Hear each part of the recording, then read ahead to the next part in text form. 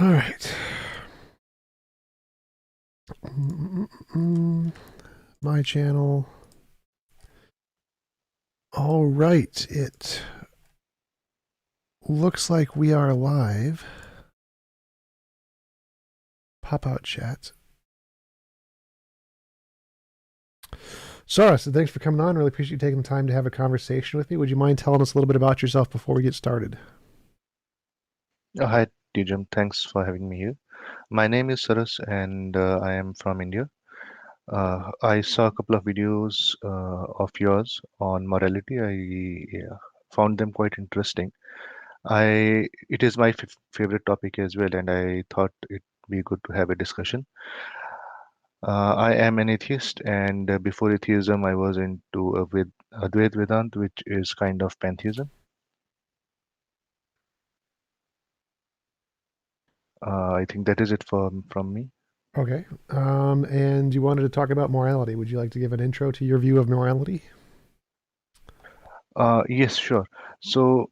Uh, like I said, I have not read philosophy as such, but based on my understanding of morality that I've seen from people, it is either categorized as subjective or objective. I personally think it is subjective because for something to be called objective, it has to exist in nature without any other person, without having dependency on any sentient being, if I'm putting it correctly. That is the basis of it. In addition to that, I have a theory on how moral actions should be decided, and that goes, the definition of morality as such is just the decision whether I have to do A or B, and whether that action A is correct or B is correct. Right now, Uh, and each person has, we call it morality. It is basically just a decision that you have to take, and it basically derives from a person's definition of I. For example, if I have to decide something, I'll say whether it is good for me or whether it is bad for me. And that definition of I could be me, this body itself, or it could be my family, tribe, religion, humanity, all living things or sentient beings. So that is the first level which decides whether a person is moral or how moral a person should be called. And then following that, we can have a technical discussion whether option A is good or option B is good. And following that, we should be following our instinct. I think that is it. There is a detailed video on my channel that if people want to see, they can have a look at that and understand what I'm trying to say. Yeah, thanks. Okay, so my view is that morality is objective. I think that there is a truth value. I think that there are some universes or some ways the universe could be which are objectively better than other ways the universe could be. Why do you think that that is not the case? Why do you think that it is not the case that some universes would not be objectively better than others, like a world without rape, for example? Yeah, we could definitely call that certain morality can objectively be called better than others.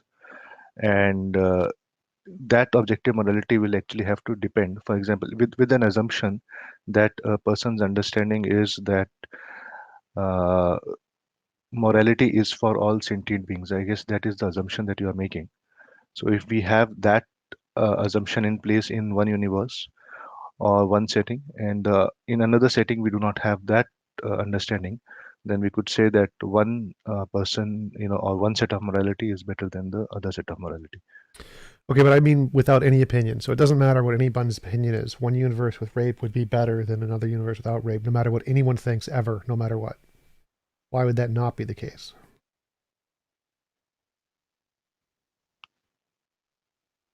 It would be better, but I do not understand why would you call it objectively better. For example, if how do I put it?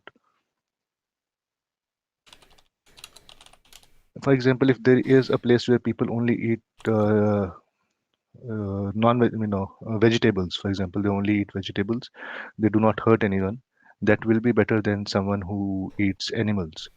but that is still dependent on a person's definition of I. For example, a person is saying that I do not want to hurt animals, and another person says I do not want to hurt animals as well as plants. So based on that comparison, we are saying that A is better than B. But objectively, there is no such thing as saying that eating plants is better than eating animals. Why do you think that? Because I think there is something that's objectively saying that. I think there's a law of nature. Like we can objectively say that a black hole has more gravity than a star because there is a Yes. property in the universe, which is gravity, which exists, and there is more of it in one location than another. I think that morality is similar in that there is a moral law. There is a more moral way the universe could be. And if the universe has this more moral way, then it has the property of being more moral, just like a black hole has the property of having more gravity. So it seems to me there is the case that it's objective, not just subjective. Why do you think that would not be the case? Uh, because morality always depends on a conscious being. For example, hunger. If you are feeling hungry, I am feeling hungry. We could objectively say that you are more hungry than I am, but it would still remain a subjective thing. So I, I am not able to understand perhaps what you are trying to say.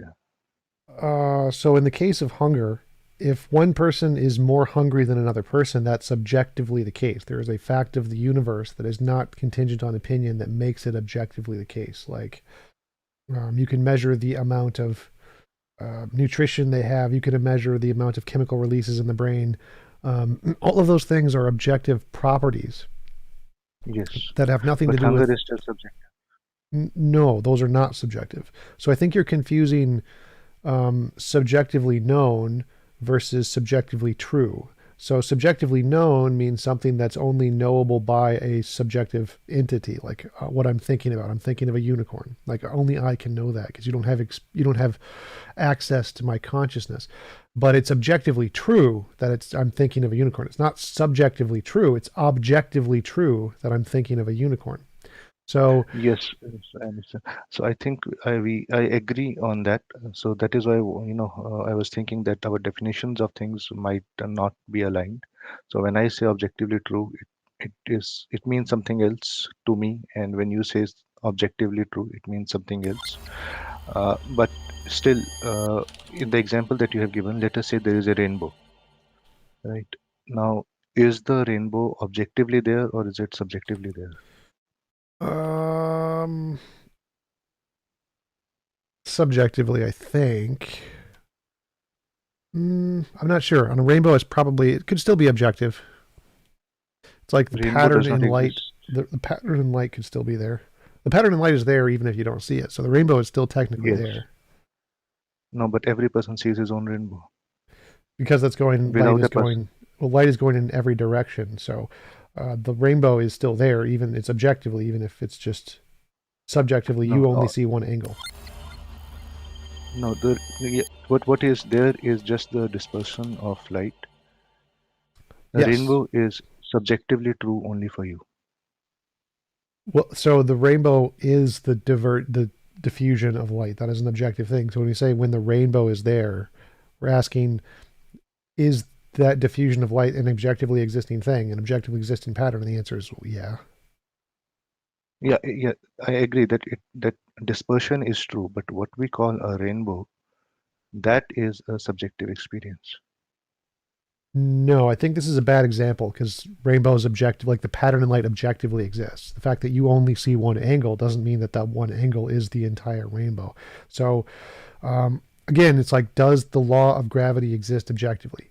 Yes. Can there be another law that we haven't discovered yet, which is a moral law which exists objectively?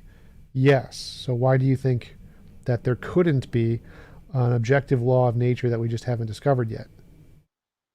No, because my understanding of this morality is it is just a product of a sentient being.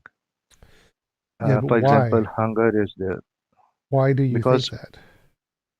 it will not make any sense to call anything moral or immoral if a non-entity is doing that thing. I understand from your utopian point of view, but that is a different discussion.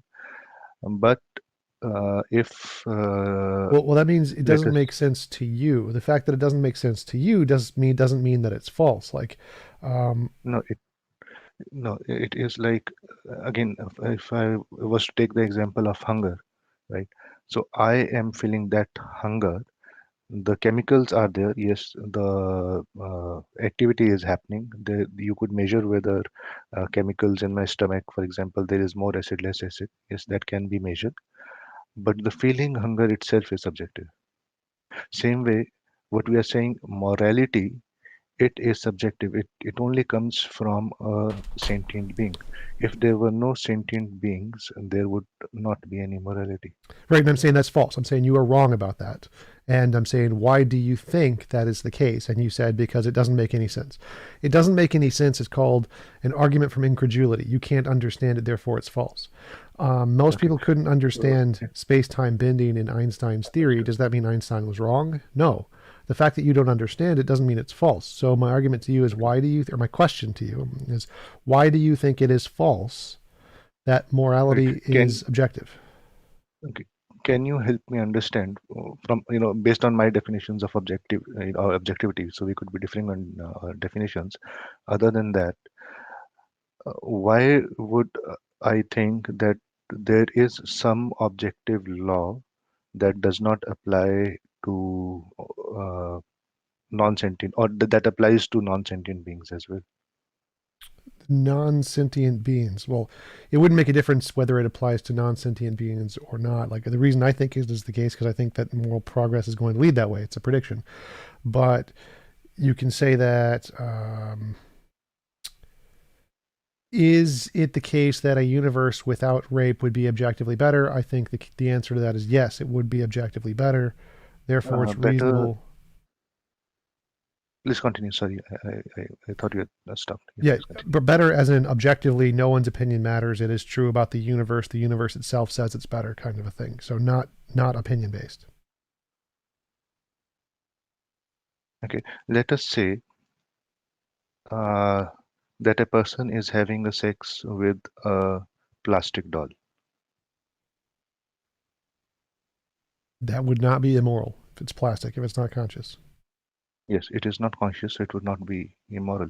So when you say, or when I am saying it is moral, it is important that that thing that we are thinking about, it has to be sentient, on whom this thing is being applied. Okay, so morality applies to conscious beings just like conscious experience, but it can still objectively exist. So that doesn't help your case. Yeah, it objectively exists. So that okay. So how do you define subjective and objective? So again, coming back to the definition, because we could just be disagreeing on definition rather than on the actual thing. Hunger, for example, is subjective, as per my understanding. No, Now hunger you is could objective. say, Hunger is not subjective. Hunger is objective. no, the chemical equations or the chemical reactions that are happening, that is objective. Hunger itself is subjective. So I No, could say that objectively you are hungry, more hungry than me, comparing the two things, but subjective, it would still be a subjective thing. For example, if I see, no. So again, you're confusing epistemic subjectivity, how you know about something, and objective truth. So hunger is an objective thing. It objectively exists. There is nothing that is not contingent on opinion. Your opinion cannot make someone not hungry. Your opinion cannot make you not hungry. It is a fact of the matter that you are or are not hungry. It is a fact of the universe. You don't get an opinion on it. An opinion is like, I like chocolate. That's subjective. That is purely contingent on your opinion. It's not something that's an objective fact of the universe. You can change it just by thinking about it. It's not an objective quality of reality. Hunger is an no, objective okay, quality of reality. So you're no, confusing epistemic subjectivity, how you know about something, with ontological subjectivity. Does it exist only in the mind? Hunger does not only exist in the mind. No. no. If you had no mind, if you had no brains, You would would still you have still hunger. feel Hunger would hunger? still, yes, hunger would still exist. It is still a feature of the brain. Many animals who don't have brains can still feel hunger. It's purely a Yes, but neurological process in the brain, nothing more. yes, yes, yes. Yeah. So again, I think we are agreeing on this, that whether we call it a function of brain or the neurons, because ultimately neurons make the So again, brain. this is a terrible example. This With does not in any way help us. So get off hunger. Hunger doesn't okay, matter here. okay, Can there okay. be a law I of nature where morality no exists just like gravity? Yes. The answer is yes. no Why do you think that is false? no. I'll come back to the example that you were giving earlier. So when I gave the example of hunger, you said No, I hunger don't want to is talk not. about hunger anymore because you're done answering the I'll question. switch from that. I No, don't I'll just switch from answer. I that. want to answer the question. The question is Yeah, why is it impossible for morality to exist as a law of nature like gravity? yeah, I'll not talk about hunger. I'm switching from hunger to another thing. So I'm just taking it for Oh, I don't context. want an So example. I want an answer to the question. What is the answer to the question? Why is it impossible for morality to exist as a law of nature like gravity? because again, I'm trying to explain if you will allow me. Uh, Again, I'm not able to continue if I do not make reference to what we have discussed earlier. So I understand you that you said that hunger is something subjective, uh, No. objectively true, because you have said it is objectively true because you could measure things. My thing is that it is based on mind, but Okay, then you said don't that talk about objective or I, subjective. No, no more no, objective, no, subjective. I don't want to hear about yeah, objective and subjective. I want to know why is it impossible for morality to exist as a law of nature like gravity? If it exists like a law of nature like gravity, it's objective. So it doesn't matter whether you call it objective or subjective. Why is it impossible for morality to not exist as a law of nature? Don't use objective or subjective because they don't matter here. Why can't morality be a law of nature like physics? because it depends on a sentient being. It depends on a sentient being. So like uh no, it does not. That is false. Okay, why? How do you prove that it's not false? Because if you take all sentient beings out of equation, the question of morality goes away. Well, no, it still exists. I'm saying it's still there. No humans, no minds, still there. So that's false. So why would that be false? Again, if there are no living things, no sentient beings, for example, Earth is rotating around the sun. Or just planets rotating around stars. You still think that morality would exist in such a world? Yes, it is a law like gravity. It literally is a thing in the universe. And you're Uh, saying that's impossible. yes, because for morality to exist, it has some sentient being has to exist for morality to exist. That's begging the question. So that's false. It does not. There are lots of different models in Uh, philosophy where that's false. Like Platonic objects exist without minds, and that's morality. So if Platonic objects exist, that's subjective morality. I do not understand that. Could you explain that? Platonic objects are a different class of objects, kind of like we have natural, supernatural, Platonic objects. There's different classes of things that could exist. Mignonian objects are another class of objects. There's different ontological things that can exist in addition to just the material stuff. So if there's more objects that can exist beyond just the material, one of those could be Platonic objects. And if Platonic objects exist, one of those objects could be a moral object. And if that moral object exists, it exists without a conscious entity and it can be there just fine without a mind. So there are other classes of objects that can exist beyond just the known stuff, one of which can be a moral object. And there's no contradiction in that. So why do you think it is impossible for that to be the case?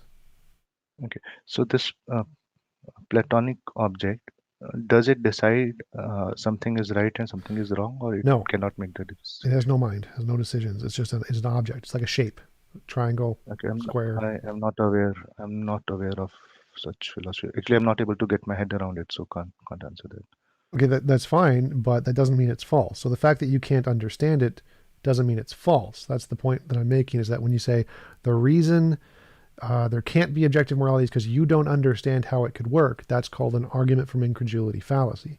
There are lots of different ways it could work just fine without a mind that we know of already. No, yeah, no. See, the thing is that I'm not able to understand what you are saying. That does not mean I do not understand the concept as such.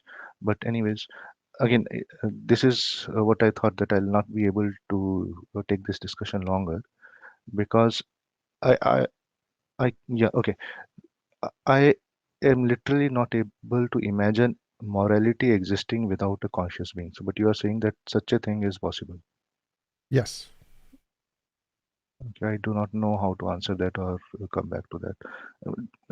It is not making sense to me. It might be just, that it is a fallacy. But I'm not saying that. Okay, it is beyond my comprehension to think that morality can exist beyond sentient beings. Yeah. That's fine. So there's lots of things that are beyond people's comprehension. That was one of the arguments that Yes, physicists but that is use against no, Einstein. So no, philosophers no, said, I can't imagine how space and time could bend, therefore it's false. Physicists but said that, but I they were no, wrong. no, see, I reject God more or less on the same thing that I'm not able to get my head around it. So Okay. people still say that God does exist because I am not able to understand God because just beyond my comprehension. So how is this objective morality that exists without sentient beings different from their claim of supernatural entity? I make novel I mean, predictions. yeah, but so let us say you are no, what does that mean? You make non-novel predictions. Any theory, you need some way to differentiate, is it true or is it imaginary? And in order to show it's real, you need to make predictions. You need to make things like, if my model is correct, here is something we would expect to see in the future. And if that Yeah. is found to be correct, then that's good reason to believe your theory is correct. So the reason that Yeah. God is unreasonable to believe is because Sorry. none of their predictions have been come true. So like if for example, you said God is real, and if God is real, I will pray and he will give me a gold brick, and a gold brick appears, that is evidence of God. But if it doesn't appear, then that would be not evidence of God. So if you make predictions and those predictions come true, then that is evidence for the hypothesis. That is the difference, is that mine will hopefully have evidence in the future and theirs does not. Okay. So what is the prediction that is coming from this objective morality model? One is that morality will progress until we will eventually see rocks as immoral. I think, like I mentioned before, we currently don't see inanimate objects as being moral. I think in the future we will. That's a prediction about how I think morality is going to increase. Secondly, I think that all the different models, all the different kinds of consciousness in the universe will all come to the same conclusion. They'll all lead to the same model of morality, where any involuntary imposition of will is immoral. So if we discover other species and they're on the same moral track as we are, that's good evidence that morality is more than just a subjective inclination of our species. Hmm. Okay. So uh, uh, okay. So actually, there was something that was there in my mind. Okay, your understanding that you are able to make predictions and therefore your model is correct. Is that If they are confirmed, then that is evidence. if Yes. that is confirmed?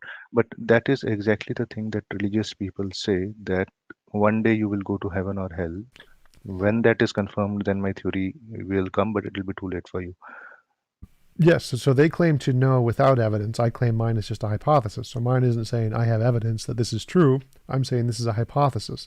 So that difference between So, the theist and mine is that I'm not claiming I've proven anything. I don't have any solid evidence yet, and I admit that. Mine is just a hypothesis, which is fine.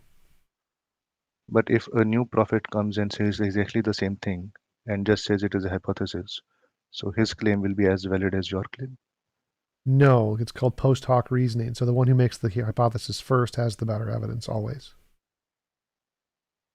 So if he comes back instead of heaven and hell with some other kind of imaginary place, so that will make it equal to your hypothesis. No, if he made new predictions that no one else has made yet, and those are correct, then that would make it equal to my hypothesis. Yeah. Okay, that is weird, but no worries. Okay. Uh,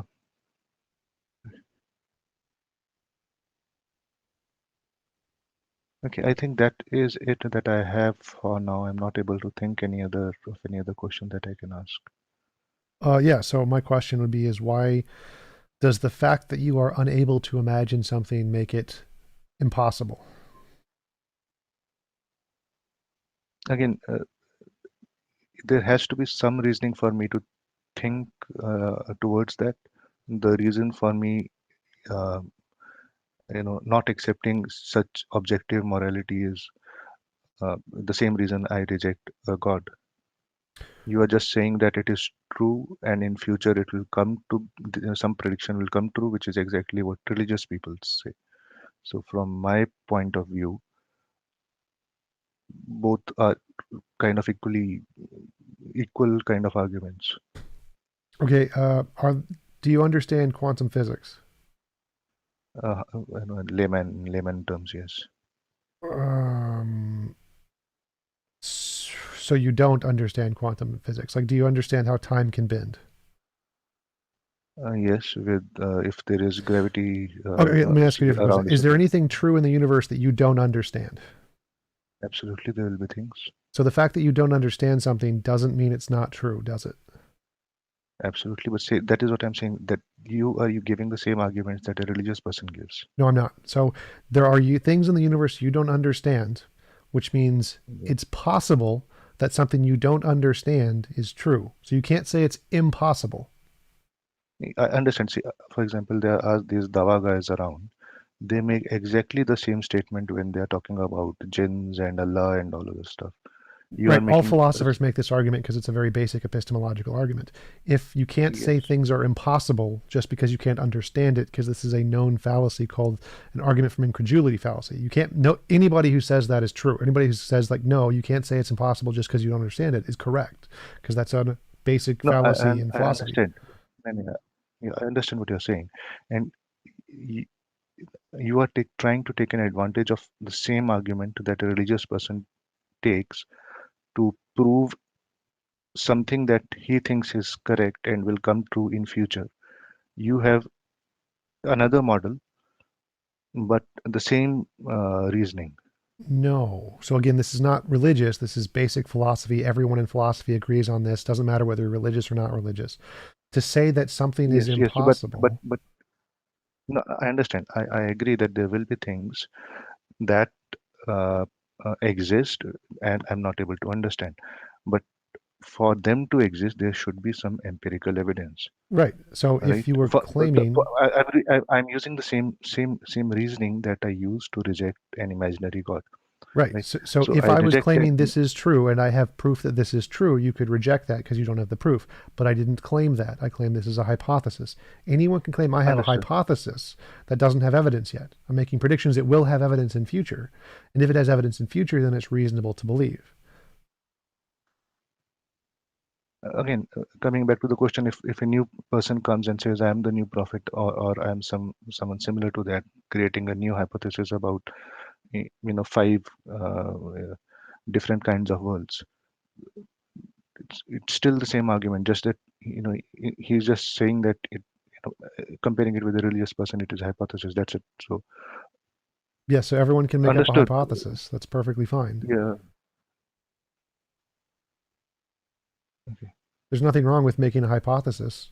It's okay, but it's just that I am not able to get to that, understand from my point of view. Understand that your point of view might be different, but from my point of view, uh, believing in an imaginary god and believing in this subjective morality that you claim to be true, mm, they're equally far away from me, if you understand what I'm saying. Sure. There is no reason for me to say that your objective morality is anyway better, just because you say it is a hypothesis, for me to accept it is anyway better than accepting an imaginary Allah.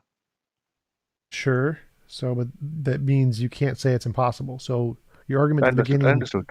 okay, Understood. But that is, I'm rejecting the Allah for the same reason, right? And the person claiming to be Allah is, other than the hypothesis part, is saying that it might exist, you just do not know that. okay. So there's a difference between rejecting a hypothesis and claiming the thing is impossible. Those are two different things, right? Okay, okay. Yeah, you could say that. So I am reject again because they do not say it is a hypothesis. Hence, I'm saying that I'm rejecting that is false. If someone comes with a hypothesis saying that there is something supernatural and all other stuff, then in that case it would be similar to your rejecting your hypothesis versus rejecting that person's hypothesis. Sure, sure. So you can say that I don't see any evidence, therefore I don't believe it. You can say that the Yes. same as both for the case of mine and religion. Sure. but you can't say either is impossible. Yes. Okay. So then it seems to me intuitively obvious that rape is bad. That is a feeling I get just like I see a TV in front of me. It is obvious. It's like 1 + 1 = 2. Yes. And so because it's Yes. like 1 + 1 = 2, I think it's true that it is the case that there is an objective morality out there. Because it's a thing I experience. I experience this just like I Yes. experience a tree or a rock, and I think so the tree or the rock exists. So it seems to me equally as reasonable to think that morality is objective as that the things I experience are true. Like there's an external world. Yes. Yes. But that is subjective. That is right. Things that you experience are subjective. Yes, but that doesn't mean that the things I experience don't exist objectively. Like I experience the external world. It is reasonable for Yes. me to believe the external world exists.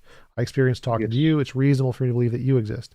If you experience Yes. something, it is reasonable to believe it exists. Yes. But you do not experience morality. You only experience an intuition. So intuition and direct experience are the same. I only experience my sight of the TV, which is the Understood. exact same as the intuition of morality. It's an experience that you have through a sense. No, you just have an intuition of, right or wrong. Intuition is exactly the Morality is same a as name. eyesight. Intuition is eyesight. It's a kind of sense. It's a sense experience.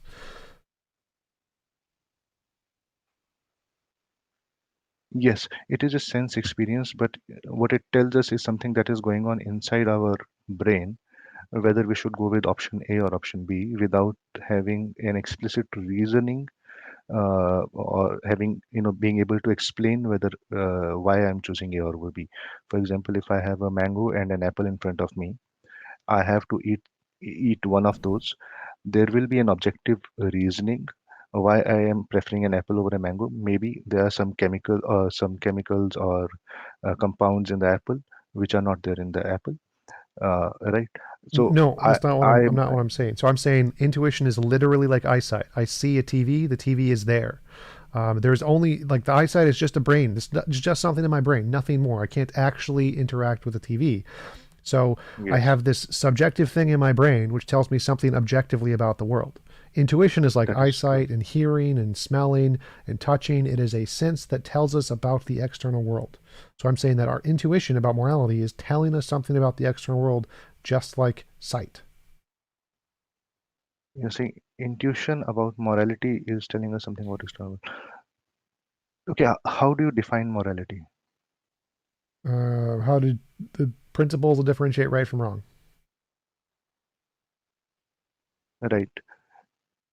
Okay, but if these are the principles that decide right from wrong, then this is a decision that has to be made in morality, right?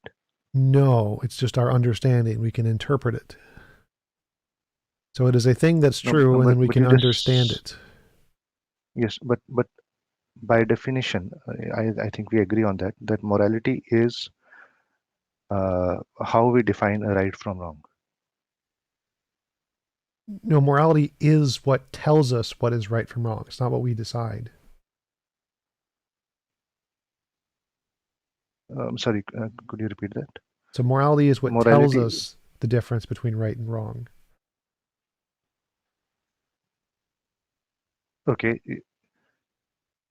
morality tells you what is right from wrong. Yes.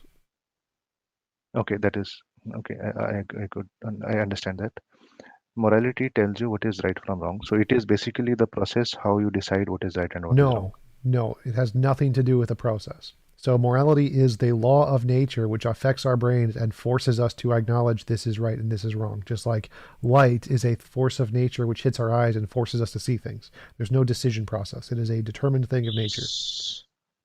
So there is something external like light which you say is morality that exists outside the brains of sentient beings. Yes. Okay, okay. Again, I not able to understand that concept, but you could just say that it exists because, but I do not understand. Okay, no worries. Okay. What about that is not, do you not understand? Like, is that something that does?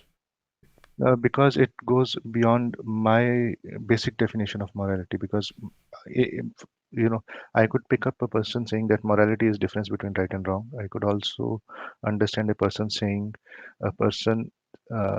saying that morality is the process how we decide right from wrong, right, or the thinking that goes into that. Uh, but what you are saying is morality exists outside the brain, similar to the only thing I can compare is that some supernatural being uh, that decides what that impacts our decision of right and wrong, which I do not, uh, in my worldview, which is like more evidence based. It does not make sense to me. Okay, so I'm comparing it to like light. So there could be a law of nature that affects our brains, right? Like gravity affects our brains, it makes them weigh something, right? Yes, when we okay, so light just falls, for example, on our eyes, on our body, and Yeah. we interpret that in a certain manner Yeah. into our brain. Yes, understood. And I'm saying it could be the case, could it be the case that morality is like a law like light that goes through the universe and affects our brains? No, no. mm, Okay, light is not a law. Light is either a wave or a particle. Right. So I'm saying morality is an existing thing. It's a thing. It is a field in the universe like light, like gravity. It is a field. Understood. Understood. Again, that is where I am. In my mind, I am putting it similar to the religious things. For example, their thing about the imaginary God is almost the same, saying that there is this imaginary thing in their worldview real. There is this real thing that makes things right or wrong. You are just not calling it God. You are saying there is this thing that exists that is called morality, and that impacts how we decide what is right and what is wrong. I Right. So, understand what you're saying, but I so cannot accept it because it is just a claim and there would not be any supporting evidence to it. that's fine. So you can say there's no supporting evidence, but you do understand it. It is something that makes sense. Yes, but from like, yes, I understand what a religious person is saying from his point of view as well.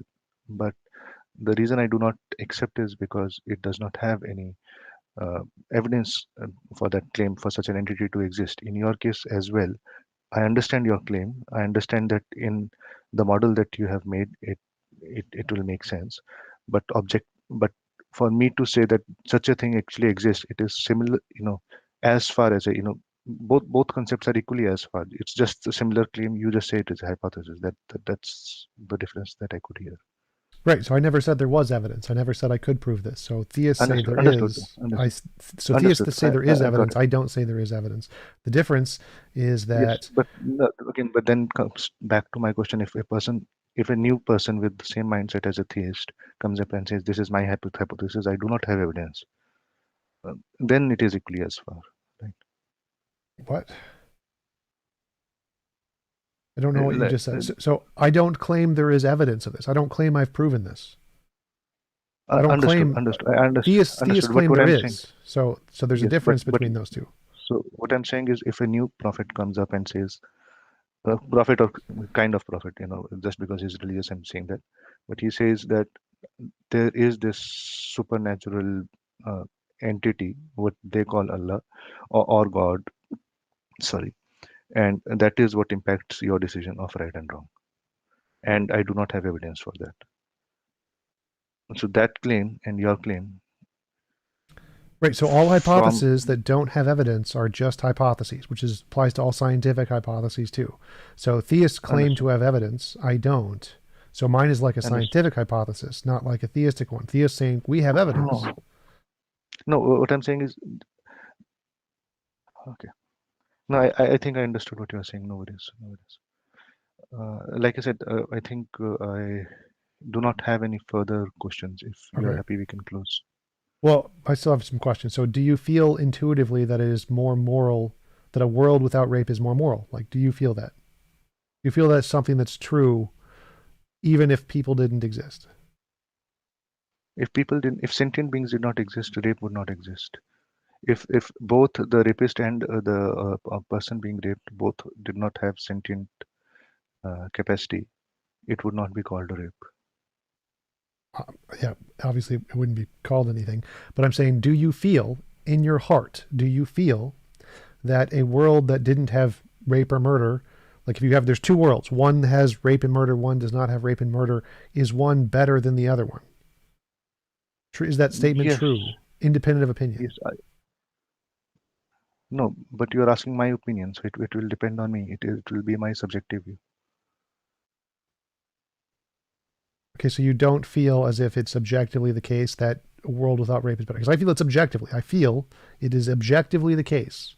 Just like I see the TV in front of me, it feels obviously that it is the case that a world without rape is objectively better.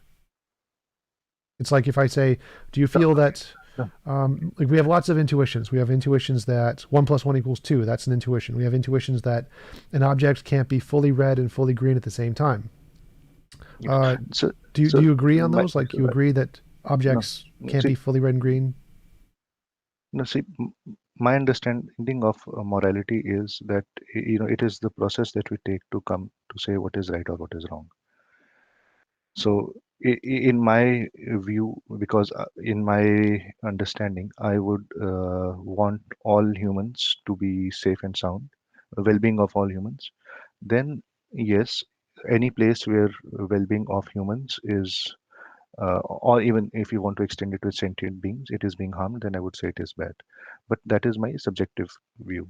Okay, so is it your subjective view that 1 + 1 = 2, or is that something objective? Hmm.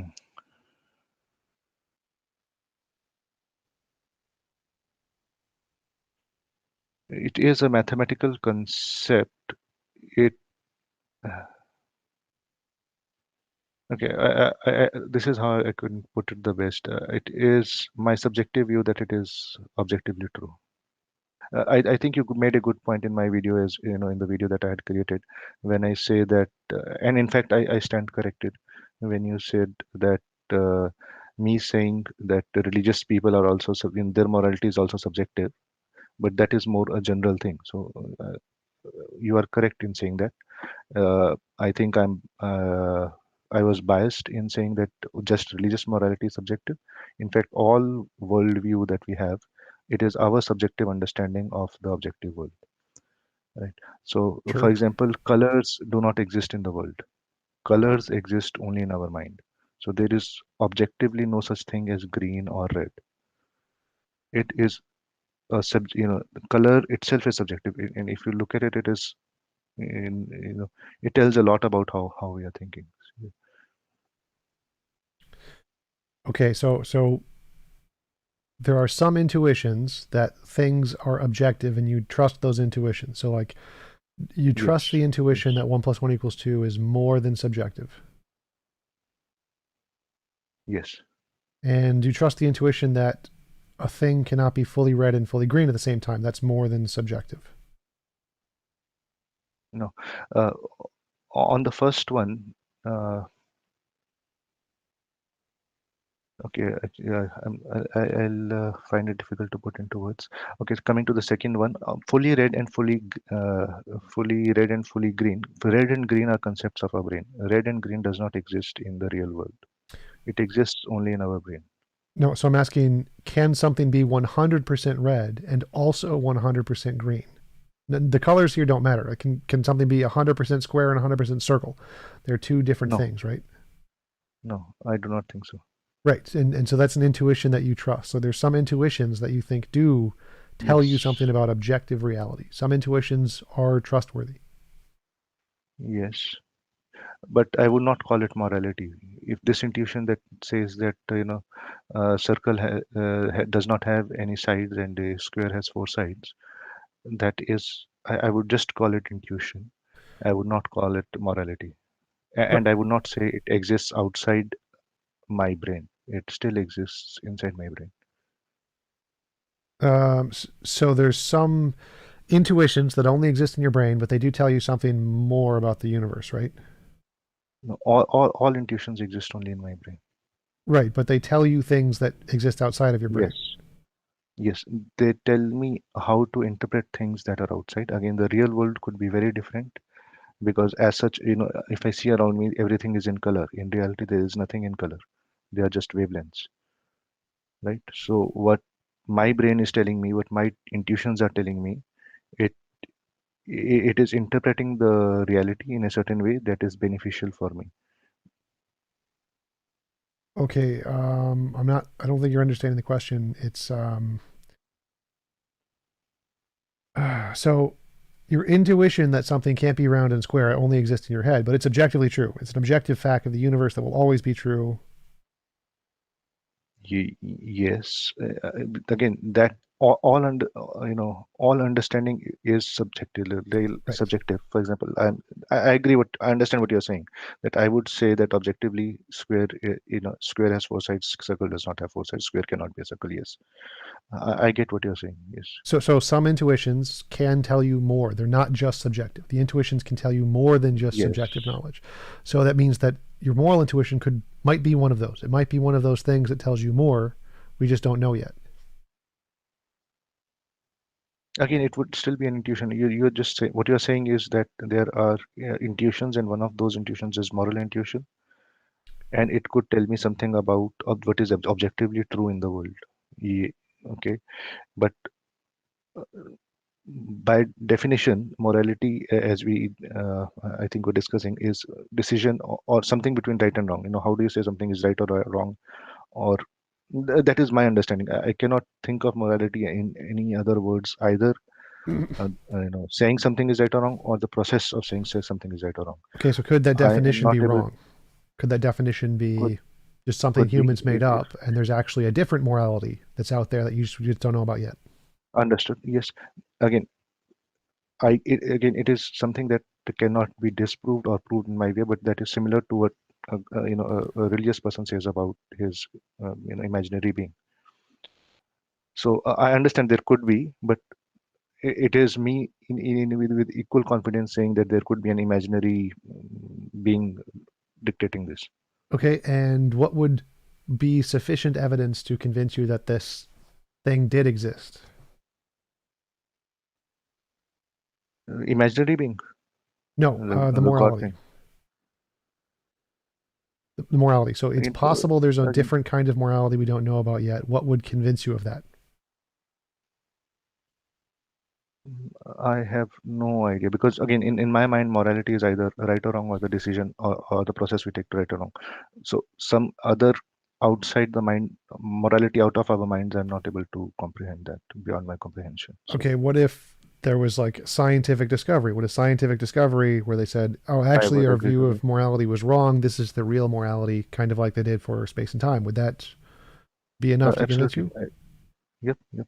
I would agree to that immediately, either for morality or for God. If someone proves it by scientific methods, I would accept it Okay. immediately. And the scientific method uses novel predictions, right? It says that if the hypothesis is true, here are some predictions we would expect to see, and then it tests to see if those predictions are true, and if they're right, that's confirmation. Yes, but for it to be true or law, it has to, there should not be provable by any, five or six common predictions, right? I mean, by different models. In that case, you would say, okay, one of these models is true. What? But if your model is the only model that says that, and it can be scientifically proven that only from your model this prediction can come, then yes, I do not have any other option. Yes. So there are no scientific models like that. All scientific models can be explained by 6 or 7 or 1,000 other different theories. I think yes, that you have made a good point. Yes. And then in that case, we will say that one of those two, three theories are correct. Right, which I would say the one that made the predictions first is the better one. Not necessarily. Newton made a prediction, and then Einstein came. He made a prediction. Newton came Because first. Does not mean his theory was better or correct in any mode way. no, I'd say that Newton made theories first that no other theory made, then Einstein made new predictions, or Newton made predictions that nobody else made and got them right. And then Einstein Yes. made those predictions and then made more predictions. And so Einstein's theory Yes. replaced Newton's theory. But if at It did. Newton's time, 10 different theories, like if Newton made predictions, then 10 other guys came along and made the same predictions, we would give Yes. Newton the credit. Newton would get the theory correct, and everyone else would be just making stuff up afterwards, right? Yes, but let us say if Newton has come up with a theory, and after 3 years Einstein came up with a theory, and after 4 years we have only seen evidence for one of those. We have not seen Einstein's impact of Einstein's theory because it needs more equipment to see that.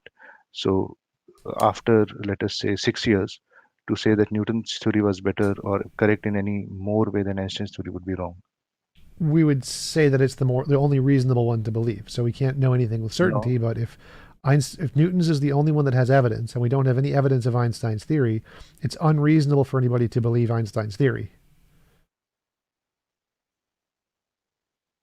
So Newton's would be the better theory to believe. It's the reasonable one to believe because it has the evidence, right?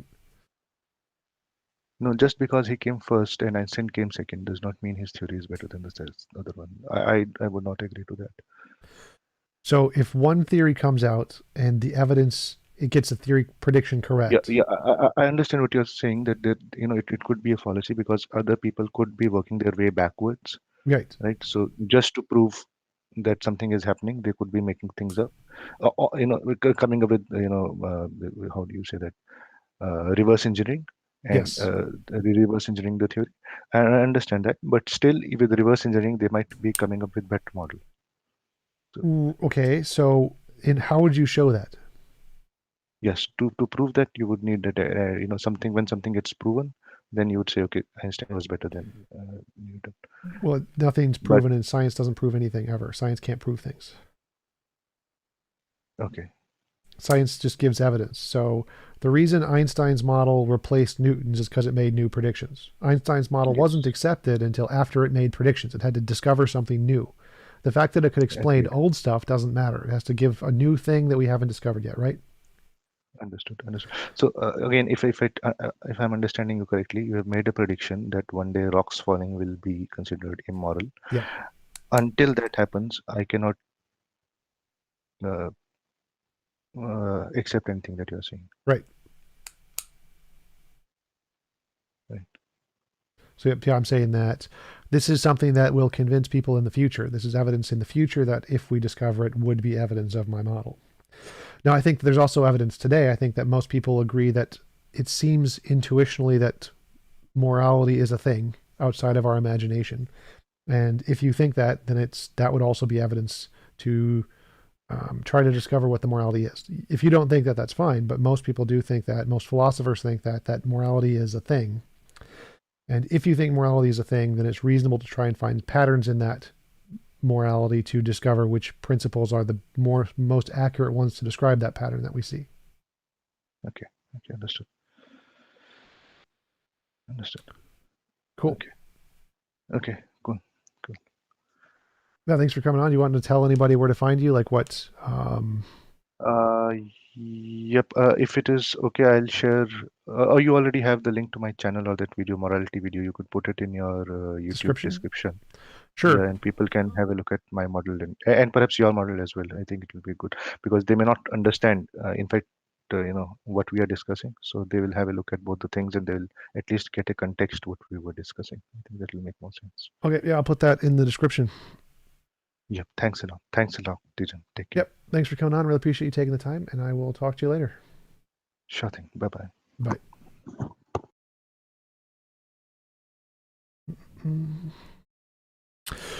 All right. Anybody else want to come on and chat about anything? Put the whereby link in the. I do the Doug thing, whereby.com/tjump, open to anybody who wants to come in and chat, or go on Discord or something.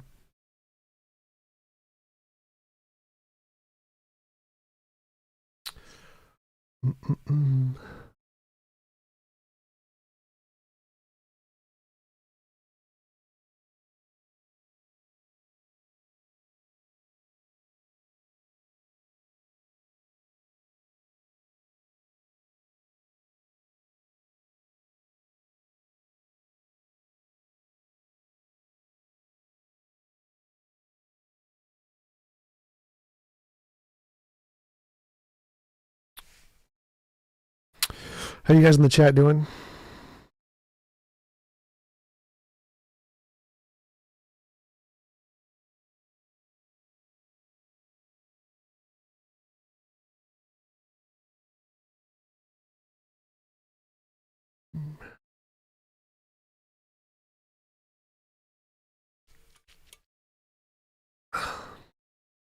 Einstein used to beat God at chess. Einstein was a pantheist, Bruno. He believed in not God. So he did not believe in the Christian God or a mind-based God. It was more like a nature kind of a God.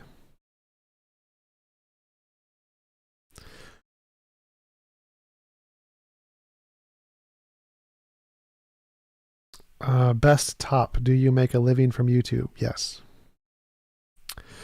Lucor, doing great. Good. Sean, you're working? What are you working on? Philosopoet. All right. Whereby.com/tjump. I can just do it this way. Do I? So like, oh no, that didn't work. See the link. See link right here. Link right here. Anybody wants to join? Click the thingy. Click this thingy. I'll have to make like a thing to do it. See.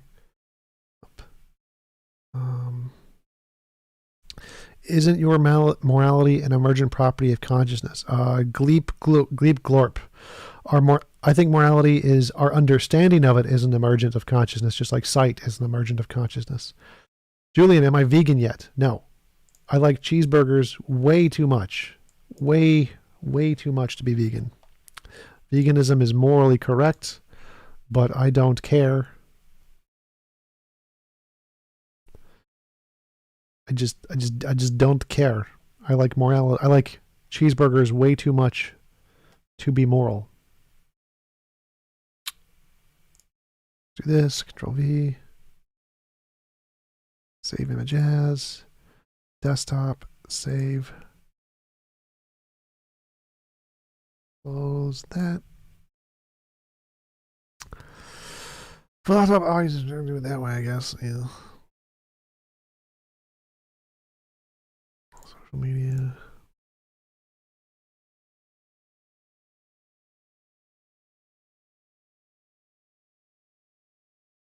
Philosopher, I sent you a message for the link.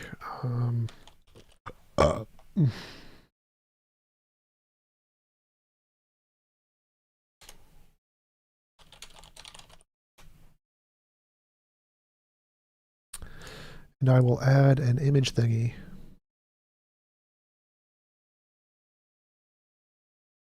T-Jump listens to God and eats meat. I don't understand.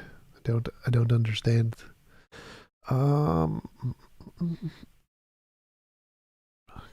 Join link. There's no join link. Hey, how's it going? Can you hear me? Yep. Yeah, how you doing, man? Pretty good. How are you? Good, I'm good. I have a question about something you... Did you cut out? You said you have a question about something and then stopped. Hang on. If you want, you can tell people where to find you too, like Philosophopoet's YouTube channel. Yeah, just search for Philosophopoet. I'm actually trying to do... What I do in my channel is critique some of the bad reasons from the theistic side, especially the Islamic side, because I'm a former Muslim. Yep. But yeah. And you've been if you're on interested. you've been on the Dharma channel, right? The same one I was on with Muhammad Hijab and those other guys. Yeah, just once. Thought Long time Adventures. back. Is that it? Yeah. No, I wasn't on Thought Adventures. I think it was Hamza's Den. Yeah, that's it. Hamza's Den. So what's up? But yeah, that was with a different name and with a different brand, but... Oh, yeah. I forgot about that. Yeah. Anyway, so the question I had for you is, you mentioned in this conversation, I forgot what his name is, Saras? Yep. You mentioned that you feel something, you get a feeling, Yep. right? You have an intuition that there exists some morality objectively outside. Now, could you make the same argument for God then? That if someone has an intuition that there exists an agent outside of our universe, then that's evidence for the God? Sure. Well, it would be evidence of the hypothesis. So it would be like, I have a thing that I feel, and I feel this is the case, therefore it's a hypothesis I'm making up because it's my feeling. So I wouldn't be evidence the hypothesis is true, but it would be a thing you can use to build the hypothesis on. Okay. So you will need more corroborating evidence outside of that. For sure. I see.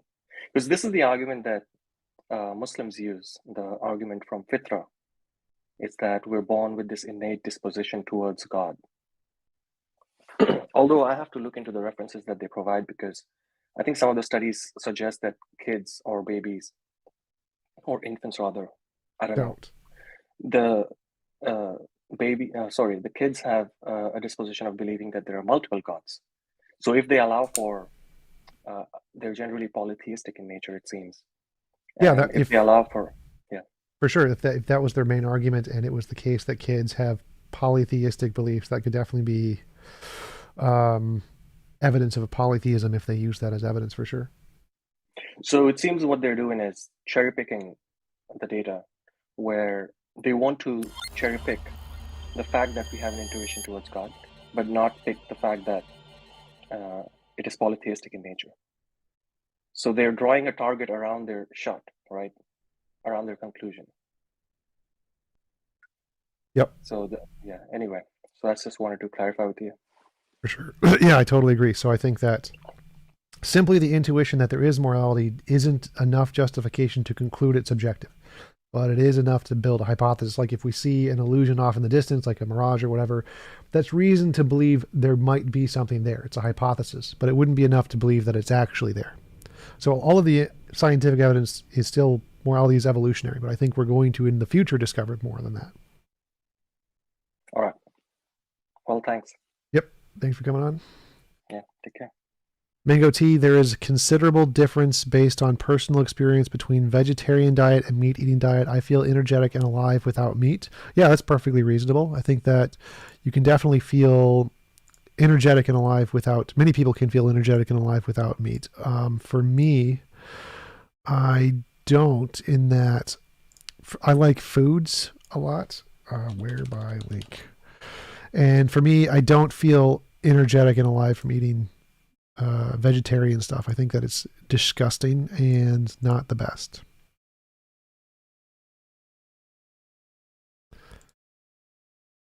Disgusting and not the best. Where is my whereby? Whereby?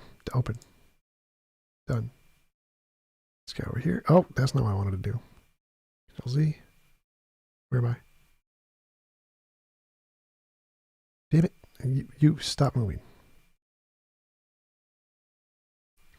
So if anyone wants to join in chat, here is the link right there.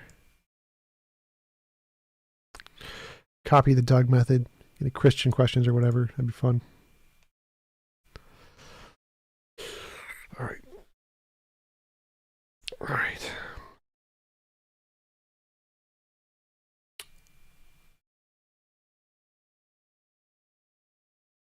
Julian Lawrence, if you use the Bible to justify dietary choices, God's first instruction to people, Genesis 1, is to be vegan. Is it? I think it was to be a fruit. You must be a fruit. Zach Morgan, would you ever sell your couch? Yes. If anyone pays me enough money, I'll pretty much do anything.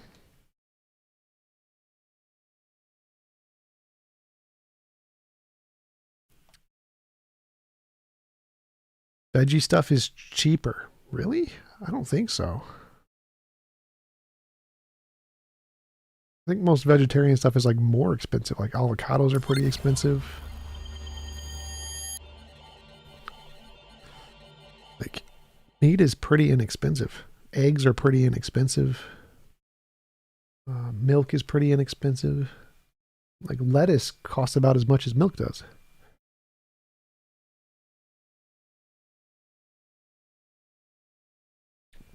Gleep Glop, assuming for argument that there is a universe began that the singularity was the emergence of the singularity, moral or immoral, neither. The singularity isn't conscious. To Haikeen, TJump OnlyFans, yes. Name my price for my chair. I'd probably sell it for about $1,000, $800 to $1,000, because that's what I'd need to buy another one. So if you gave me what I needed to buy another one plus profit.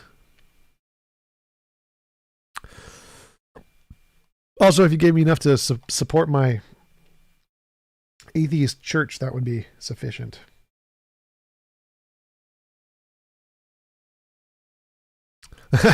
Dharma Defender, if I'm paid enough, I'll sell my vote. Me too. For sure.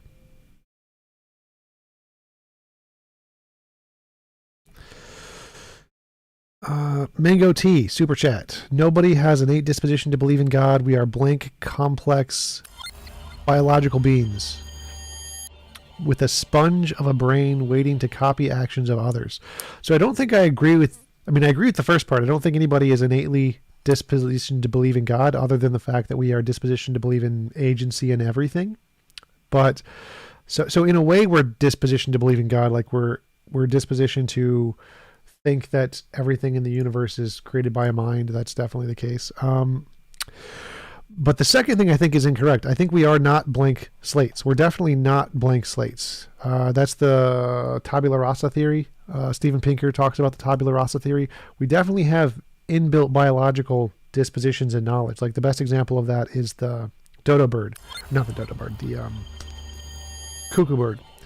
The cuckoo bird, where the parents will lay the egg in the nest of another bird, and that when it hatches, it'll immediately push out all the other eggs. Like it didn't come to know that the other eggs were bad. It was once it immediately hatched, before it could even see, it just doesn't like these things and pushes them out because of biological dispositions in the animal. So there are definitely biological pieces of knowledge that are put into us through biology automatically.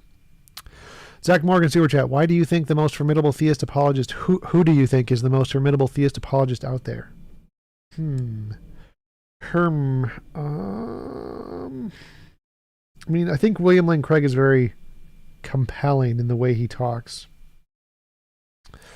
I think that probably what makes the best theist apologist is their compellingness in an argument. Probably William Lane Craig is up there. John Lennox is up there. The professors are definitely more intellectually driven and their arguments are more interesting. But I think if you're talking about who's the best, the most formidable apologist would probably be the best debater. The one that can compel people the most in a debate and think on the fly to come up with compelling arguments. So probably the William Lane Craig types would probably be the most compelling.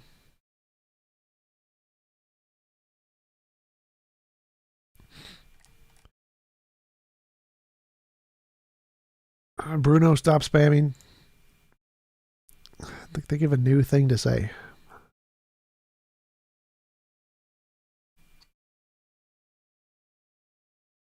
That's right, Captain Rabbit. Vegan burgers are not cheaper. They are much more expensive and less tasty. No mind, no will, just biological action. Ah, loud. I need to turn. I can't find where the volume is for that new follower thingy. It's so annoying.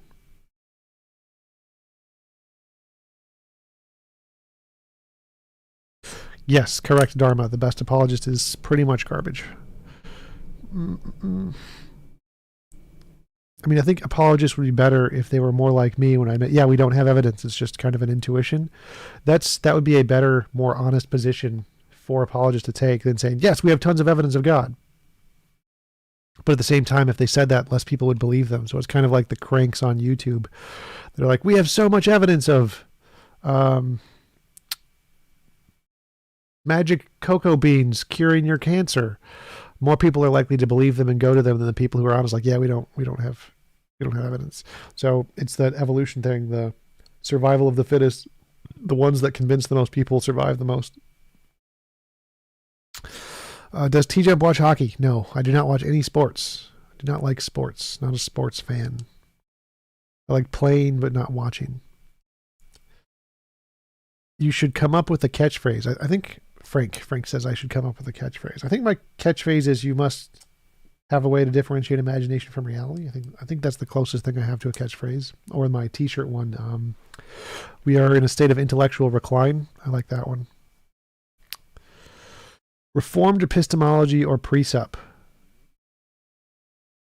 I mean, precept is a reformed epistemology. I think Plantinga's reformed epistemology is better because it's not as silly. It's like, because reformed epistemology states that just believing is sufficient reason to justify belief, like just believing is evidence. And I don't think that's just believing is sufficient evidence, which I don't think is the case. Whereas precept says you must presuppose God to do anything. So it's a much worse position, a much stronger position that is less supported. Nadir Ahmed converted you to Islam. Was it the bees, Captain Rabbit? Were you convinced by the bee facts?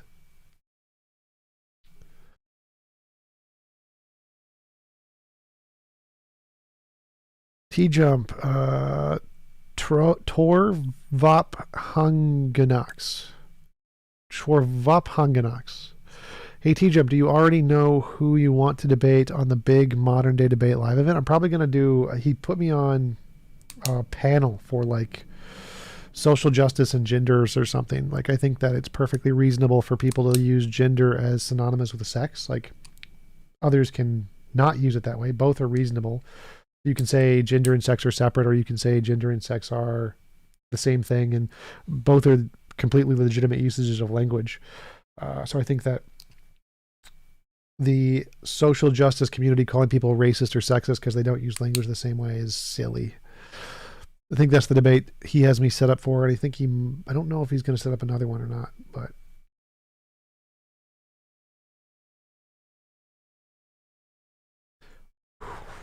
what? Wait, who makes the Tinkerbell argument? If you believe it exists. Precept, Gleep Gloop. Or no, that's the Reformed epistemology. Reformed epistemology says that simply by believing in something that justifies it, that is evidence that it's true.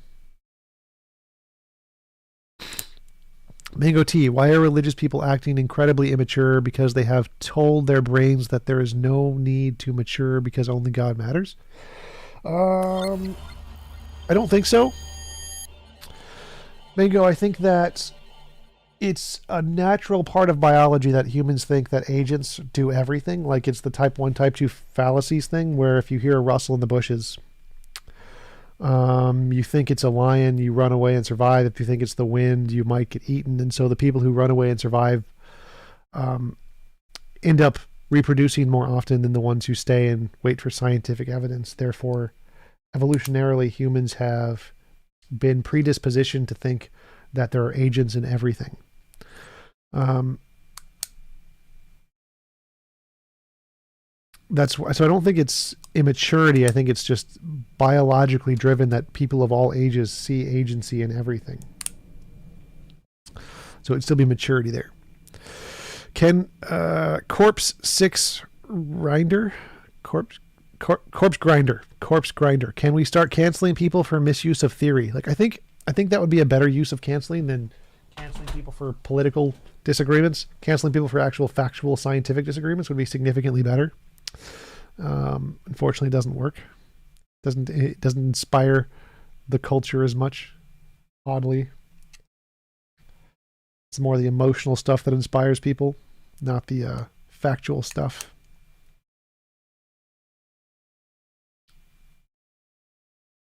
Are we letting folks off the hook by allowing the conversation to progress on from distinguish reality from imagination?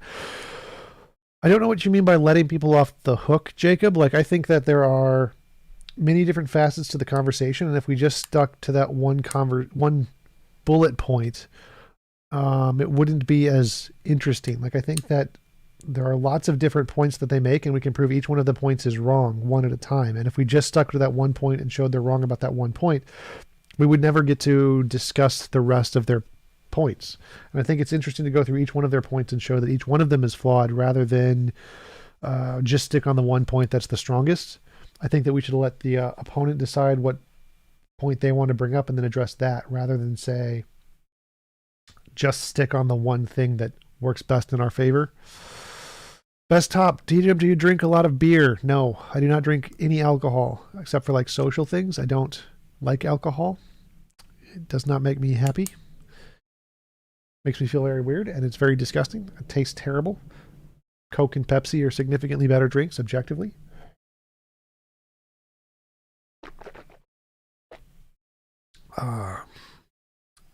You stand in the middle of two competing claims with the same degree of evidence. What can either side bring to the debate to better establish the facts of their claim? Yes, Philosopoet is correct. That would be novel testable prediction. So if you have two petitions that make exactly the equal claims, one could say, I made them first. That would make his better. And one could say, I made novel predictions that will come true. And that will, if discovered, make his better. So I think that definitely the first theory is evidence. Like, it's really, really hard to make a theory that can accurately predict the future. It's a very difficult thing to do. So if you have a theory and it predicts the future accurately before anybody else's does, that's good evidence of your theory. And the fact that other people can come along and make up another theory that predicts the same thing doesn't mean you should accept that new theory. Anybody can do that. Anybody can make up a new theory and make the same predictions. So the theory that comes up with it first is a better theory than the ones that post hoc explain it later. So if the theory came first, that would be a better theory than one that came later.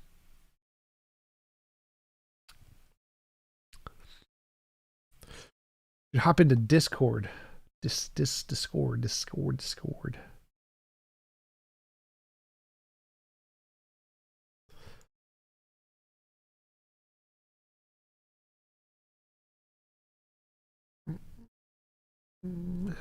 Social media, Discord.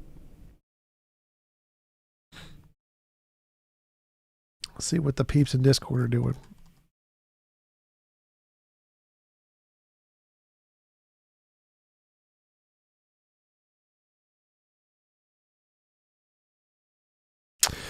All right, I'm in general chat. Discord thingy in a while, so everyone should everyone.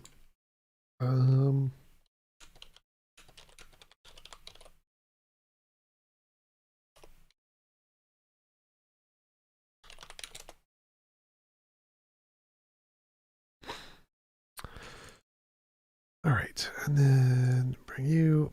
Hey, Alika, how are you doing? Zach Morgan, would you debate William Lane Craig? Yes, I would very much like to debate William Lane Craig. I can just do that, can't I?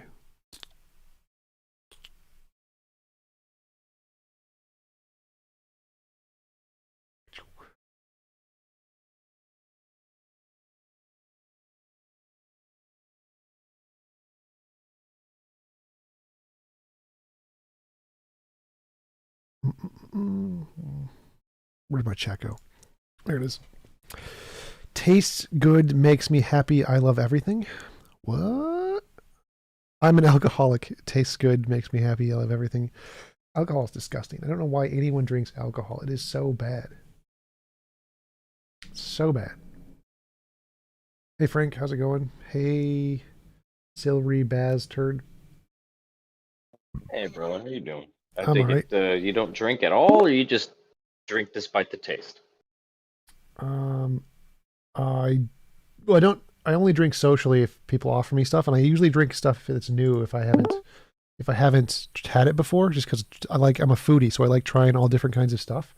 But I never. Fair enough. What about here's the ultimate go-to for like newbie drinkers who hate drinking, but so far I've yet to find somebody who's hated this. What about, have you tried not your granddaddy or grandpa's root beer, whatever it's called? It's something like that. Nope. Not your grandfather's root beer. Nope. Oh my god. Hello? Okay, yeah. If you hate the taste of alcohol, like, this is a beer. You just gotta drink it cold. And I swear to God, if you hate this, you're that 1 out of 1,000. Could you put like a link in it in Discord somewhere? Because so the things I do like is like hard ciders, like sweet hard ciders. I like ice wine. Ice wine is really good. Ice cider is pretty good. Sweet sakis are pretty good. Those are the only things I like because they're sweet. So like the really girly sweet drinks are the better ones. God damn it! I hate when people. No offense, man, but I really hate when people throw that out there. Like, oh, the fucking girly drinks because they're delicious. They are. Like, we're not allowed to enjoy our I fucking can drink drinks. it. If you don't like the hard shit, like, don't get me wrong, I like my IPAs. I love them all. I love that really fucking bitter IPA dark beer shit. Like, I like Voodoo Ranger. I don't know why, but I love that shit. It just there's something about it. But I can also get down with the daiquiri. Like my wife will get daiquiris, strawberry daiquiris especially. I think that's her favorite. And I'll sip on that shit, and I'll love every second of it. I don't feel ashamed that I like it. Fuck that. If that's what you enjoy it, because it's all the same. Yeah. I don't think saying something is girly means it's bad or you can't enjoy it. I think girly stuff is awesome in lots of cases. Yeah, fair enough, man. Hey, how far do you take that? So, like, I'll give you an example. When my son was like 4, he started putting like these hairband. I don't know what they're called, but they're like these arc things that girls put in their hair to just make it flat, I guess. And like Heather would like do makeup and shit. Like he would ask for it though. He would be like, "Hey, can I have some? Can you do me?" And she would do it. But obviously, I'm not the one doing makeup, so he's not asking me to do it. So I would just walk into this aftermath, and I'm like, "Whoa, what the fuck? What's going on? Are you seriously? Is this happening? Like you're putting makeup on my son?" And she was like, "Oh, he wanted it." I was like, "Oh, well, okay." Like, Yeah, I see that's totally fine. I'm not Like, really. especially hairbands. Like hairbands, I totally think are pragmatic. Like I used to have long hair, and it was like using the big hairband thingies to keep them out of your face is great. It works perfectly. Like I think of women's tools as like a technology. They've discovered these ways to do things that guys mostly usually don't do, and so if you have to come in contact with that, then yes, look at the women's technology. They've discovered amazing things. Like I once I accidentally shaved off my eyebrows once. I normally trim them with this guy, one of these kind of things that has one of these guards, and I forgot to put the guard on, and so I just buzzed it with just bare blade and just completely gone. And so I was like, well, this is not good, and I had to go on like a date or something, and so I needed to go outside, and so I had to go to Target. Went up to the makeup lady, and I was like, hey, so I accidentally shaved off my eyebrows, and she's like, I can see that. I'm like, oh wow, it's a little bitchy, but all right. So I was like, can you help me? And she's like, yeah, let's do the makeup thing. I'm like, awesome. And so she gave me pencils to draw in my eyebrows and the little like texture thingy, texture goop to make them thicker. And yeah, so women's makeup is great when you need it. Hey, but did it pass? Did it pass? Like, Oh, do yeah. you think she didn't notice? Oh yeah, No shit. I made it look real. Kudos, I couldn't man. notice. That's I was like impressive. looking at it like, damn, this shit is amazing. This looks better than my normal eyebrows.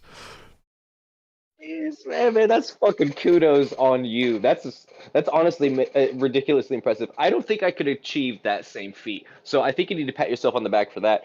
I It's mean, actually I just it's super easy. Like this is something I was so surprised about. I'm like, it looks like if you're thinking about it from like a computer programming standpoint, when you're trying to make realistic eyebrows, it's super hard to actually get the textures right. But with the makeup shit, it's easy because they have the little like the way the brushes separate when you like brush it on is mimics them exactly. It mimics the little space between your hair perfectly. And so they've designed that, like there's been 50 or so years of technology and millions of dollars gone into women's makeup products that make them extremely good at making fake everything. So they're very, very quality level I think stuff. the huge difference here is it's really hard to sympathize because like the most I go through is I shave my balls. So like that's like the most effort I go through insofar as like cosmetic. I mean, like admittedly, I'm kind of. My hair is really simple. I actually, of late, for the last like year and a half, I've just been doing a mohawk. It takes all of 2 minutes to do my hair every day, and I swear to God, I rock that shit. I've gotten, you know what blows my mind though? Here, check this out, guys. By the way, speaking of fellas, do something to fucking stand out if you really want to start like having ladies and shit interact. Like my God, man. I'm not looking for this interaction, mind you. I'm a married man, happily married. But I swear to God, ever since all I did was just do a haircut change. And I've had nothing but a complete turnaround in my life. I've just noticed like all these women come up to me and just like, hey, I love your hair. They just want to talk. They want to chat just because you look different. If you're feeling a little incel-like and like none of the girls want you, it's because you're a little bit too vanilla. Stand out a bit. And I don't know why I brought that up, but I just feel like a PSA moment was available to me. Sure. Hey, Philosopher Poet, how's it going? Hey, how's it going? It seems like Silvery wants to live through others. Yeah, no, vicarious. What do you mean? Like I want to live vicariously? Like now that you're married and settled.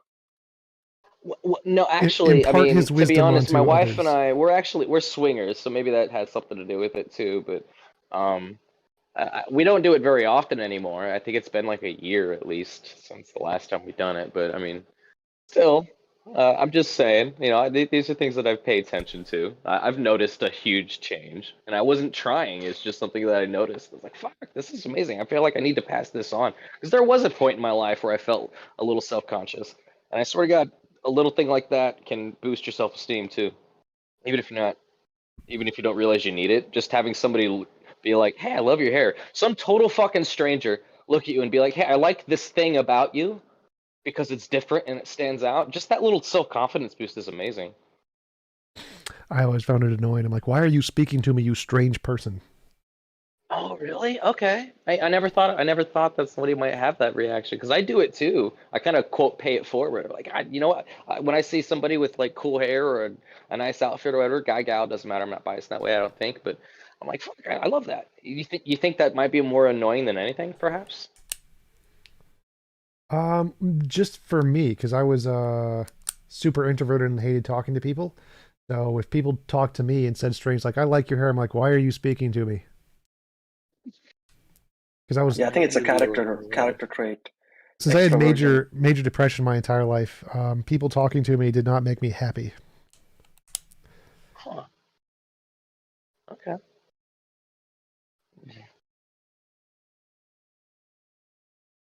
I don't want to So dominate. I'm gonna shut up for a while because I don't yeah, feel like I'm adding anything to this. switching gears, I wanted to ask you a few questions. First being about the presup apologetics. When someone like Darth Dawkins or J. Robin asks you, how is it that there is no God?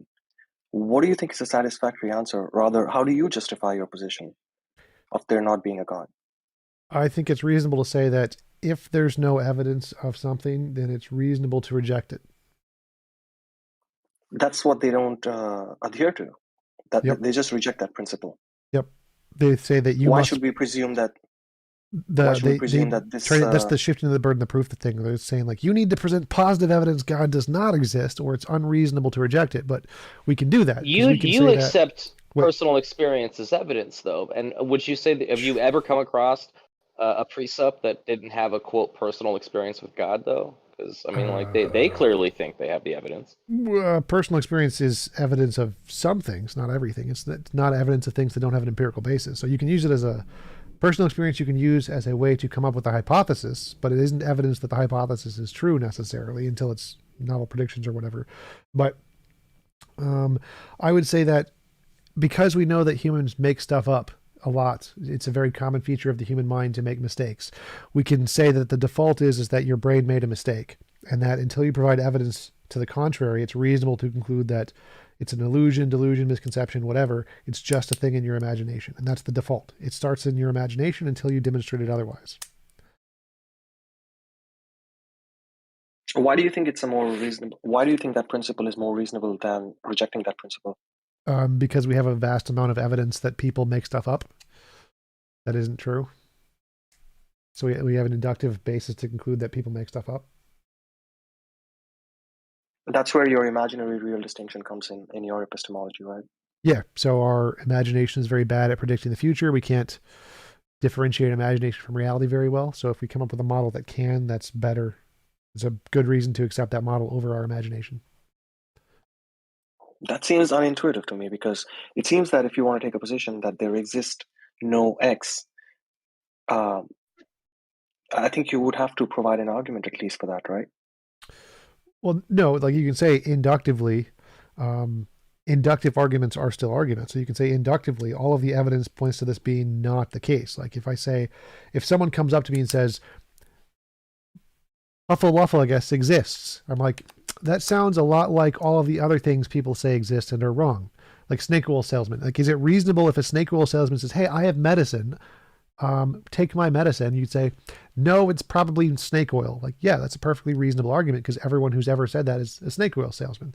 You can make up the same claim that if someone walks up to you and says God is real, you can treat them with the same incredulity and say, no, it's probably just made up in your head, just like all the other people who said God is real. And that's perfectly reasonable. So the inductive case of human being says X is real and they're always wrong. Another human being said X is real, they're probably wrong too. It's just like saying white goose, white goose, white goose. Next one's probably going to be white too. Well, So given at this this, point, sorry. At this point, the precept will simply appeal to certainty, that you can't be certain. Well, their arguments are stupid. It's like, well, yeah, you can't be certain. Sure, you can't be certain, but you don't need to. You don't need certainty for knowledge. So it could still be knowledge even if you're not certain. Like if I say there is no God, that statement could be true even if I don't have certainty. So it could still be knowledge. Well, if you can't be certain, then what stops from some other person coming up with some worldview and just say that they're not certain? They can. That's a Like, perfectly reasonable statement. Like, so a theist and an atheist could both be reasonable. well, no, atheists would have more evidence because we have a good reason to conclude why it's less certain. Like we have inductive evidence to conclude, oh, look, people make stuff up all the time. It's usually false. This person made stuff up. It's probably false. But if a theist says, I made this up and it's probably true, they don't have the same basis of evidence. So we have better evidence. We have a better justification because we have like, oh, stuff people make up is usually false. This is a thing people made up. It's most likely false. And since they're trying to be the outlier and saying something I made up is true, if they don't have some independent basis of evidence, simply the fact that it's possible would not qualify because we already have a very good basis to conclude it's not real since it's inductively bad. So which brings me to my second question. In your debate with J. Robin was contesting that you don't have a justification, right? For what? For your worldview, because what he says was, even though you could be accidentally correct, like evolution leading to a brain, and you claiming that the earth is round, you could be metaphysically correct about that. You might have a belief, but you don't have a justification because it's not grounded in God. Well, that's because his requirement for justification is absolute certainty. He thinks that for something to qualify as a justification, you need certainty. And if it doesn't have certainty, then it's not a justification, which is false. You don't need certainty for a justification. So his definition of what qualifies as a justification is wrong. Okay, and one last question before I hand it over. Well, I forgot, I guess. If I remember, I'll jump back in. Okay. Well, how about the utility of this? Let's say that we were to utilize this particular mode of thought that you espouse, but let's also presume for just the hypothetical that God actually does exist and says to you, Tom, I'm here, I'm right here in front of you. Here's a miracle. Nothing crazy, nothing that's gonna change the minds of others per se, but I mean, like, it's pretty convincing to you.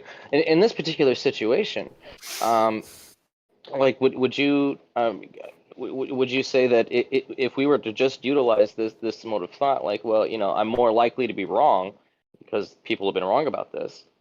Yes, if God speaks to you, if God speaks to you, you're more reasonable to say this is probably an illusion, delusion, hallucination. That would be the more reasonable thing to do. That is to say, if God actually did exist, you using the model that you actually do use would actually be less likely to believe it, right? Because I mean, even if he actually did present himself to you. No, you would be less likely to believe it if he presented himself in such a way that it's a crappy way. So, like, if God caused a snowball to fall on your head or something and said, maybe this snowball was caused by a God. Like, it's possible, sure. But because snow happens naturally, the fact that if a God existed and tried to communicate to you via snowball method would be unreasonable to believe because snowballs are already explained by a natural phenomenon. So if the God is communicating to you in such a way that is already explained by natural phenomenon, then you would be objectively unreasonable to believe that, even if the God exists. So the way in which the God communicates to you must be in such a way that it would justify the belief. If he's communicating to you in such a way that would not justify belief, that wouldn't epistemically qualify as sufficient evidence, then it wouldn't matter whether the God was actually doing it or not. He hasn't provided you with sufficient evidence. So, like if God caused a raindrop to fall directly on your nose, is that evidence of God? No, because rain happens all the time. So God would have to do something outside of the realm of normalcy to actually justify belief, not just do the things that we already know are normal. And having voices speak to you is something we already know is normal. It's like a raindrop falling on your nose or a snowball hitting you. It's like, this thing happens all the time in Let's nature. say he did do something outside of the norm. I mean, let's say that just for you, Tom, he split the Red Sea. You're the only witness. I mean, now what? Where do you stand now?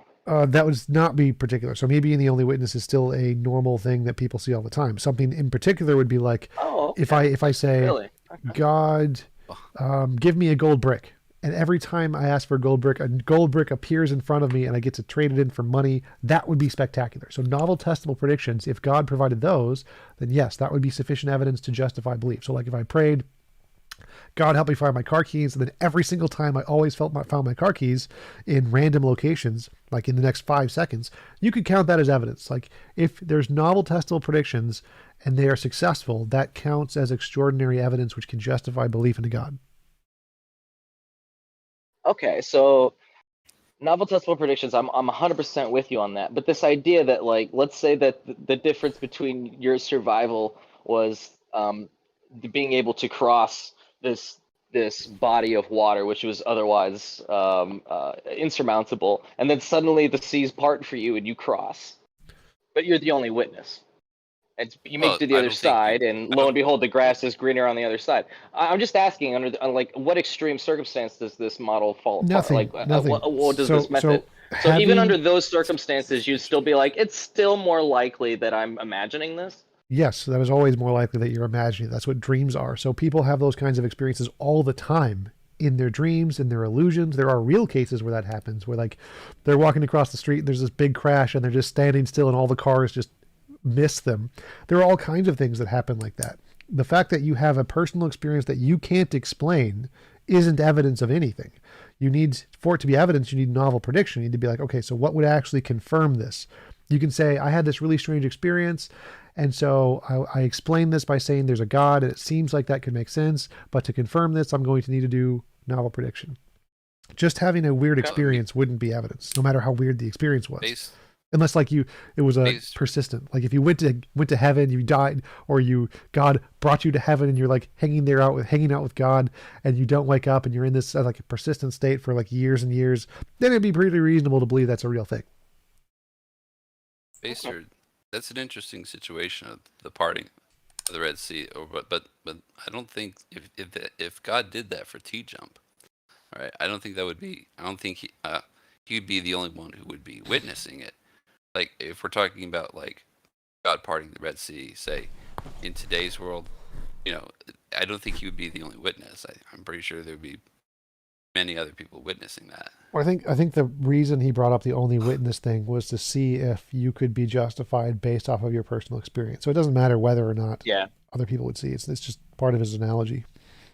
Yeah, I was just curious if Tom is absolutely right. I was curious like how far he was willing to take that, so I tried to just find an extreme example. That's all. He's correct. So any single event would not be sufficient. You're going to need repeatability, testability, lots of future events. It's got to be something more than just any single event. A single event, most likely a delusion, always.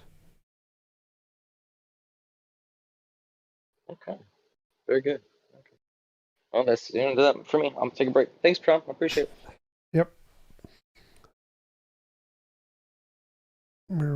In fact, I did a video on this one once, and I gave an example of this woman who actually talks to her dead father, and she's completely convinced. So would that count as evidence that dead people talk? No, because again, that's extremely common. That's called a bereavement delusion. Happens to like 60% of people who have a dead loved one. You see and actually speak to and communicate with people who are dead. What would be evidence is if he told her something that she could use to like find buried treasure or something, then she would have a more reasonable basis to conclude it was real. Just having the experience would not be, because if you love someone or know them repeating the same patterns in conversation that you've heard a million times is not going to be spectacular. If they gave you new information, like if K-Pax, the one where the alien came from the stars and then gave them new math or something and inhabited the body of Kevin Costner, that would be good evidence. So if having the experience you could use to get some new novel knowledge that we didn't have before, that would be evidence. But just simply talking to a dead loved one, extremely common. We already know that happens. Bereavement delusions, any single outlier event like that, not evidence. That was a rhetorical question, by the way, but thanks for explaining. So the mathematician Ramanujan had these dreams. Yep. Of math, yes. I forget the name of the family goddess that. I think it was Advaita or something. The god he attributed his mathematical success to. Really? Vishnu might have been one. I don't remember which god it was, but yeah. Ramanujan said that give him these. Sorry, I briefly cut out. So, he would have these dreams, and she would give him these formulas, and he would wake up and write them down. Yep. And he had like whole notebooks of them, and I forget the percentage of how many of them were correct. It's like over 60%. I forget the number though. Yep. Seems like a rare case. Yeah, that would actually count as like real evidence. He would be justified in believing there was a God if that was the case. I think it's still more likely that was just his mind, but that would count as a lot better evidence than any of the theist cases. That's why I said like the best evidence for God is usually in the Hindu religion. It's usually the prediction in the Bhagavad Gita of the age of the earth. Really? Yeah. So the Bhagavad Gita, written 6,000 years ago, predicts the age of the earth to be 4.3 billion years old. And it's 4.5, so it was pretty close. But yeah, that's the best evidence of a God there is, that it accurately predicted the age of the earth. If there were a lot of those, then that would be good evidence that that was correct, a lot better than the other current ones. I see. So you're saying like Hinduism right now would have like the best case for like possibly the existence of any kind of deity right now. Yeah, so it has like one or two things that count as evidence. That's the best case. So it's not great, but it's the best. Okay.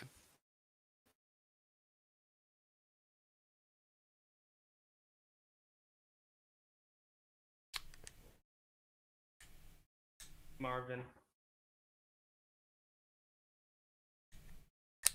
T-Jump. Yeah, Tristan, we can hear you. I was just saying hey. Hey, I thought you said Marvin. Oh, hey to Marvin? I said hey, Marvin.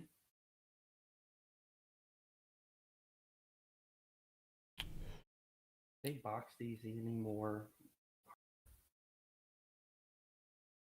All right, where did my comment section go? Comment section.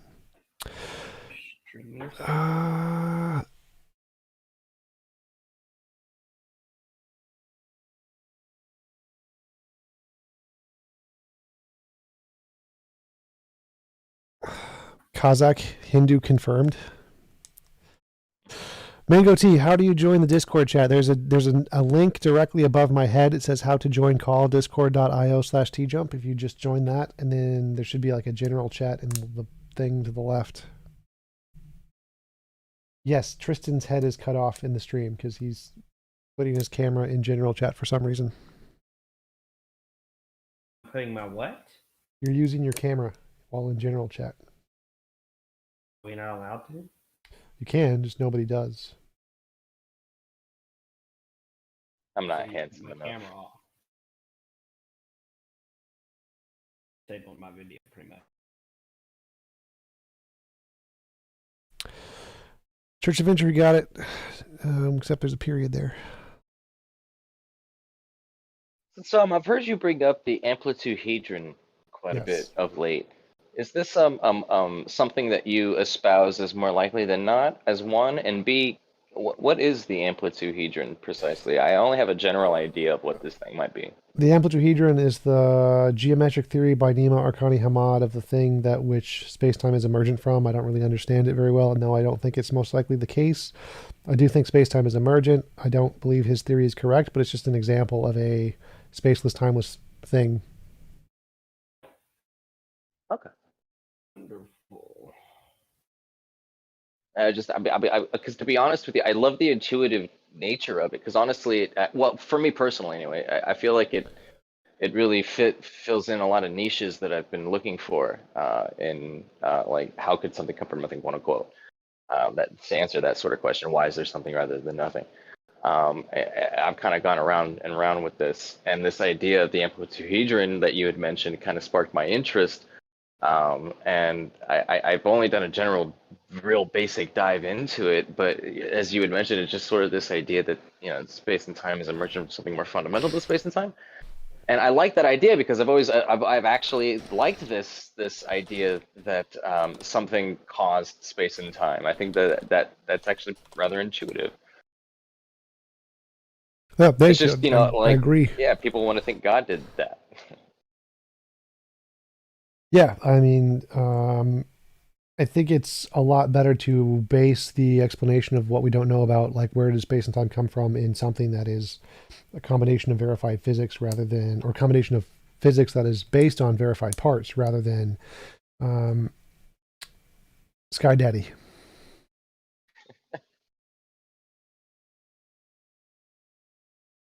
I just wish I knew more about it, man. So this particular amplituhedron model that you espouse, is this you? I've heard you say that this is actually something that's well accepted.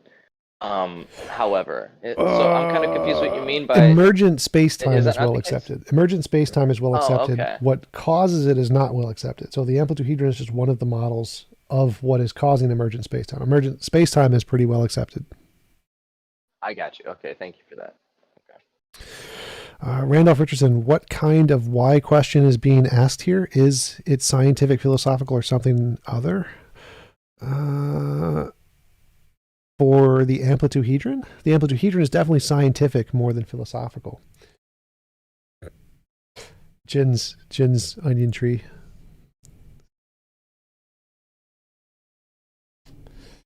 Jin's onion tree is not scientific. It is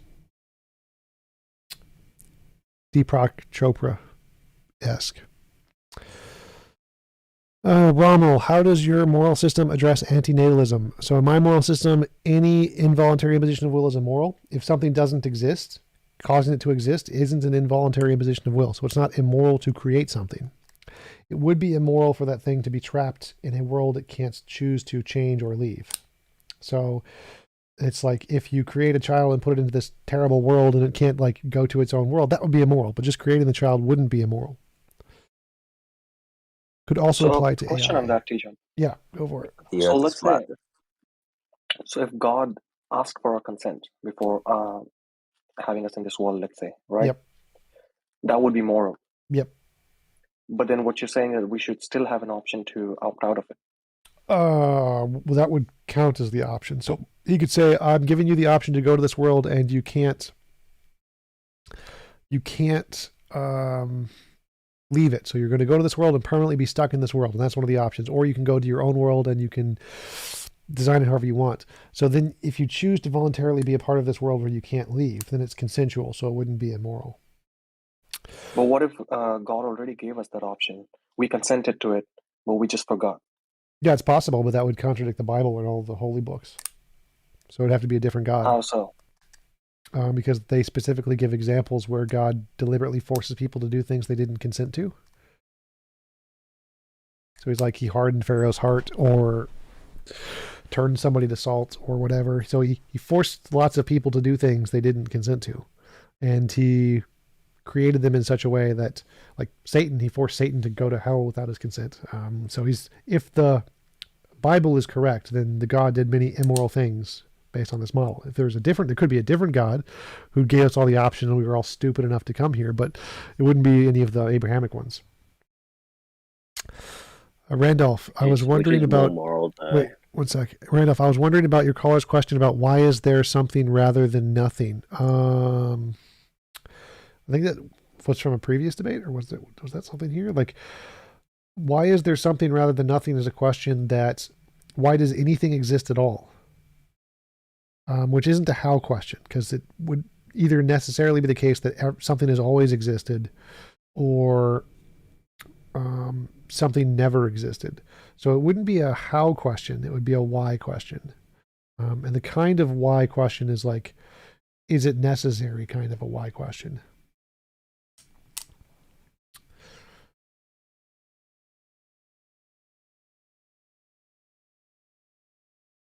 I don't know. I mean, like, do you think it's fair to ask? I mean, because just to be pedantic, I feel like you could like, if it is the case that, say, like, some field is like there's some field that always exists. Yeah.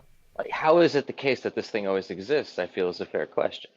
Well, that would be, it's necessary. That would be the answer. Did Jen just post a hexagonal diagram of the pattern on, what is that, Jupiter, Saturn?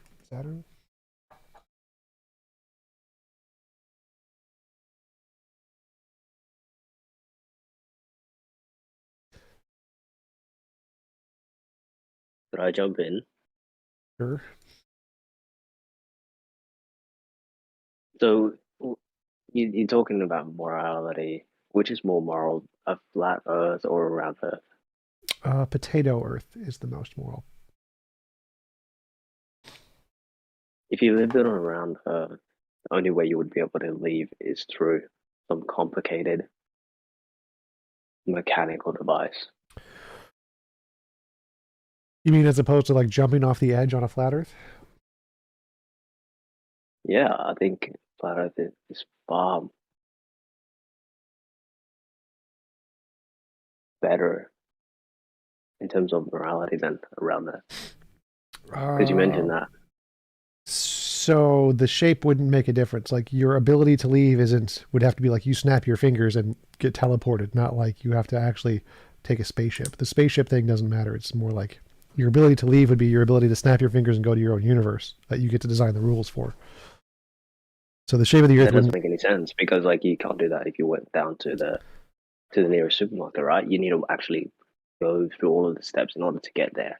So that doesn't right. make So any that sense. has nothing to do with morality here. So the morality here, when we're talking about like God, It does, because you said that. No. So when we're Yes. talking about morality, we're asking, is it moral to force someone to be in a world? We're not talking about literally Earth.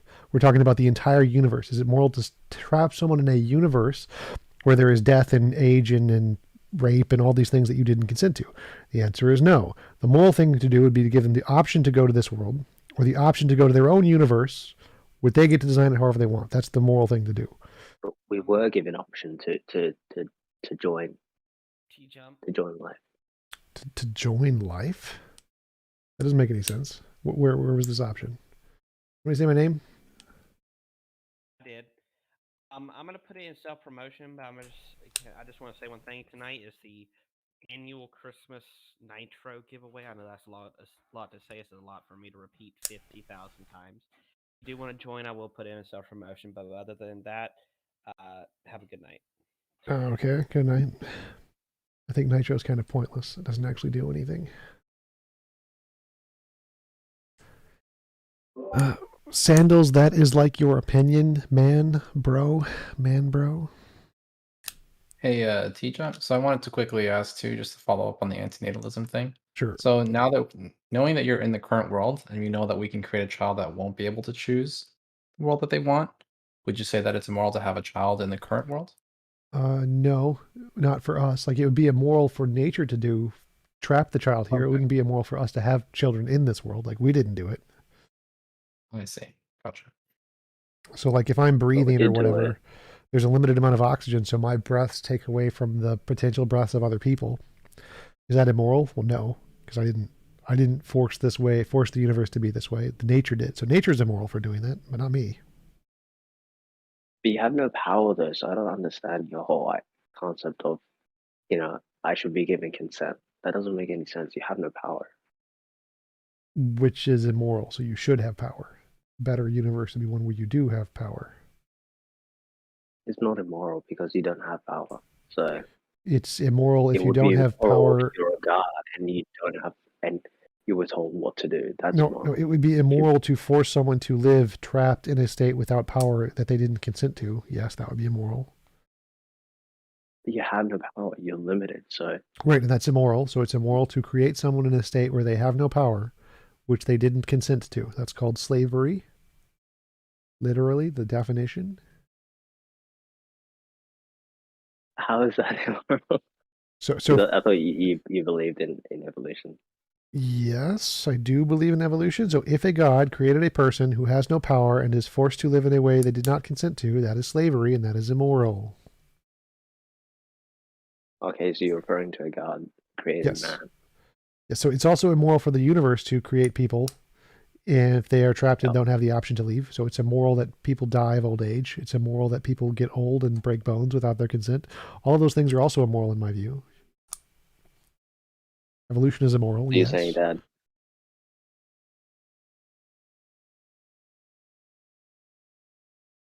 I want you to play devil's advocate and come up with a different way of looking at it instead of just claiming it to be immoral. What? Um, I don't know what that because means. you agree that we're limited in nature, right? We're limited in our abilities. Sure, obviously. So therefore you're also limited in thought and logic or whatever way you want to look at the world. Limited in what? Logic? Limited in knowledge, Knowledge, yes. limited in thinking, Sure. limited in being able to comprehend. It does not mean Because we're something limited doesn't in make sense everything. to us So doesn't mean it's not. Because no, something that doesn't make sense to us doesn't mean that it's immoral. sure, doesn't make sense isn't my argument. So I didn't say it doesn't make sense, therefore it's true. But yes, there's definitely things we're limited on, but the fact that we're limited doesn't mean we can't have absolute knowledge. Like I can still have absolute knowledge that I exist. So you can still have absolute knowledge. You can, if my model of morality is correct, then we have absolute knowledge of that. We obviously don't. It's not proven yet. But if it was correct, then we could say, yeah, for sure, that's immoral. But your model of morality is based on limitation. So No, it's not based on limitations. It's based it's on like evidence. a child. It's like a 6-year-old child who's saying that No, they want to go play outside, but their no. parents says no. And in their mind, they're thinking, that's immoral. No. So again, we can prove Yeah, that that's exactly yes, it. no, it's not. So we can prove that if a god forces people to be here without their consent and limits their power, that is literally the definition of slavery and would literally be immoral. That's extreme. Let's say you had a 6-year-old child, right, and they wanted to go play outside, but you told them no for some reason. So this is So they're really a just really, not able really to easy comprehend. thing to address. If we could get rid of all of the consequences, like if we could protect them from nature, then it would be immoral to stop them from going outside. It would be immoral for us to prevent them from having the freedom to go outside. So if we could give them protection, so like they couldn't get run over by a car or die of starvation or cold or whatever, then it would be immoral for us to stop them. So the only reason it's moral for us to stop them is because we don't have the power to protect them.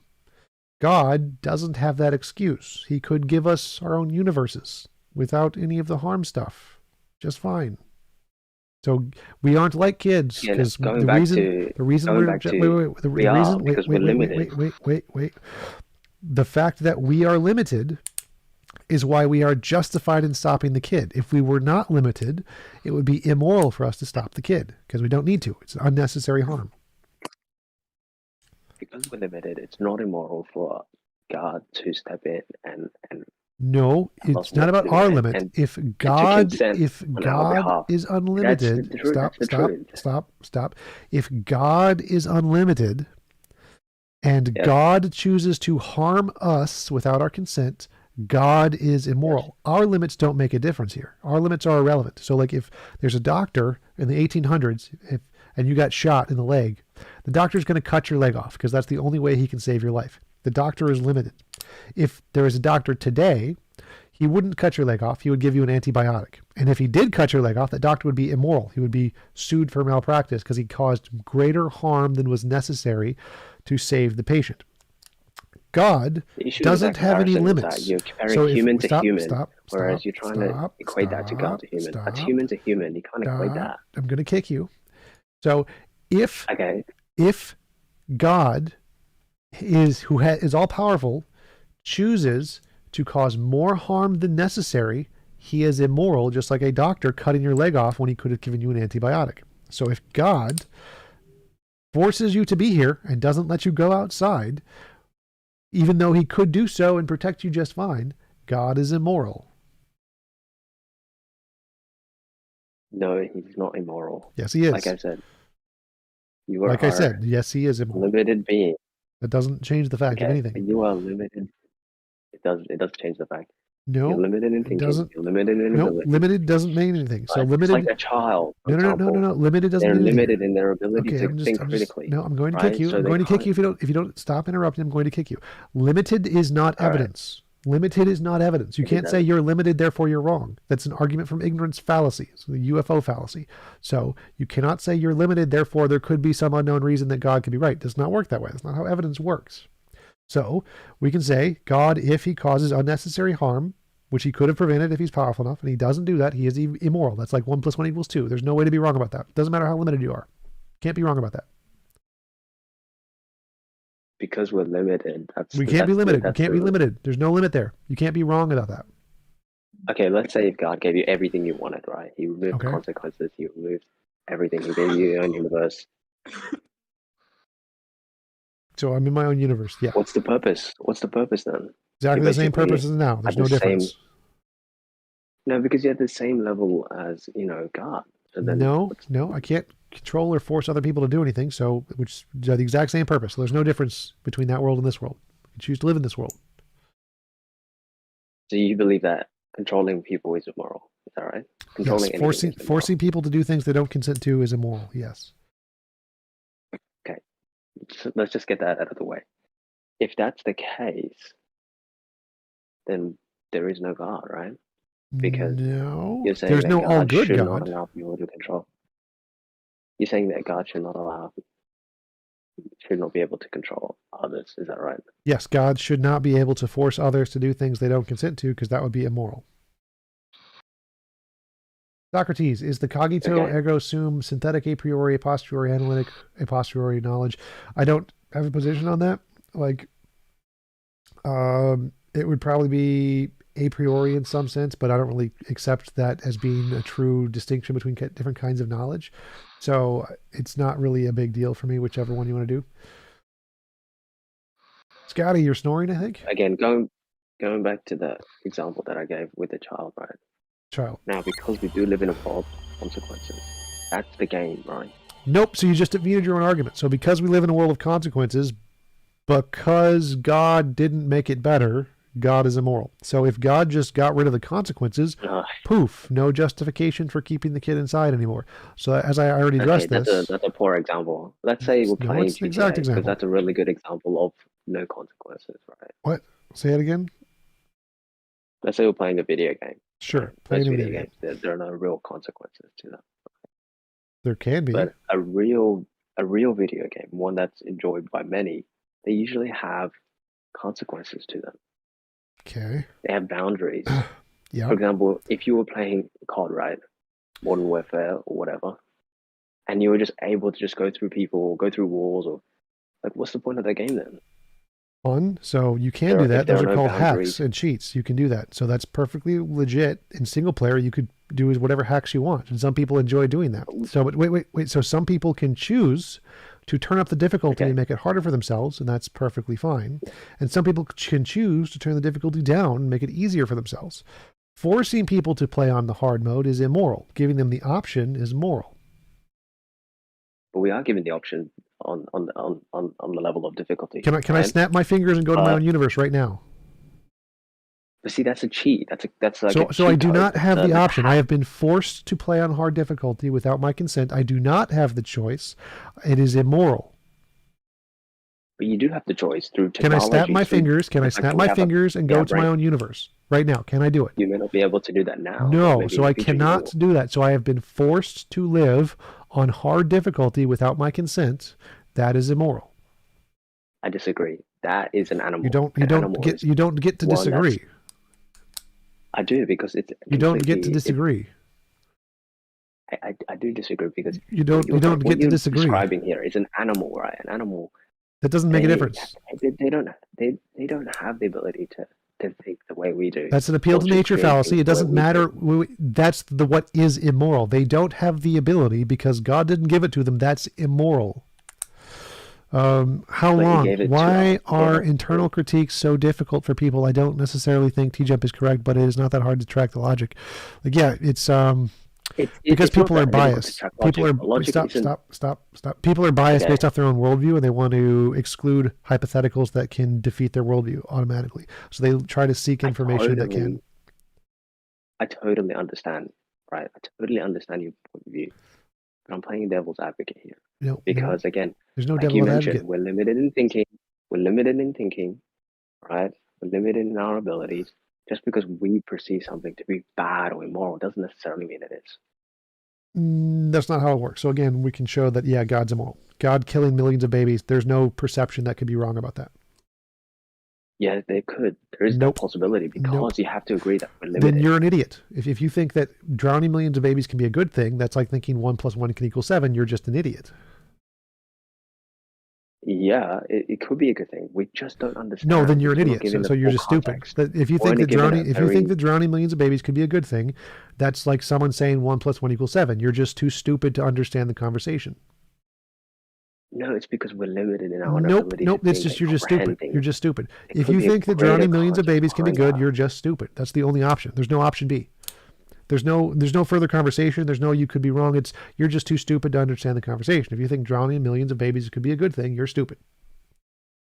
I think there's a possibility that it might be a good thing. We just Then you're don't have stupid. the full context. Then you're stupid. But we're not stupid. Like I said, we're limited in our ability. No. We can no, easily say that it's- that's immoral and that's You ridiculous. repeating yourself At a isn't going to human change level- anything. The answer is still At going a to be the human same. level, You repeating yourself At a isn't going to human change level. anything. Stop. I'm going to kick you. So you repeating yourself is not going to change anything. If you think it's possible that God drowning millions of babies when he could have done otherwise is good, you're an idiot.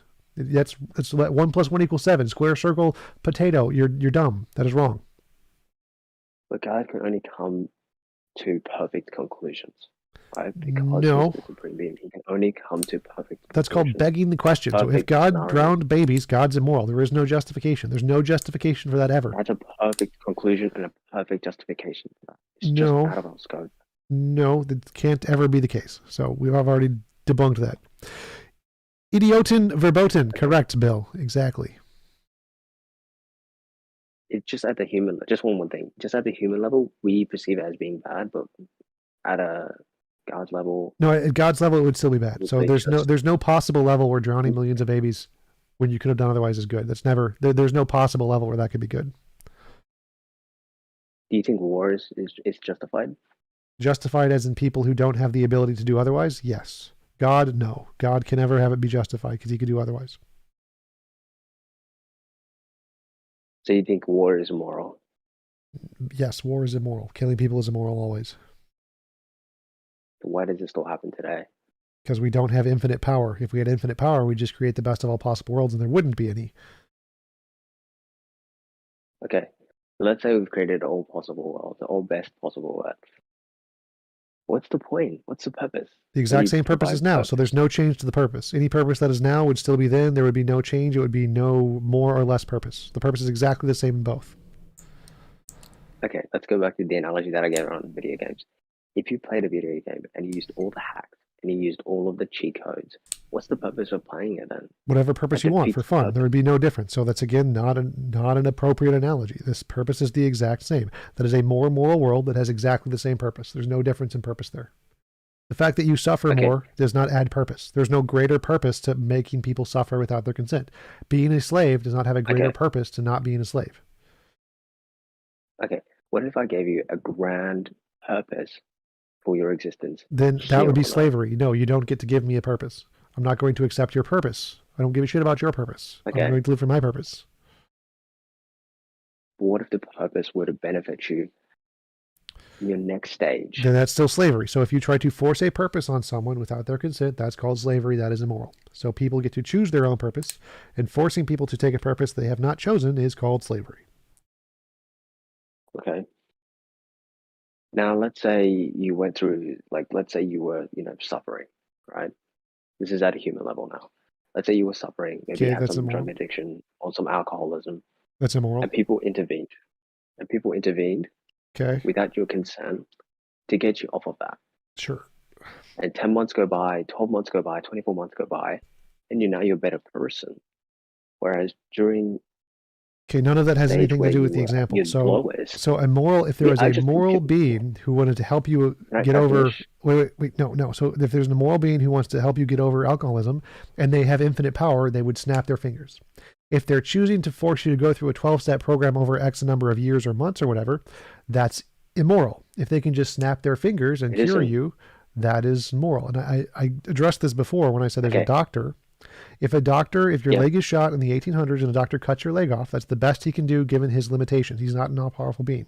If he was an all-powerful being, Okay. it would be immoral for him to cut your leg off. It would be wrong because he could do it simpler. He could snap his fingers and cure you.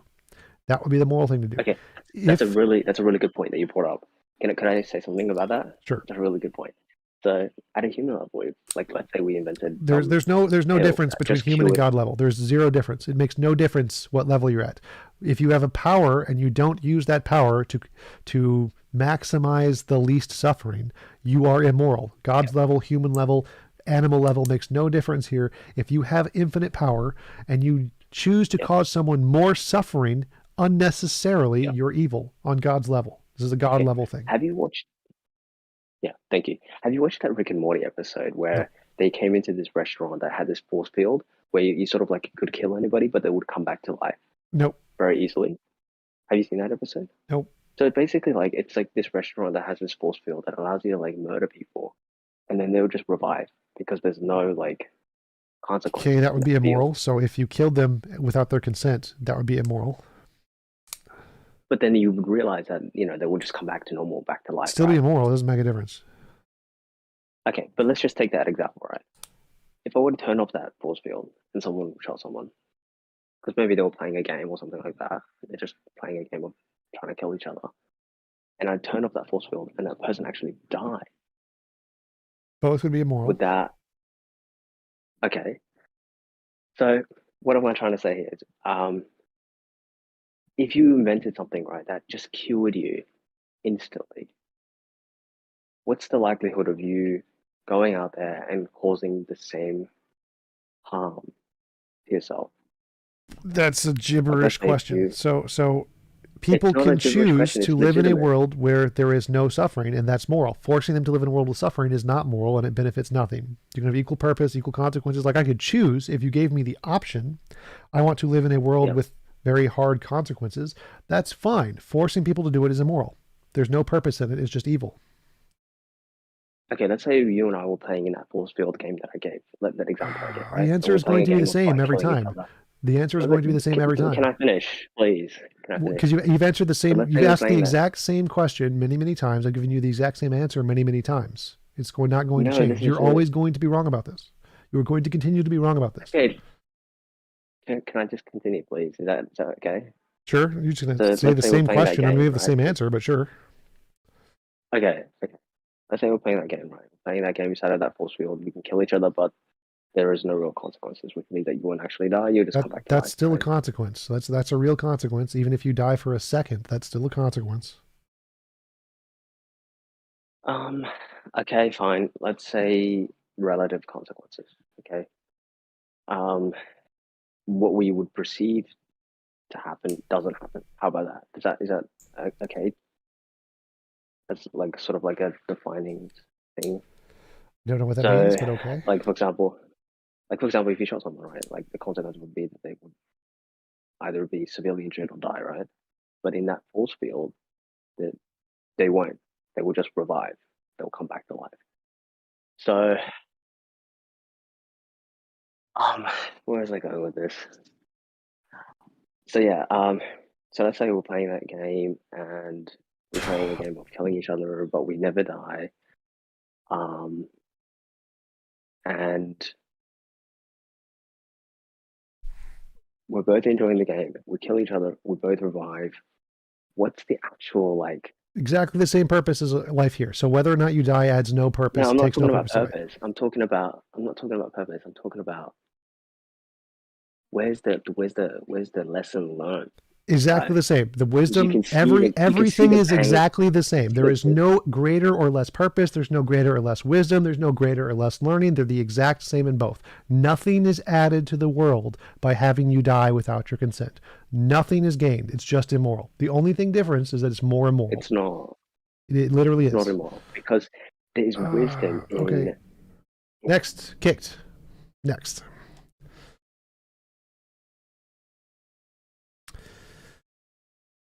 Hey, Bill. Thanks. Yeah, I grew weary of that as well. Grew very weary.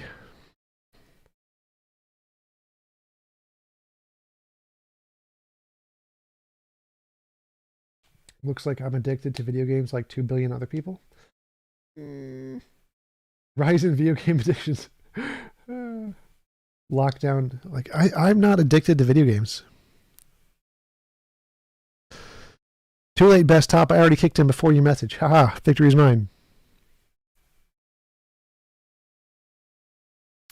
Like I've never been addicted to video games. I'm addicted to chess because I can tell there's definitely an emotional difference between an addiction to chess, which I'm like, when I get lose, it's very upsetting. Whereas addiction to video games, like I just enjoy playing it, but I can stop at any time. Whereas chess, I feel a compulsion to keep playing and keep winning.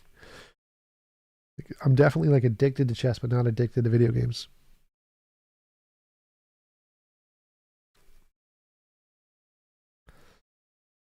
Very strange to notice the difference too.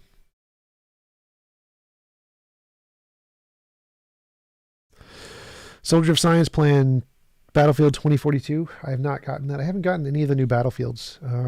Last one I got was 4, I think. But ever since they added the stupid sniper glint, it kind of ruined the game.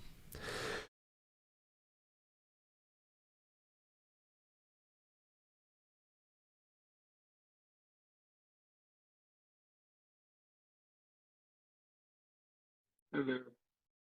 Hey. Just a quick question. Okay. Hello. Yeah. So I've heard you before say that mathematics, like, You are breaking up. I can barely hear you. Soldier, my chess rating is about a 1900 to 2000. it might be my mic. Can you hear me now? Yeah. Yeah, so I heard you one time say that mathematics has a problem with like. You're still breaking up. I can't hear you. You said like I heard you say something. Ryan, no, I was never a fan of GTA. I don't know. I'll try to ask it later. I don't know what's going on with my mic. Yeah, can you type it and put it in general chat? Because I'm looking at the chat too, so you can just type it and I can read it from the chat. Yeah. Soldier, yeah, I play like Soldier. If you want to play right now, you can. Like, are you in the Discord, Soldier?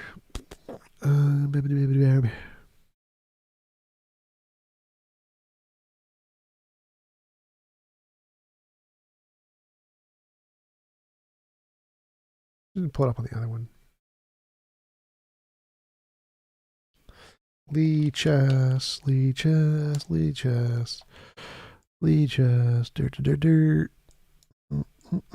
Play with friend. Play white. Correspondence. I don't like correspondence.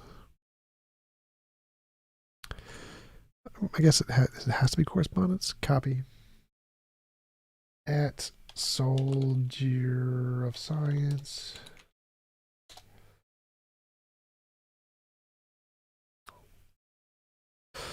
Soldier, I sent you a link to play in the Discord.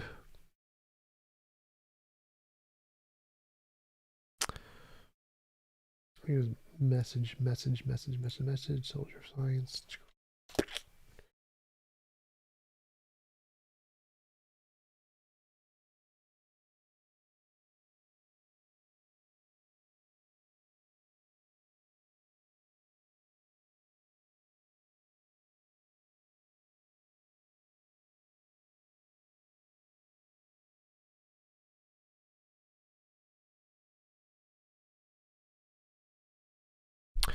Soldier, I just sent you a link on Discord. Like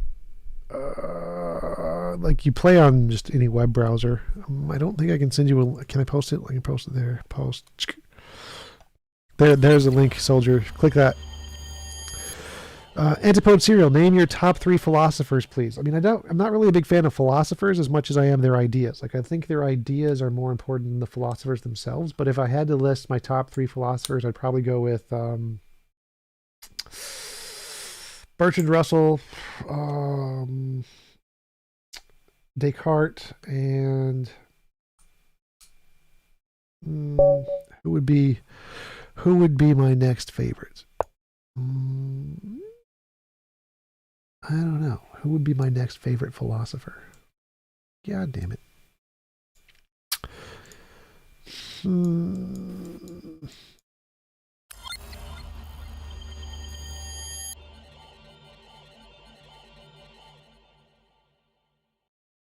Mingo, I didn't ban you. I just kicked you. So you shouldn't have been banned.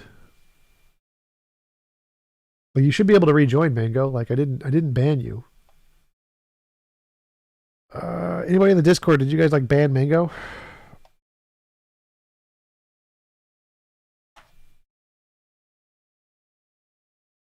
He's not banned. He's just too dumb to figure out how to rejoin.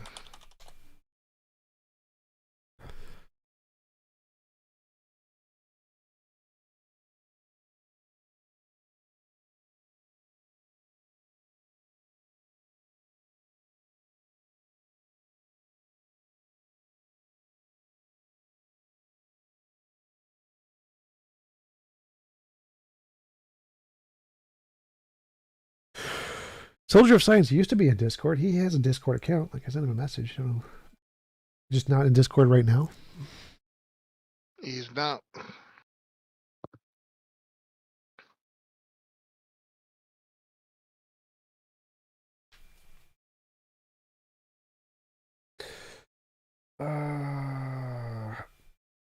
Bio posted a really long question. Could you show the question? How do I show the question?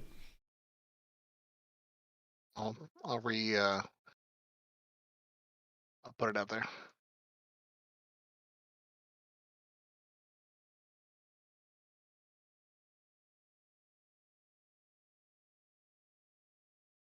No, Bio, you don't have to retype it. Scotty will just find it. There it is.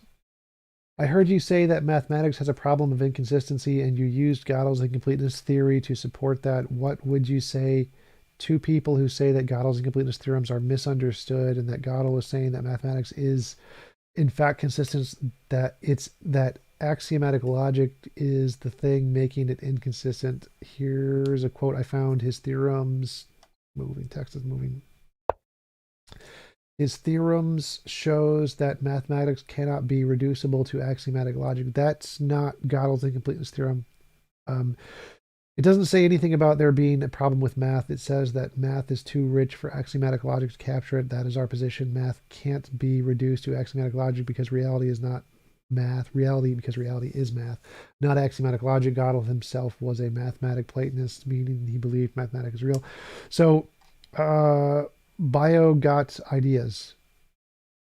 The thing that shows math isn't reducible to logic is called Russell's paradox. It's not Gödel's incompleteness theorem. Gödel's incompleteness theorem had 2 theorems. One is that no system of logic can be shown to be internally consistent. And what was the other one? I forget what the other one was. I can't remember now. But Gödel's incompleteness theorem show that you can't show a logic is consistent without reference to an external logic.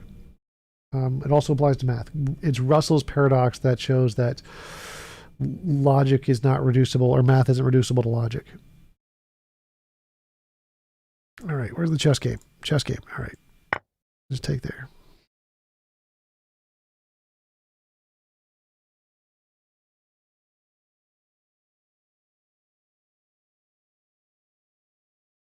Yep. Is Jason Lee Scott religious? I don't know. Error.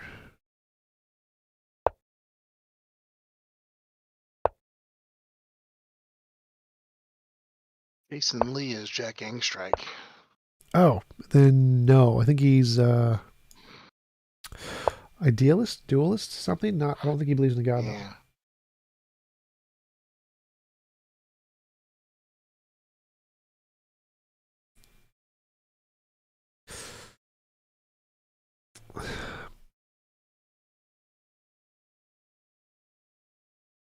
Transcendental idealist, says Darth.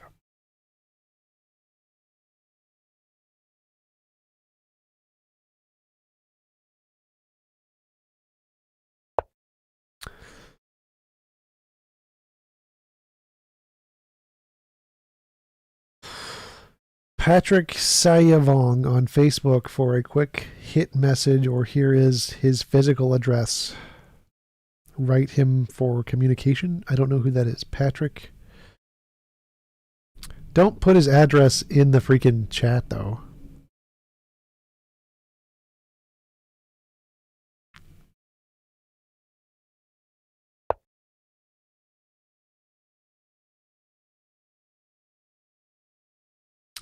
Send it in like a DM or something. His email or his link. Philosophoid, I am in spectator mode. How can I play against you on Lee Chess? I'll send you an invite to see, play with a friend. Limited time. Yeah, let's do it that way.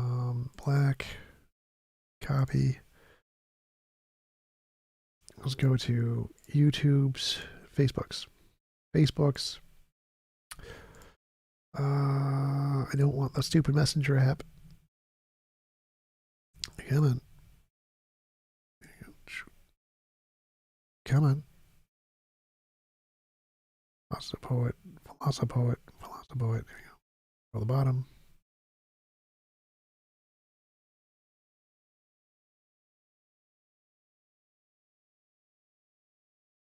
There you go. There you go, Philosophoid. I sent you a link in Facebook. All right.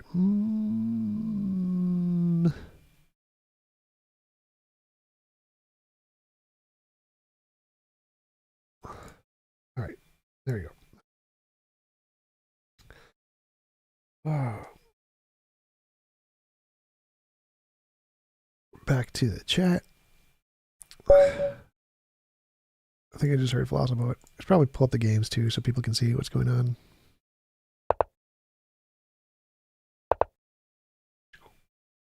Just games.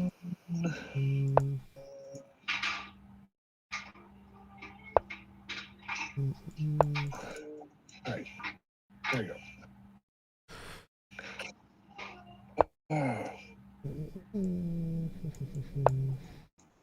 Back to the chat. I'm hearing myself. Somebody has an echo. The games too, so people can see what's going on. Who has the echo? Hi. How are you? Hi. What's going on? Who has the baby talking in the stream for some reason? Maybe the baby has a philosophical question. Probably. It's like it's Wonder Krabbis who's not miking. No, I'm on push to talk. It's Soldier of Science. Yeah. Oh, you are right. It's like, ha, Scotty, trying to ban the wrong guy. He just doesn't like you. He just wanted to ban you. I'm not banning anybody. I'm just gonna mute Soldier of Science until he figures out that he's hot micing, dude. Always blaming Wonder Crab. I don't know why I get the heat. It is. It does seem to be always Wonder Crab.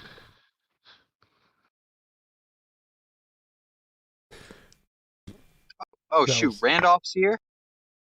Yep. I'm sorry. I hope you don't find this disappointing. Well, How's it going, Randolph? Oh, it's going pretty good. How are you doing? I'm doing pretty good. Ever since I cured my depression, I've been doing quite good. Quite phenomenal. I like tuning into your streams. Hey. It's always so educational. I do learn a lot from. Jack. Soldier is hot micing again. Oh, thanks, Randolph. Appreciate it.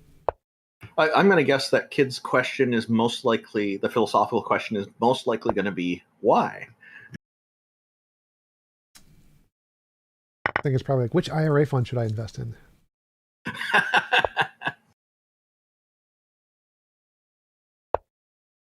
Kids are so smart these days. Wait, I should have just. Oh, I couldn't. Tom, my friend, or Mr. Jump, I guess, my friend has been, I think, pining to challenge you to something. Are you accepting, like, I guess, prompts to debate or whatever? If it's somebody I know or interesting, I have anybody can pay me $50 and then I debate them for whatever. That's fine. Oh, 50? That's it? Yep. Well, I will maybe get him in contact with you because I think he'd be happy to do that. Cool. Send a DM or email or whatever. My work email's on my YouTube.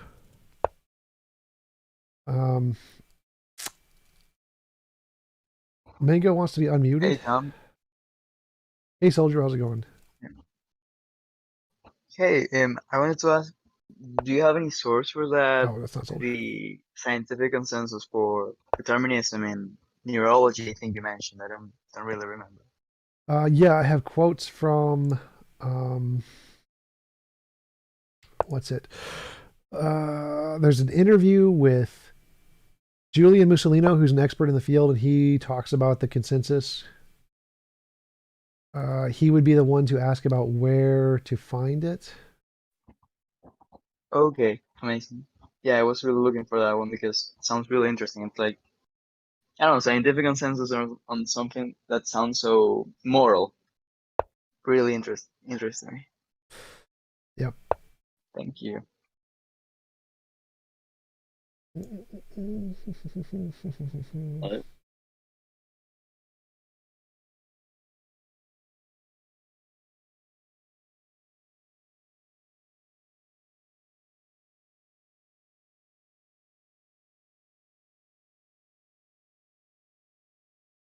Who just said hello? Is that you, Joe's? You asking for me or what? No, somebody just said hello. I didn't know who it was. That was me, Oh, I no. think. Oh.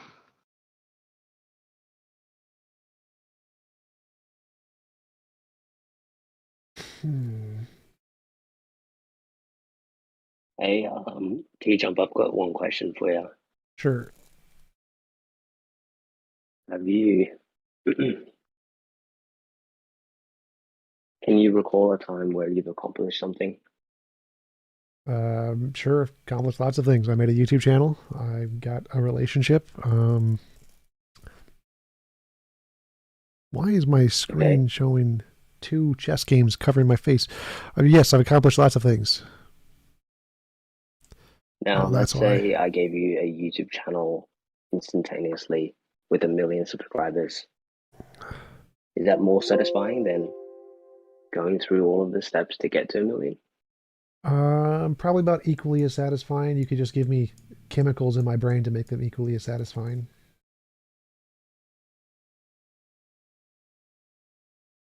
Do you want a brain that's able to comprehend that? Is that right? What? Like, it doesn't You make want a a brain difference. that it doesn't make any difference. No.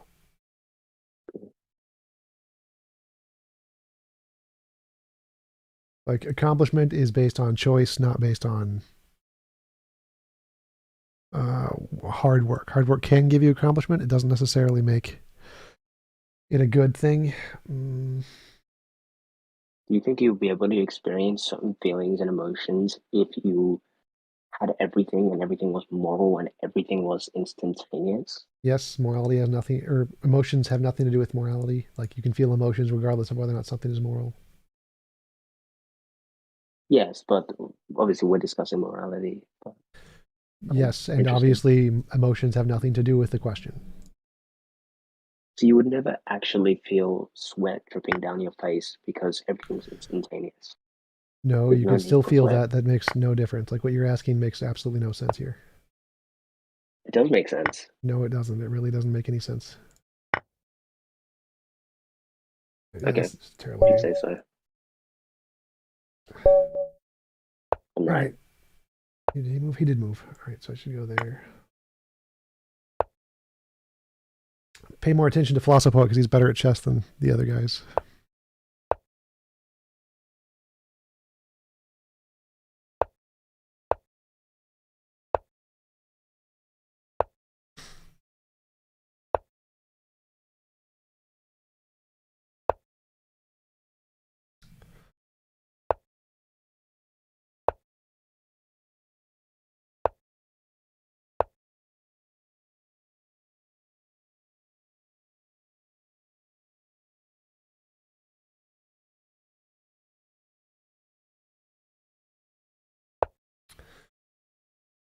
Hmm.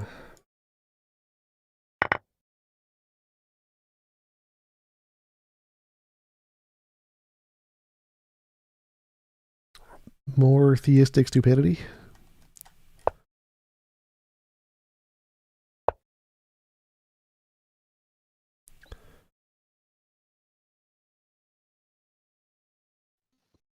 Tom, was it Giuseppe Mussolino you mentioned? Yeah, Julian Is it that one? Mussolino. He's Julian. yes. Oh, okay, I missed.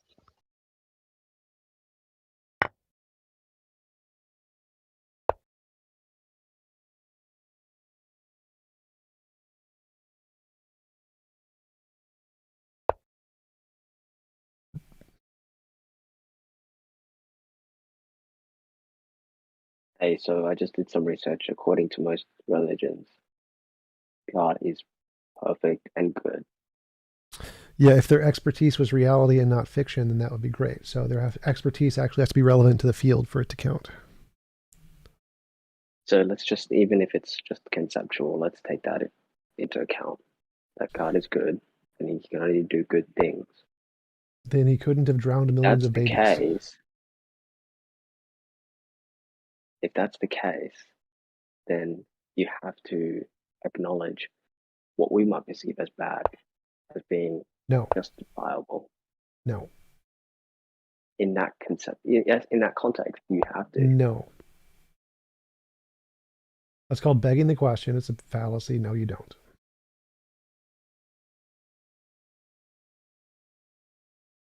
But you do. It's based on that context, right? Do you want to God get is all kicked good. again? Okay. Saying that because they imagine it to be good does not make drowning millions of babies good. That's not how it works.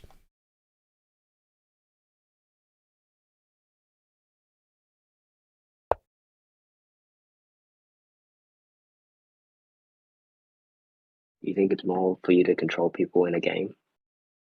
Control people in a game, not if they don't consent to it. No, that would not be moral.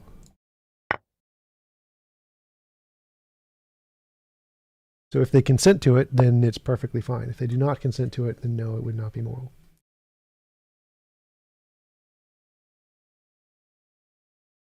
But they haven't consent to it, so every single character that you've ever played, that's without their consent. They're not conscious beings, so they have to be conscious beings to be morally significant. If they're not conscious, it doesn't quite work that way.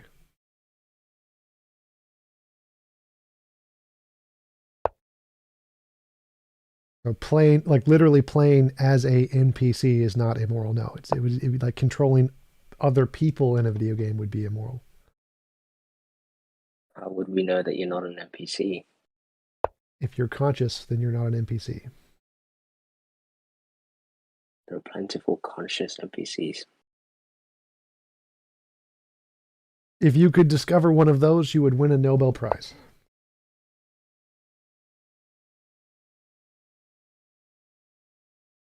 I wish. Like I said, we're limited in our capability, which will actually define us as being conscious NPCs. So.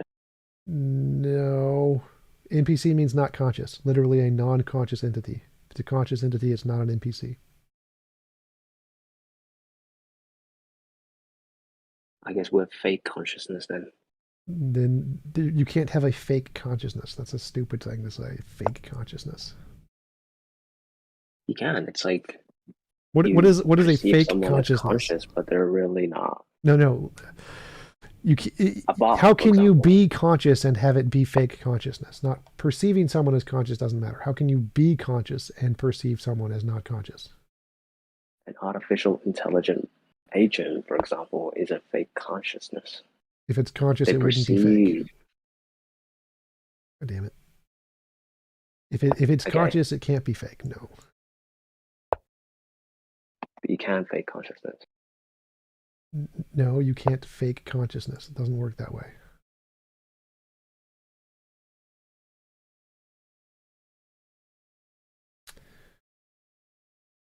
God damn it.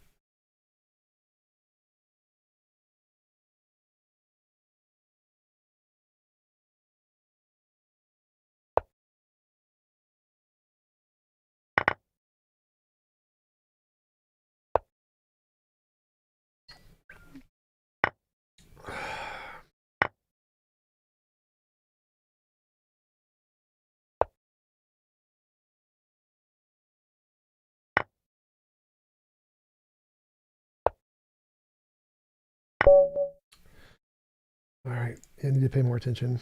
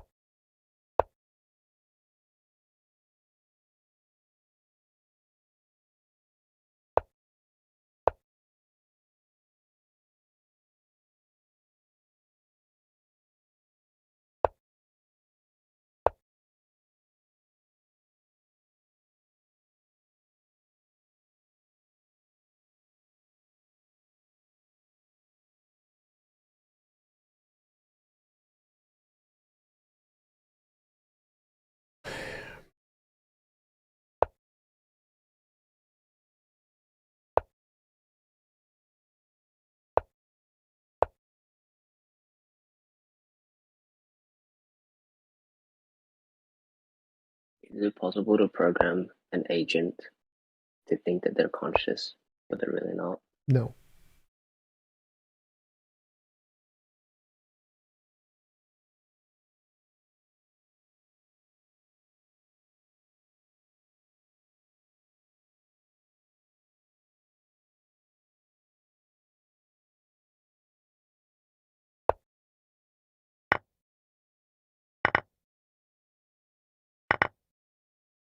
Damn it. I shouldn't have done that. That was a bad move. Oh, well.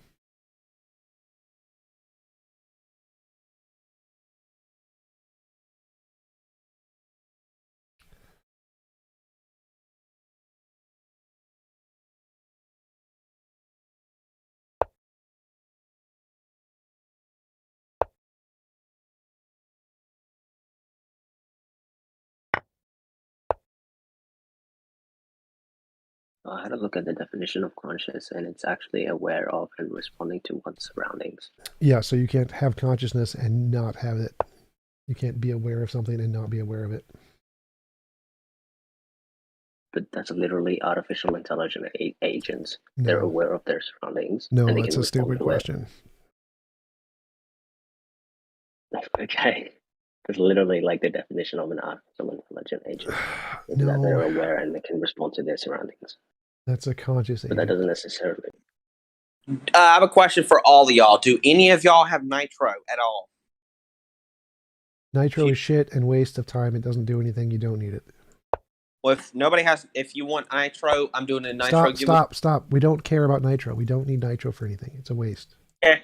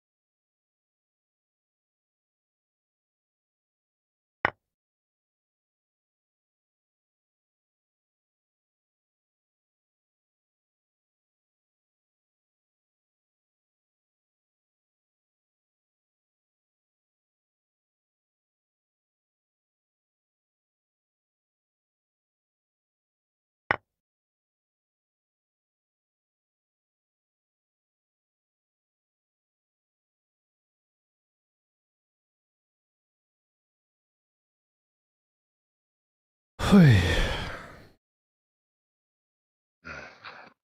missed that name. Who was it that was trying to pimp their nitro giveaway?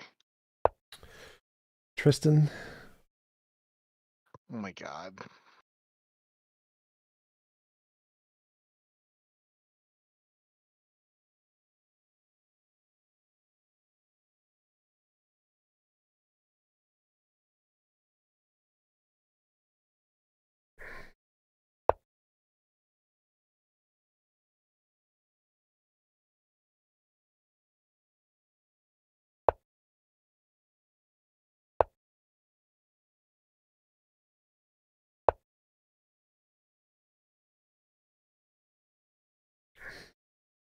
Oh my god.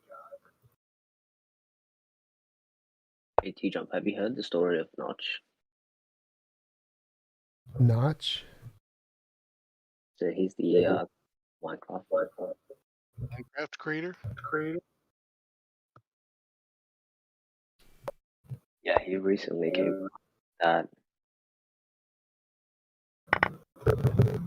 not in the You're breaking at the up. I moment. can't hear anything you're saying. Can you hear me now? You need to turn down your stream. You gotta, or turn on your something. You gotta echo really bad. Oh, do I have an echo now? You did. Cool. So yeah, going back to Notch. So Notch is a Minecraft creator. He created Minecraft, which is $1 billion game. I think he sold the game a couple of years back to Microsoft for billions of dollars. Yeah. And like most of us, when we think of getting $1 billion, we think of being able to do whatever we want to do, right? Like buy the coolest house, the coolest cars, whatever. But interestingly enough, he came to the conclusion that it was the struggle I don't care. that was His far. opinion doesn't matter.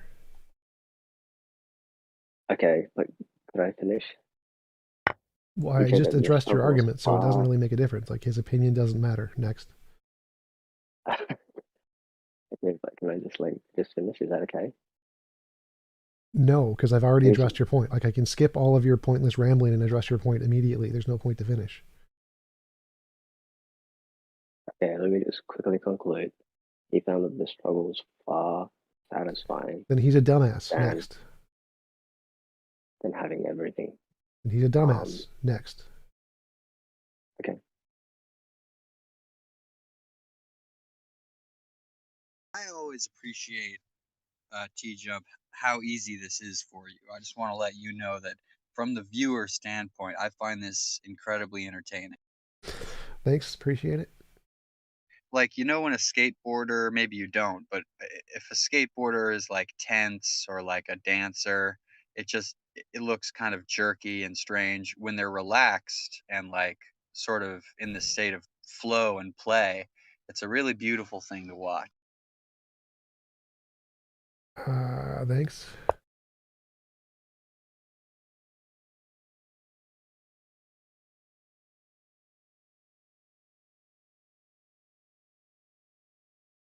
Descrates also concluded the same. He's also an idiot. He had. Okay. I guess everybody just did. Work is only valuable if it's chosen, not forced. Being a slave is not valuable work. Being a slave there's honor to it.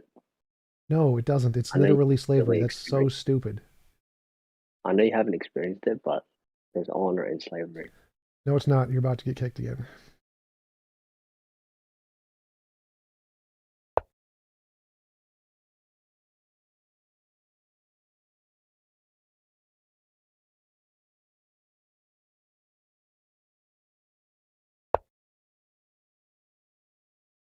Wait, can T-Jump hear me if I talk right now? Yes. Oh, hey, how's it going? All right. How are you? I'm doing good. I just wanted to say that I started looking into some of your stuff, and I like a lot of what you do. Thanks. I think the way that you talk about philosophy, it's very clear-headed, and a lot of philosophers like to bloviate and talk too much, and I like how you kind of sort of keep it simple and don't obfuscate. Thanks. No problem. That's all I wanted to say. Yep.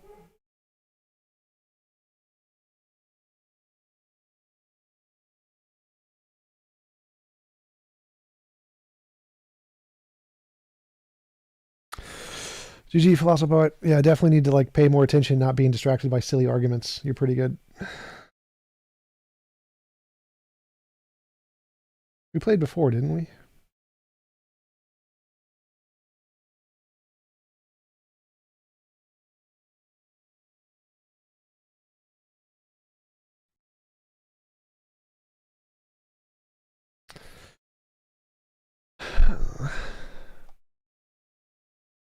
Mr. T Jump, what's up? Not much. How are you? Nothing much.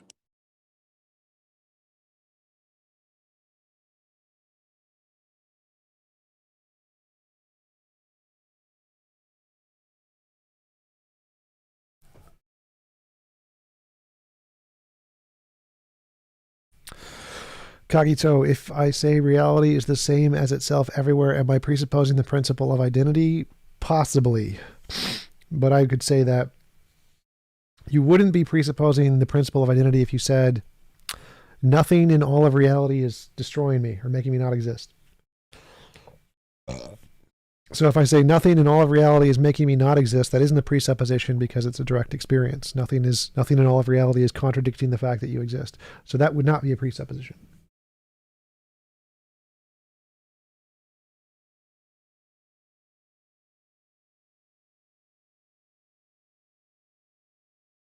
So you believe that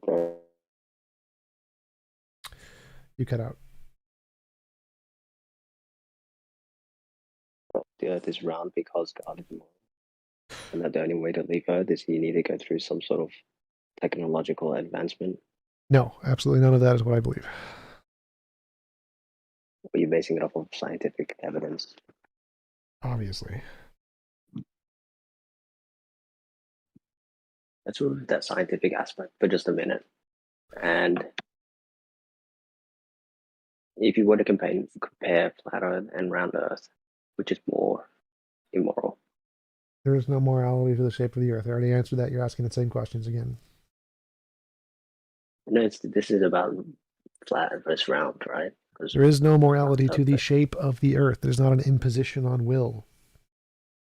There is, because on a flat surface, you have the ability to traverse and No, that does not change greater, anything. Forcing more someone to be land. in a world without their consent, regardless of the shape, is immoral. Doesn't matter what the shape of the Earth is. It doesn't change anything. Forcing flat earthers to be in a reality where the world is round would be immoral. Forcing round earthers to be in a world where the world is flat would be immoral. They don't want to be there. I think in reality, there's round Earth is because the Earth is flat. Yes, I think we've already been over how delusional you are. Yes. Well, Pfeffery says she's almost done with my fursona with cookies.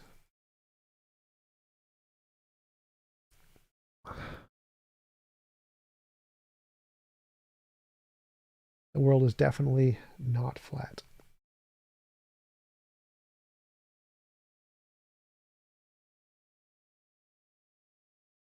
only NASA's coming out tomorrow, finally revealing the truth. The Earth is flat. What? Something's coming out tomorrow?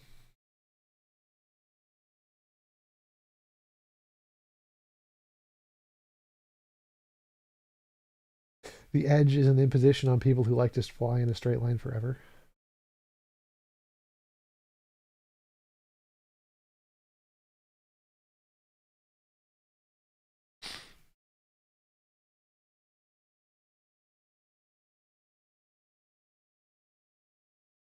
do you prefer fictional stories or non-fictional? Fictional. There's non-fictional are kind of boring, with a few exceptions.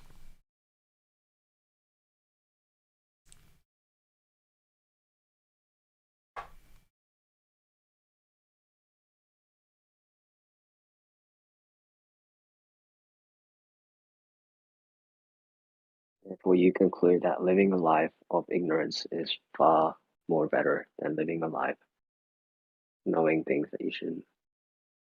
It's up to the individual if they want to know things or want to be ignorant. Either one can be equally as good. Is that moral of God for giving you the ability to think? Homonym, how come you read the stupidest comments I wrote? What? I didn't hear your question. Is it moral for God to give you the ability to think? No. It's not? It is neither moral nor immoral? immoral. I guess it would be moral. If he didn't give it to you, it would be immoral.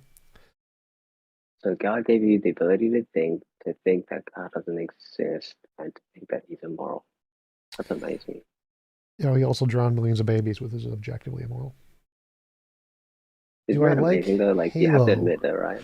Halo has a good single player. I don't like the multiplayer at all. I'm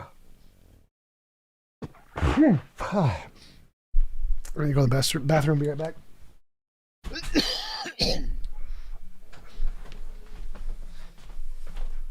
Oh, this is the most red max I've seen in this server in a long time.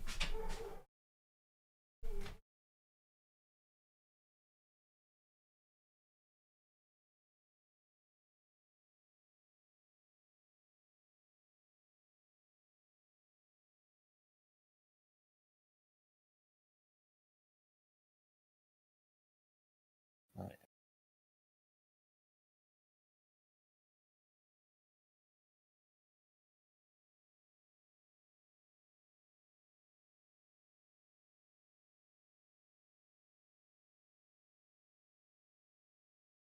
Yeah, it's funny. As many as we're in here. No conversation.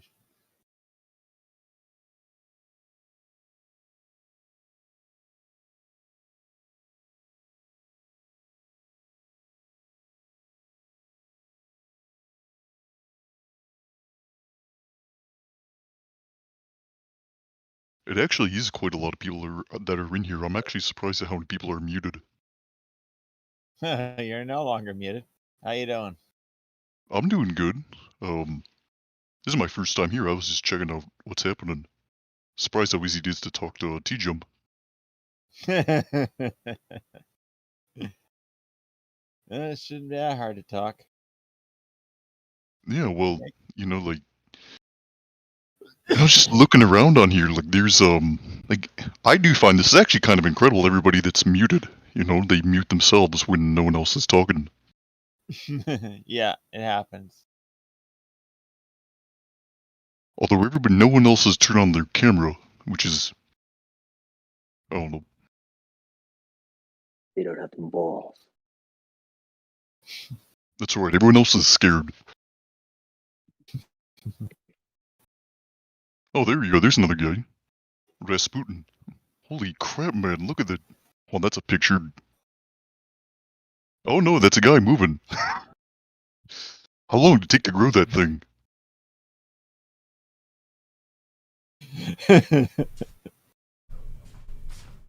Yeah, no, really, I thought that was Rasputin when you started. I thought that was a still image. Tell me why you're muted, UNCLE. You know, I've never gotten Rasputin before, but I'll take it. No, I was talking about God 420, who's the guy with the giant beard? God 420? What? Yeah, he's got that giant beard. Yes, he is a wizard from Lord of the Rings. Yeah, he seems really wise. Seems really weird. I found a really cool place to make money. There's a poop donation place recently I found. That sounds excellent. It is. They pay up to like $300 a week. For how much poop? It's $30 per 70 ounces. 75 grams? Grams. I might be a novice, but how much does a usual person poop in a single sitting? More than that. So that's like less than the average. So, but you can donate up to 10 times a week. So that's what kind of self-respecting 30-year-old man is a novice at pooping? Well, I don't measure my poops. Do you? It's like, hey man, pooping is hard. It is hard. It takes some skill. Do you measure poops? Hey Scotty, this guy called Uncle here seems to be wanting to be muted awful badly. He says he's not sure why he was This is muted. a very important issue we're discussing here. This is poops per dollar. Dollars Exactly. per poop? Yes. Oh, and they So also you say pay something you... about 30 per poop, something around there. Yep. And so it is average. So they would obviously... Now I'm a dummy, so I'm going to put up the calculator. All right. So 7 times 30. That's 210. That's 210 a week. So you can do What I'm laughing at the most is why the times fuck 52. you got that voice. Oh, that's his natural voice. That's $11,000 a year, just your poops. Wait. So you can donate 10 times a week. So that's 4 times 10, that's 300 times 4. So that's 1,200 a week. No, I was doing one poop a day. One poop a day. Okay, so there's so 10 times a week, so 10, and then It's 1,200 a month times 12. 12 times 12 is 144. So that's $114,400, I think. 12 times 12, 144. Is that right? That sounds about right. But we'll just round it up 15 grand. Yep. And that's not. There's more. They give you mandatory. You get urine. No, they can't do that. But they give you mandatory COVID testing for free, and then they pay you for the COVID testing. So you get paid $25 per COVID test once every 2 weeks. Mm-hmm. So that's 56 weeks in a year, right? So that's 52 weeks in a year. 52 weeks in a year. So that's 26, almost 26 times 25. 25 times 25 is, I used to know that, 250. So I forget what that is. I used to know what that is off the top of my head. I don't anymore. But so that's an extra amount that you get paid. Plus they gave me the first orientation, they give you $50 just for going in and doing all the paperwork. Wait, so you actually did this? Oh yeah, I did it today. How'd it go? Well, they don't. Yeah, give us a blow by blow. How was the experience walking in? They don't actually. You can't do any donations till after they do the blood work and the tests, and they come back negative. So I just did the blood work. You don't want to get everyone COVID or AIDS through your poop. Yep, exactly. What do they do with the poop? There's a C. difficile is a disease where people can't. Their microbiome can't produce the correct amount of bacteria in order to digest food. So they use the microbiome of healthy people and give you poop pills, essentially, that regenerate the microbiome inside people with C. difficile. Do they test your mile run time, your body fat percentage? Like, if you want someone else's poop for your microbiome, I would expect that you want, Michael Phelps poop or LeBron James poop, Nope, because the health of your bacteria is independent of the health of your body. So as long as you're under like 35 BMI, which is insanely big. I don't think I was ever that big, even though I was weighed like 340 and I wasn't that big. So Jesus Christ, 340. Yeah, back. How tall are you? 6'2". Okay, yeah, you're similar to me. I used to be very fat. I lost 200 pounds. So, yeah, so I wasn't ever at 335 BMI. So they let you can be as fat as you want in poop because it doesn't make a difference. Like the fat doesn't go into the poop. So I've heard about this prior, and I heard differently from Kurt Skirgast or whatever that YouTube channel is. It's really nice. Yep. They were talking about a similar thing with the microbiome, and they were saying something like that prime athletes and people without diabetes and the rest of it, that their poop is more valuable. And you haven't heard something similar to that? No. I mean, other than like on eBay, if you try to sell Kim Kardashians on eBay, you'll probably get a lot more money than mine. But how is everybody doing today? Yes. But yeah, I don't think that, I don't see in the studies they've done, they don't really care about athleticism as much. That's not a question they ask at all. So their priority is not about athleticism. It's mostly about just, do you have the correct bacteria in your stomach? Yeah, well, some people can have a healthier microbiome than others, right? Yeah, but I don't think that has to do with exercise as much. Like, it's just genetics in a lot of way and luck for where you were brought up.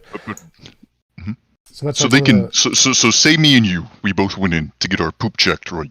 And you said, and we both said, we went to the poop factory or whatever, and they said, all right, we only have room for one more person, and we'll pay top dollar for the highest quality poop. And me and you say, hey, here's our samples, get it tested, and then you would imagine that they'd want the highest quality, right? And like they could test for it. Not really. So as long as you have the correct bacteria, then it doesn't make a difference. It's not really. Yeah, well, they can test the bacteria, I'm guessing. Well, Are you guys actually being serious in this conversation? No, this is real. Yes, they very much are, This is God. a real thing. So it wouldn't make a difference. Like, what matters is essentially, I mean, I guess you could say the concentration, the more bacteria might be better, but I don't know. So it's not really about that. It's, as long as you get the correct drugs, they'll grow on their own and they'll sustain the person on their own. So it doesn't make a huge difference. As long as you don't have the disease and you have the correct normal bacteria, because all they need is just normal bacteria. As long as you have normal bacteria, it'll save their life. You don't need anything sufficiently, like some kind of magic bacteria. It'd be cool if there was, like the kind that makes you not have to gain weight because it just processes all the fat. That would be great. I would like some of that. Yeah, maybe you could just grow like the correct bacteria and then, insert it into the poop. I bet you there's a science behind this. Yes, there is, but it's very expensive. So using people's bodies that automatically do that is far cheaper. Because we already have factories that produce it called the stomach. Yeah. It's quite expensive. Yeah, that makes sense. It's quite expensive to actually grow culture bacteria and have it be clean, and having those extremely climate controlled environments that are very uncontaminated. It's very expensive to do that. People's stomachs. Given how much they're paying for poop, I bet it can't be that expensive. Well, they're not paying that much. Might Like be worth $30 a poop. That's pretty cheap. Like actually culturing like an entire, like $1 million facility. I mean, given that, how many billions of pounds of poop are made a day, 30 pounds of poop, I think that's quite expensive. I don't think so. Like they get paid a lot more because it's a pharmaceutical company. So if they make the drug, they're going to make shit tons of money. So probably cheaper. Just given the supply and demand, the demand is low and the supply is enormous. Well, orphan drugs in America are paid significantly more. So you can charge people for the, what's it called? Research costs. And they're at the clinical trial stage too. So. Yeah, I'm mostly joking around. I'm sure that this is all me and you are poop is completely a ignorant of serious it. topic. No, I don't disagree with that. I'm just saying me and you are not experts, and I'm sure there's people far smarter in the methodologies of, I don't know, microbiomes that outrank us. But yeah, that's an interesting topic. I find that interesting. Yeah. I could do that, man. That could replace unemployment. Oh yeah, so I do plasma and poop. Well, I just started poop, but so yeah, that's plasma gives me. What are you talking about? I totally study poop for my life job. Oh, excellent. That's your hobby. That's not like you've always done that. You've done that since a kid. Yeah, totally. I've done it since the very beginning of my birth. Yep. I have studied poop. But yeah, so I donate plasma, which pays $1,200 a month, also. Mm-hmm. And so plasma plus poop Finger is where like, no other finger should go, and then smells it. Well, so people donating poop plus plasma is essentially like $30,000 a year if you do it as max. Yeah, you said 1,200 a month, not 1,200, right? 1,200. Plasma. 1,200 and 1,200 are the same number. So sorry, I missed it. 12,000 or 1,200 for a living. Yeah, 1,200 more than minimum wage. 1,200 per month for plasma donation. Plasma. Okay. And that's the max for poop too. Well, you get a little bit more for poop if. Yeah. We said around 15. Yep. If you do it all right. Yep. So wow, I would expect plasma to be more than poop would be. I think once the word gets out, the price might drop. Well, plasma has a limit because you can only do it twice a week. So you hit essentially $60 a donation on the low end, and then if you do the new donor bonuses, that's where you get most of the money. So, like, I have 3 plasma centers in my local area, and each one gives you a new donor bonus every 6 months. So if you go to one and don't go to another for 6 months, then you get a new donor bonus at the new donation place. And since there's 3 of them, you can go to a new one every 3 months, but you need a 2-week waiting period. So every 4 months I get a new donor bonus, which is like $1,000. But more importantly than the money, like, giving plasma saves lives, right? Who gives a shit about lives? I want the money. I give a shit about lives. I make plenty of money, but like, if I can save lives with plasma, I give blood, but I don't do plasma. Yeah, I care about the monies. I don't care about the lives. If it was to like, I don't know. It's kind of immoral of you. Immoral? How is that? That's not immoral. That's not an involuntary imposition. Cogito, do I presuppose language? When speaking, I presuppose language, but I don't presuppose language in my ontology now. Yeah. As immoral as it is to think about it from the point of view of do it for the money. At least at the end of the day, he does at least give the plasma. Too loud. Turn your volume down. Too loud. I say at least at the end of the day, they get the plasma. Even if he's doing it for the money, they still get the plasma at the end of the day. No. I can definitely agree. You can do good things through bad means. And I was kind of trolling T-Jump, with the immoral statement. I know that you have a very specific definition of morality. Yeah. So it's kind of playing with it. Yeah. Like you don't like when you give plasma. Do you feel good when you give it, knowing that someone else might live because of that specific dose that you just gave? Nope. Really? Nope. Do you think other people feel the same? Some do. I definitely think it's a thing for many people to feel empathy in that way. I don't, because of a lot of my social stuff, like my autism. I don't feel empathy the same way most people do.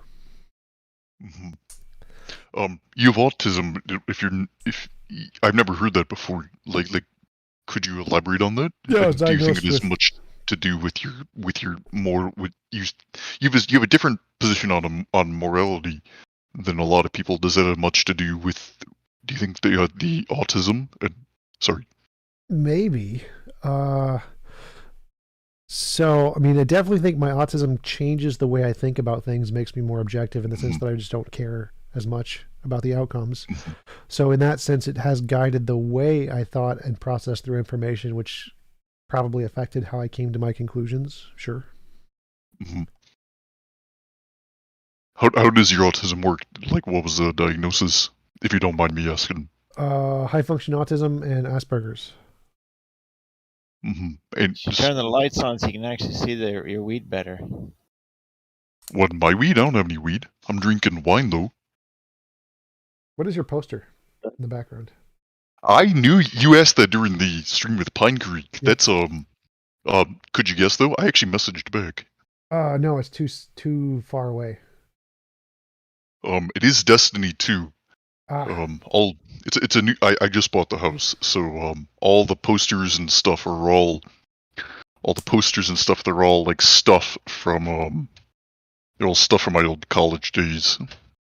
So you play a lot of video games? A little bit. If you know what that is. Nope. And all those other posters. Nope. If anyone knows, props to you. Is it looks like Pac-Man. I can see this little white eyes, Pac-Man. It's kind of circular. What game is it from?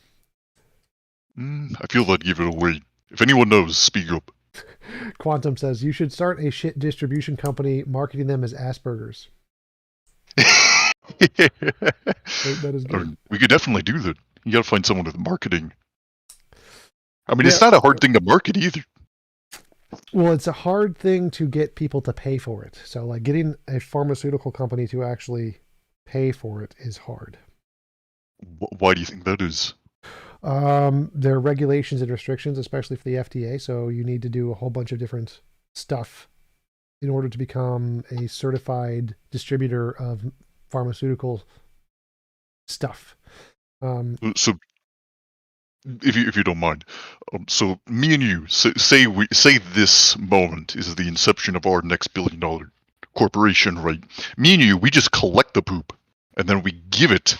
You know, we put it in baggies and we give it to a pharmaceutical company. They would be responsible for all the tests. They would just pay us for the raw materials. No. So the whole process has to be monitored and controlled. So every time you give a donation, they have to check your temperatures to make sure you don't have any COVID symptoms. They have to check each sample individually for any kind of diseases. They have to do blood tests on the people when they come in. You have to be clear of symptoms. They need to do an ID check to know each person's sample was from that person and not like a different sample, different person. They have to do tons and tons of background checks on each individual to make sure you're not convicted of anything or have any conditions that could endanger the people who are getting it. So it's a very, medical restrictions are very, very hard to get past. It takes a lot of money and time and regulations. They gotta... Hang on one moment.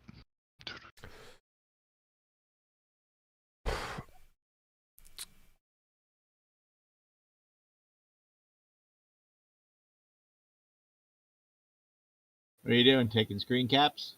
No, that dude is... I was gonna message T-Jump. That dude looks like he's showing pictures of weed on your Discord. I don't know if that'll get you kicked off Discord or whatever. I don't know. Slicks. Yeah, it does look like weed. I don't really... I don't personally care, but if there's a...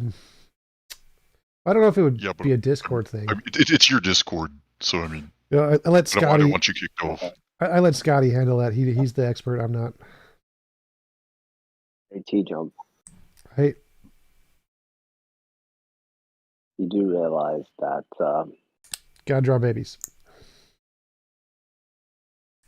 Moral commands are not moral. Ultimate sources. Don't count as moral. Source. No. Moral commands don't have obligation. Commands don't have obligation. No. They don't have obligation. No. Moral commands do not give obligation. No.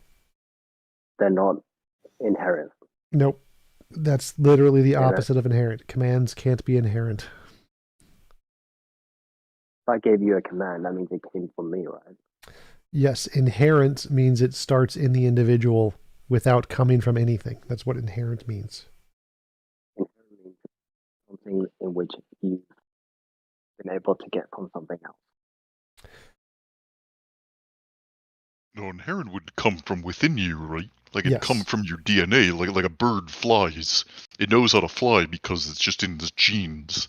It was never told by someone else. It just sort of knows, right? Right. So if it came from an external source, it wouldn't be inherent. Inherent means it comes from... Yeah, it'd be from God or whatever. Yes, so it'd be exherent instead of inherent. Mm-hmm. But you do believe that moral commands... No, moral commands have nothing to do with morality. So there's no such thing as a moral command. Morality in itself. You're breaking up a lot. Yeah, I can't hear you either.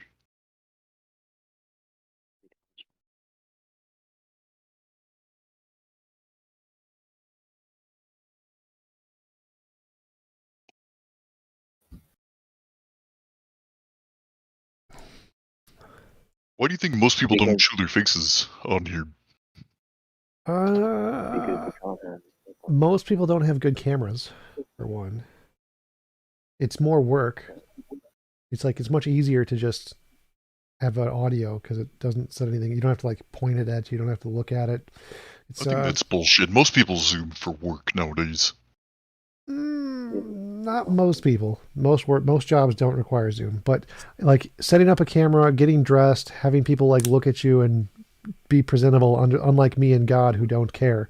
Most people want to look presentable. They want to be. They're very self-conscious about what they look like and their presence online.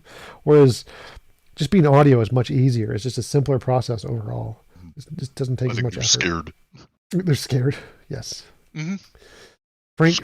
Frank is scared that if we all see his face, our heads will explode because it's just so pretty. I'm actually like, I can't see your face on Discord. Yeah, my camera is being picked up by my YouTube stream, so it's not on Discord. I generally agree with Pine Creek on this. I think seeing people's faces on Discord is a big thing, because a lot of human communication is non-visual. Sorry, is visual. Like, you have to look at their face and whatnot. Non-verbal, excuse me. You know, all my problems in my words are all coming out of this cup here. Oh God. But yeah, I totally agree. I'm here now.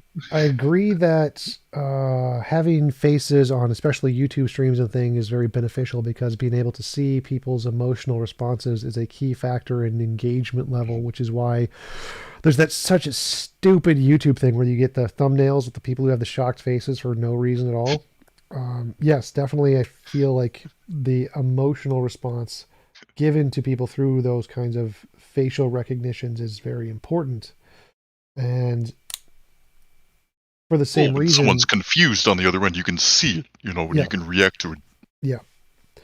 And for the same reason, people are very hesitant about putting themselves out there, because it does give a lot away of what they're feeling, which they may not want to. And so there is definitely in some cases, a fear of not wanting to put your face out there.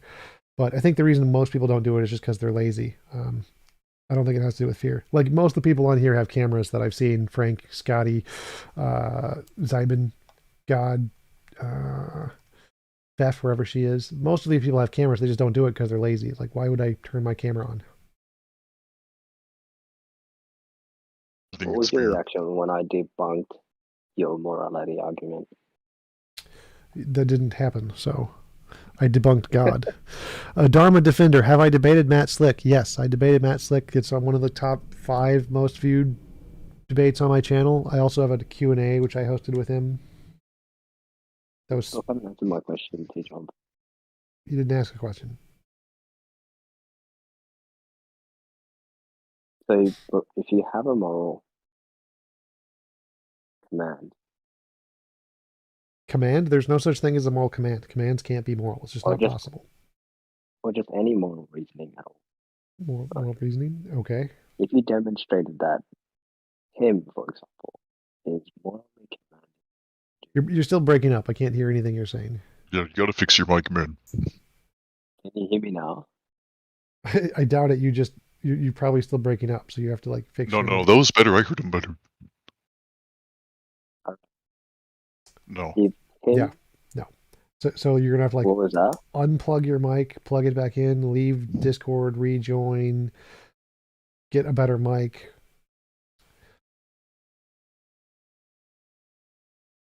And there we go. I fixed it. Fixing it for one sentence doesn't mean it's fixed. So going back to my statement. John from America, ask him why he has a voice changer on right now. That's pretty cis. So that's not a voice changer. That's his actual voice. That's what he actually genuinely sounds like.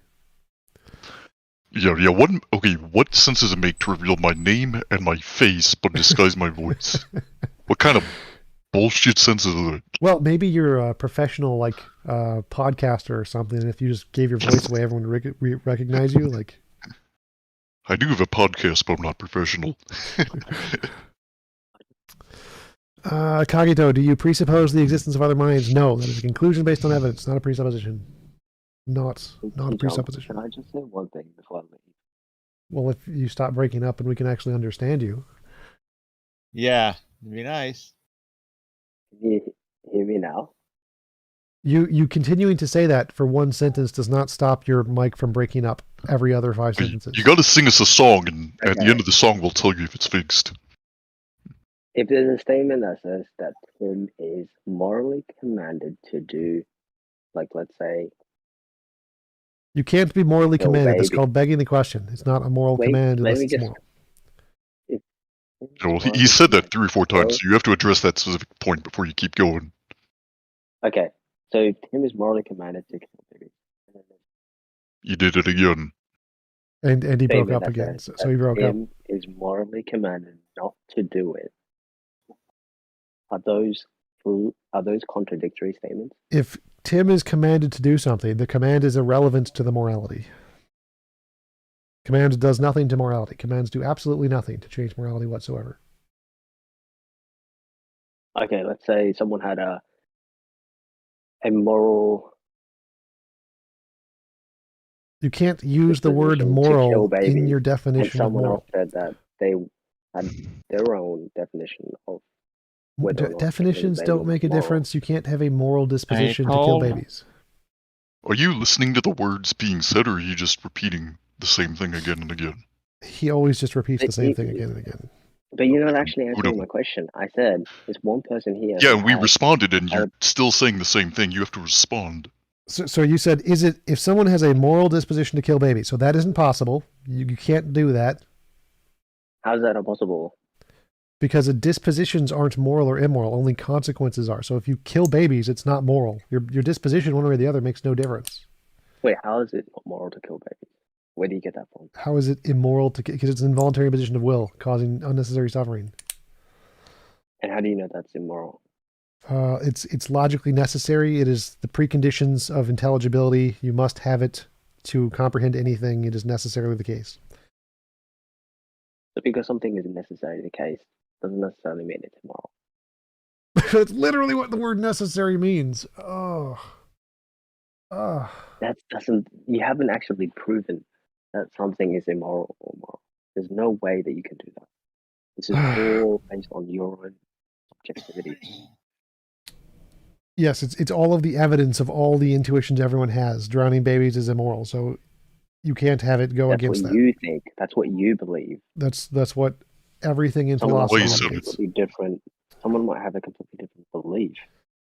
Yes, you believe drowning babies is good. That's because you're crazy. Let's just say that two people have different beliefs to whether or not to drown a baby, right? Beliefs don't matter. Is that Next contradictory? question. Is that contradictory? No, people having different beliefs is not contradictory. One person having the same, actually no, it still wouldn't be contradictory. One person can't have contradictory beliefs. So are you morally commanded not to kill babies? You can't be morally commanded, so I already answered that like an hour ago. Yeah, you are, because you said that it's moral. It's immoral. Moral is different from. You can't be morally commanded. I've already addressed that like a million times. Moral commands are not a thing. You can be commanded, but it can never be a moral command. It's just a command. But you've just agreed that it's immoral to kill babies. Is that right? Yes, that has nothing to do with the command. Commands do not come into the place. It's never commanded. Commanded is irrelevant. It's like a moral potato. Because if I gave you a knife and I gave you a baby and I said to you to kill it. No, the commands don't make a difference here. The words make no difference. None of the words make a difference. I'm going to kick you again. None of the words make a difference.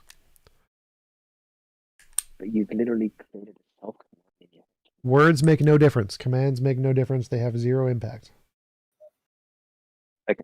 So if I have my own models and you have your own moral compass, models don't make a difference.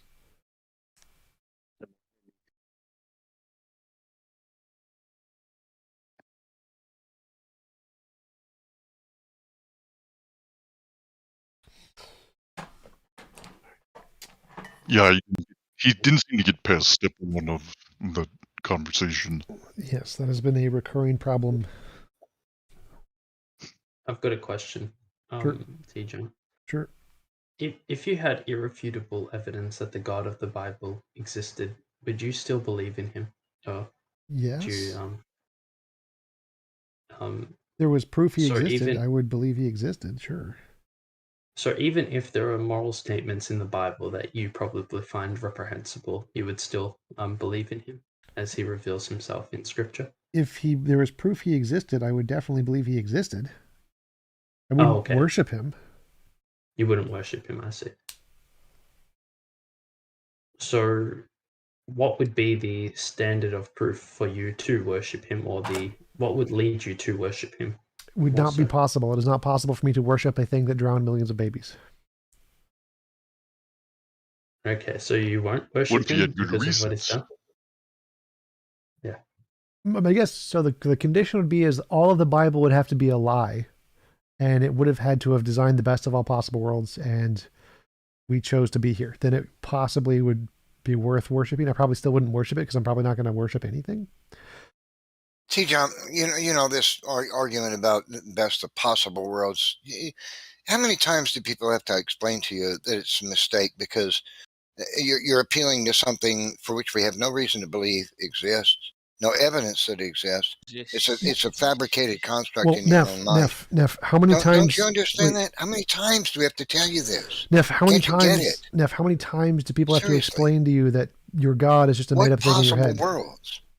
Neff, How do you even know those words are possible? It's all in your head. Neff, how many times do people have to explain to you that your God is only in your head and there's no evidence for it and no Well, reason that's to believe impossible. I've met God. What the hell are you talking about?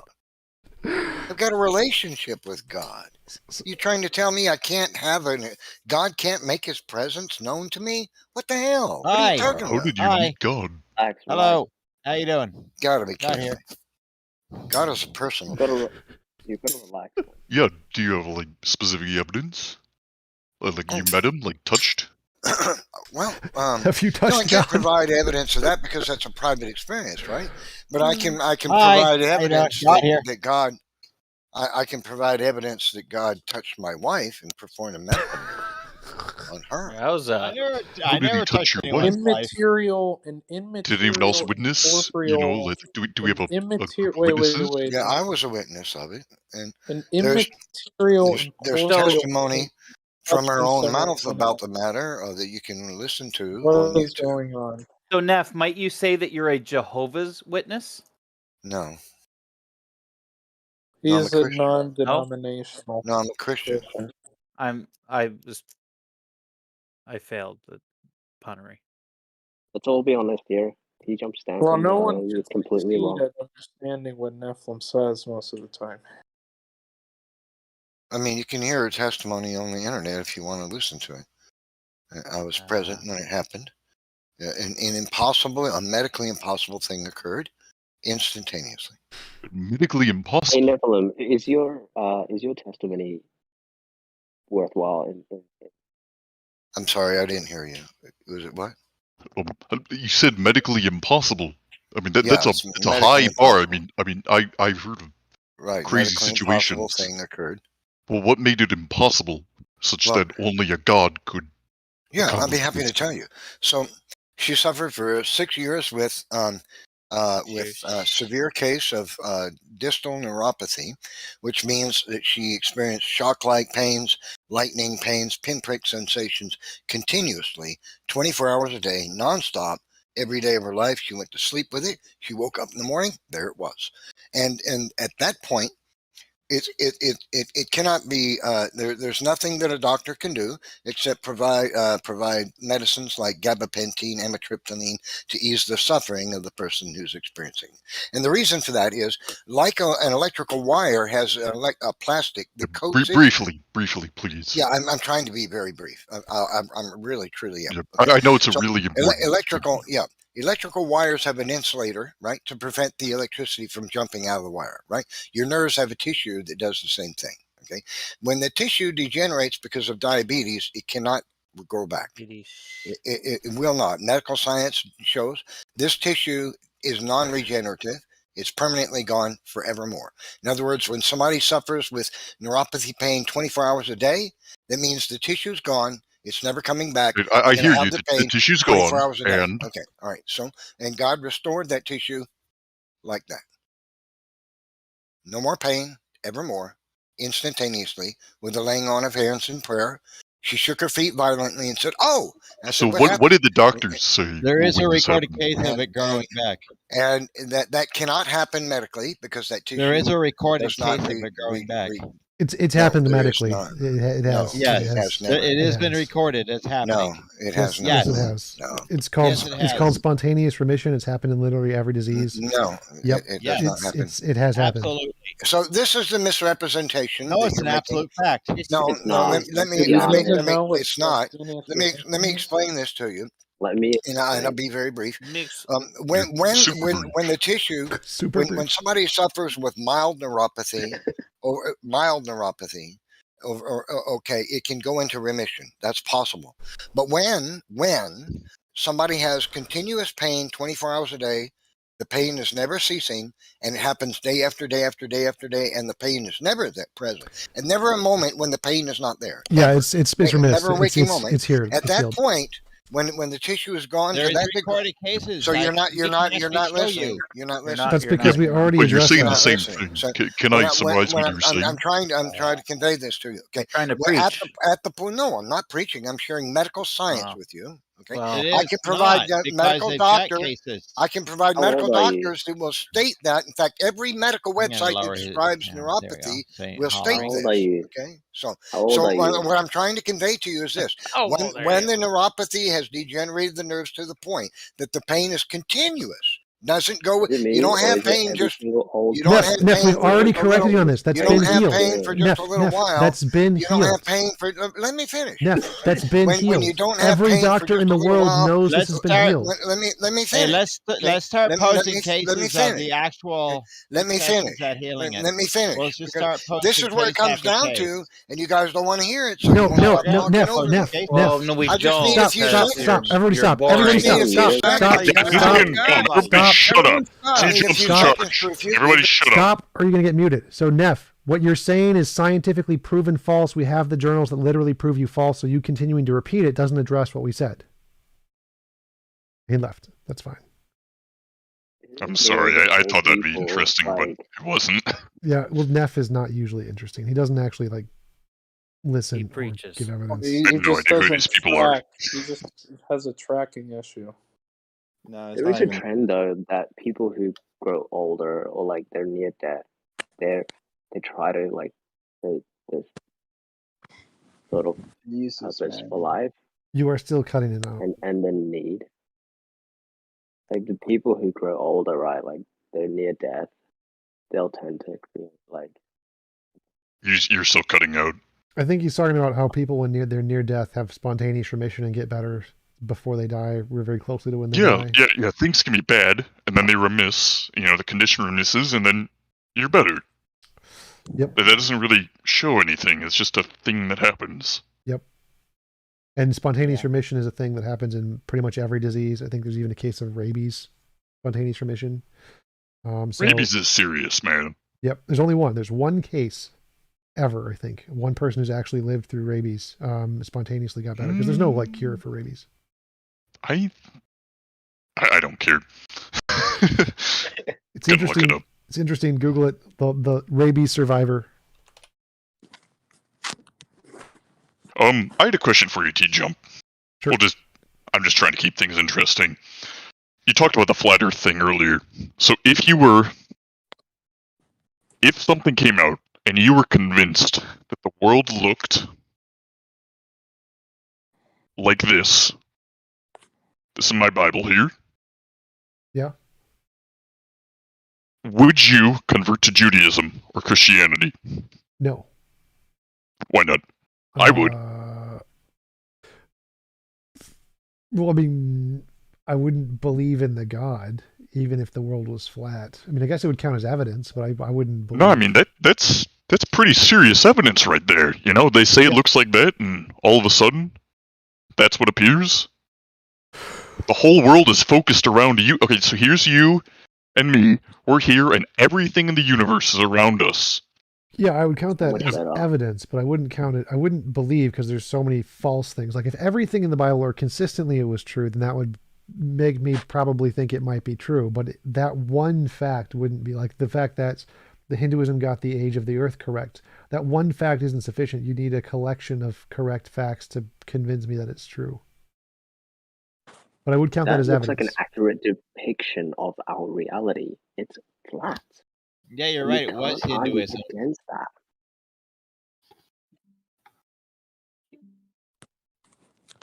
Flat Earth is an accurate depiction of our reality. Think about it. Only in someone's delusion. Think And about the what Bible. you said.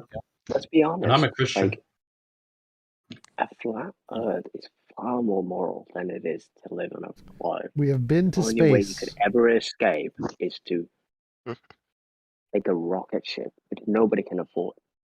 How old is Hinduism? 6,000 years, I think. It's one of the oldest Oh, as old religions. as the Hinduism. 6,000 years. let's be honest, the globe Earth is a prison. Okay, well, I mean, we're moving away from my question to T-Jump, and I'm kind of surprised. I think if I was convinced, if we found out that the world looked like that, I would have to convert. Well, like, that's a pretty big prediction. Yeah, it's definitely a big prediction, but there's still so many other facts that are incorrect about the Bible. That one fact being correct would not be sufficient to believe. So, because there's so many things wrong about the Bible, that one fact being correct doesn't mean it's correct. So, like, Harry Potter predicts that the Grand Central Station is there, King's Cross Station, whatever. And we discovered, oh, look, it's there. Does that mean that Harry Potter is right? Well, no, because there's lots of things that didn't happen. The channel maximum is 25 as long as someone's got a camera on. Yeah, That's well, why this it is never went over 25. This is a totally different category of revelation. Like, there's the sun and the moon and the firmament. It's all revolving around the humans. It would seem to me that, the humans are the center of everything. True. It would appear to me that, the humans, the earth, the Sheol, and the firmament, like, it's all surrounding us the whole world is designed around us. Yes, you're right. Okay, what about the claims of the Bible's prophecy coming true? The Old Testament prophecy. Can we stick to one thing? Let me hear T-Jim's response. Well, the answer is to the same thing. One fact being right in the Bible does not make the Bible right. If it has 30 facts that are wrong and one fact that are right, I would not convert. Yeah, it's a really big fact. The size of the fact doesn't matter. Like, the fact that Hinduism predicted the age of the Earth as 4.3 billion years is a very impressive feat. Doesn't mean it's correct. Everyone can still be luckily correct there. Wait. Why would we think that the Earth is 4.2 billion years if it was made for humans? What? Because evidence indicates that it's 4.8. All of the evidence indicates that it's 4.5 billion years old. Yeah, between 4.5 and 4.6 billion years.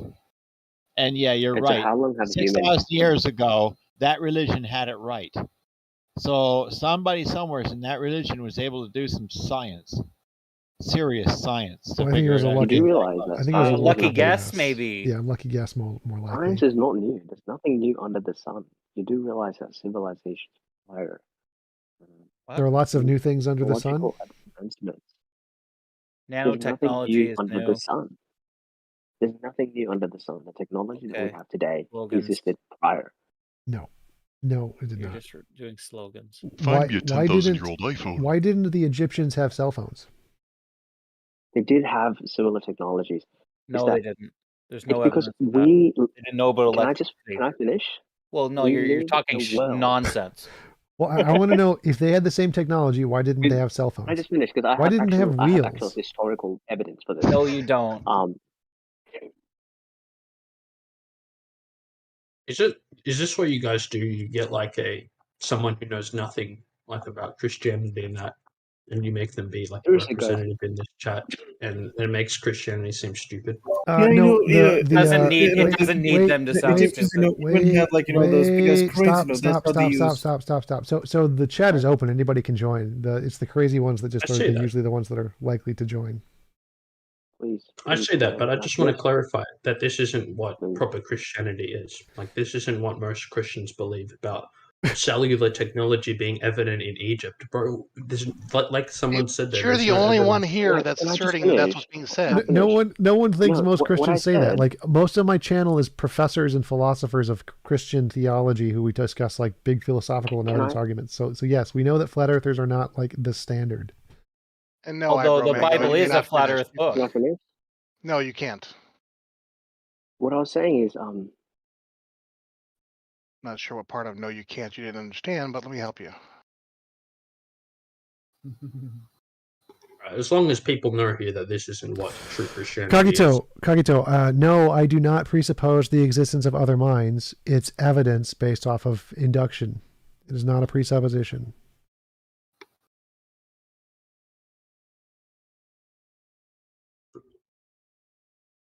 So then they will ask you, hey, so how do you know your induction is true?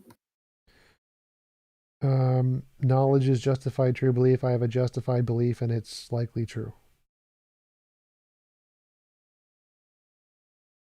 Hey, Jump, I got a question. What?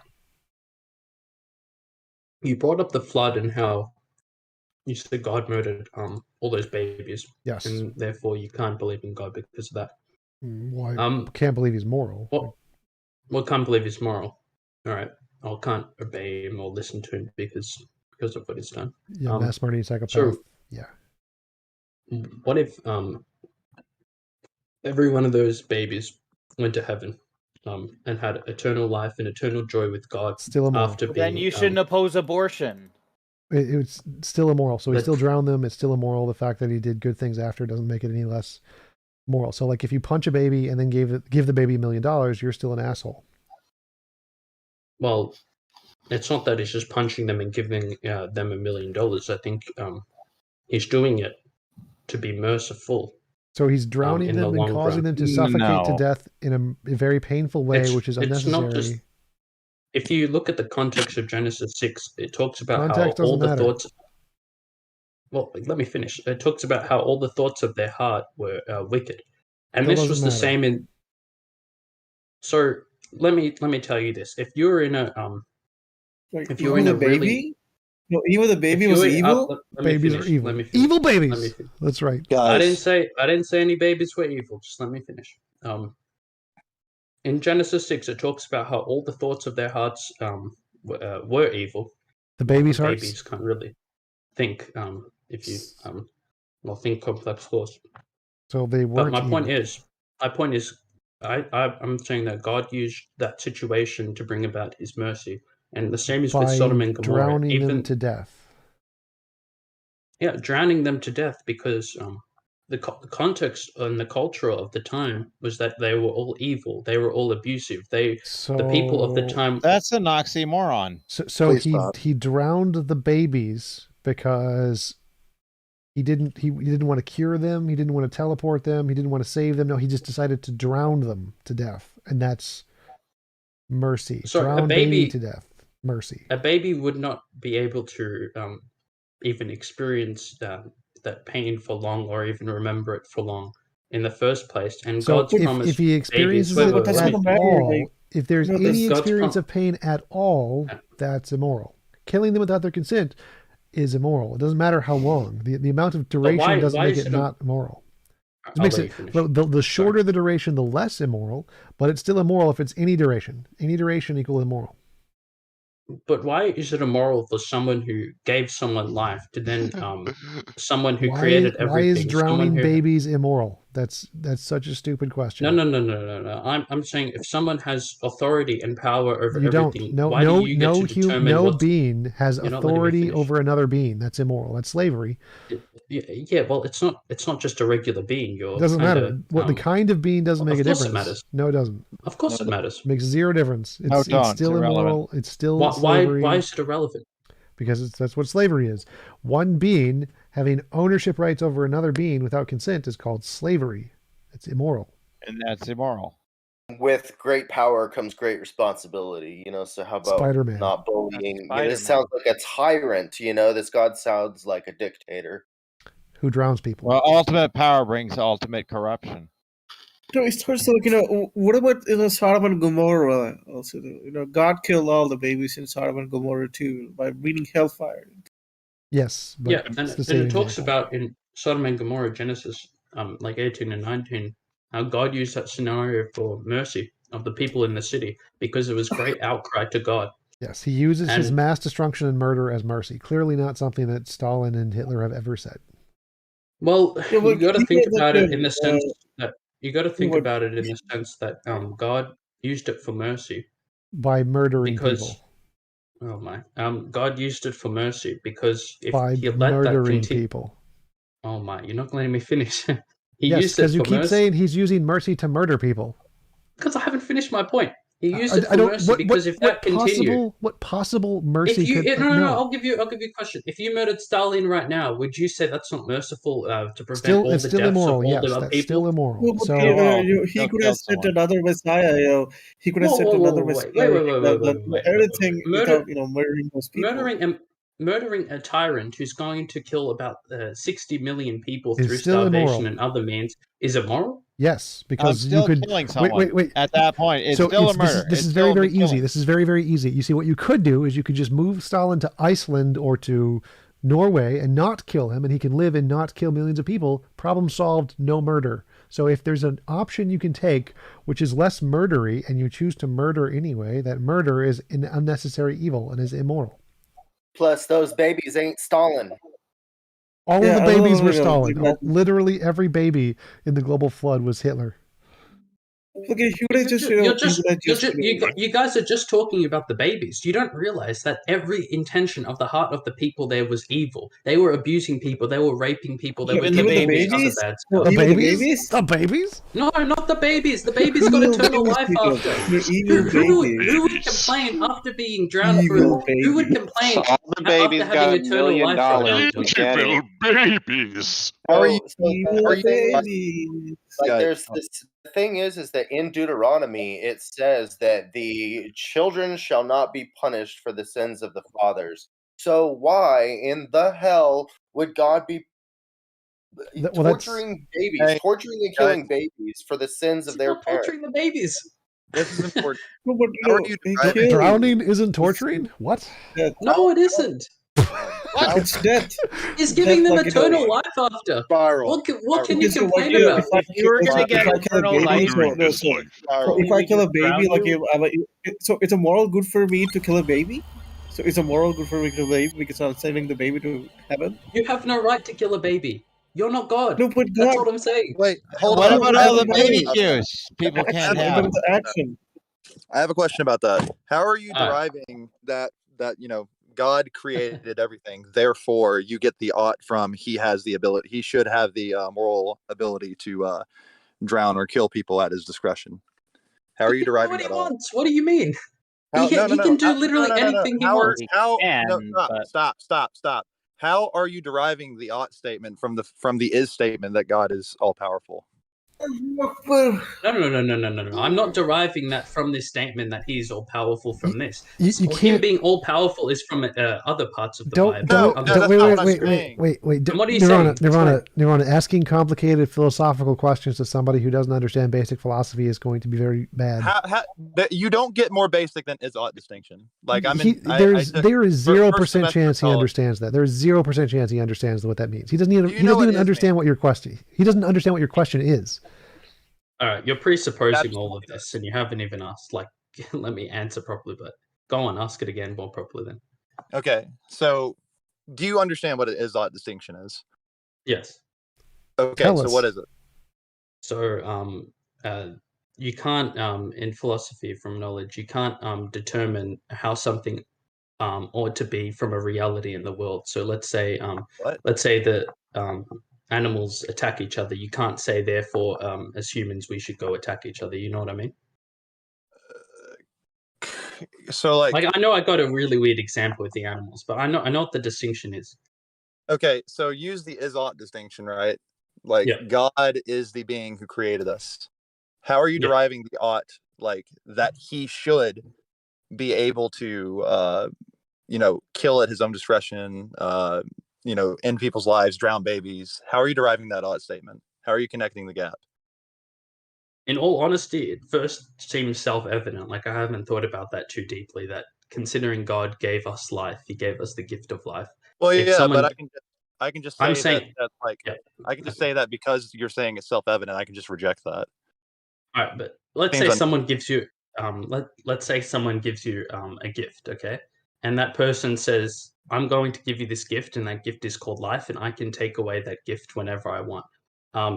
Since that person set the standard of what the gift is going to be and what the conditions of that gift is going to be, then as set by his own standard, he can take away that gift. It's not by this is how it ought to be and I'm making it is. I'm saying God's the standard for how whose life he can take away, why he can take it away, and how. Yeah, but we're talking about whether he should be able to or whether he shouldn't. We're talking about morality here. And if you're saying that he can, that doesn't necessarily mean that he should, right? So, but if God is the standard for killing babies is moral because the baby goes to heaven, why can't I kill babies?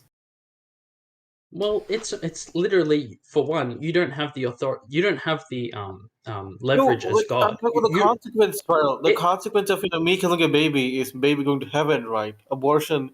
If I commit abortion, the outcome is the baby going to heaven. Like that's what you said, right? Like the consequences. And that would actually ensure that that person doesn't grow up, like that baby, that little fetus doesn't grow up and sin and possibly go to hell and burn forever and revolt against God. If we kill him in the womb, it's a surefire shot to heaven, right? There's no like sort of possibility thing where you're avoiding this and that. It's God is omniscient. He knows what's going to happen, and he uses all of that in his sovereign will. But the question he's asking. Wait. The question he's asking is if babies die and go to heaven. What's that? God, stop. So if all babies, if you kill babies and they go to heaven and you save them from becoming atheists, shouldn't we just kill all babies so they all go to heaven and don't become atheists? Well, you're presupposing that they will grow up to become atheists, but there isn't some sort of like it's not this middle ground where if we kill them before they're born, then there's 0% chance they become atheists, right? Okay, yes.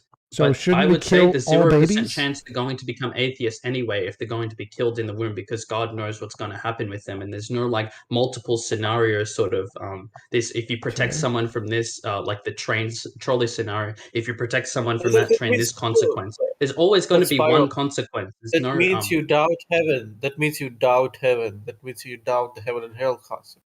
Well, no, I don't. If you truly believe in heaven or hell, if you truly believe in heaven or hell, if you truly believe, like, you would never question killing babies, because No. I'm not questioning because I doubt heaven or hell. I'm questioning it because it's against life on earth. It's against God's word. We don't have the power. We don't have the authority. I'm ready to make the sacrifice. If I'm ready to make the sacrifice to go to hell, eternal hell, to be called a murderer. If the baby goes to heaven, like, and gets eternal bliss of heaven. It's not in your jurisdiction to do. If God says and commands it that no man has the authority to murder babies, then that means I'm ready to go to hell. Spiral. Even if you think it is I'm right. ready to go to hell. I know that. I'm ready to go to hell. Yeah. So he's asking, even if he's ready to sacrifice himself to go to hell in order to protect the babies and make sure they go to heaven, shouldn't he just start killing babies? No, because that's, for one, it's not in your jurisdiction to do. That's He like doesn't- saying he doesn't care. That's He like doesn't care saying about his because jurisdiction. He doesn't care about his That's jurisdiction. deriving an ought from an is. That's deriving an ought from an is. Just because babies. No, I'm Hey, ready Mike. to go to hell, Spiral. It doesn't matter if you're ready to go to hell. You don't It doesn't have matter. He's saving the babies. He's sacrificing himself. It's very Christ-like. Yeah, it's very He's very not. moral. He's not saving. Enough of this, enough of this, all these, the world, is evil. The world is evil, turning people into evil, greedy, money chasers. I mean, want it's to change more, the world. it's more than all the babies. Christ-like. Like it's more than Christ-like because he stays in hell, right? What? No, it's not Christ-like when you literally disobey the word of Christ. That's so contradictory on I'm every okay. level. I told you, Spiral. I'm okay with that. I will disobey just because I don't want any more babies going to hell. Any more people go to hell. If you don't want babies to go to hell, you don't murder them. Like that's not what the point of the flood was. You said the point of the flood was so there's a difference when the God murdered all those babies. They all went to heaven. What? No, the point of the flood wasn't so that babies can go to hell. The point of the flood was to bring about redemption. It wasn't just it wasn't just what evil happened. The consequence. I thought it was because people shacked up with angels and made That was Nephilim the babies. story of Lot. Nephilim babies. No. Yeah, But he's right. on a whole other subject, I like to kill babies. So, on the fact that I like to kill babies, You what got the baby determination do I determine that these babies? It's just for me to kill these babies. I love killing babies. It's just so amazing to kill Be babies. careful with saying that online. You might get swatted or something. Be nice to Maybe babies, everybody. it's fine. I'm like right above a hospital. It's cool. So That's where you find the babies. That's where you find the babies. Yeah, I mean, you got to hunt the babies at some point. So, I mean, like, I love killing these babies. So, what is my determination to see if any of these religions are true on saying, like, killing these babies is wrong? Because I think it's fine. I'm saving them from suffering. What do you mean? Your religious determination? Well, what's your question? Sorry. How do you get to the conclusion that killing babies is wrong with God? Because God kills Exactly. babies. Like by what means do I determine some God says that I'm wrong by killing these babies? Read the Bible. Words in a book. What in the Bible says that killing babies is wrong? God kills lots of Where? babies. In the Like, Bible, if we're living by the example of God. In the early chapters of, you asked a question and you're talking over me now. In the early chapters of Genesis, it talks about how we don't have the right to murder, and it was established with Cain and Abel, which, because we're made in the image of God, we cannot desecrate that image or take away from it by murdering that person for unrighteous reasons. We can kill, like for instance in military, and there's a distinction in scripture between kill and murder, but we can't murder. I kill for God. God tells me to kill these babies. I am living in the No, he image of doesn't. God. I'm trying to do the same things God does, and God murders babies. So I'm just going to be Well, like God. also, yeah, also though, like God didn't God tell? Does God tell people to kill babies? Yes, he does. What do you mean by that? Yes, he does. Multiple times. Yes. Yeah. Wait. I want to hear from the religious person. Does God tell people to kill babies? He tested Abraham on the altar by putting Isaac, and he was about to stab him, but the angel stopped him. Okay. And But any other instances? Any other instances?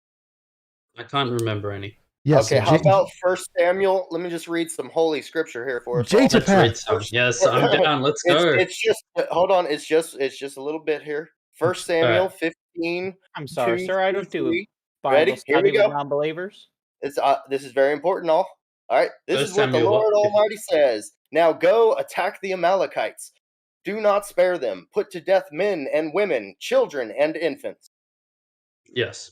How's it make you feel?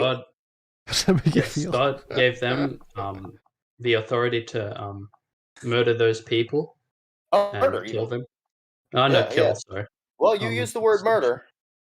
And I take So- it back. With a How sword, exactly probably, did right? he do that? They probably chopped him up with a sword, huh?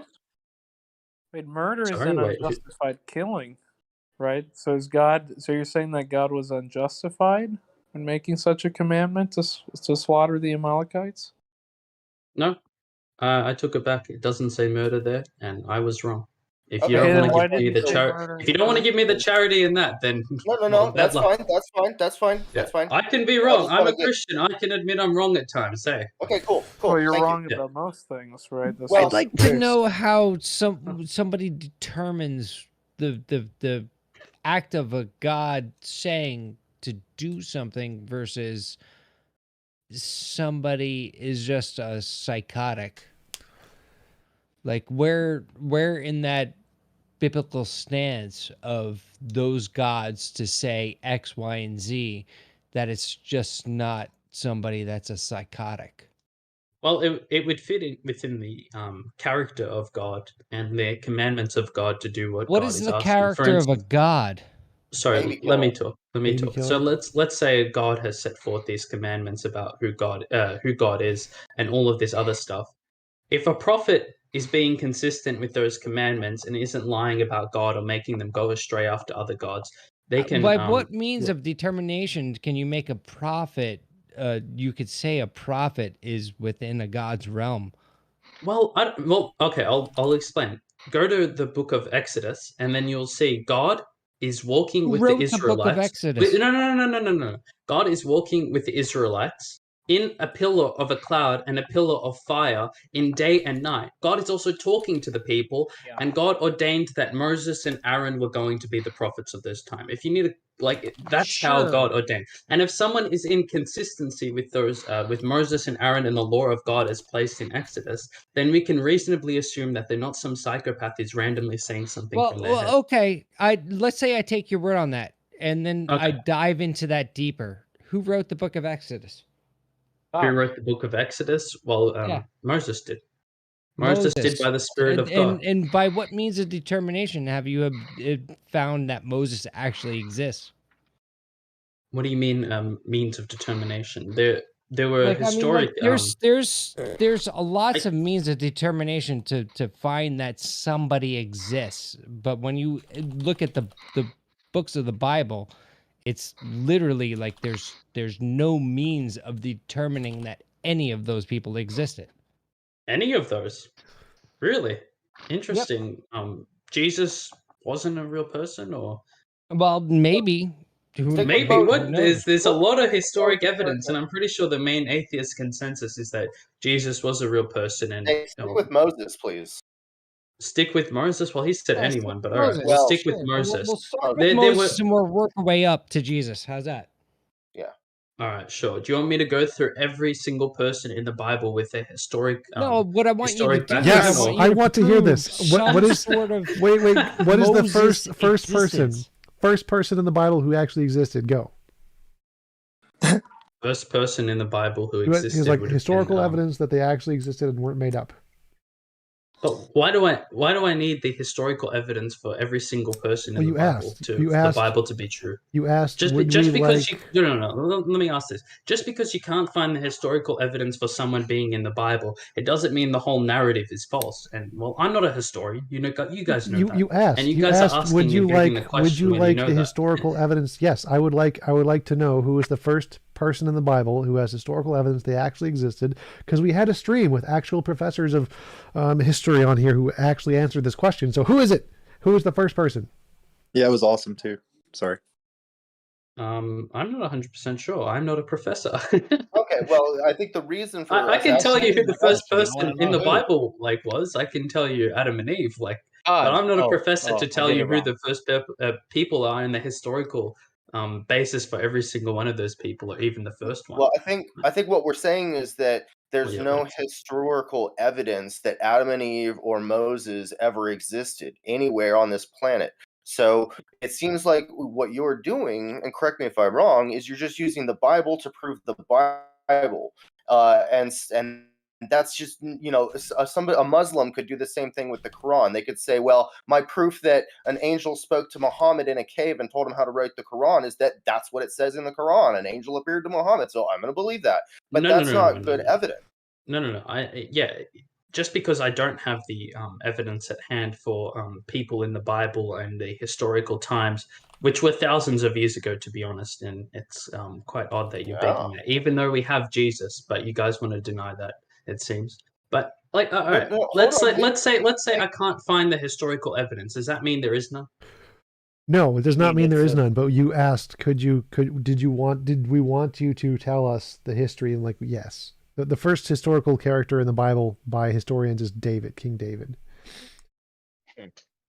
Okay, and why do you guys deny him too, or like? No, I think King David existed, but Moses, the evidence he did not exist. Cain and Abel did not exist. Sarah did not exist. Abraham did not exist. Okay, all those people. No. I'm just going to ask a question. Yes, for sure. But just real quick, I just want to make sure you understand that we're just curious. Did you ever at any point do any other research, or do you just believe the things in this book, like a Muslim would believe the Quran without double checking their sources? No. I've done research, but not in every part of the Bible. I'm only 19. Mike Q, yes, you can join the Discord. There's a link directly above my head on the screen. Just use the link there and you can join the Discord. All right. Now I've got my question. So you have this David figure in history. We have the writings of this David figure in history. He is affirming what happened in the stories of Moses. He's affirming Abraham. He's affirming all these prophets. Just based on reason. Are we going to just dismiss everything David says as a king of Israel and say that he was just basing it off nonsense? No, Yes. from Okay, just read. okay, so what about the king of some So- other so- country in the Middle East that's Well, talking about Islam? One sec. We have Should we just believe them also? historians at the time of Jesus writing history books. Plutarch, Pliny the Younger, Pliny the Elder. They mentioned that Romulus and Remus were raised by wolves and founded Rome, and we don't believe them either. So yes, we don't believe people's testimony of miracles or magic because it's historically unreliable. Not even the miracles part. I'm just saying in general, if someone's going to give a testimony about their life, has this huge kingdom, not just this random guy, has this huge kingdom, and is basing their whole life and their whole country and everything in it off of this narrative, would it be reasonable to assume that this narrative is just completely based on fictitious information and has no basis in? I just find that even if we're not going to say we have full assurance of the Bible, I would just say that's just not reasonable to come to that conclusion. My grandmother. Wait. So every single leader of every single country usually bases their decisions off of a religion. Like in India, they base them off of Hinduism, and in China, they base them off of Buddhism, and throughout all history, that's been the case. So do you think it's reasonable to believe every single one of them is true? My grandmother is going absolute senile right now. If she was a queen, would that have been written? Yes. My what? I couldn't hear that. I heard my brain is going senile. So my grandmother right now is going absolute ape shit senile. If she was a queen 2,000 years ago, would that not have been a written determination of what she thinks? Well, you'd have to show me evidence that she was going mental, because a lot of I mean, evidence... like that's easy. I can provide that. That's no problem. But now here's the question to you: by what means have you determined that the books written 2,000 years ago aren't written by senile motherfuckers? Because you can just look at the success of their kingdom. You can. I mean, a success of a kingdom is an end. Wait. Let me finish. I'm not just saying success of the kingdom is the only way, right? I'm making this distinction. I'm saying, since this King David guy is saying that this is what's happened about his kingdom, this is what's happened about the history of the land, this is what's happened, and it's all been written down for hundreds and hundreds and hundreds and hundreds of years, and this is what's happening, and it's consistent with the past. It's consistent with what's said in Moses. I'm saying we have reasonable. Well, first of all, okay, tell me how is King David not consistent with Moses? I'll explain. It's a good question. I'll explain. So my question would be: have you read anything that David wrote that's not in the Bible, or again, are you only using the Bible as your source? Because what could have happened, and what I think happened, is that David didn't write any of this stuff. Probably somebody else wrote it and said, "Oh, David went through this, that, and the other thing," right? And just made up some character to align with some actual historic figure. Well, actually, just for a narrative. So we know that historic David was. I think that what happened was that the Bible was written way before David. People made up stories way before David, and those stories had been passed down to David, and so David adopted the stories, just like every leader adopts the stories. It's not that. Yeah, that could happen too. There's so many naturalistic explanations for why this would just happen through human behavior. He wrote 150 without any need for any supernatural magic. No. Okay, yeah. Just because there's a potential to believe that this could have happened without any supernatural thing, it doesn't mean we throw the baby out with the bathwater and say, "Hey, just because this is a possibility, it means David was eventually wrote these stories about himself, and through these stories he embodied them, and somehow wrote many psalms of suffering, many psalms of anguish, and other stuff like that." Threw the baby out with the bathwater. There's no baby. So the miracles aren't baby or bathwater. The miracles are an added unicorn in with the baby. So the baby is just the historical facts, which we grant, and the bathwater is the narrative, which we grant, and the miracles are things not supported by the evidence in any historical context. So miracles, magic, mythical creatures, not supported by historical accounts. That's why we don't accept that. What evidence do you want? What evidence? Novel testable predictions. Sorry? Novel testable predictions would be great evidence. So you want the Bible to be some sort of book of science? It claims to be. Yes. Where does it claim to be a book of science? Where's your scripture? When it talks about the order of creation. Just because it talks about the order of creation. I can write a book about the order of creation, and Yeah, the but book it's can not be about God's word. a fairy tale, and you guys call the book a fairy tale, so I It don't is. understand how it's a historical book and a fairy tale at the same time. Like we're Well, getting a Claims bit. to be This historical. it's really easy. So Harry Potter mentions that King's Cross Station exists, and it's correct. That is a historical fact. It is an accurate historical fact. It also has magic, which is bullcrap. So just like Harry Potter has both accurate history and magic, so do most historical documents from back at that time period. They have accurate historical facts and magic. Magic's not bullcrap though. Because But what I'm trying to say is, from today. what I'm trying to say is just because it has scientific things that are verifiable in the world, like the creation story, it doesn't necessarily mean it's a scientific book and it's just based on science. If it makes claims about reality, then it needs to be able to differentiate those claims from imagination. That's what it means. So if it makes claims about reality, it's a scientific book. Well, which claims are not congruent with reality? Just because you can't find The order of evidence creation, global flood, the global flood, Moses, the sun Well, standing Exodus, still in the sky, the mustard seed being the smallest seed, the unicorns, the talking donkey, the talking snake, the dragons, the most of the predictions are false. Leviathan. Can I just jump in and say? I will let you jump in and say, then I'll talk after. Can I just jump in and say that? Sorry to interrupt. Can I just jump in and say that the Christian fella, who was he, Spiral Not King? Yep, Spiral Not King. Like, you are totally 100% in the right. We're just living in a time right now where people are so far away from God. They're so disconnected. They have no clue what the hell they're talking about. Are you guys both flat earthers? Who? No, I'm not a flat earther. Yeah, you and Well, Bro the Mango. Bible is the flat Earth book. No, it isn't. Let's be honest. It talks about a firmament.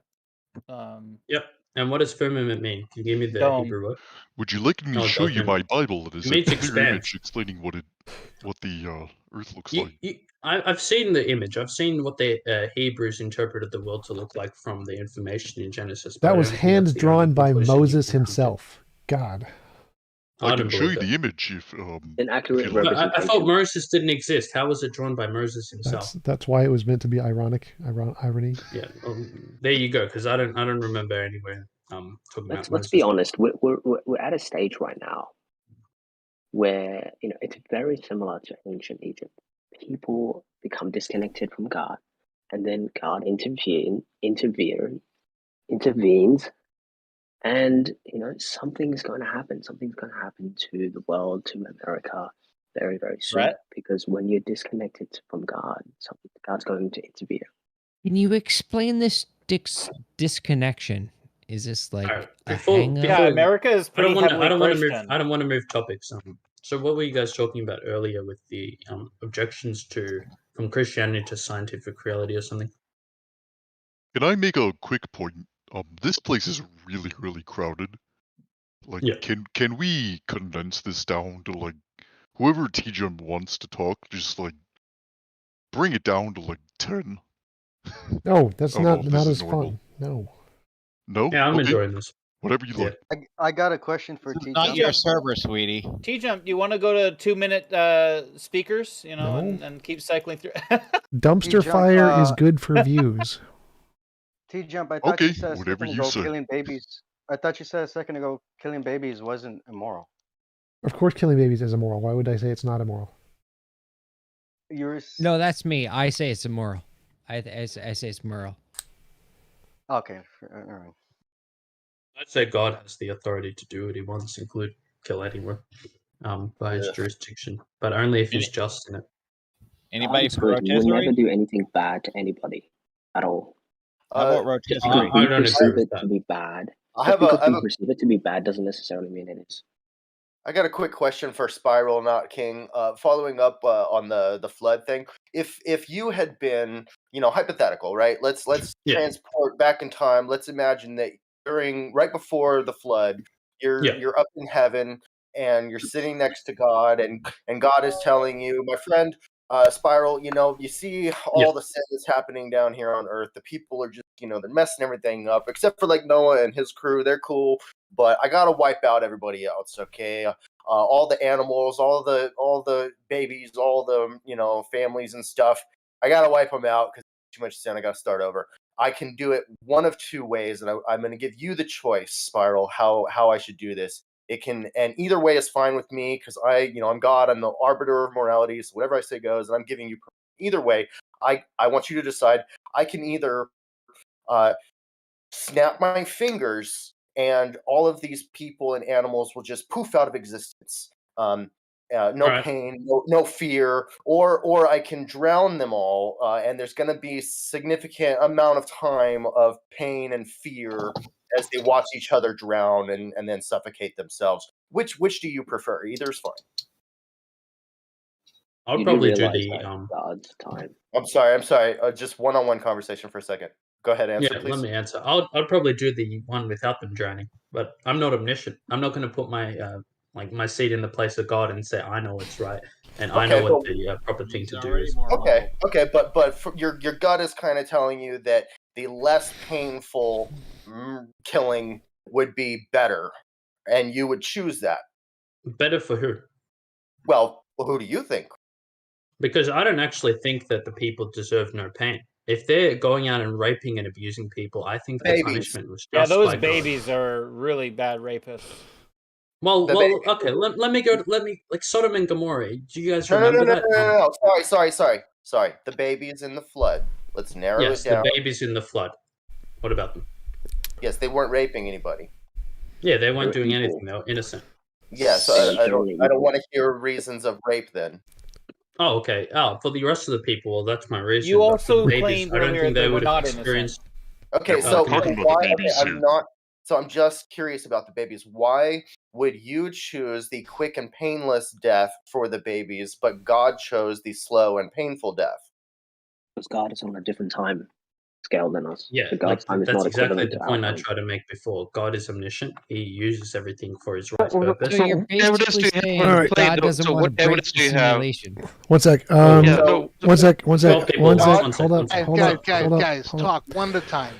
Zach Morgan gave me a super chat, $10. Are there any book recommendations on epistemology? Your best book recommendations? I have a complete list of my reading list for philosophy on my YouTube page on the About section or the community section, and on my Discord section. I actually should probably just go to it up here. Reading list. Free $10. Where is it? Suggested reading list right there. 10 suggested reading lists right here. Here are my suggested reading list books. Right up the top. So here are the ones. Here's my suggested reading list. Thanks for the super chat. Appreciate it.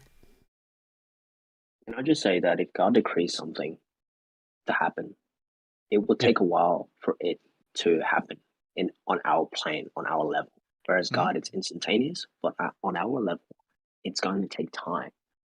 Okay, but couldn't God have accomplished all of his goals? Hold on. Couldn't God have accomplished all of his goals without the painful method of death for these innocent babies? Or did God have to make the babies suffer more than we would want them to? I don't think they suffered for long, considering their babies. Well, it's more than what you would want. They don't really have developed. They don't really have that. No, it's more than me to kill babies. Oppose abortion. One-on-one for a second. It's more than you would want for them because you made a distinction that the slower, more painful death is worse than the quick poof out of existence.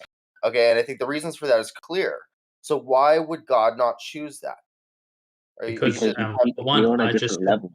Yeah, I'm not God. I am not omniscient. I do not know the things of God. I do not know why he did everything the way he did. And I'm not going to claim to be in the seat of God and determine what's right and wrong for myself as you guys are. You can see why we think it looks sus as fuck, right? Because it's child abuse. It's child abuse. It's not because we're on a different level. We're on a different level to God. No, the baby still on God's level, everything is instant. Whereas on our level, we have to go through time. We have to go through pain. Can I interject? The babies suffer the same. Whether it's a baby that you drown in your tub or the babies that God drowned in the flood, they suffer the same. And how dare any of us? Can I interject? Because Are those you those saying babies are inherently evil. are you saying that the morality of God is different than that of man? No, What do you morality mean has by its that? source. What do you Well, mean by that? you're saying that so if I were to drown a baby, that would be wrong, right? Are you the Yeah, creator of because all the universe? Yeah. Well, just follow my reasoning for a quick minute. All right. Or if I were to drown a baby, that would be wrong, correct? Yes, I would. If God were to drown a baby, that may not be wrong. Is that what you're saying? I'm saying that. Okay, so God is all good. what is moral for God is not the same as what is moral for us. Well, what is moral for? Well, it depends on the scenario. I mean, God is it possible that something that God does would be immoral for us to do? Yes, because he has not decreed us to do that. One on one. But okay, so one yes, and then the other. What do you think? Thinking. So your point is that since God has made a decree and He's done something in that decree, we okay.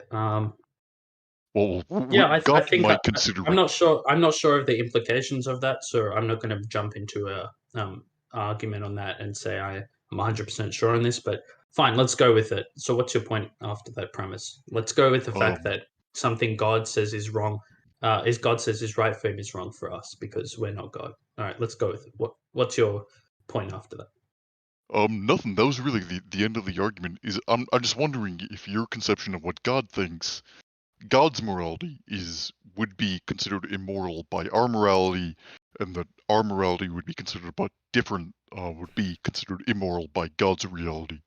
I'm just curious if there's a differentiation there between the Christian perspective. It's very it's like it has a narrow range. So most things would be similar. Like if I was to do something and God was to do it, they would both be wrong. If God decreed it to be wrong, He wouldn't do it. Is what I mean. Can I But just other say things, something? let You me lost finish. me. Okay, so what I'm trying to say is some things neither I nor God would do, and they're both wrong. But there are also other things where God can do them, and also I can do them. God can do them, but I can do them. Oh, sorry, I'm losing myself. I What I'm trying disagree. to say. Can I just say something? Yeah. God doesn't have morality. He's the source for morality. He's the source for morality. Yeah, but I think the main reason What's your why it point? wouldn't work out in that example, Nick, is My point is, because whatever you're not God God. decrees, whatever He does, it's not up to us to decide whether or not that's good or bad. Jump, you're getting quiet there. What's going on? Okay, so Spiral. Can I ask you a question, Spiral? Okay, if that's true, then why even let humans like be arbiters of judgment? Like we have a judicial system, and Christians always judged. They were for punishing the evildoers. Like they're taking God's work into their own hands. No. When God gives you the Christians are always responsibility, judging, they're always hey, gay people, you're evil, and they're always so judgmental. Like on your argument, they should never judge anyone, or they should never dispose justice on Let me answer. themselves. You asked like 10 We're questions. limited. We're faulty. We're human. No. What do you expect everybody to be perfect? God through Him, God gave us the certain responsibilities and roles. Some of those were to be judges over the land, as in Israel. Those who do not have those roles should not be judges over the land and are not given that responsibility. And it's like someone who's trying to do something where they're not allowed to do it. They would be held accountable and they would be wrong in doing it. So why don't they have responsibility of sending babies to heaven by killing them? Sorry, what? So why don't have the responsibility of killing babies and sending them to heaven, saving them from the misery of life and atheism? because, like I just said, it's not your responsibility happening. to kill babies, and it's not in your jurisdiction. And when you step out of your You said jurisdiction you and do what have is some wrong kind by of God, responsibility, but you I said don't know. I people like to kill who and babies. there will be no situation there will be no you situation where just said you're like going to people be have some kind of right. responsibility to dispose justice. God has given many people the responsibility of killing babies. That's a common thing God does. He's given the responsibility to bears. Bears have the responsibility to kill You're not babies. even in control, mate. You Yes, know that, right? You're animals not in control. animals do Kill kill. picnic That is true. baskets. You're not Let's even not in control. My thought Like, stress on this God is animates what through you. if you would say God is the arbiter of the simulation? Like it's What not a simulation? matter of fact of morality, it's a matter of fact of, kicking the stone down, and the stone becomes the comet becomes the thing that kills the dinosaurs, and it's yada yada yada yada. What You you do were saying, realize I that, can you have to understand that God animates through you. You do realize that you don't have your own individual thoughts. Well, I mean, that's a claim. You'd have to prove that. So what was your initial question with the simulation? I didn't quite Well, understand. my question is like, you say that this God or some being or some sort of force or something like that, like, is lack of morality or is morality or is everything like that, but could it necessarily be the the check of the simulation, like the error correction of a simulation? So if a global flood starts, it started because of X, Y, and Z, the God would see it through. It's not a matter of fact of poofing people into existence or having some sort of morality of babies or killing babies or any of these babies, but more along the lines of like the naturalistic consequence of X, Y, and Z that started the chain reaction. What? Have you ever played Populous? Basically, that's what I'm Can I just say? I've never played Popular. No, I'm not sure what that is. Can I just say that if you're playing a video game, for example, and there's a character that you're controlling, that character is in full connection with you, right? But what happens if that character decides to think and decides to do their own thing? Would you that would become be frustrated that they're that would just be trying like to do the their own thing character instead of that I following what you... created a year and a half ago. It does suck, but I get over it. It's fine. But So if you're playing a game, right, and let's you're create trying to a- control this character, but the character decides to think and create their own universe and their own reality, would you get frustrated by that? No, Well, I'd it be did, like, it did holy crash shit. my system, but yes, it is frustrating. I would be like, that's holy exactly shit, my video game character became sentient. I should give them rights. I would not want to exploit them any longer. Why would you want to? Why would God Because want it's your game. It's your game. You're the creator. No, but I don't want others to suffer for my amusement. Why does God want us to suffer It's not for his suffering. You're not entertainment? suffering. I'm suffering indeed, sir. Hello, No, I want you to suffer my I'm not amusement. sure. Yes, I'm not no. sure If what I was a Mango's god, I saying. would want you to suffer my amusement. Yes. So would you within let my that game. character run around and think for itself and be disconnected from you? Yes. God is not saying Yeah, I that can't. happens all the I don't time. agree with this, Mango. I'll say this. Like some of this You stuff have is to just because it's reality. But if you actually create that, if you bring back that connection with God, you live a more tranquil, peace life. Why would I I don't have know a what you're connection saying with that? anymore. Yeah, this doesn't make much sense. It does make sense. What I'm trying to say is you're playing a video game, you're in control of a character, but then the character decides to think for itself, and now you don't have control over that character, right? Okay, so I have autonomy and then NPC, and then I follow it around, and then what? That doesn't matter. Who gives a shit? It does matter because you're in control of the character, but then it decides to say, you know what, I'm not going to let you control me. I'm going to do my own thing. So what? So what? I mean, I lose control of half the This is shit why I I make. disagree with it. It doesn't make any sense. No. Yeah, because like I say, if you try to make a character go left, but then it says, no, I'm going to go right. Yeah, it happens all the fucking time. It's Burn cool. it forever. How does it make this? Just doesn't relate to God at all. This It is does, just because a, that's Well, exactly how our universe works. I was kind of like relating to like a simulation check, this is like a random thought on the aspect of a god and a simulated universe, and perhaps a god is the simulation check of the universe, which would actually still more along the lines be more like a naturalistic cause, but it's something that just like it happens and it goes and it you know, it does whatever it does. It's not No, you are necessarily a a character. simulation. You are a It's character not necessarily a controlled by God. moral question. It's more of like a naturalistic cause. Nothing naturalistic about it. You're a character controlled by God, and if you align yourself with that control, you'll live a good life. If you try to go away from it and you try to think for yourself, you'll And live a miserable life. does that include killing people for being gay, as it says in Leviticus 20:13, where God says to kill people for being gay? But, Yeah, it does say but the that. problem Should we align ourselves with that? Is that what you're If you're promoting? in alignment I just, with God and you let God control you, guys, you please, don't please. have I one just at a want to time, one at a time, one at a time, one at a time. if you're in you know, alignment with even if I'm a true Christian, you know, even if I'm a true Christian, my baby can die because, you know, society could be corrupt. You know, I could be living in Sodom and Gomorrah or any place. You know, even if I'm a true Christian, even if my baby was born, you know, in a true Christian family, it has a chance of dying or be killed by God just because, you know, my neighbor next door is like an evil guy. Like, how is that justified? Wait, it's not sorry. about I justification, needed a it's about response. reality, my friend. I need a response to my question before we move on to another Okay. question, please.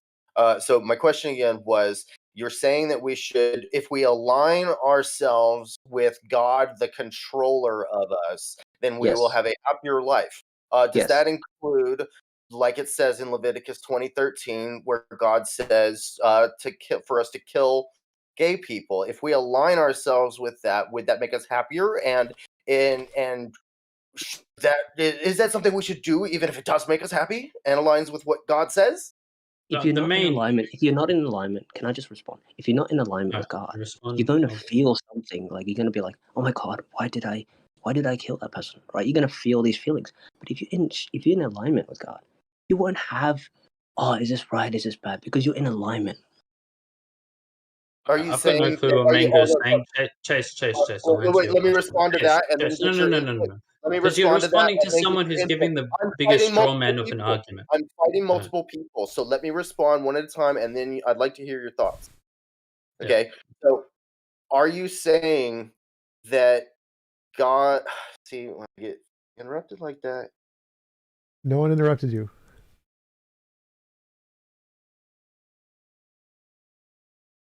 Wah, wah, wah. Eyebrow Sorry. Mango. Eyebrow Mango. What was the last thing I said to you, Eyebrow Mango? You said that in the Bible it says that you have to kill gay people. And do you feel like you should do that or not? Yeah. And I said thank that if you're in alignment with God, then you don't have like this conflict within yourself. Right. of So it whether or sounds like not you're this is saying true. that if you just follow the scripture and kill the gay people, you're Yep. in alignment with God, and so you won't be bothered with thoughts of, oh, did I do something wrong by killing these gay Exactly. What Exactly. if Yes. God just wants to torture people? Okay. It's not unethical. You have to Okay, now I'd understand like that. to hear from Spiral Not King. Spiral Not King, go ahead.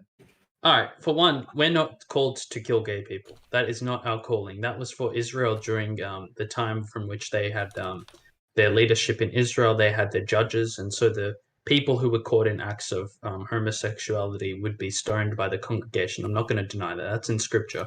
But us as Christians now, that is not our calling to stone gay people. back Our then it calling was. is to preach the gospel. We still say But back then homosexuality it is was. wrong. That's a fake Christian. Okay, I That's understand. a lie. Thank you. Is the word of Imagine, God not hold on, eternal? hold on. Imagine that we were back then, the though. word of If you God and was I That's a were- lie. If you and I were having this conversation back then, though, you would say you should kill me because I'm bisexual, because your God Yes. said to. Absolutely, because you're out of alignment. We I might. was asking Spiral. Sorry, Eyebrow Mango, please stop. I was asking Spiral. One sec. I got a super chat. Antipode Serial asked, "How is the books going?" Slow because of the COVID thing in Malaysia, where my co-author is, Samuel Nassan. He's been hit hard by COVID and a lot of personal stuff, so he's been really slow on the book, unfortunately. So books are going slow. Okay. So what was your question? But my argument is, even if I took it, so I can still die and my baby can still die. In a natural flood. You and your baby, man. You've been talking about that baby for like 20 minutes. Okay, so Spiral, my question, yes. Spiral, thank you. Yes. My question was, I believe, if you and I were having this discussion back then, like 3,000 years ago, whatever, and you would say that you should kill me because I'm bisexual because your God said to? You know, well, Right. I would tell you, hey, if you don't want to live by the rules of God and you want to go do your own thing and you don't want to follow his law, you have literally all the leverage in your legs to go and walk out of the camp, and you're not under the jurisdiction of the homosexual sort of issues. But yes, if you wanted to live under God's law, if you wanted to live under his kingdom and wanted to live under that, I would say that the just punishment for you by God is that homosexuals should be stoned by the congregation if caught in the act. Yes, that's. I'm not gonna. That's what the Bible says. I'm not gonna. So here's my question to that: Who told those people that they claim divinity on that? Prove Like I said, divinity and not just some asshole who thinks it's gross. Yeah, because like if you're in alignment with God, right? In alignment with God. Okay, I don't believe it's in alignment. There's a claim. You're making a claim that you're in alignment with a God. Go ahead, prove that to me. Yeah. Because he's connecting you. He's controlling your mood, How? your speech, everything. Well, how? Well, then if he's controlling your Because speech, you're not thinking. then When you stop thinking, that's when you know. When I stop thinking, nothing happens in my brain. You know when you stop thinking. You know when You're getting you weird stop answers thinking. from this, so I wouldn't recommend it. Yes. Oh, can I say something? You know, it honestly sounds like a bunch of threats. It just sounds like a whole bunch of people that had an STD that ran into the brain, started saying shit. Somebody else wrote it down. Now, how do I determine somebody doesn't have syphilis versus somebody that has a divine intervention within I think it's schizophrenia. the Old Testament? Schizophrenia. When you stop schizophrenia, syphilis, any can I of say that. something?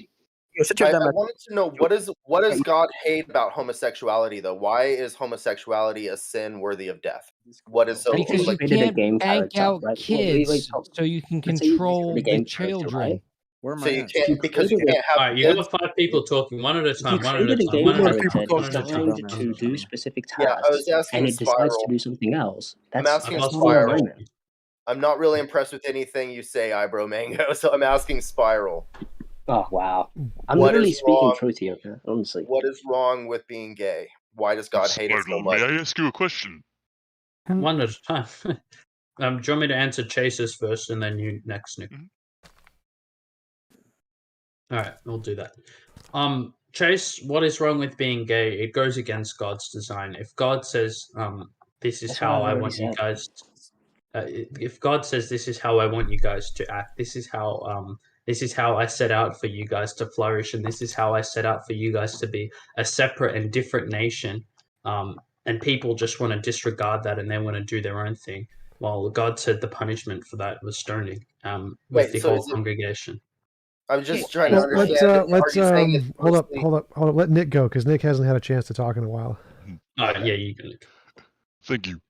Spiral, say that the conditions were remade such that the Old Testament was normal again, and that, you know, the temple was restored, and that more Amalekites and gays and whatever were found. Would it be your responsibility as a member of the kingdom of God to put them to the sword? Well, that's a very theoretical question, and I'm 100% sure that could never happen again because we were in the new covenant and the different parameters. But let's say if I was to go back in the old covenant, my responsibility would be to keep the land pure, as God has asked me to keep the land pure, and that probably would be my responsibility. That sounds But fair I enough. wouldn't Let him talk. just be. Whoa! Let me finish. I wouldn't just be a vigilante looking for gays to go out and kill. That's wrong. I would That's be. wrong. I would. I Let would him be. talk, guys. It's his response. Let him talk.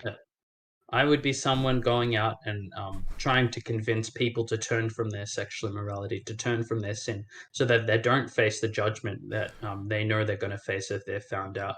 So it's not necessarily for me to go out and call to try and get people killed. I'm not some mass murderer who just wants everyone dead. I just want people to obey God, and there are consequences if you don't. And if you don't want to do that, you're more than welcome to go in a different society and live your own way, or leave the camp of Israel and do whatever you want. I'm not in Israel. This is not what I'm supposed to do. I'm just clarifying that. I'm a Christian. We don't kill gays. We don't do that. But I just add one thing. Can I point something out? Can we focus the conversation between a few people? I just want to point one thing out real quick. All right, please. Just one thing. What you just analogized right now sounded very much like a threat. If you don't follow what we say, you're going to be tormented for all eternity.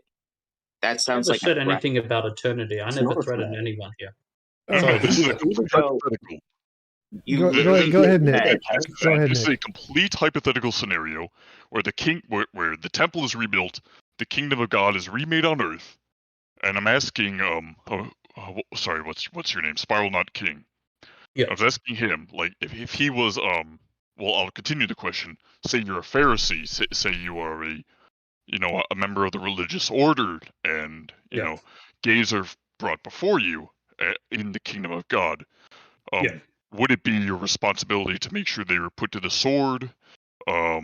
Amalekites brought to the sword and the gays stoned. Would that be your responsibility in the new kingdom? In this new kingdom, if those were the parameters, then well, you kind of gave the answer for yourself. You kind of said if this was how it would be, and we're still following the old covenant, then yeah, that would be my responsibility. But it wouldn't just pertain to putting them to death. It would pertain to me trying to bring them to repentance, trying to get them to turn away from what they're doing, and I'd also want them to have mercy too, but only if God wills it in that scenario. Just let me clarify. Oh my God. Keep it between two people. All right. Yeah. Let's not. But this is an open discussion, so this is an open forum. No, Mango. Can I just say one thing? Can I just say one thing here? Go ahead. Can I just say one thing? It's not about the Bible. It's not about a book. It's about not thinking. When you stop thinking, you find the truth. You find reality when you stop thinking. We get it, What do guy. you mean Thinking by hurts your that? brain. Shut up. Everybody hold thought. Don't tell him to shut up. You summed up religion. It's the same stuff over and over again. Move on. All right. So what I was going to clarify with that, I'm not someone who, like, as a Christian, I don't want gay people, lesbians, and I was supposed to say homosexual, transgenders, whatever it may be, people who are money changers, people who are self-righteous. I don't want them to go to hell. That is, as a Christian, that is the last thing on my mind. I don't want those people to go to hell. My purpose as a Christian is to try and preach the gospel of Christ and bring people to repentance so that they don't go to hell. I am not someone who goes out and wants everyone to go to hell. I'm just trying to clarify that. That is my intention. That is my goal. And I have to, as a Christian, say that evil is evil by what God determines evil to be, and for people to turn from that evil. And then from when they turn from the evil, Christianity isn't just about punishment.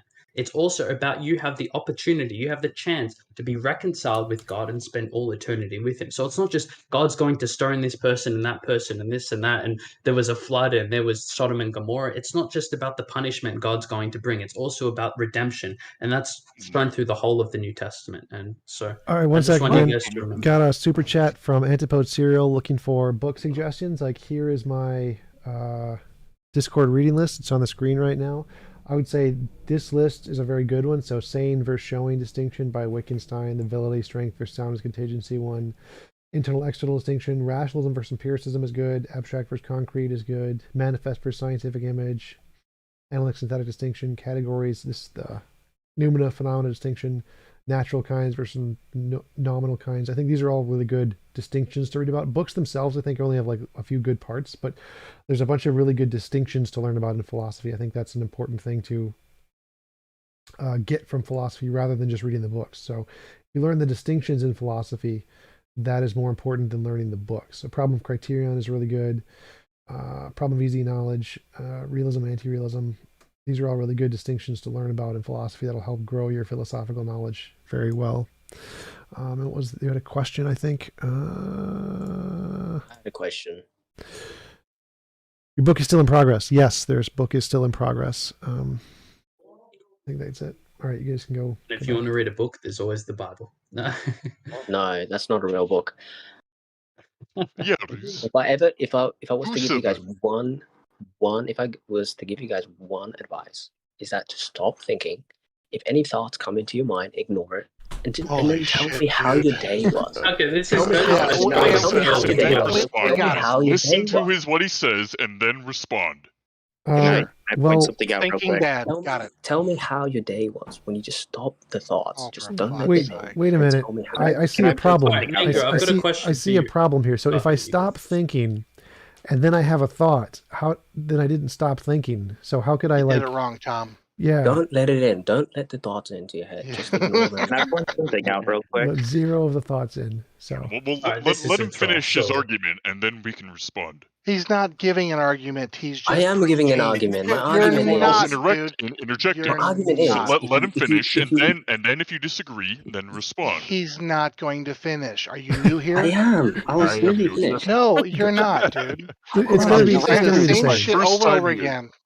Well, I wasn't I'm really finished. sorry. Let me just finish. If you guys just listen, right? I'm listening. I'm listening. What am I hearing? If you just block out the thought, if a thought comes into your mind and you just say no to it, I'll tell you right now, you'll live a peaceful life and you'll be in alignment with God. Now refute that. I think I have a question for Mango. I really want to say something. All right, go say it. Okay, so I've studied cults for on and off 15 years. What you are talking about right now is a thought-stopping technique. It is used to brainwash people. It is not healthy, and it is a very dangerous thing to do. You should not do that. Yeah, that sounds right to me. Do not stop and thinking. I'm a actually have Christian. I evidence for this, disagree with if you it guys to the would nth like it. degree, and it's not something that Christians condone. It's not in the Bible. I'd pay you $1 million to give me a scripture that says just stop thinking now, and somehow you'll be in alignment with God. Wait, that First exists. Corinthians basically says that. What's the one where they think that the 24 wisdom to like a 30, child? What's the wisdom like a specifically. child book?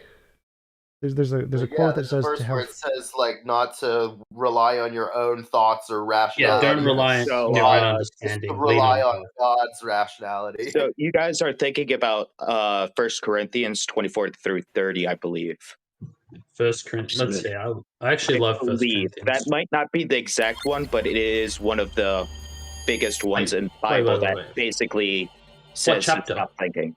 What chapter? You said 1 Corinthians 24 to 30. Those aren't chapters, those are verses. What chapter of 1 Corinthians? It would be 1 Corinthians. I found it.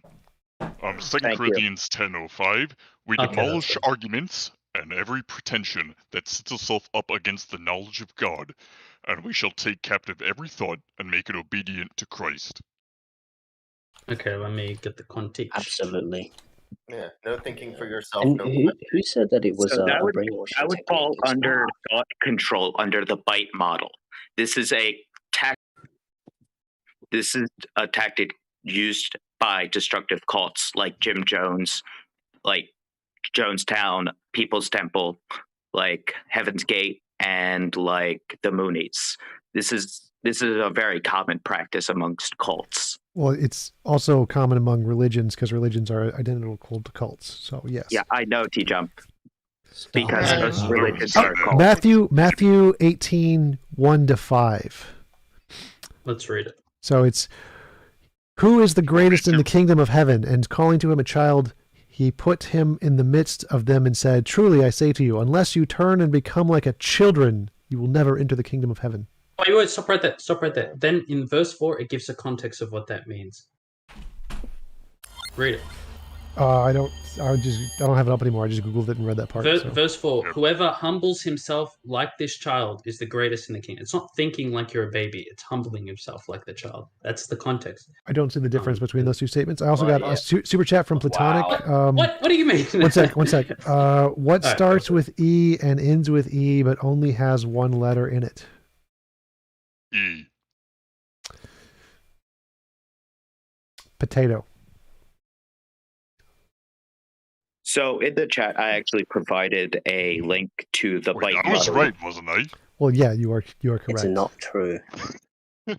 So in the chat, in the general chat, I provided a link to authoritative control, what is the model that most people use to diagnose if a group is or is not practicing destructive cult-like ideologies. Cool, thank you. I highly recommend doing more research. I can also provide more. I could provide a book on Audible for it, which is. I also may have a study in my PDF folder. Not sure though. How are you able to come up with these things when you're literally a Satanist? What the hell? Who's a Satanist? Like Satanism. Maybe you don't know what Satanism is. No, the guy's name has Satanist in it. Spiral, can I ask you a question? Spiral. Yeah, sure. Go ahead with your question. Let's hear it. As long as it's not about babies again. You've asked like 50 questions about babies. It's becoming a theme here. The fuck was happening? Can you hear me? Yes, we can hear you. Yeah, I can hear you and the dog. Yeah, so even if I live as an idle Christian, even if I follow Jesus Christ, I can still die in the global flood, or I can still die in Sodom and Gomorrah, or any of God's wrath, right?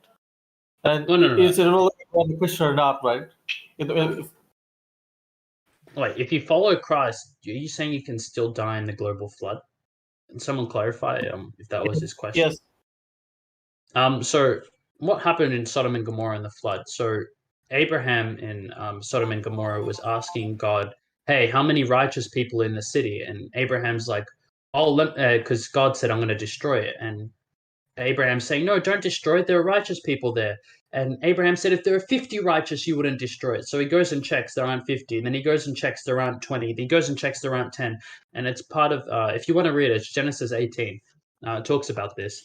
And so in the story of the flood and in the story of Sodom and Gomorrah, there weren't any righteous people in those cities, and the righteous were rescued out of those cities.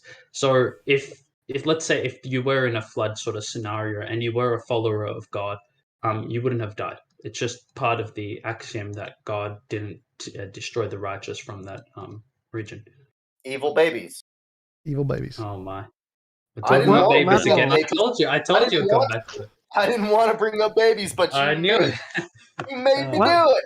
What level of death and destruction would make you start to suspect that your God is evil? What level of death and destruction? I don't think the level you guys put forth. If God played The Sims like I do and just tortures everyone, But that's what I really dislike. So you guys have this perception that God is just this person who just kills. Sorry, I got food in my mouth. God is just this person who kills and tortures and all this other stuff. And you bring no regard. Wait, hold on a second. Is your God not all powerful? He is all powerful. Okay. So then by any death or destruction, your God is worse than The Sims. What? Worse than The Sims? Yeah, because if your God is all powerful, I mean, then there could be no death, no destruction, no consequence within the realm of any of that. I mean, just for the sheer fact that you label an unlimited powerful being to anything would mean that your God is demonstrably horrible.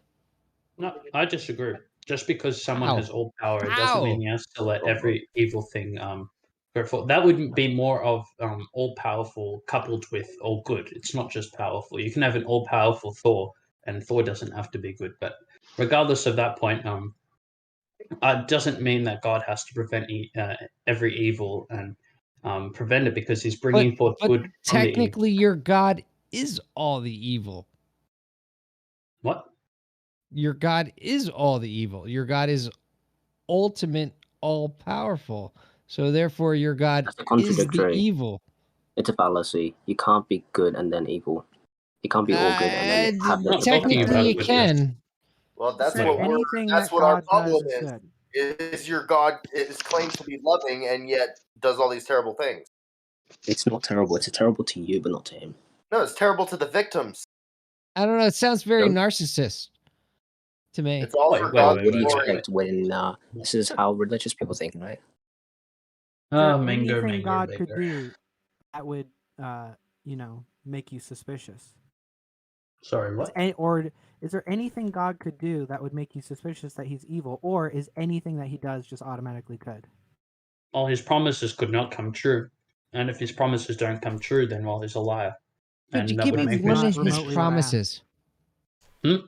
Give me one of his promises. That he'll redeem the world through Jesus Christ, or he'll bring a redeemer, and through his stripes, through his afflictions, we will be healed through them. Okay, and how did you determine that was good? Because that just sounds like a blood sacrifice. It's not a blood sacrifice. It was good because we deserved the wrath of God. We deserved his punishment. Wait, well, why do we deserve that? Because we've sinned against a God. All right, Oh, I'll give you an sin example. Is what? Sin is transgressing the commands of God, and Says basically who? following. Says God. Well, Says who God. else? Where did you get that? Up his ass. The Bible. You got that from the Bible. What I'm getting to is like literally your epistemologically back to anything is literally dog shit. How is sacrificing somebody Come on on, a cross man. not? How is sacrificing somebody on a cross not blood sacrifice? It's literally satanic. What? It's just. I'm actually done. All right. Satanic. I mean, it does say, like in Isaiah 45:7, it says that God makes peace and creates evil. It says, "I, the Lord, do all these things." Technically, it only says that in Yeah, one of the actually, translations, though. in some of the other religions as well, it says that God is the deceptor. Actually, the accurate translation means calamity. Sorry to interrupt.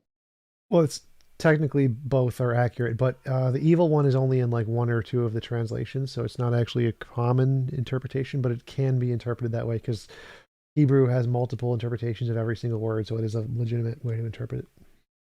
So some of these Bibles are no good. Not really. I mean, I think so. If 2 out of like 70 translations are saying something, and Hebrew has a lot of options, but in the context of the situation, the option isn't relevant. Well, no, the English choices of the words are contingent on the feelings of the person doing the interpreting. Like if you actually Google the Hebrew word itself and then look at the context in the Bible, the Hebrew word is used for evil over 20 times in the Bible itself. So that is, it's in all its interpretations. I'm not saying it's not used for evil. I'm saying if you look at the context of the situation, the context usually determines what word is being used or how we can know which word is being used. Not really, no. Sounds like a murderer who says that they had the right to murder. Like you're trying to justify evil, man. That's evil. It's exactly what it is. It's ordained, and because it's ordained, it's no longer murder. It's just the way God wanted it, and therefore it's good. And that's what I use when I murder people. Like That's what I do. that could potentially make sense to God, right? But not to us. Like to us, if we see someone murdered, that's completely wrong, irrespective of what God's opinion is.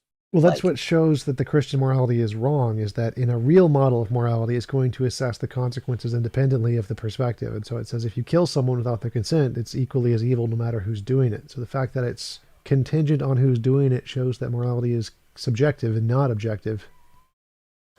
So do you believe So then, is so then subjective? killing Even if it babies was could be subjective. T-Trump. So then killing babies can be good in some situations, right? Just based off of what you said right now. No, because I believe in objective morality, so it can't ever be good under any circumstance ever. You just finished saying depending on the situation. No, I said that if Christianity is true, and morality is contingent on a God, then morality isn't objective and it would be subjective. I think morality is objective, so that proves Christianity is false. Because if Christianity was true, then it can be good to drown babies in certain instances, which shows it's not objective, it's subjective. No, it's not subjective. Just because God is permitted to do something in a certain scenario. That's literally what subjective means. That's, you just said it's subjective. Hey, No. T-Jump. What? All right. T-Jump, So if what? T-Jump, if you had... Mango, if what you is he had a- saying? Sorry. T-Jump, if you had a thought in your head that came and said to order pizza, would you do it? What is this? I don't know what you're asking. If I have a thought and a cane, or do I order pizza? Just answer the question. Mango's trolling. He's laughing. Come on, man. Come on. No, this isn't legit. Surely. I would order pizza if you sent me another super chat to pay for pizza, for sure. So, T-Jump, what's your definition of subjective? Things And contingent on imagination or perspective, intuition, ideas. Contingent on a So then mind. there is the ultimate good and an ultimate bad that is separate from our own perspective, right? That's what you're saying? Yes. Okay, so why can't that ultimate good be a force of nature that It moves can. all things? How are you gonna say that there can be an ultimate good and an ultimate bad, but when you talk about God being the ultimate good, you're like, no, he can't be. That can't exist because there's bad in the world. Because it's That doesn't- subjective. that doesn't So if I said that if something is only good when God deems it so, and he can do the opposite, then it isn't objectively good, it's subjectively good. So if God changes his mind and something can be good contingently on his position, then it's not objective, it's contingent, it's subjective. Where does he change his mind? That's my question. Like if God can do it, if it it's applies to God but not to other people. So if God can kill people and it's not evil, but if we kill people and it's evil, it's subjective.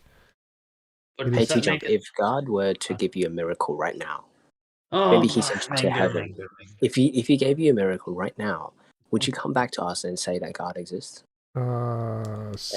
Possibly. No. Like I if would there's say actually evidence, sure. Okay. Like, let's say he sent you, evidence. he sent you to heaven, and then he came back down to earth. Would you let everybody know that God exists? Well, I'd let everybody know my experience, and that would count as evidence, sure. Well, So would you everyone's think had people would look at experiences you as a crazy person? So, can I Possibly. speak about this for a quick minute? Because I actually know a little bit about how the brain works. So, when it comes to hallucinations and dreams, a lot of our dreams are linked to the subconscious and pre-selected beliefs. Like if you were a Christian before the dream, you are most likely going to dream of the Christian sect. If you are an ancient Egyptian, you are most likely going to dream about Ra in your dreams if you have a dream like that. It's very... We don't know why this happens. Oh but yeah, that's we do. the usual tendency. We do when know why that does we do know happen. why that happens. It's called neuroplasticity. But he asked specifically, like, if God immediately right now brought me to heaven and I met him and talked to him, would I believe in God? And that would be evidence for sure. I would count that as evidence because I'm an atheist. So my neurological problem would be to not have that happen. Okay, damn it. But I wouldn't. But how would you But that just diagnose wouldn't be. if it That just wasn't wouldn't be. just... I want to say something real quick. That just wouldn't be sufficient enough of evidence for anybody else you talk to, right? Because Right, a lot they of people wouldn't. They said wouldn't they just went to believe me heaven. because I said so. Like they need more evidence than just because I said so. See, I'm Yeah, right. confused. I asked you about parting the Red Seas earlier, and you said, like, no matter what, unless it had some predictive capability, it's not evidence.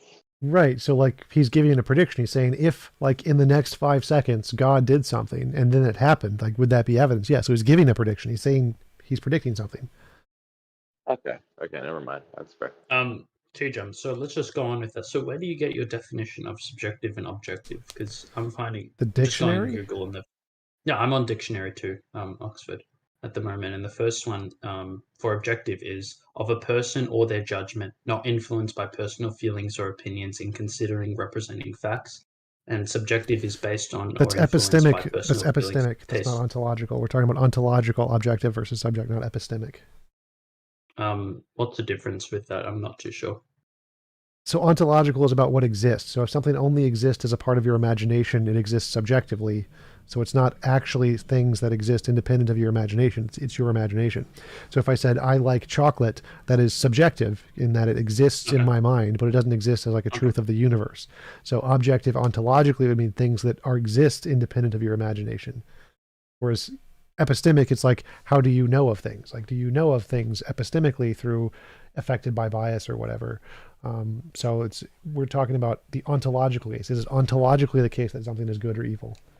But you said ontologically objective is like something that exists that is apart from my imagination. Is that correct? Yeah, independent of opinion. Independent of opinion. So how does that relate to God having the authority to kill? It's good because it's his opinion. So it's contingent on his opinion. It's subjective. But is it his opinion, or is it yes? Like isn't it by nature, if it comes from God, it's objective? Like no. So if someone is omniscient, if God says there is an objective moral principle, meaning like it's inviolable, and then he says I can violate it, then it's not objective. So objective in the context of morality, we're saying this applies to all conscious entities everywhere, always, no matter what. Not it's contingent on some. Okay, but why? So it's not dynamic. What?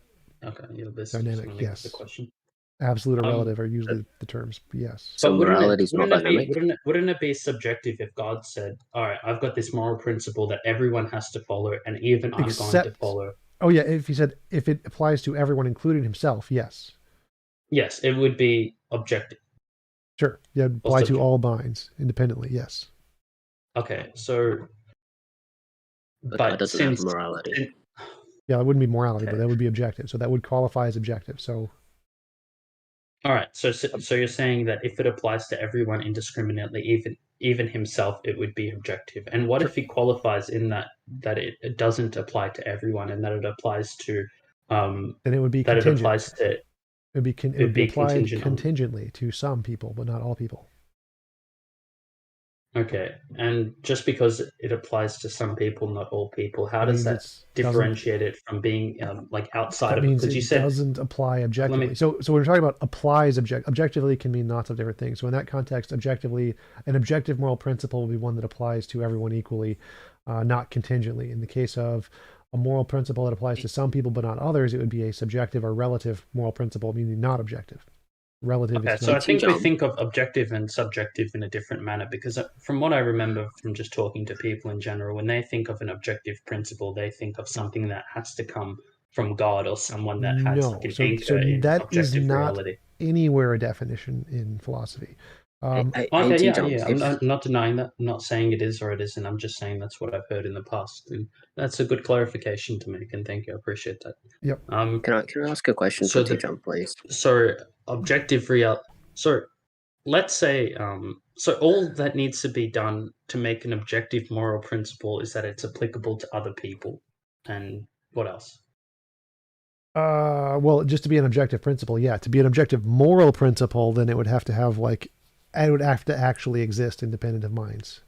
But just the objective part, the reason I said God's was subjective was because it applies only to some and not others. So it's like relative. It's a relative morality. T-Jump, Is there an objective moral principle that exists absent of minds? Yes, I think there is. Yeah. Did somebody else somebody else asked if they could ask me a question? Oh yeah, it was Among Us. Yeah, I wanted to ask a question around sure. Like let's say you had a lion, okay? It's a predator. Lion? L-I-N-E? What? Sorry. I can't understand the word you're saying. You said I have a line, like a triangle line. Let's say you had a predator, right? No, he hasn't answered this question yet. Among Us has been muted this entire time. Oh, my bad. So let's say you had a predator, right? Stop. Let him finish the question. We have a predator, a lion. What do you want? Yes. It eats meat. Yes. It's not conscious that it's eating a conscious being, or another conscious being, I should say. Yeah. But how is that evil? One day it wakes up and it realizes good and evil. Okay. And it looks at the animals that it's been hurting and eating, and it goes, "Oh my goodness, I can't be doing that again. That's wrong." Where did he get that from?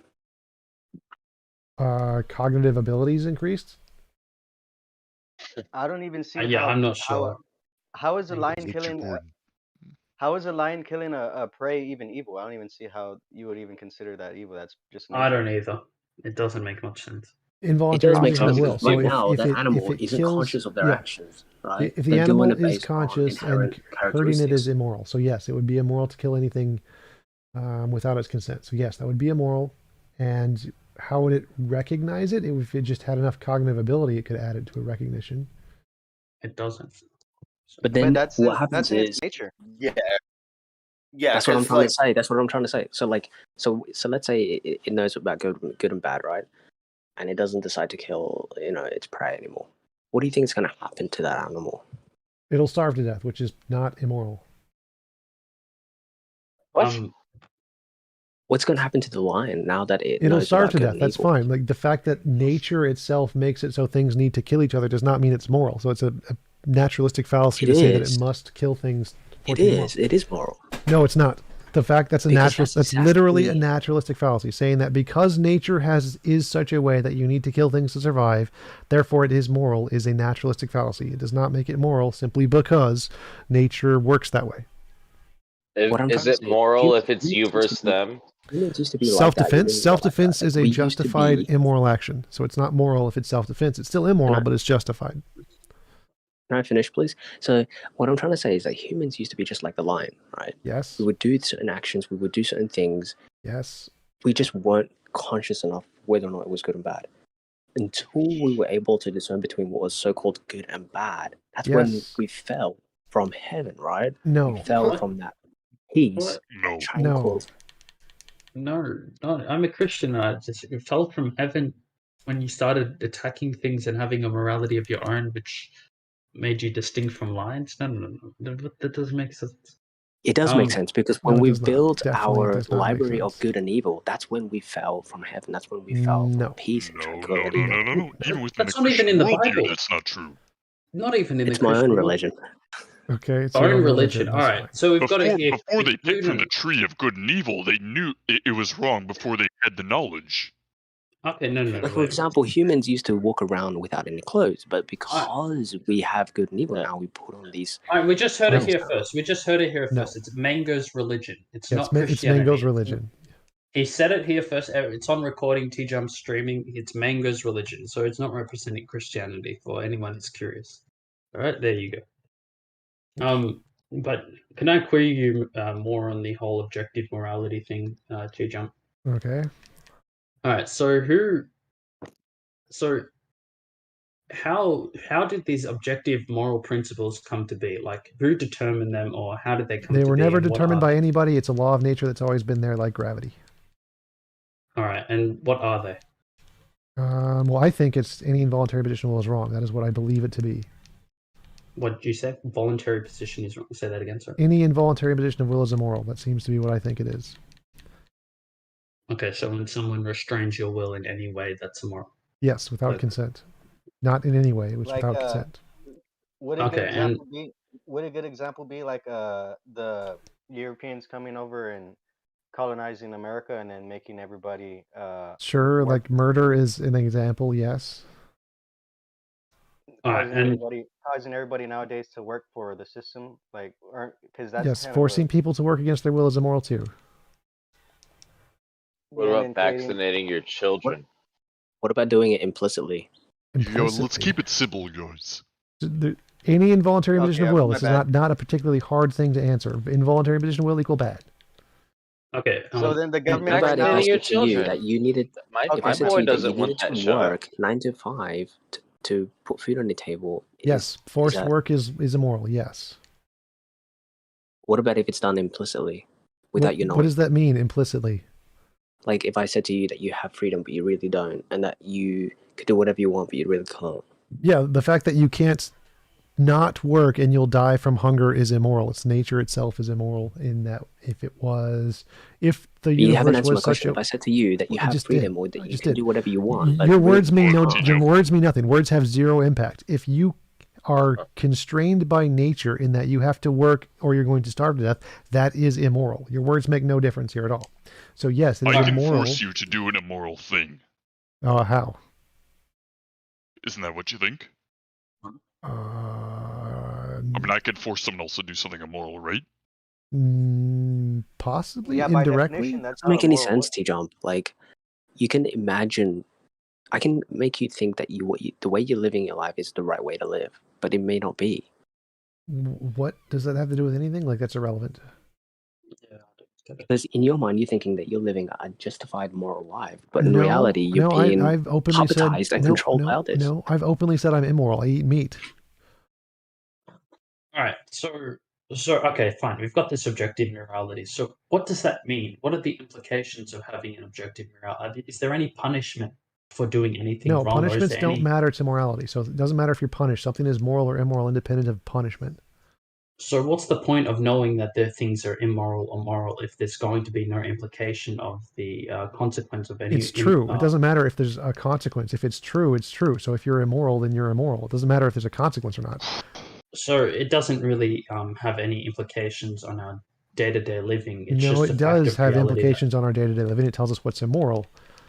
But okay, so we've got an is from reality, and you told me before we shouldn't derive an ought from an is. That So why wasn't should I me. act in a moral So way? there are no oughts in my morality. It's just an is. Morality is itself an is statement. You are immoral. That's an is statement. Okay, and I'm asking, why should I act in a moral way? What's the I don't care. ought? I don't care how you act. I don't care how you choose to act. I'm going to label you as moral or immoral because it's true. I don't care what you choose to do with that information. Oh. But you do realize anybody can label anything immoral. And then Yes, people will you can. and you do realize the way in which people behave. No, You no. don't So want I to think do there's a things that are truth immoral. value. So So one is if correct, someone one is comes up and incorrect. says that something that is Stop actually immoral, talking. decide- Stop talking. So I think there's an objective truth value to the statement. One person can say you're immoral, but one is right and one is wrong. There is an objective thing there in the universe that determines it. It has nothing to do with opinion.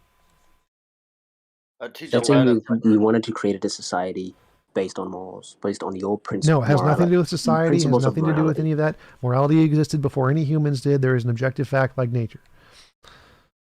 Okay, but let's say there's something moral, and some leaders decides that that thing is now immoral. Leaders don't But it's matter. actually Irrelevant. moral. So it doesn't make a difference. That's it. That's entirely irrelevant. Completely, entirely irrelevant. Doesn't matter what any leader or And any if we human don't being ever if says. we don't have a centralized, if we don't have Makes no difference. source of Stop. I've already addressed then you. people- Stop talking. I've already addressed your dumbass shit. It does not matter what any human ever says, no matter what. Doesn't make any difference what they think, how they act, what they think they should act like. Makes zero difference to morality. Morality is an objective thing that exists independent of any opinion at all. So no actions or decisions or motivations make any difference whatsoever. Yes, it's in its isolated state. Yes, There's no But isolated state. morality This is an a objective tool state that's independent of used reality. within their society, and if it's No, not, society makes you know, no if- difference. I've already addressed that. Anytime you say society, you're just a dumbass because I've already addressed that. It makes no difference. Society makes no difference. People make no difference. Opinions make no It difference. does. It does. No, it doesn't. Because That's your morality in ignorance. its isolated state may There's no isolated abide by state. I've your already addressed that. principles. Stop talking. It doesn't. I had a question got- for you, Jump. Is Go for with your talk about how your definition of immoral is any involuntary imposition of will, right? So Yeah. what if somebody is like take person A, I'll be person B. So generally, it would be wrong for me to hurt person A to like tackle them for no reason, right? Because it's an involuntary imposition against their will, Yeah. right? But what if they're about to shoot into a crowd of children or something, and then I tackle them It's a for justified immoral action. So it's still immoral. It's justified. So you've still done an immoral action, but you've done it in order to protect others. So you've done one immoral action by tackling the person, and you've done a bunch of moral actions by saving the other ones who didn't want to be tackled or shot. Okay, thank you. Agreed. And the same action of tackling somebody in the situation of like a consensual football game would not qualify as immoral because it's voluntary. Correct. They've consented to be a part of the rules, and so it's voluntary. Okay, thanks. Just wanted to understand your position. Hey, Jim. Quick question. It's really bizarre to What me, do you though, think of a conscious robot forced to do labor? Is that considered a moral action Yes. or immoral? Immoral. It's considered immoral. If it's conscious, it should have its right to determine itself. I agree. So to That's tell an your interesting children, point. they should go to sleep at Wait a a certain minute. time, would that be immoral to tell Yes, them it is they immoral have to force kids to go to sleep, but it is a justified immoral action because you have to do so to prevent them from like dying of not getting sleep or whatever. So because they are restricted by nature, they must be you must do things to protect them from nature. So like forcing kids to get vaccines or whatever. So wait. So somebody brought up vaccines earlier and I forgot about it. So asking about vaccines, forcing kids to get vaccines is a justified immoral action. It is immoral because you're forcing them to do something they don't want, but you have to do it to prevent a greater harm from happening by nature. So it is immoral, but it's a justified immoral action. I know you've talked about morality in its isolated state, but let's There's no look at the isolated state. That application doesn't even of make any morality. sense. Let's look at the application of morality. Application is Because ethics. that's what matters. That's what matters. What you're saying makes zero sense. You're just not listening to the It does question. make sense. Stop talking. Stop interrupting me. Morality, objective morality, is independent of its pragmatic applications. The pragmatic applications are separate from the objective truth. How it applies pragmatically has nothing to do with whether or not it's true. Like God, can we? Wait. You believe in God, right? You're one of the Christian guys. No, not really. I'm just a fake Christian. But what I'm trying to say is... Wait. Stop. So you believe in God. Can you live up to the good standards of God? Can anyone... I think, what is the quote? No one can live up to the glory of God or something? Yeah, if No one is good, no, not one. if they are in alignment, yes. So like no one is sinless. No one can live a perfect life. Only Jesus did that, whatever, right? No, he doesn't believe that. He doesn't even believe in God. Like, Stop interrupting. Let him answer the questions. Like there are people who are, no one can be sinless, right? Except Jesus. No, you can. If you are in complete alignment.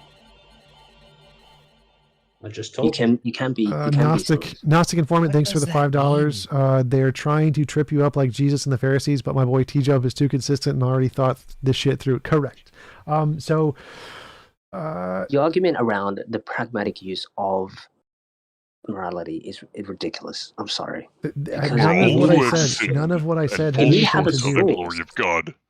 You need to have a source. You need to have a book that lists out. Those are two separate things. Oh my God, you're so dumb. So whether there's a source and how you pragmatically apply that source are two completely separate topics. What you're saying is literally stupid. Yeah, Bro Mango, I think you're thinking too much. Remember how you were saying we shouldn't be thinking so much? Oh yeah, you're right. Thinking badly. Yeah, just stop thinking and talking also. Well, Tom, I have a question for you. So if like you say you introduce this language where it's like there's like this pragmatic need for doing some immoral thing and so and so it becomes good. No. It's still immoral. So it's justified. So it doesn't become good. So it's still always immoral. Yes. So a justified immoral action is still immoral. It's not a moral action. It's a justified. Vaccinating my immoral children is justified, but it's still immoral. Yes, it's a justified immoral action. That means it's immoral, but it's justified.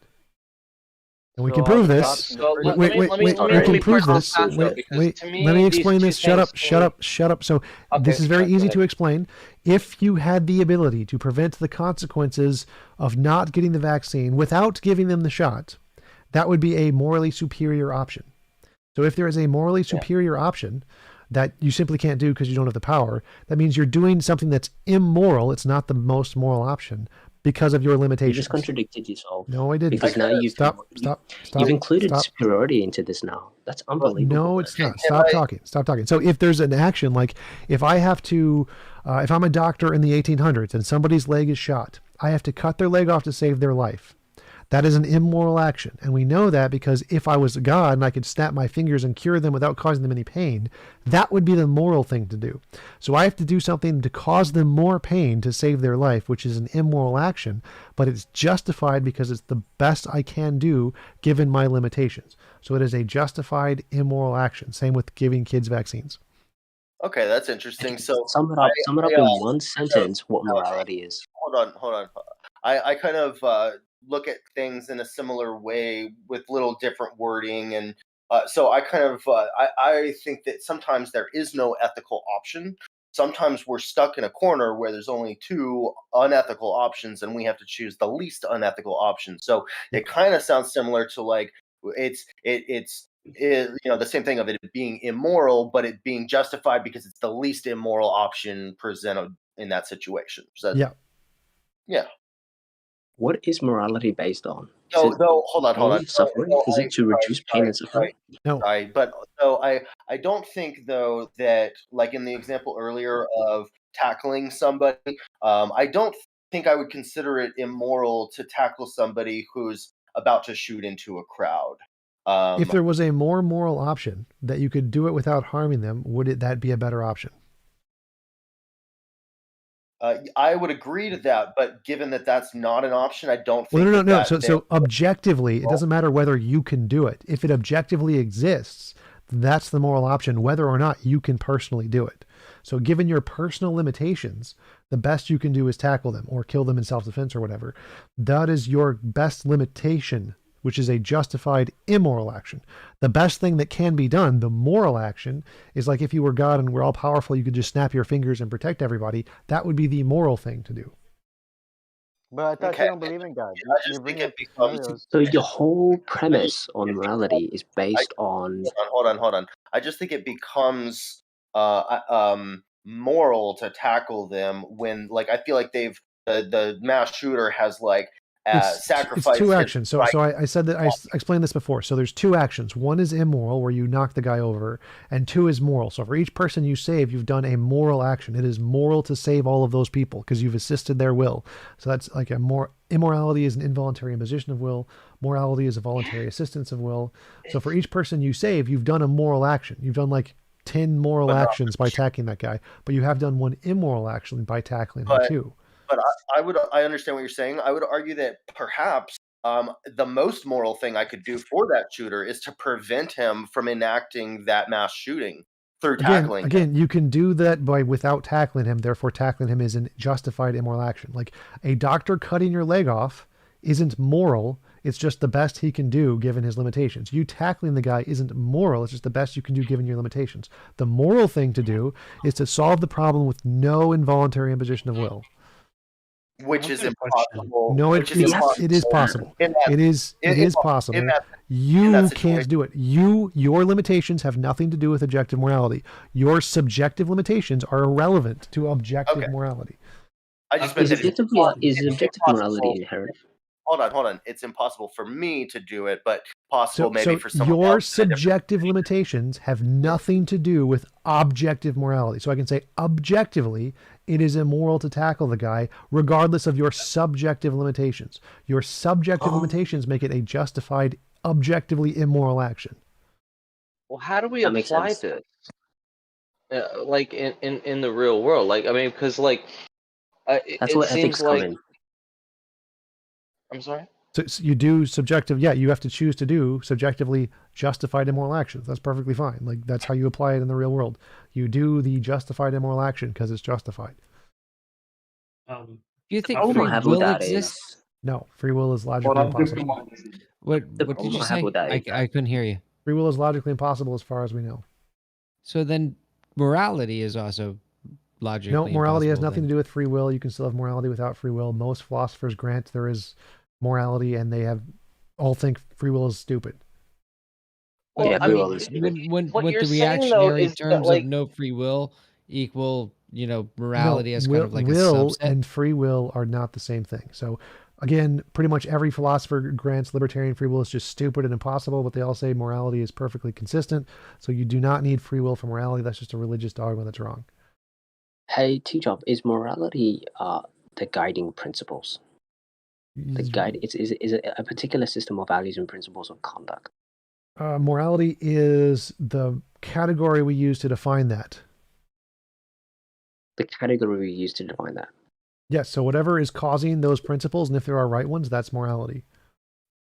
Isn't it not like a particular system of values and principles? No, that's just what we define as the category of morality. So if there is one of them that is correct, that is objective morality. One of them has to be correct to be objective morality.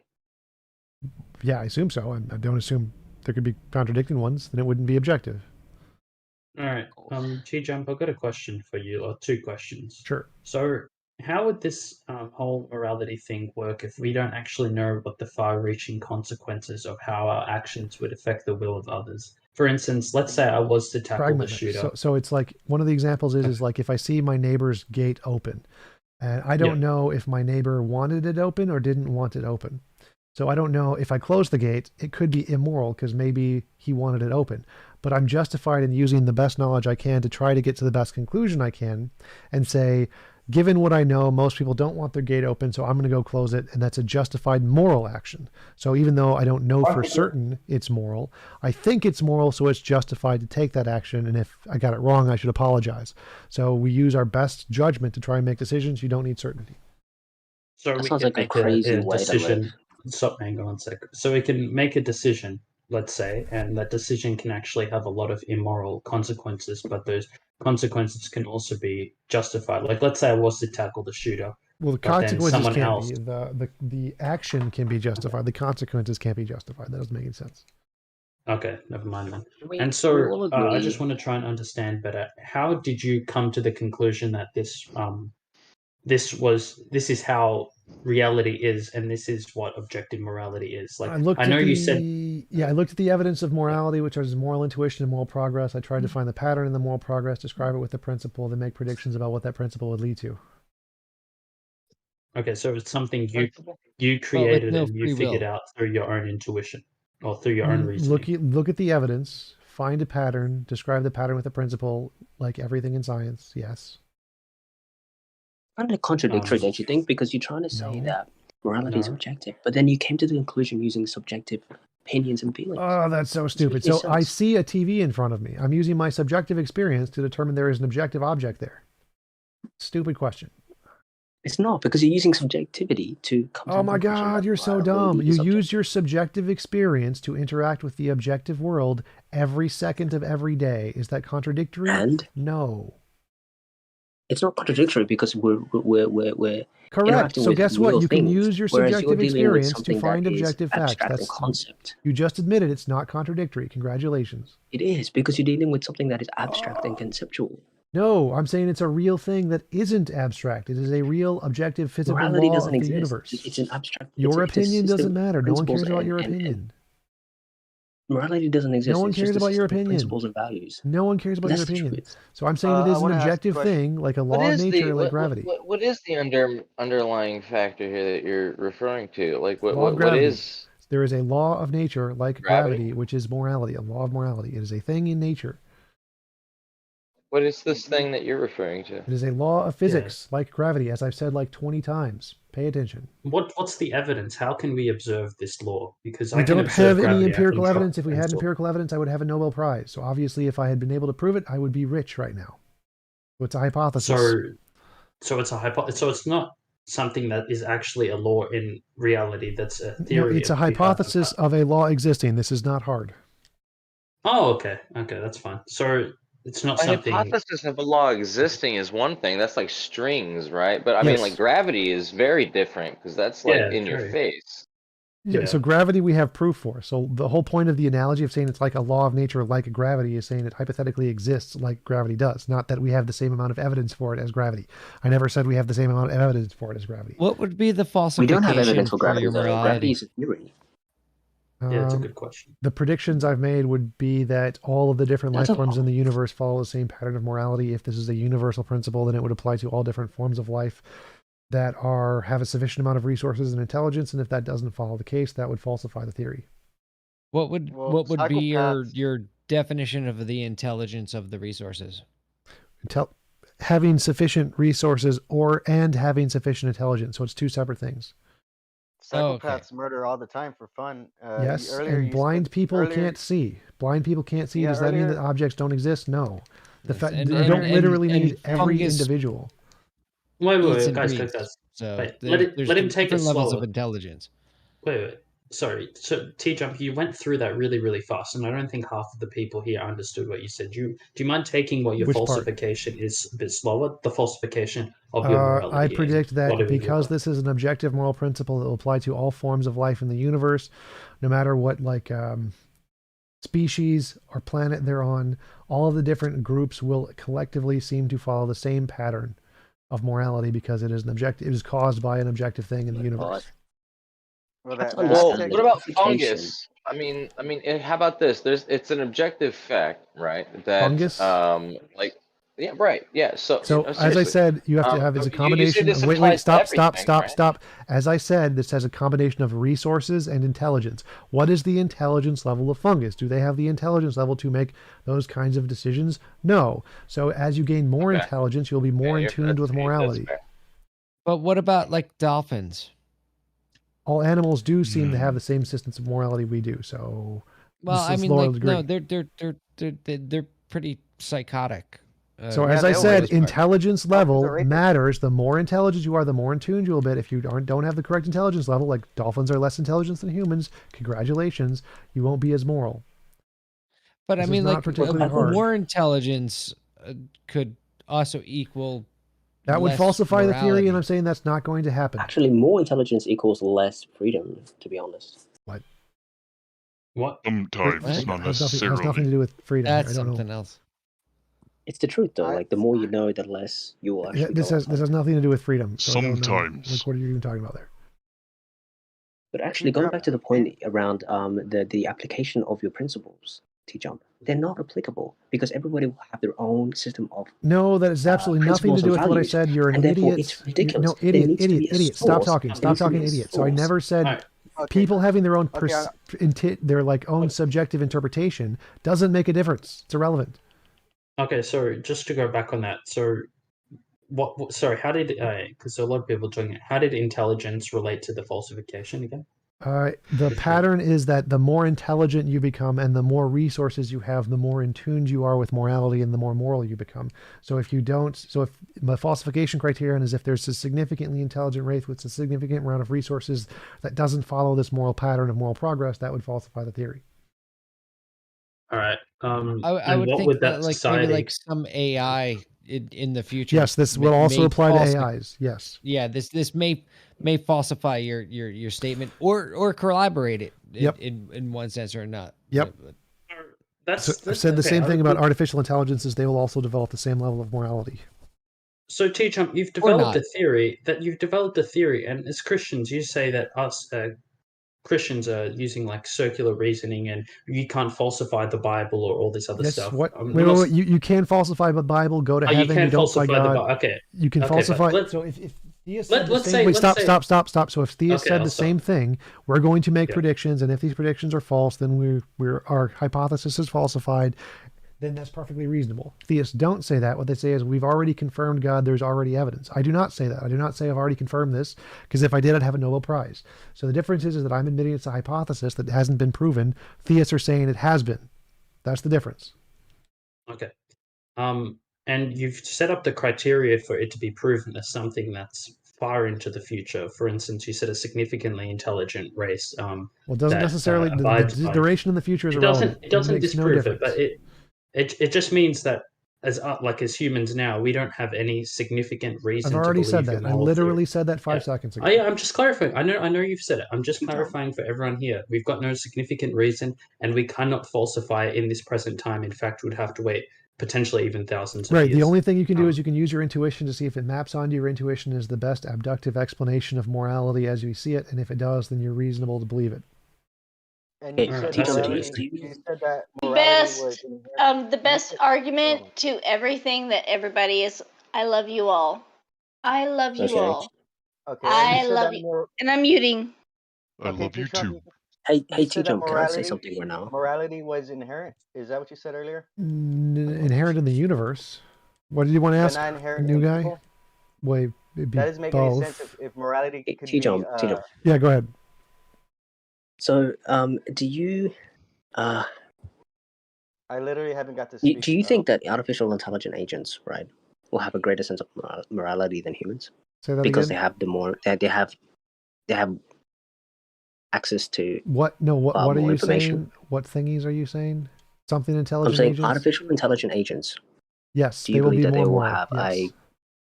they will have a greater sense of morality than humans because they have access to? Yes, they will discover and develop morality faster Once than they we do. evolve enough, they will reach a certain level. So then your argument is basically what you're trying to say is that morality is based on the amount of information that you have to make a justified and logical conclusion or whatever. Is that right? What? I have no idea what you just said. So you're basing morality based on having all of the information and then making a justified action or whatever? No, I'm saying morality is a law of nature and we get in tune to it by gaining more knowledge. So the more knowledge you have, the more moral you are. Sort of. The more intelligence and resources, yes. The more moral you will be attuned to morality. So T-Jump, from what you're saying, we don't actually know if there's an objective moral principle. Correct. Yet, if we knew that, I would have a Nobel Prize. So if I could already prove that, I would have the Nobel Prize. I know I'm trying to clarify this a lot, but when I entered this conversation, it seemed to be heavily implied that we had this objective moral principle. And Can I put my 2 cents? I clarified it. There you go. Like, can I put my 2 cents in as from what you guys are talking about, I'm gonna put my 2 cents in as an example of what you guys are talking about, and then you can use what my life is as an example. Because I'm high, drunk, all that. This is why I love the podcast. I love y'all's podcast. 100% full. For me, my life is fucked up. I don't live under a god. Personally. My entire life has been raised under the entire fact of what you think is good and what you believe is good and what you perceive as good is what is good. So my entire life, I've looked at different races, different people. I've grown up from the negative poverty scale all the way up to the high point of the scale. So I've gone from the lowest of the low with my family all the way up to the highest of the high. So it's fucked up. And I hate that. I hate the fact that the American dollar appreciates the people of the higher dollar more than the people of the lower dollar. That's a completely different debate. What's your question? I don't think she understands what she's going through. She said she's high and she's drunk and other stuff like that. Exactly. Can you reiterate the whole situation so I can actually explain it? So I can I don't think it's gonna work. It sounded like you were talking shit about capitalism, and I'm right right there with you. I'm high and I'm against capitalism too. Here's my thing. Can I say this? I'm for capitalism. All right, I'm 27 years old. I have Age no is problem. nothing, man. 1 minute. I am 27 years old. But I grew up in a entire it's kind of fucked up because my dad was in the Vietnam War. He grew up and my dad was a Vietnam veteran. He was a amputee, and I went through all of that shit. And he taught me from a very early age that you're going to go through and you're going to meet people who are of a different race of you, who are a different skin color of you. They're no different. Hey, if they're black, they are different because they've gone through different shit than you, because you may be of the minority percent of the white culture, but it doesn't matter because humans are gross. It does matter. It does matter because I was a poor white Chills, person. do you have a question for us, or I don't think she does. What are you going? I have a question. What's your point? I'm trying to every time I listen to your podcast, I love listening to the podcast that this channel puts out. I think that you guys have very point conversations to get out I think out of all of the Discord conversations and everything that is getting out, like, you guys are the most, like, progressive. Like, you don't give a shit. Does that make what's sense? your question? She doesn't have one. Yes, I thank have a you. question I'm for you. glad. I I'm do glad. have one. Thank you. Like, Yeah, I'm glad I you like actually, the Discord. like, Jump. I actually, like, I do have a question. Like, What is the question? the way. Do you It's give okay, a I can shit? step in. Like, do you actually, like, give a shit There's about? 30 people in here. Please. You've been your going question. on for like 5 minutes. What's the question? We all care, but like All right. this is Chills. We're all quiet. Potentially, Chills. you. Potentially, go have a nap now. Wake up after your nap. Maybe you'll be off your substances, and then come No, ask no, the question, and we'll talk to you like- after. Then is that okay? Let her ask. Wait. So you're not No, making any like, sense. We can't understand you. Could you try to make sense and ask the question? like, I want to make sense. Like, that's the thing about me. Like, I have ADHD and anxiety, so like my social skills are negative par. All right, I don't know how to about you speak to type it people. out? Type out your question to us. Type it out in general chat, and someone else will read it That out actually for you, and make- Jump will respond. How's that sound? Just mute if you want. Yep. How about you No. message me, Nick the Slick. Once you hear your thoughts, I'll ask T-Jump the question. I'm sure he'll respond. Because like, She was just about there. Give her some credit. no, because like, she was I just actually want. almost there. She was like, "Why? I Why do want you?" to see how, like, I want to understand, and like, I want to. That's my thing. Like, yes, I may seem like incomprehensible, but at the same time, like, I want to understand, like, the way that you guys speak and the way that you guys comprehend, because to me, I was raised in the dark times. To me, that's the way that it The seems. before time. Yes, and I want to. Okay, well, what the fuck is this? And I want to. I would say approach this when you're sober, and you'll have more I think success. it would help. It would But help practice- us if you were less high and drunk, and then we would be able to Has understand you anybody better. ever like?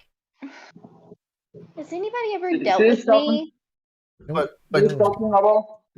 just keep Just talking practicing. about. I'm gonna jump in and say that. Can I actually like hear somebody? Because like all I'm hearing is like jumble. Like I actually want to Yeah, hear I can somebody's talk. opinion. Yes, that's me. Someone say Hello? opinion things. Yes. All right, Chills. Potentially go have your nap now. Go get off your substances. Not and about come chills. back. Other opinions. Opinions about No, like the Oh, person who was okay. telling me, like the person who so- was telling me to get off my substances. I want to hear them. Like the person who All was right, I'll telling me to talk, I'll get off talk. my shit.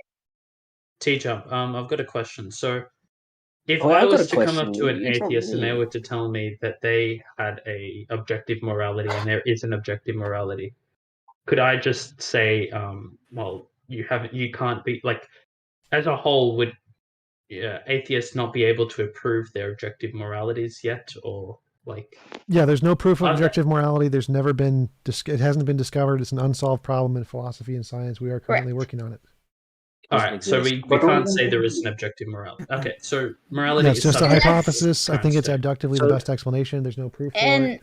and I hate to say it, that's the issue that I'm going through right now, and that's the issue. Like, and that's the reason that I felt that I would come into this conversation, because I was like, here's my thing. I'm schizophrenic. Like, I'm schizophrenic, and I have like a substance abuse, and I have dealt with many issues of what he just talked about and many other things. So like, I hate to say it, but like, I'm living y'all's conversation, and I hate to say it, I have no social skills, I have no conversation skills. So I feel like have an you idiot. ever Tom, have you ever tried to I'm herd kind of- cats? Repeat that. Have you ever tried to herd cats? Yes, many times. I grew up with 30 cats, in Arkansas, and I used to bring out 4 to 5 every morning at 5 o'clock, and I would bring them to the edge of our 10 o'clock or 10 property, like 10-acre property, and I would line them up, and I would make them stay in a line, and I would race them to our home. That is amazing. And I used to kill. I hate to say it, like it's fucked up, because I've gone over it. I've killed 2 cats in my lifetime. You're going over line. Well, my analogy. Here's my thing. Here's my thing. I'm 27. I'm 27 years old. I'm 27. I've gone through many psychiatric evaluations. I know what I am capable of. I know my anger, and I know my mental. I think we need to hear this. Delusion. No, at the same time you do, because you never know when you're going to come across the same person in your life. Think about it. Chills. There's 30 people in here, and we've been kind of asking you for a few minutes to kind of get your asking what your question is, and I understand about schizophrenia and whatnot. I really do. Friends of mine have it, and I know it's very tough to get your thoughts together and sort of focus on one specific thing. But take a minute, ask what that thing is. You can message it to me, and I'll ask T-Jump, and I'm sure he'll listen. But just sort of focus on that for a minute, because everyone else is patiently waiting, and there's kind of thoughts bouncing, and it's kind of frustrating for a lot of other people. So just kind of focus for a minute, and then wait, one sec. Frank hasn't gotten a chance to talk. What do you want, Frank? No, I was just gonna tell Chills. You should just write out anything you want to ask T-Jump or talk about in general. Just because there's other people that want to have a conversation with Tom. So if you could just write it out, that'd be perfect for us. But if she's going to talk about animal harm, that's not cool on the live stream. No. It's not. And All right, you guys are gonna let her go on, boy.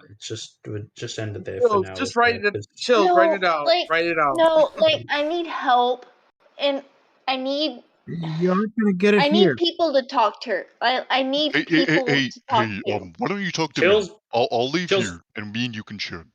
Yeah, and Chills, I send you a friend request. If you want to talk after when you're off your substances, I'll be definitely. I'll leave right now, Chills. Just chat to me. Okay. Yeah, I said. Or if you don't want to, you don't have to. Getting back to the subject, I want to know something. Hey, Spiral not King. Can anybody hear me? Yes, Mango. It's all good, Chills. No, I'm sorry. I'm sorry. I shouldn't have done this. You're fine. Okay, I love just it. fine. I love it. It's fine if you want to share. There's no problem. God, I'm sorry. I'm so Chills, sorry. we love you. Don't be sorry. It's all good. Hey, there's not a King, problem. I've got a question for you. No, I'm 27. I should know better. No, you're wonderful. You Don't worry people about are Fine. No. You're fine. There's no problem. It's just that there's a lot of people in here, and a lot of people want to have a conversation. So you have to kind of allow other people to talk as well. And that's the issue that I'm I I grew up in a theme park I mess up aspect. a lot I should too, know but better than that. I've got a question for Spiral not King. It's okay. Yeah, we all Mango. make Mango, what was the question? So my question is given the situation that we were just in right now, the way you reacted compared to the atheist was really interesting to see. You were ready to help someone in trouble, whereas the atheists in the chat, they just remained quiet. They told them to shut up. Very interesting. No, that's not true. Patently not true. Just taking one example. Most of the atheists are the ones that asked to help, so that's wrong. Wait. Nick was the first person to give a suggestion to help, and that was the most compassionate out of the bunch. But I sent her a friend request early. That's all I did to try and talk to her. But I'm trying to get her out of the conversation because I don't want her to embarrass herself, because I know this is going to be recorded and put on your channel. So if anyone wants to kick her out for her own benefit, Let's you're more leave than it welcome. there. I think she's done. because she's not in a right emotional or mental state to be in a the level of Discord call morality between in front of a atheists bunch of people. Hey, and hey, people with hey, God hey! Let's stop talking about her like she's not Do you have here. any other What? topics? Like, do you have anything Respectful, like okay? actually? This is Jill? me being sober, and this is me being like completely like coherent because I've gotten like my rant out. The one thing about me that I hate is I am easily molded, whether I'm sober, whether I'm incoherent, either ways. Like the way that I was raised, because my dad was a Vietnam veteran, and my dad raised me to accept and appreciate everyone and their beliefs. So I can literally hear someone and they be like, say one thing, and I can hear somebody say another, and like, in my opinion, I can understand what one person feels and another person feels, and I hate that. Like, I hate the fact that I was raised the way that I was raised, because Guys, nowadays, for the sake of I feel the same can way. someone like Martin. Okay, One that's thing real quick, like Martin Luther King was good. That's pretty good good at that that. you have What he that would introspection. Can we move on to like a topic of some kind of exactly, philosophy, Teacher, I've got a politics? statement to and make. that's what I want. I want to get back to what we were saying I've got a earlier. statement.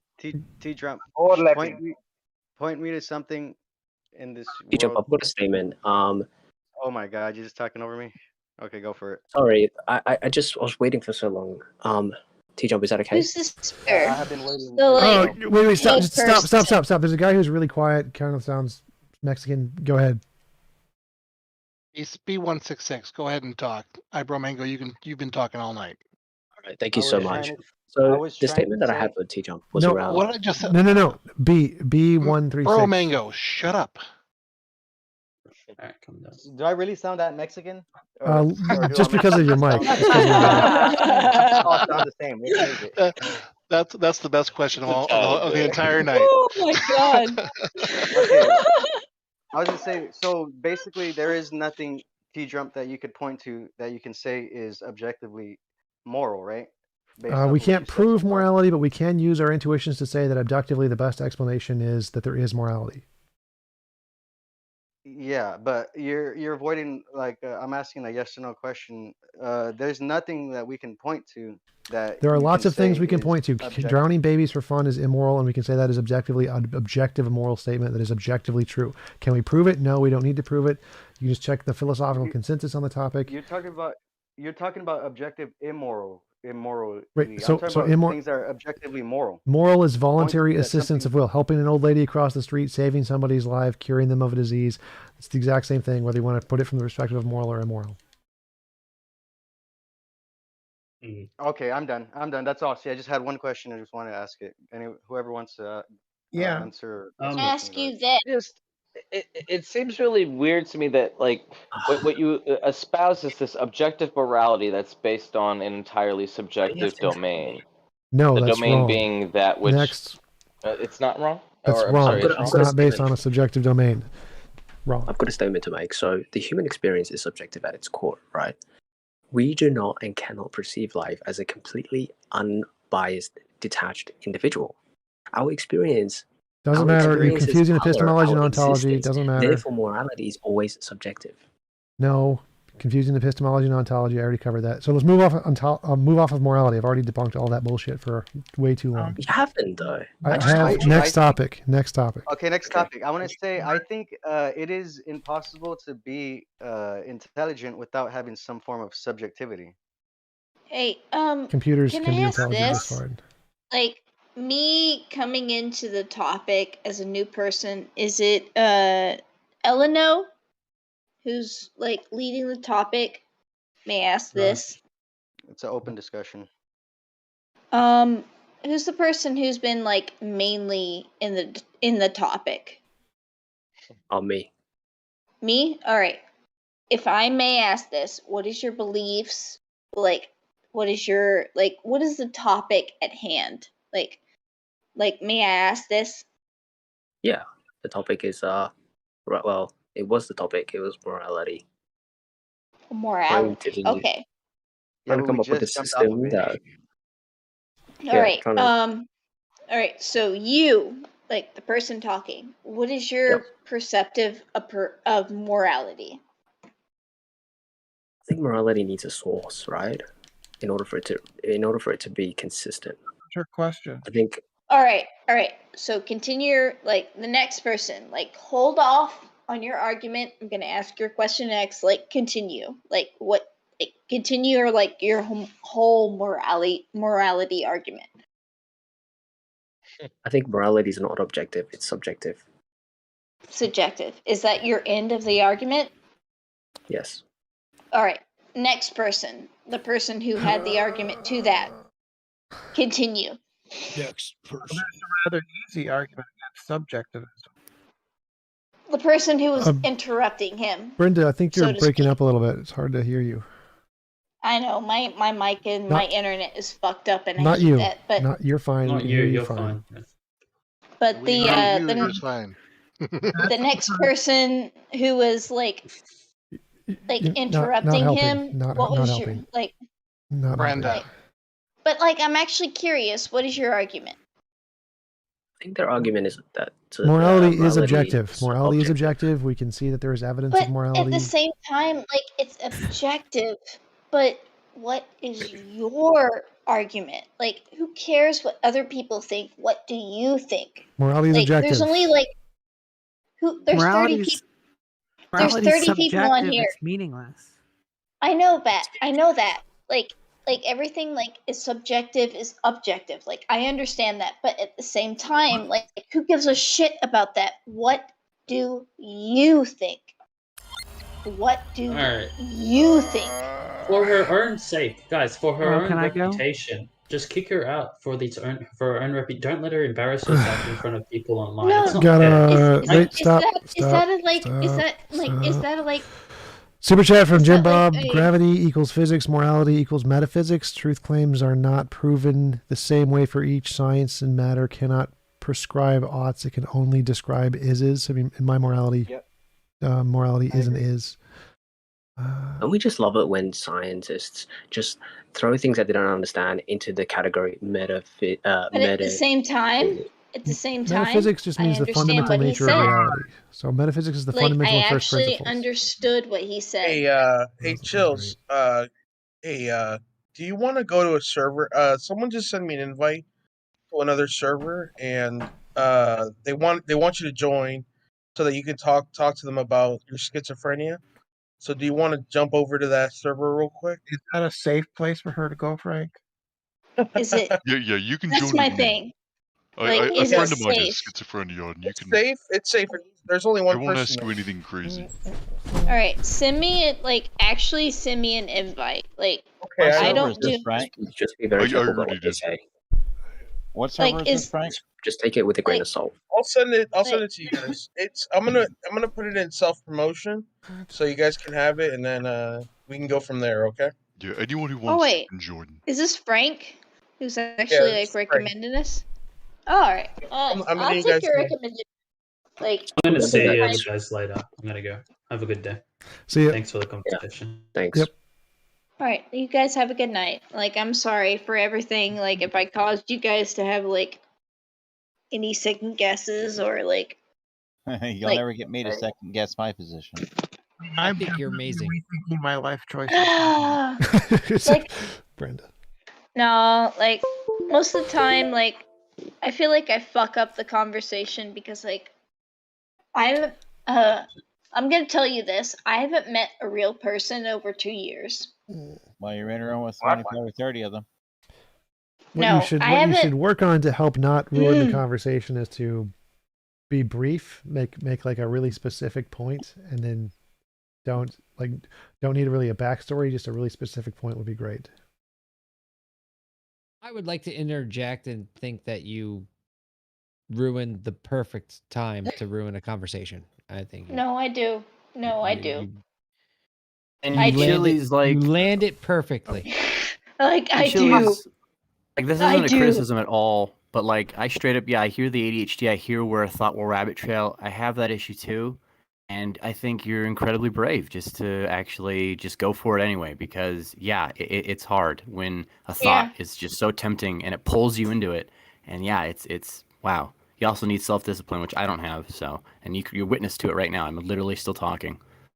I know. And like even right now, and I'm like learning like the way that people talk and like internet self-discipline. Like I don't know any of that. Like I've lived under a rock for the last like 9 years. Like don't know any of that shit.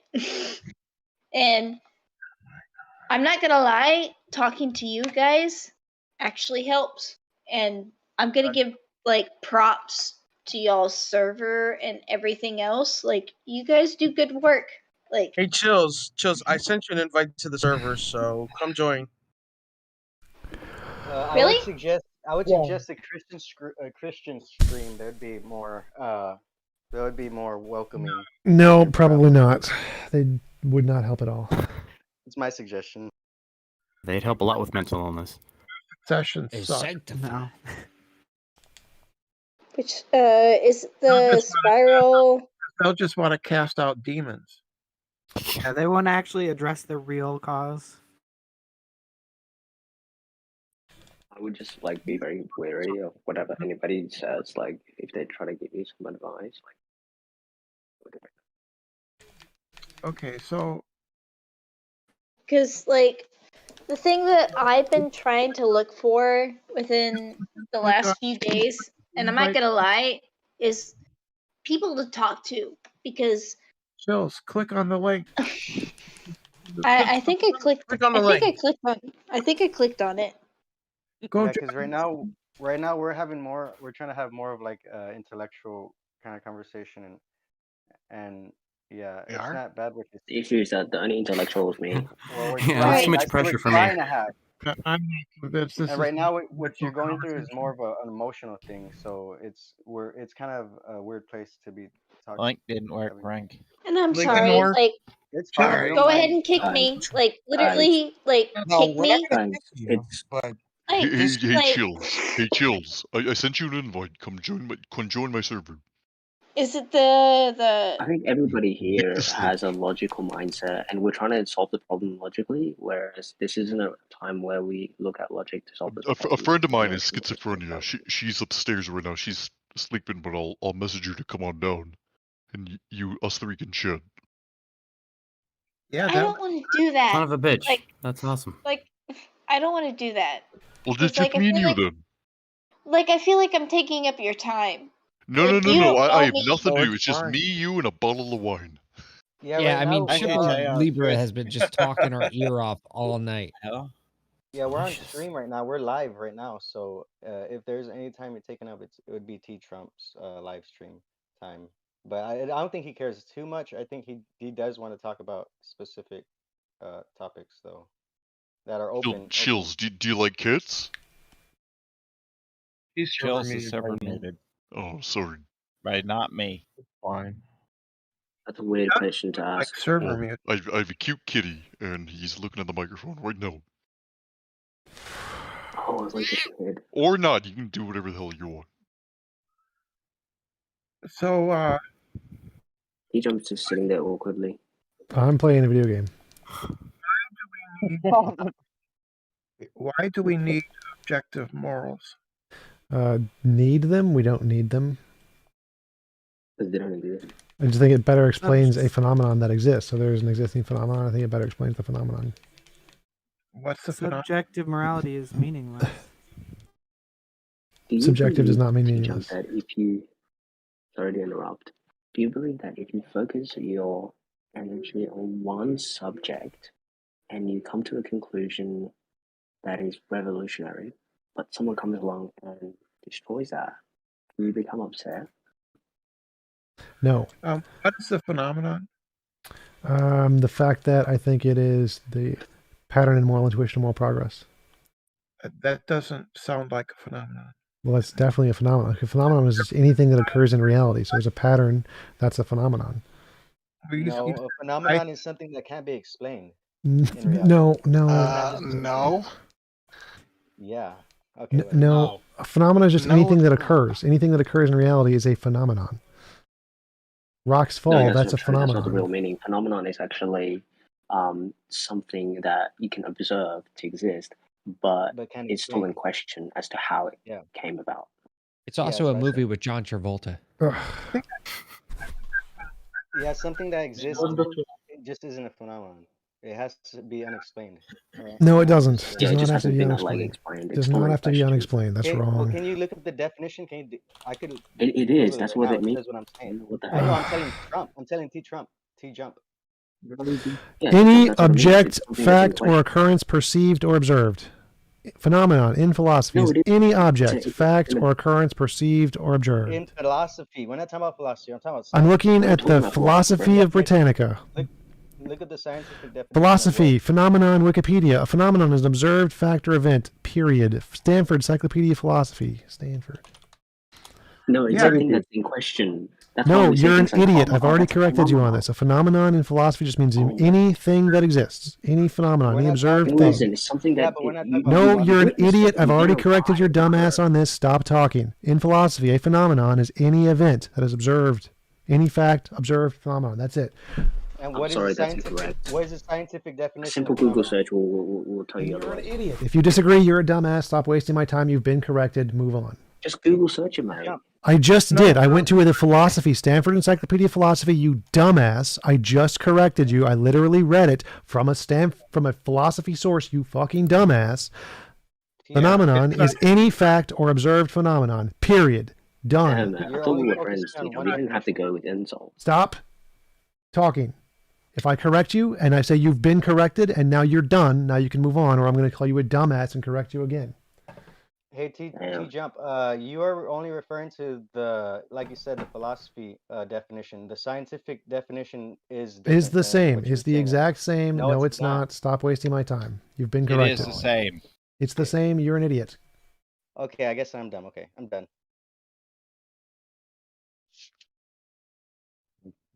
That was a phenomenal conversation. That was a phenomenally stupid conversation. Like, your ignorance of the definition of phenomenon makes absolutely no difference to the argument whatsoever.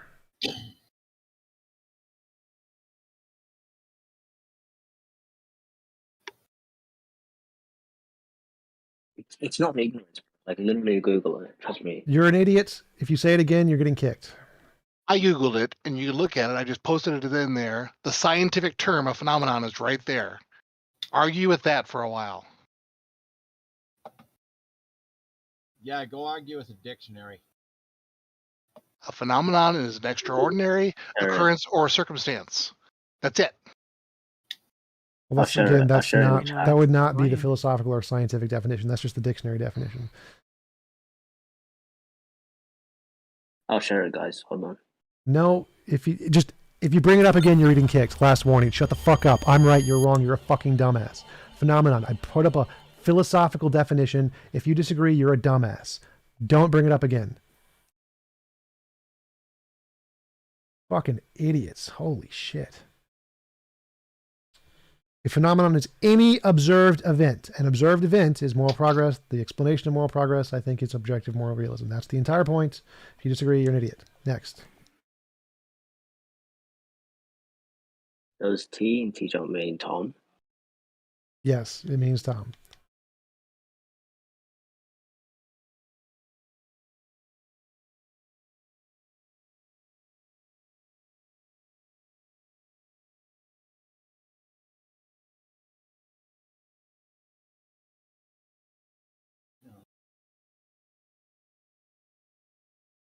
Tom, can I get my take on morality? No, we're talking about morality. It's too stupid. Yeah, I too think much we're done stupid with that. stuff. Oh, jeez. Bring up something like politics or something. Yeah, actually, let's talk about politics. So, No phenomenon. what are you currently studying? That always goes well.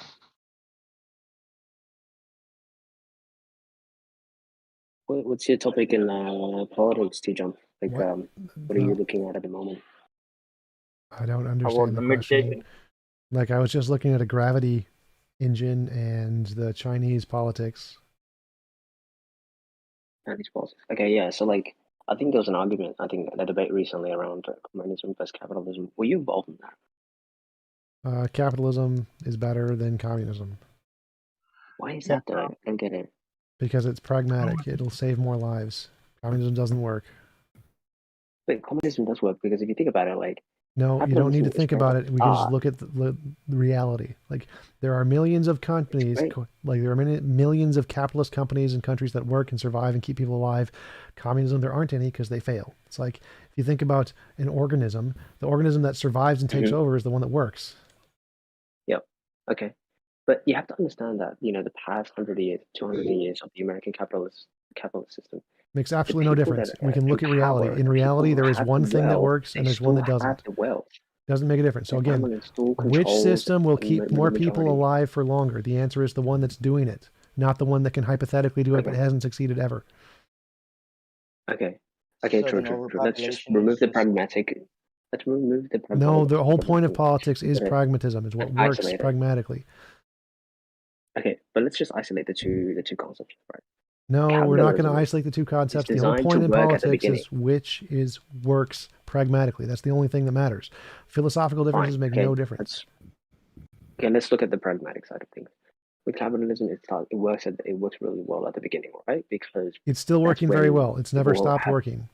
Can I finish? No, because you keep saying things that are completely factually wrong and trying to use that factually wrong things as if it's indicating your conclusion. Can I just make my argument first? Is that okay? No, because you have to make an argument that actually has true premises. Like the reason capitalism works is because it keeps people alive, and it's been working. Okay, that's your argument. But can I give mine?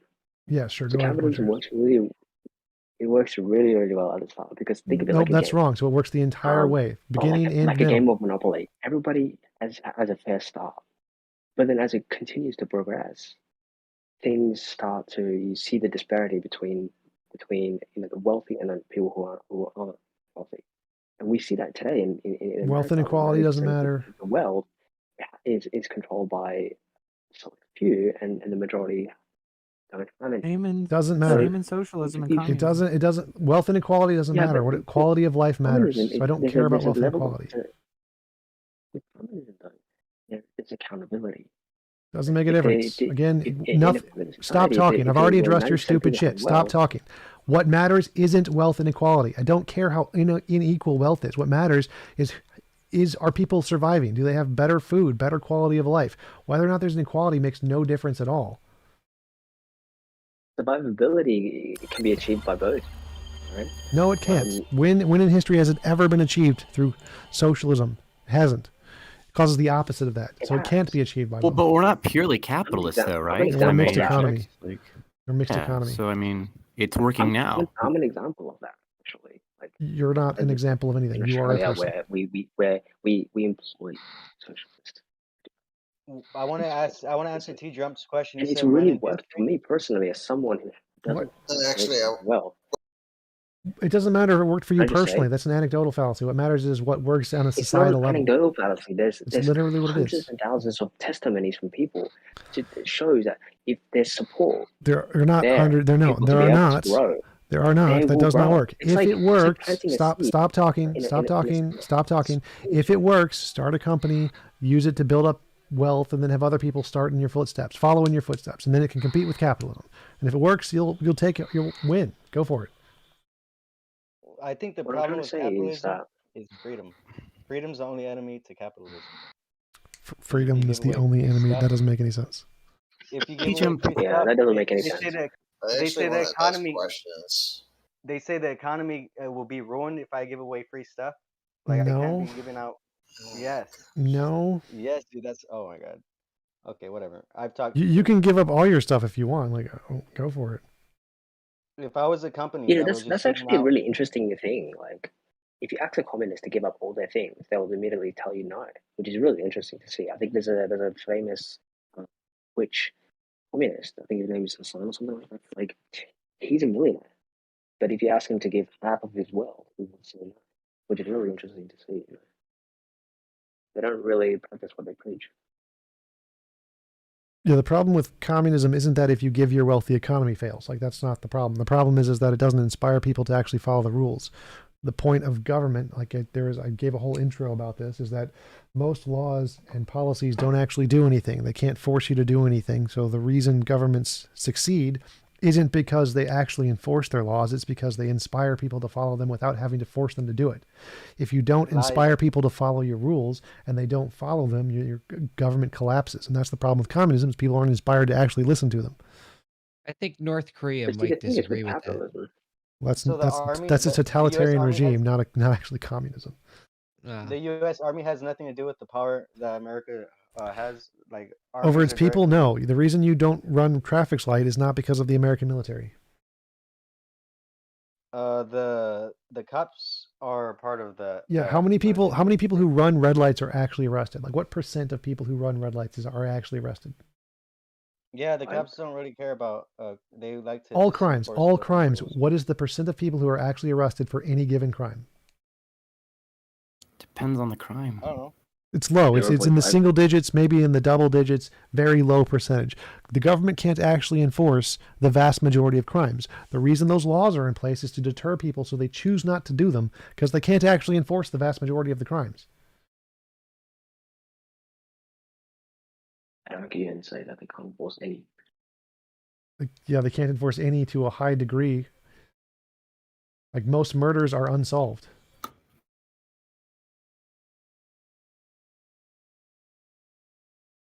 The reason governments work is not because of their actual ability to enforce the laws. It's because they encourage people to actually listen to them without having to enforce them. People choose to obey them. Can you give me an example? There's no example in history. Every single law, most people cannot enforce them. Most murders are not convicted. I don't think nations were built off of just hugging and talking to people. It was hugging and talking. It's not hugging and talking. It's convincing people to obey the laws without actually being able to force them to. Yeah, wars get fought for nations. That's a totally different point. You're being dumb. So TJub, how does this factor into like a social contract? I feel like what you're describing is like an incidental, outcome of actual laws that matter. What?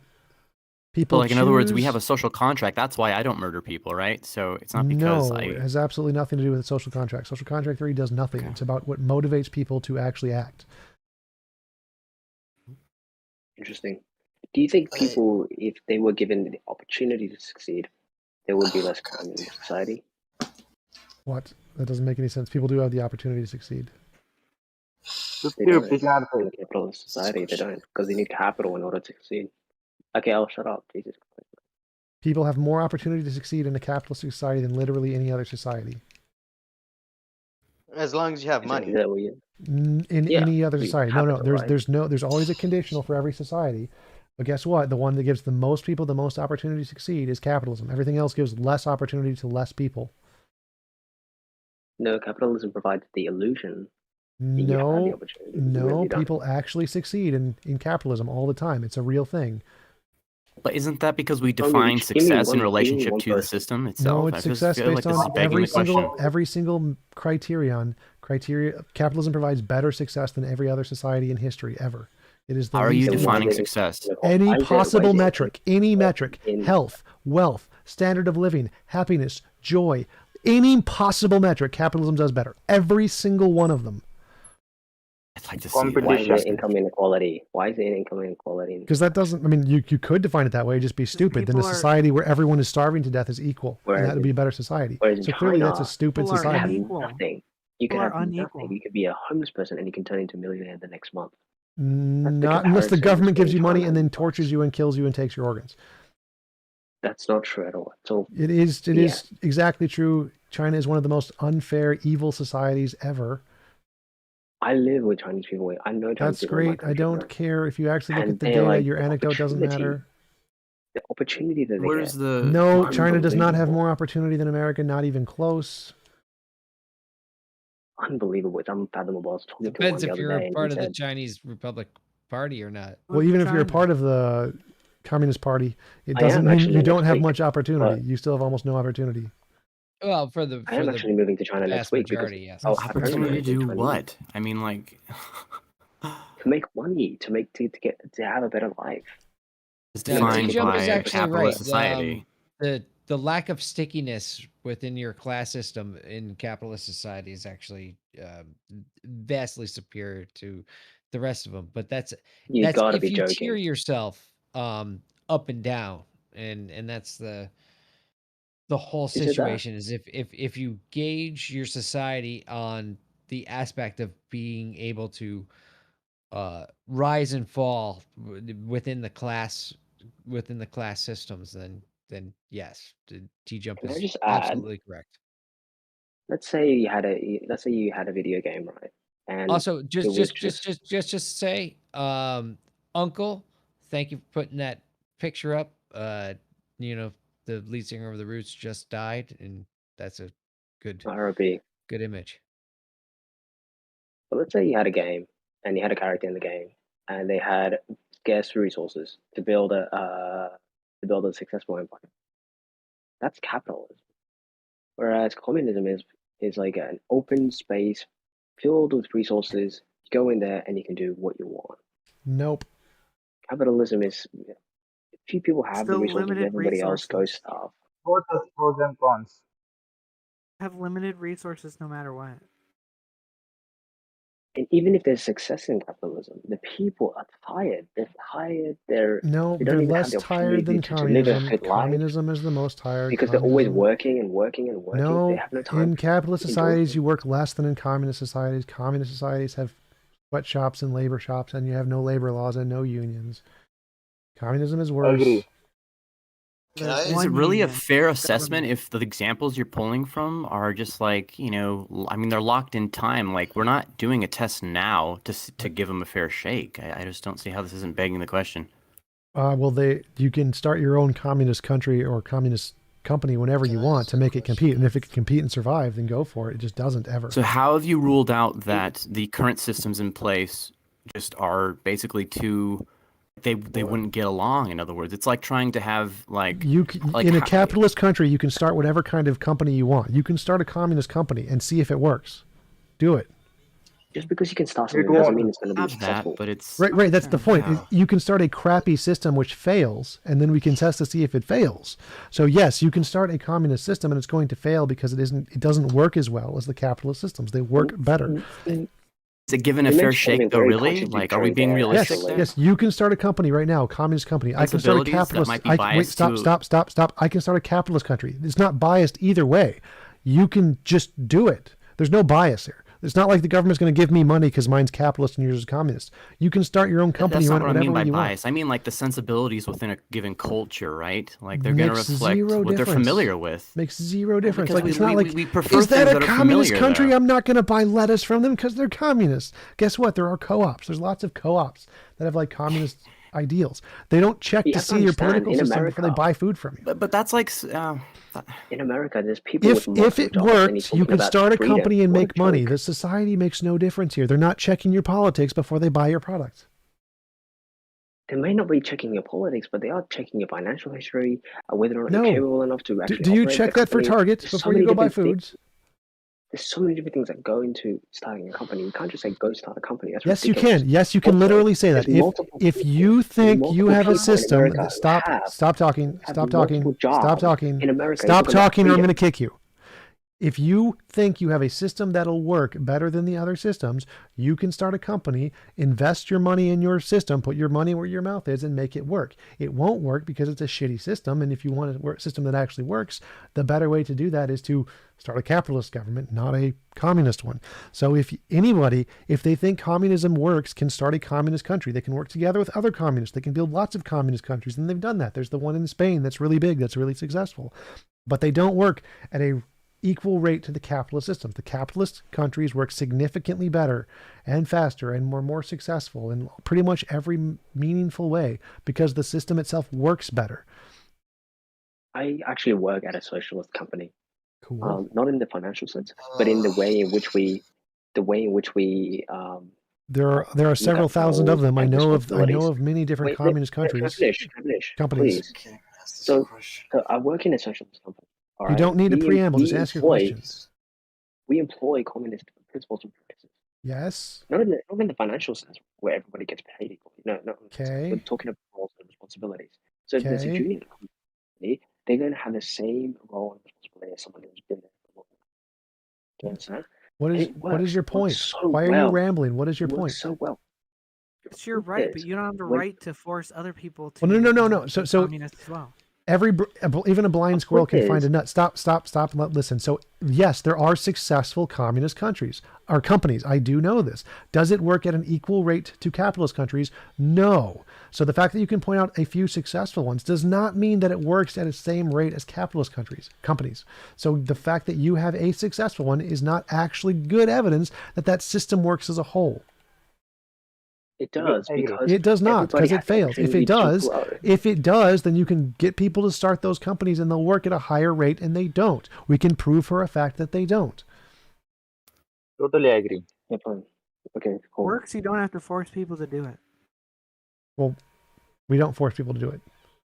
But see, the interesting thing that came out of this is that the junior people, for instance, they were able to quickly advance. I don't care about the benefits of your anecdote. So yes, there are some successful ones. Doesn't make a difference.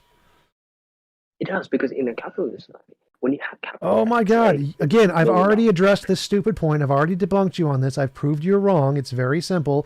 Can some communist companies succeed? Yes. Do they succeed at a higher rate than capitalist ones? No. Can we prove that? Yes.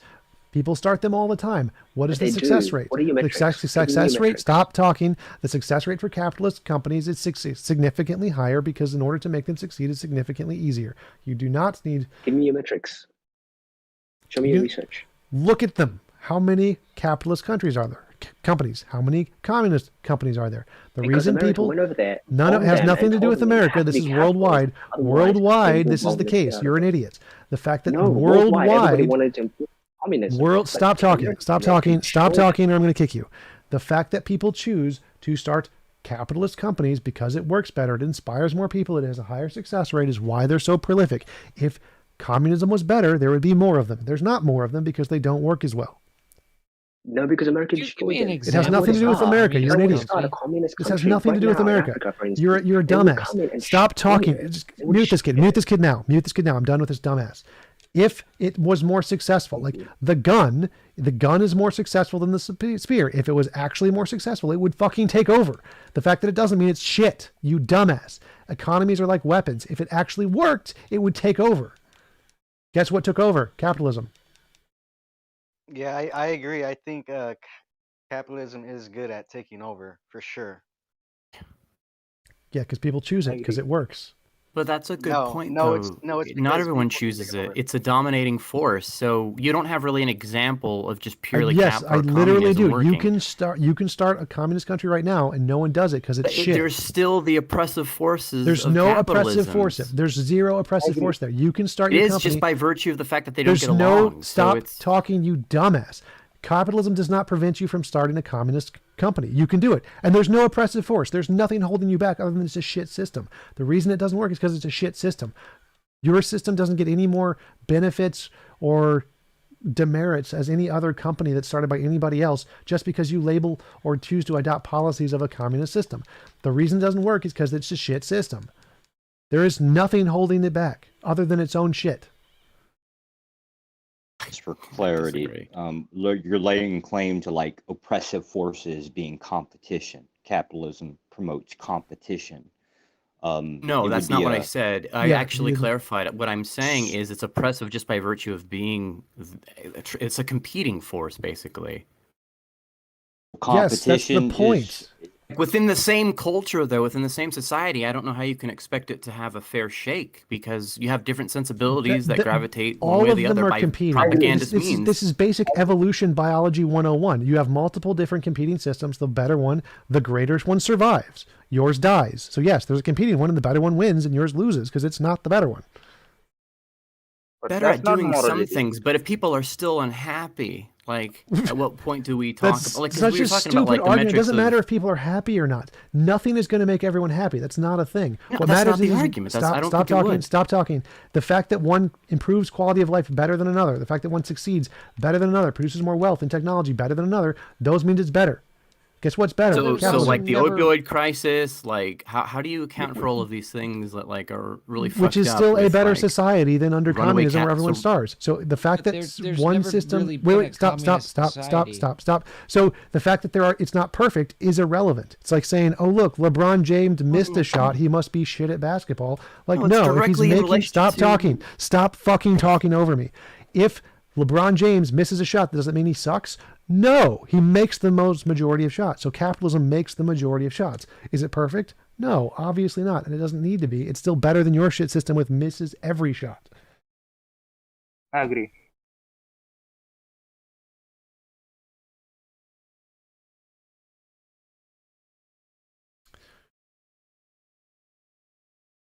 I think my only argument to that is there's never actually been a fully communist state. So start your own company and do it. And if it fails, No, you it's know not why. a company, it's a country. You don't need a state. Its state is irrelevant. It doesn't matter the size. Stop. It doesn't make a difference whether it's a country level or not. It's not going to make any difference. It makes no difference. Stop talking over me or you're getting kicked. Stop talking over me or you're getting kicked. It makes no difference. You can choose to adopt the policies you want and start a company in a capitalist society and run it however you'd like. And if it was more successful, it would take over. Countries make no difference. Stop talking over me or you're getting kicked. Last fucking warning. It doesn't make a difference if it's country level or company level. Either way, it's the exact same policies and you can enact them in the exact same way. You have an income source, you have a set of resources, you have a set of foreign policies. They're the exact same. If it worked at the company level, then it would work at the government level. It doesn't because it's shit.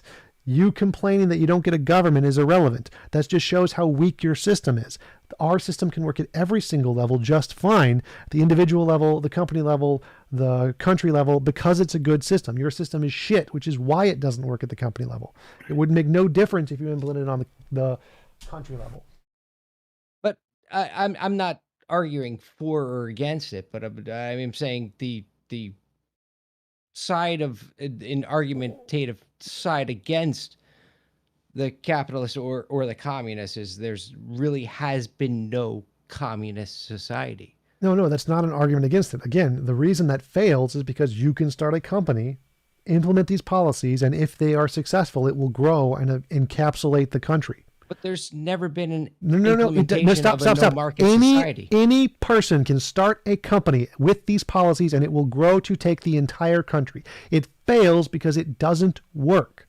So the reason there's no implementation of a communist company. Oh my God. Stop talking. There's there's one in Spain that I talked about in several of my, or that I debated with several guys about. There are actually legitimate communist companies. Yes, that is a thing. They don't succeed. They don't grow very well.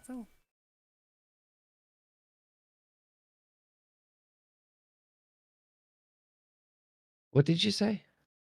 Wouldn't anti-monopoly laws prevent a company from taking over an entire country? No, like if a system is more successful, more people will adopt the system. So there's going to be a whole bunch of them that pop up, not like literally one that conquers the nation.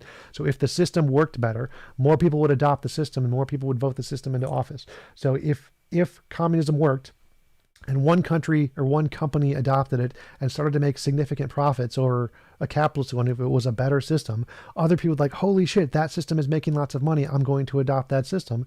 Then there'd be lots of different companies that would start off in a communist way, and they would become the standard because it's a better one. It's just basic biology and evolution. Necessarily true? Yes. I mean, like that's literally biology. If we had a system where like like artificial intelligence, made our roadways and stuff like that and actually did like infrastructure, that would be a better system. But would we ever implement that? Probably yes, not. we are implementing that, and we are going to in the future when it's more successful. Yes, that's literally a thing that's happening. Like imagine one society or this has actually happened. In some counties, they have used AIs to develop roadways which have like 30% less accidents, and this is used as a justification to get other states like, oh, they're doing it better, we're going to adopt their policy. This is literally basic. Stop talking. Stop talking. Holy shit, stop interrupting until I finish. So we know for a fact this is a fact of biology. All life does this necessarily. If one works better, it will necessarily be adopted by everybody because it's better. There isn't an option B. It's going to happen. If there is one system that saves lives or is more efficient, it will be adopted necessarily over time everywhere because that's how evolution works. But that directly goes against the American policy for the last 40 years. No, it doesn't. American policy Yes, has it been does. changed. The war on drugs Stop interrupting me. absolutely Holy shit. demolishes that Stop argument. talking. So yes, we have implemented this in many cases, such as streets. As I said, war on drugs is completely irrelevant here. Where? Just Google it. Google the fact of what's it called? The roundabouts. Roundabouts have had this exact impact, and why they're being installed everywhere is because they have less harm. They're safer. It's the whole point of roundabouts. But they're not in America. Yes, they are. They literally are getting implemented. Yes, they literally are. You're an idiot. They literally are. They're not, dude. I live in a major metropolitan area that's added 10 of them in the last 3 years. All right, Just well, Google I'll rates. concede that. If I haven't seen any new ones pop up around me. Where do you live? I lived in Orlando, Raleigh, Pennsylvania, Philly, and New York in the past 5 years, and I've never seen a roundabout come about. Google. Okay, so stop using your anecdotal fallacy as your basis of evidence and actually Google rate of roundabouts over time and look at the actual data where it says, yes, they are the predominant thing now. Yeah, I've seen them pop up in Canada. Yeah, there's one in San Antonio.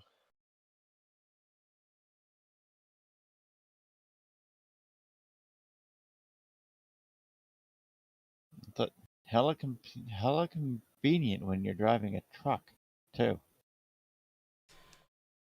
Because you don't have to stop as much? And you don't have to take such as hard turns as you do going up city streets. Ah, that makes sense. Yeah, because you're going in a circle. Yeah, we got a shit radius. I'm gonna ask my question here. So, T-Jump, you said that learned from me that you're a supporter of capitalism, and I respect that. I feel like capitalism is a form for selfish people to be motivated to do things. Yeah. But that doesn't matter. And I don't. Well, it does kind of to me because I don't like people being selfish, and I want to live in a world where we all get along. What matters isn't the motivation or the intention. What matters is the consequence. If we have a policy where everyone's supposed to be selfish, but the selfish policy saves more lives, then it's a better policy. So what matters isn't whether the motivation is moral, but whether the consequences are in political theory. So because politics is selfish, I use this example in my debate about a casino. Imagine there's every casino is a communist casino where you buy a lottery ticket, or you buy a Mango wants to be unmuted. I said a super chat to be unmuted. So you can I don't know how long has been he muted, but if you have talking about the motivation to win is what drives people to wait. So it's more important than that. So if we have a capitalist casino that opens up in the middle of a bunch of communist casinos. Communist casinos are ones where you buy a lottery ticket for $1 and you get $1 back. Everybody wins the exact same amount. So there's no actual winner. If you open a casino where somebody wins $1 million and everybody else loses, everybody's going to flood into the capitalist casino because they want the $1 million. Even though the chances are crap, they want the chance to win big. And because they flood into the capitalist casino gets more money. And if they get more money, they can pay their employees more. And then they can pay out the second, third, fourth, fifth place winners more. And so even a minor win at the capitalist casino will then outdo any of the wins at the communist casino. And they will pay their employees more. They'll offer more benefits. They'll have a higher standard of living. They'll offer more entertainment value. The whole society of the capitalist casino will grow and be significantly better than the communist ones. And then the communist ones are going to be we'll have to adopt this policy because it gets more people involved. And so because of the system drives or is based on selfishness, it drives people there, which gives them more money, which gives them more innovation, gives them higher wages, more payouts to more people. The fact that they are motivated to people, even if it's evil, does better overall than the ones that don't motivate people. The motivation factor is important. Okay. I agree. I'm not anti-capitalism here. And to be fair, I don't believe that any system is the perfect system. Any system that, as you said, works best for this kind of society is probably the ideal thing. But I just don't like the idea that most people are generally selfish, and we need a capitalist system to help run that. That's just. But as you said, it's not going to matter. But wait, like, so you do realize that most people are selfish. That's a thing. yes, they are. And so if you want a system to work, you have to use it to play into human psychology. Like, what are the most successful things in the world right now? Well, money. Money is fake. It just makes people confident because they believe they can change it. Or how about advertising? Advertising, which has absolutely nothing to do with the actual product, makes people likely to buy it because it plays into their emotional biases. Or religion. Religion doesn't give you anything, but it gives people an emotional sense of reliability, so it's extremely successful. So the fact that most people are influenced psychologically by many things, and the most successful companies or economic policies are the ones that play to those emotional biases. And so if you make something that is very easy to get people's attention emotionally, you'll have a significant more success than a company that is moral, that doesn't play to people's emotional biases. That's why you need an economic system that plays to people's emotional biases in order to keep them confidently engaged in the system, rather than just it being morally good. Wouldn't that be like manipulation in a sense? Yeah. You'd be manipulating them? No, because it doesn't matter. Like, what matters here is the outcome. Which system saves more lives? Which system helps people more often? That's what we care about. We don't care about why. So if it produces a better quality of living, it doesn't matter why. T-Jump, if I was selling free bread and you were selling bread, they wouldn't come to you in a capitalist society to get bread. They would just come in. You would be out of business because I'm giving away free bread. No, you would run out of bread, and then I would still have money to buy more bread. So how are you going to get more bread after you give all yours away? Self-sustainable ecosystem, having a backyard that. Yeah, how are you going to pay for the water? How are you going to pay for the land? How are you going to do everything? So you need some source of income. So and this is what the other guy was saying. I thought if we're living in a capitalist society, it's hard to have a communist thing in a capitalist society. No, this doesn't. This has nothing to do with capitalism. Any system that has free bread doesn't have an income source, can't generate enough of any resources to replenish its supply, which means it fails. So it's the most successful system. Stop talking. The most successful system is that can generate enough resources to regenerate its supply and provide more. That's why the capitalist one works and the communist one doesn't. It has nothing to do with competition. We can have two different countries. You give out free bread in your country. In my country, I give out paid bread. Your country's going to run out of bread and starve. My country's going to generate more bread. Not true. I gave an example. I already gave an example of where it would be a self-sustainable ecosystem. And you went to say, well, how are you going to pay for the land? If I have a self-sustainable ecosystem, there's no. Like, you're not following. You need resources to survive. Air, water, bread, workers, time, whatever, fertilizer. Those aren't free. There is no such thing as a self-sustaining ecosystem. In order to provide more stuff, you need resources which you have to pay for. You have to get them from somebody else.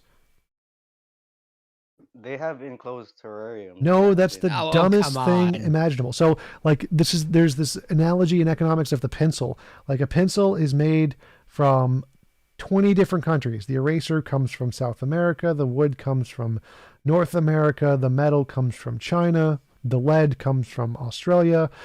Each part of the pencil comes from a different place. And because the cost of a pencil is like 5 cents, you have some insanely low cost because you get resources from other places all over the world. If you just had to make it in your backyard, it would take hours and significantly amounts of work to actually produce that. So systems that incorporate that outsourcing and paying of material drastically decreases the cost significantly. That's why pencils are so expensive and why you don't have to make them yourself. This system of capitalism, which does this, incorporates this financial system, is significantly better because it allows you to do that. If you were only using your own enclosed ecosystem, you'd never be able to produce 90% of the stuff we have today. I mean, I would definitely be able to produce the bread. That's all we were talking about. I was saying. Oh my with God, enclosed the ecosystem. individual item doesn't make a difference. The thing is, like, all of collective society, cell phones, computers. I didn't ban you, Mango. You're not banned. Did somebody ban Mango? I don't know. But the fact that all of the things in society we have could not be produced under communism in a self-sustained ecosystem. You would need a capitalist economy to incentivize people shipping their crap from one side of the world to the other side of the world. Your system would not be able to produce everything we have in a capitalist economy. I mean, I definitely think trading would be a factor, but I don't think is trading directly related to communism? No.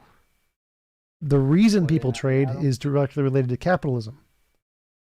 I mean, I don't see why we wouldn't be able to trade resources, and it's still. So would you follow trade it for profit? communism. For money? No, it would be a bartering system. Okay, and so we had those at one time, and then we adopted money, and money took over everywhere in the world for some reason. Yeah, and then there's a whole bunch of rich people, and now there's a whole bunch of poor people. Yeah, so there was a system of bartering, and it was shit, and then a better system came along which worked better and inspired people more, which took over everywhere in the world because it was a better system. Oh, I thought the reason why capitalism took over was because of the guns. They were able to kill people better. No, it had nothing to do with guns. It was because of economics. Is somebody snoring? Did Simon fall asleep? Yeah, it's Gotti somehow. Hey, Cowboys. I'm wide awake. Communism is no markets. It's you know. Well, it's publicly it's a owned different type of thing. Stuff. I would like to say there is I can ask my actual no question in 10 federal minutes, I'm data just gonna on overspeak here. roundabouts. Hang on. What? You awake, Scotty? No, I'm not. Tom, I'm not watching YouTube chat, so Mongo, Bongo, whatever the fuck his name is, if he's still complaining about being banned, I unbanned him. Okay, yeah, I didn't ban him. I said I mute did. him. Okay, you banned him. All right. Yeah. You've been unbanned, banned him. Mango. Yeah, I banned him because he decided to DM me and be an asshole, so we know how much I enjoy that. Yeah, I'm still not a fan of it. I think like if people DM you, just mute them. Don't ban them. You don't actually have to listen to them. It's understandable. So, so T-Jump, I agree with what you're saying about the capitalism thing, and I can't argue with that kind of thing. I just think it's unfortunate that people are selfish and that they need this money thing to be a motivator for them. Yes. And I agree. But so when we get artificial intelligence and artificial intelligence takes over, then we won't anymore. Like once artificial intelligence takes over, then communism and socialism become viable political models. You think it's going to head there to artificial intelligence? Yes. Pretty soon, like in the next 50 years. I think it's going to be like Make it more like next skeptical, 25. but I'll believe it when I see it. Okay. I feel like the next 10 years, probably. 15. I'm not that optimistic because artificial intelligence is Maybe not hard. that So it's not that easy. Well, you're talking about a conscience thing, or if it even is a Well, conscience. consciousness doesn't matter here. As long as it's smarter than humans, it doesn't need to be conscious. As long as it can solve Smarter problems. than humans. Yeah. It's I mean, AGI. that's like a very complicated biology or whatever thing trait to develop. So No, I don't think AGI we're is that bad, AGI is whatever. pretty simple and it's coming fast. So artificial general intelligence is computers as smart as people. We're going to get there, and then very shortly after that, we're going to have computers that are smarter than people. We don't need consciousness for that. Yes, bye.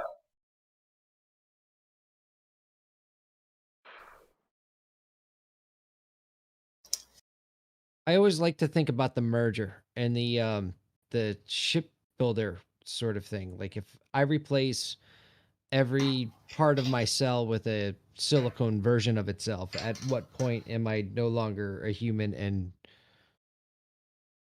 in like a robot at that point? Theseus' ship. Yes, that's what I was. The ship.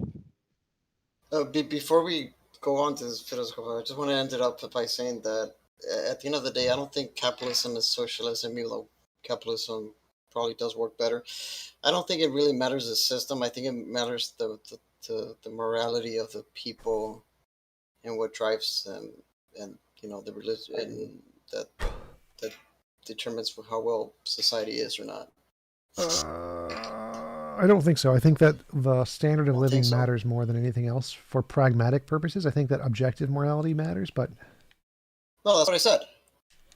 I mean, that's what I think that when we're discussing like what is the most important thing in a society, yeah, I think that I don't think it's the morality in this case. I think morality is nice. I think it's important. I don't think it matters as much as. Why wouldn't it matter? I think that Killing is wrong. Helping the fellow human being out there on the street, because It's morality military doesn't mean the best outcome. Things can be immoral and still have better outcomes. I think it can. What makes you think it doesn't? Because people who are moral don't always get the best outcome. Can you give an example for that? The like people who give up all of their money to charity and then don't like starve to death. Oh yeah, that's because we live in a capitalist system. It wouldn't matter what Sure. system it doesn't matter what system you live in. This is biology. This is basic fact about biology. I thought indigenous people had sort of a communist system, right? No, I don't think so. Typically, they do. The same thing with kings and serfdoms and stuff like that, where the king can be capitalist, but all his people under him is like a communist system. I don't think so. I don't think they actually qualified as communism because that would be like include. I need to do a surge. That's not the one I needed. It's like a variation. I mean, there really hasn't ever been a fully communist country. They have property ownership. They have different classes of rulership. They have shit classes of like rich, poor. So they have kind of similar issues that we have in our society. They do have a distribution system for like say food distribution and shit like that. They're a little bit more socialized than say U.S. is in general, but I don't know how I would call it a communist system. And I don't know parallels. The system. I think it generally has to develop over time. It can't just be like this works. Like it has to have a structure that develops. We've had 200,000 years. So it's a little complicated to say that it just doesn't work, but so the Native Americans, like can you say spears don't work like compared to guns? Guns work better, right? Well, I think spears are better in the sense that a baby can't kill an adult with a spear. Like right. So when we're talking about the quality of a weapon, which weapon will take over the world, the gun's gonna work. The spear isn't gonna work. Spear loses. Yeah, but I think spears are better for. So we can say technologically, one system is objectively better than another because one is going to give you control of the world and one isn't. Well, if you mean by killing more people, then yeah. But yeah, one will keep us alive. One will give us survival. One won't. The one that gives us survival is the better one. Is a gun less moral than a spear? It has nothing to do with morality. There's no morality either way. Well, I think there is guns actually. are made to kill. Guns are literally made to kill. You don't cook with guns. You don't, what spears are for too. Spears are also made to kill. No, spears is in alignment with nature, though. Like spears, no, it has nothing to do. No, it has nothing to do with nature. And in order for you to kill, you need to use Stop force. talking. No, spears and guns are both weapons used to kill. That was their entire purpose from the beginning of time. But yeah, you do have to agree that a gun is used to literally wipe out things, whereas a spear can just only kill up. No, spears were also used to wipe things out. That's how many different American Indian native died, was by spears and arrows. Also, spears are used to wipe things out. Okay. They're just not as good at it. Ugh, such a stupid argument. It's hard to talk to. But you have to just like step in and just rant and stuff. You have to agree that capitalism is about the money, right? Capitalism, it's about, doesn't matter. What matters is, believe. It doesn't matter what capitalism is about. What matters is does it produce a better outcome? And the answer is yes. Yes, it does produce a better outcome.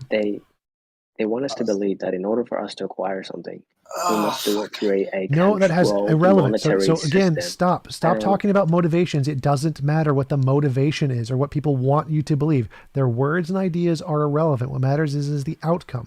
Which one produces the better standard of living? It's capitalism. The fact that it works just means it works. It works, So- but we're slaves though, at the end of the day.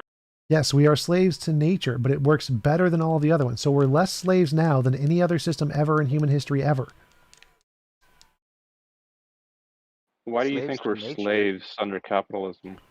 Well, I mean, we are. We have to Because work if without you our think about consent. it- So that's technically, we're slaves to nature. So we have to work and devote our lives to doing things we don't want to do in order to survive. So that is an accurate Not statement. necessarily. So how would we not be a slave to nature then? What is not enslaved to nature? Not needing He's living with food or nature. water, not being anything. You can just survive. Like you can just survive on your own. That would be not being a slave to nature. If you don't have to do anything, you don't want to, then you're not a slave anymore.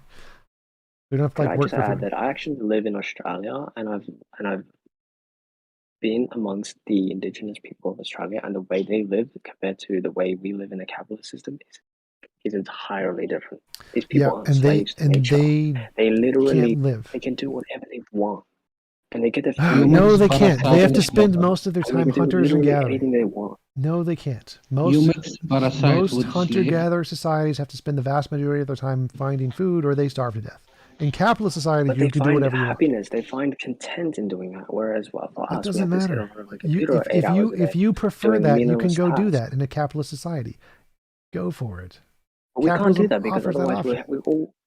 we don't have that option. Yes, If we you go do. out in nature and You live with can go nature, there. we're going to get told not to do so through No, social you can go there. You pressure have this or- option. I've already covered this. You can go do that. You can go live in the forest and go live in one with nature with your group. There's lots of people who do that. It's perfectly fine. Capitalism doesn't stop that. You're just not going to get cell phones ever, or a laptop ever, or a car ever, or any new That's technology amazing, ever. though.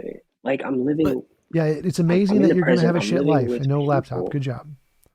Okay, so speaking not a to the shit life. consequences, though, T-Jump, would you say that capitalism has a particularly negative effect on the environment? The reason I ask Yes. is because not just for moral reasons, but because of the fact that, like, Yes. if we run out of Yes. resources, okay, Yes. so you do. Yes. So what do you think about that? Like, how? It's also going to fix it too. How so?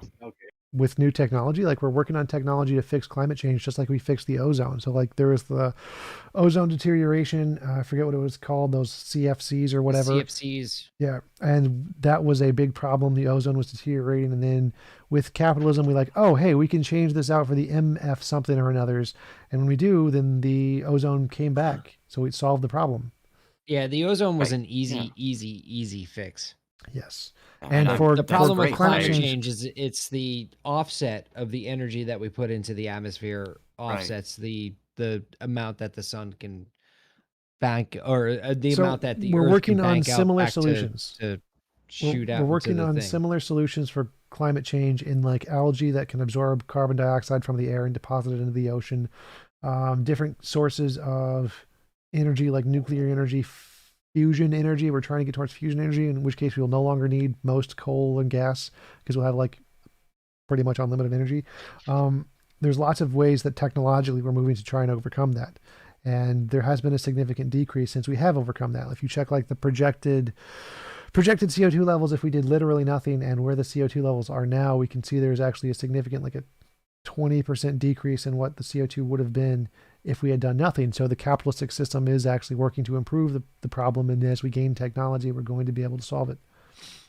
You know, there's So a funny little story. I actually did my classes, my Series A classes, with a CEO that had one of those algae. It pulls the carbon out of the air, algae companies, and it shits rocket fuel.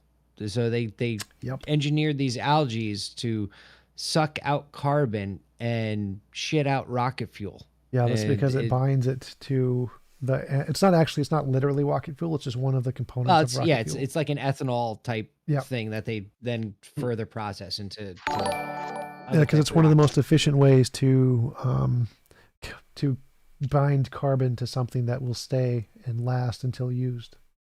Yes. A funny capital story of that, though.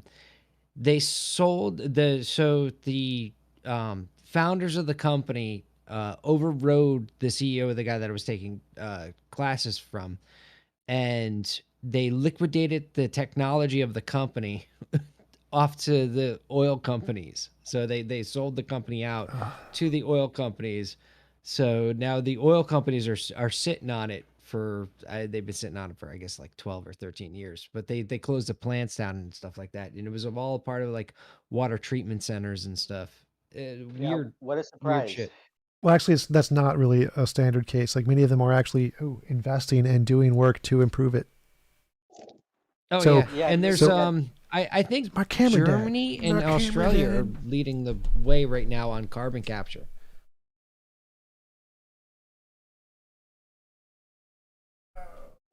Yeah, lots of them are. But why did Isn't it interesting how these technologically advanced societies, they solve human problems, but then they also create new problems, and then it's just this cycle of create problems, solve them, create problems, solve them, and it's just Yeah, that's- never Any ongoing. society would do that. That's how technology And it just technically keeps on works. going. Yeah, it's called technology. So technology does that, but it's moving in one direction. Like we can see the quality You of never life. find peace. Like, No, that's a we had stupid the- argument. The only way to find peace is to continue until we get to the end of the path. So the way we increase, If we stop now, we're fucked. yeah, that's true. We got to keep going. Can I ask him something? Who was talking? Is it Ibor? That was me. Yeah. You say that living with nature would be more beneficial, but you Yeah, seem for the to human think that- experience. But if we look at animals, they exhaust so much energy just doing what they're doing to survive. Yeah. Yeah. So they are Yeah. slaves to nature.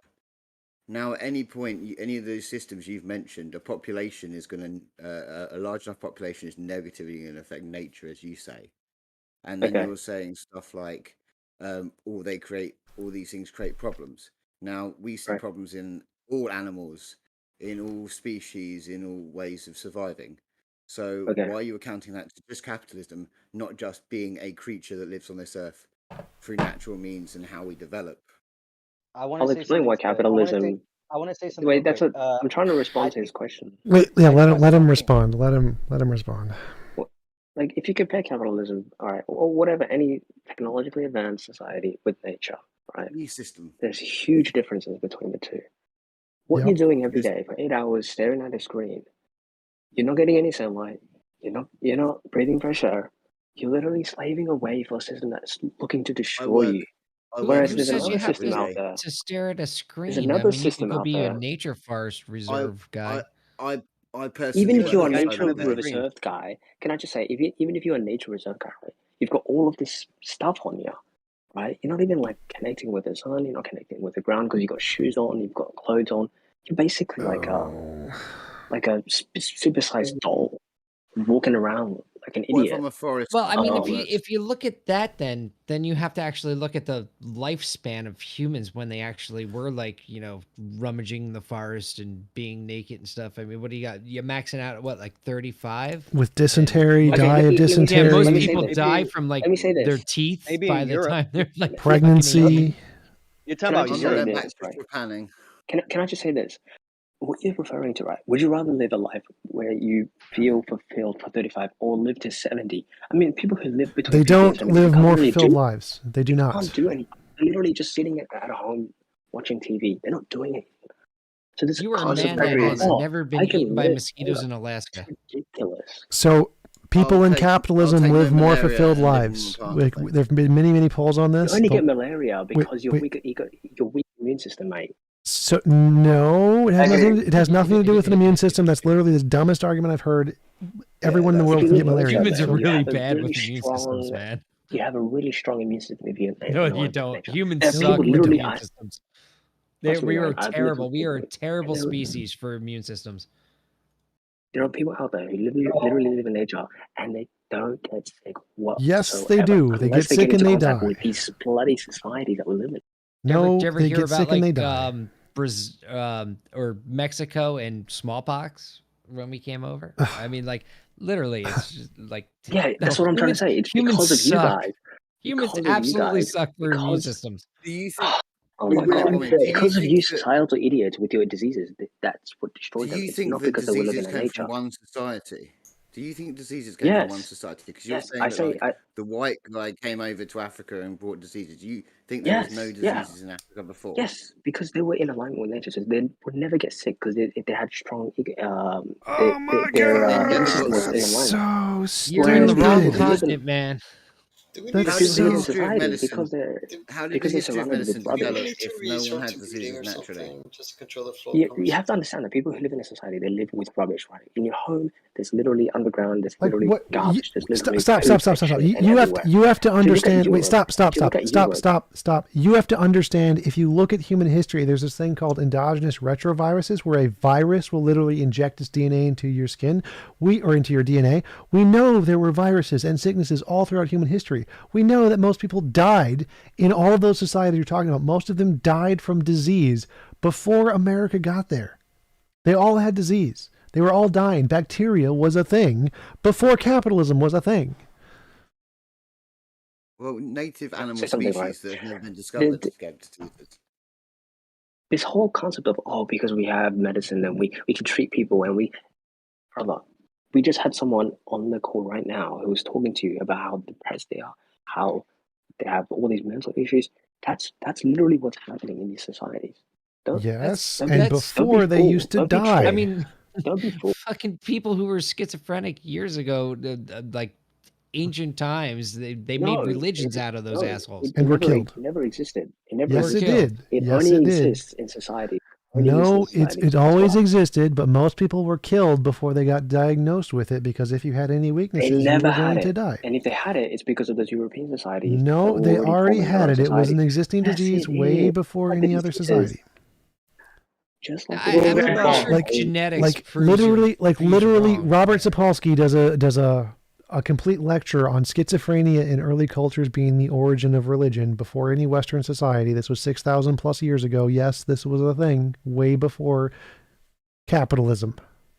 When you live in nature, can I just say one thing before I finish? When You you live die. in nature, you have no mental problems. Why? Because you have So sun all day, bullshit. you're in I mean, nature, what the you're literally connecting. You have no mental problems at all. Zero, zilch. So And when you're in a bullshit. society, There's no one there to say that you do have a So, problem. so like, Yeah, if you're right, Can I finish? let's say hypothetically he's right here. Can I So, finish? so Oh my if you're right, I want you to take like 10 people with schizophrenia into the forest and have them live in the way of the forest and see if they get cured. Let's test this. Let's see what happens. They won't get cured You'll because get they're fucked up you could already. get eaten. I mean, It's like They're gonna die. it's like bringing in a European with a disease to Brazil with no disease, and then the Brazilians have disease and trying to say, cure them from the disease. Right, What? so here, You would here's need a here's sympathetic little, tribe to care Here's for a little you. weird Oh my trivia God. for you guys. Do you know why the Indians from the North America and South America and stuff like that never ran into smallpox or any of those viral diseases before the Europeans came into town? They were in alignment with nature. Very like it's if you pay attention in like certain history classes, but it's actually because of the detonation that killed the dinosaurs. Pretty not this ridiculous nonsense. pretty much killed it sterilized the entire region. Like that's how hot that shit got. And then Cinderella when sounds more believable. what that 1,000-degree nuclear type blast can kill viruses. Yeah, it's Look, pretty believable. Look, I'll give you guys 1 year. Go out in nature for 1 year. Come back to me how much better your life is. Go do it. Literally, your life will be 10 times better.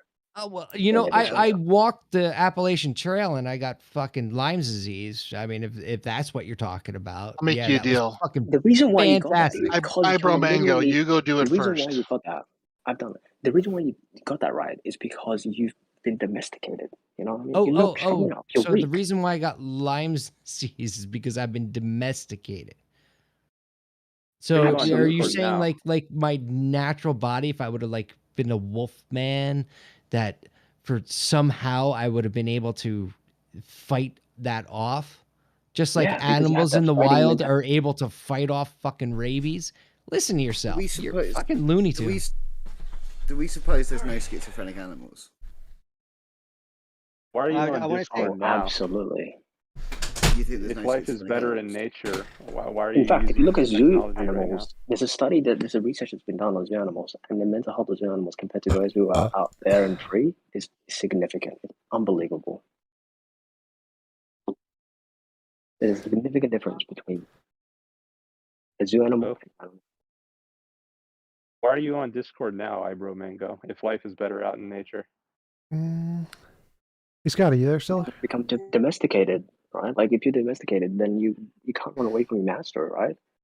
Otherwise, you'll die. You can. Why not? Why don't you go out in nature? It's like taking your dog and telling them to go away. They're going to be like, there you go. "How am I going to survive? You've literally fed me this whole time. Like, I'm going to die out Yeah, there." being in nature doesn't mean separating yourself completely from technology. That's kind of ridiculous or kind of dumb to say that. It is because you don't need technology. Technology is a convenience. It's not an actual requirement. Well, what I was You no, can make what the I choice said to was give up what I said technology. was what I said was you could be in nature and still have technology. It doesn't. You don't need to separate the two. That's not what Balance. Ibro Mango is advocating, right? Aren't you saying you're No, better without the technology? I think we could use. Okay, Mango was just saying it's not bad for us to go outside and get more in tune with our environment. Okay, well, how about this? This is an easy experiment, given that most of you guys are domesticated. Stay indoors for 30 days, don't go outside. Tell me how you feel. I work outside every single day. So Fucking did that last year in the lockdowns. What are you talking about? Yeah, it's been And scientifically did you see proven how that many it's not. people suffered through that? Yeah, You it's have been to understand scientifically something. proven. Yeah, they suffered because they lost Actually, their goddamn jobs. isn't it the other way I'm around? like, People actually going out more. I work outside every day. No, what I'm trying to say is that people who on stay my inside all field. day, they suffer compared to those who are Never outside. mind the and fact that I said on- that people in actually nature. are going outside. You should Like, you guys don't listen undomesticate to me. yourself. If you think that's better for you, undomesticate yourself. Some people do that. Why don't you? That's literally going to take so long to do. It's like taking a dog and trying to Started. Don't waste turn it any into a time. wild dog. Why waste Well, any time getting started if that's better? You said you wanted a better life. Well, everyone should have a better life outside. So surely that's what you should be doing. At what point does technology start? At what point do we get to the point where that's too much technology? We should live in line with nature. Kind of fires, tents. Where do we get to the point where we're against nature? well, you said it right there. If you can make a Technology. tool out of like this of your surrounding, then you're still in alignment, right? You're not like Ibro Mango, can I Well- say something too? Ibro. I'm just gonna Technology starts becoming a bad thing. Well, you said it when it starts going against nature. Like if it's harming the environment, or if you surely a fire is harming the environment. not really. No. okay, If you can I control it, I don't think so. Until I can't control it. Well, Until if I you make can't a control, fire. but the thing is, like, if you can't control it and it goes out of chaos, like Yeah, so then you're what are going to you be asking impacted as well. Like your food supply, everything is going to be impacted because you destroyed everything. But the Yeah, and beauty of nature is that everything regrows. So, yeah, are you but trying it to just say takes fire is technology? no, it's a natural phenomenon.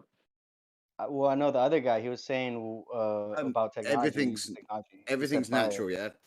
Use is natural, right? There's nothing on this planet that we've made that isn't part of nature, that comes from nature, right? I wouldn't say everything's natural. Cars not natural.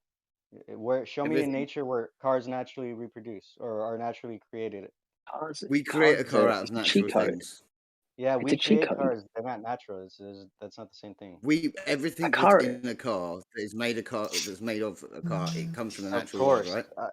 I would like to see something that didn't come from nature. That would be amazing. Exactly. I'm saying that's my point. Everything's natural irrespective of the when you get parts. down to it. No, irrespective of everything's not how it was made, like the concept behind a car is what? To get you from A to B quicker, right? That's cheat code. Yep. You're not meant to be doing that.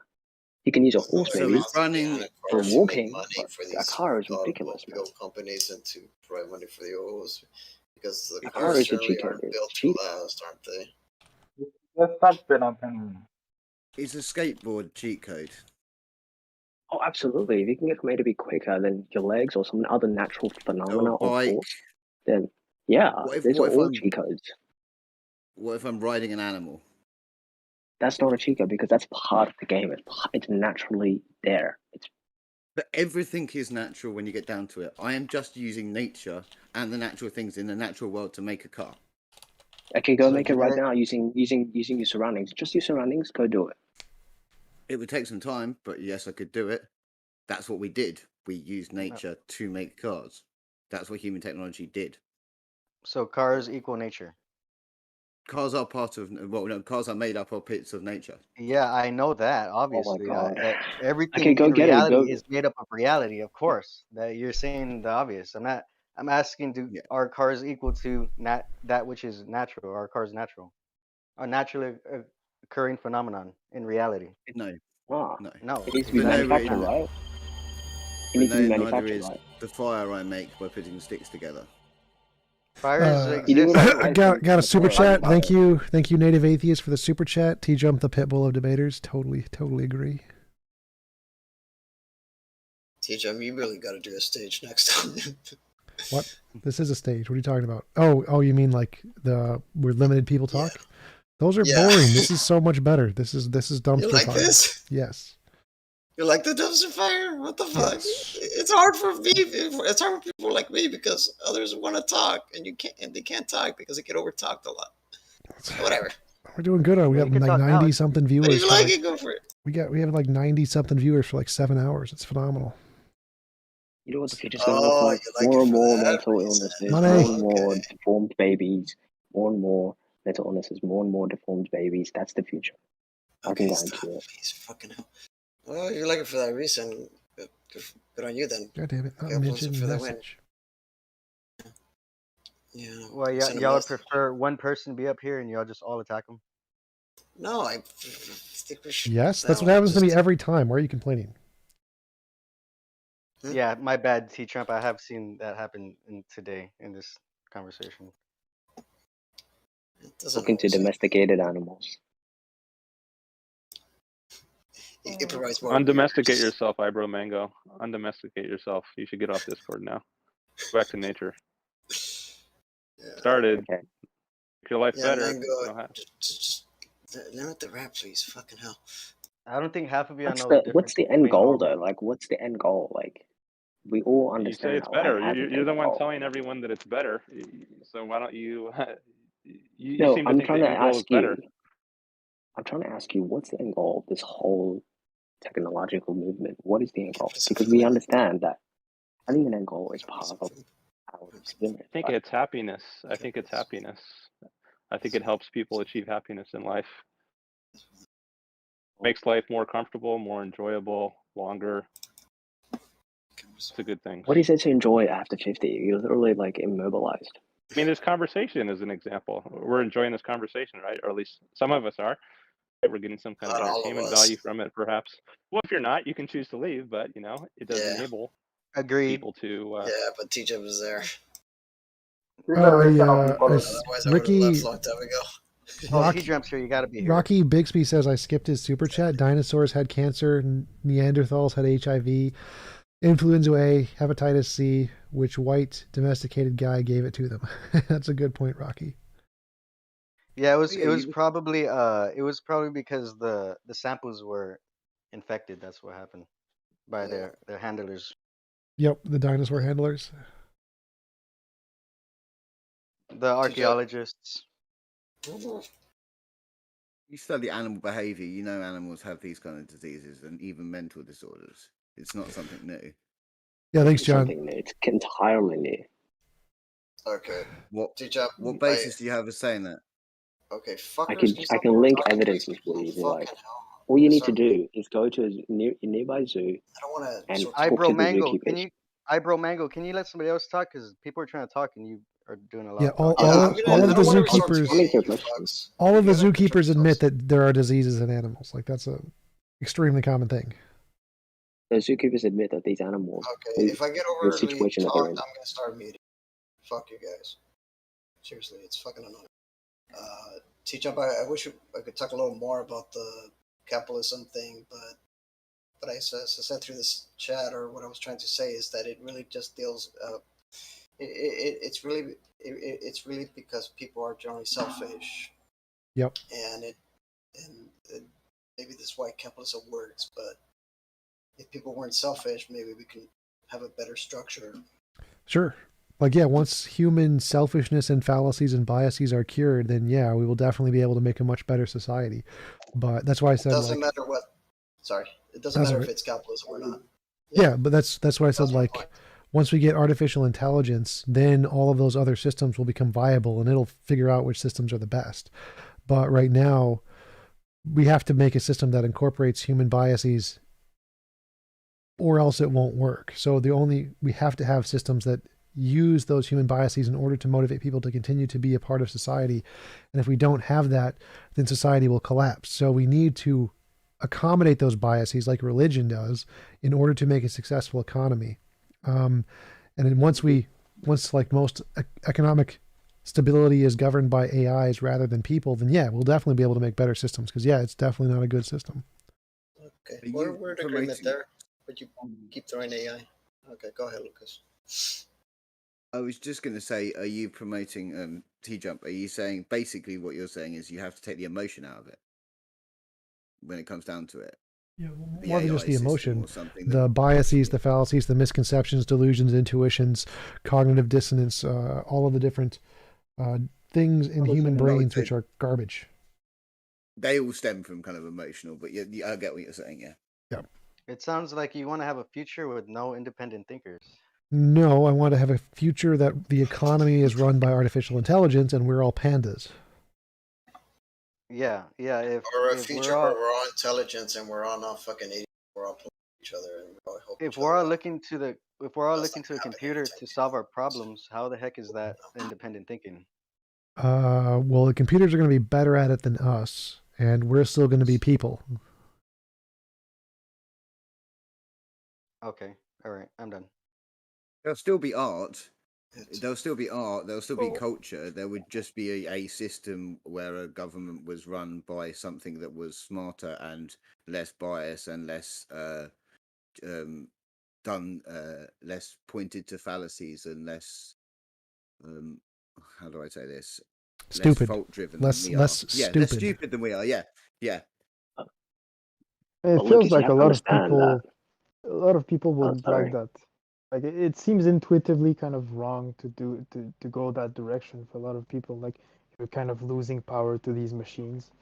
Yeah, but that's arguably, a good like thing. That's what's been happening for the last centuries. So. Yeah, that's a good thing. Yeah, Ibro Mango. Technology. The point of technology is automation. Automation is the point of technology. Okay.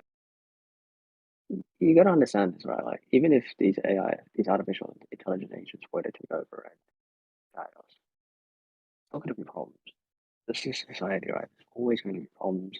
There's no solution at all. It's just I have no idea. You're cutting out. I can't. New problem. What are you saying? That there'll still be problems? Is that what you're saying? Yes, there'll still be problems.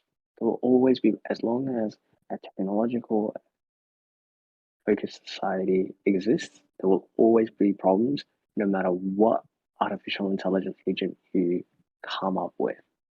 No. Yes. No. Like once we get artificial intelligence, it'll be able to solve pretty much all human problems. We will have no more problems that we're aware of. Unless we choose them. Okay, that's what it's able to do. Yeah. But because it's doing that, new problems will come about. New human problems.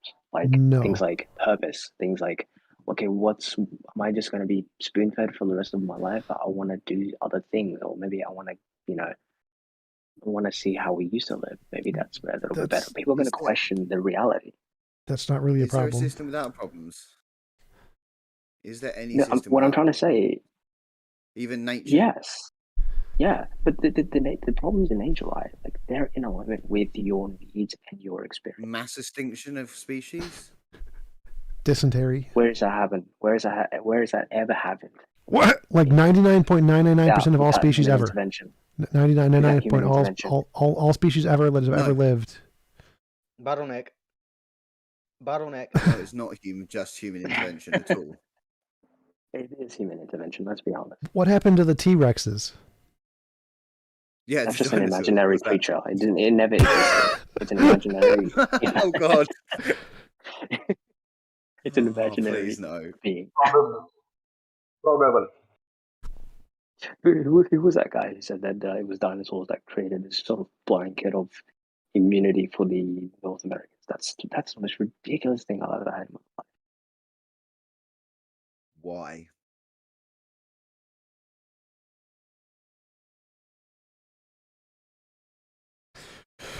I didn't think we'd get there. I don't understand why you think T-Jump. Why you think it would be better with computers running everything, or artificial intelligence running everything? Can you name a technology that has not had a betterment impact on society? Guns. That made things better. Better food, Cars. more safety. Cars made things better. They didn't actually make anything better. What they did is they've sort of like abstracted. No, they all made things better. They literally made things better. No, they didn't. They literally abstracted. Your crazy dysentery society where everyone dies at 36 is not better. So technology, like every single technology has benefited human lives drastically. It's reasonable to think that pattern is going to continue. So like if you imagine the ability to download information into your brain, that you can solve problems that you could never solve before, that you never had to work, like Star Trek level societies that are run by computers, it will definitely be better. Okay, then why is it? I work in a white collar job, right? And the people there, I've spoken to them, and I said, you should go into nature. You need to go live with nature. Stop working your white collar job. Go into the woods. Can I finish? I've asked them, what's their motive? Why did they take this career? Why are they doing what they think that they're doing? And they've always said, so that one day I'll be free of this, which is really interesting to observe. Is that people do the things that they do in these societies just to get away from it. Do they mean some people actually like their jobs? Free of that job. That includes being in a hunter-gatherer society. The reason people free of society of itself. So that's an advantage, not a consequence. So in a hunter-gatherer society, you have no hope of ever getting out of it. In a capitalist society, you get to retire. And when you retire, you can just party and go to Florida. So in a capitalist society, you work so that you can stop working. You haven't listened to what I said. I said that they want to escape this whole. I did listen to that. I listened to that very, very intently. So the reason that we want to escape society is because we know if we work enough, we can get to a point where we no longer have to work. In a hunter-gatherer society, that doesn't happen ever. You don't ever escape. I literally said that the examples that they gave me were like going into a farm. When you have a farm, you're still going to work. Because they're in alignment with nature and they're getting sun every day and they're becoming active, and they can put their feet on the ground without having to put shoes on or some ridiculous notion like that. What?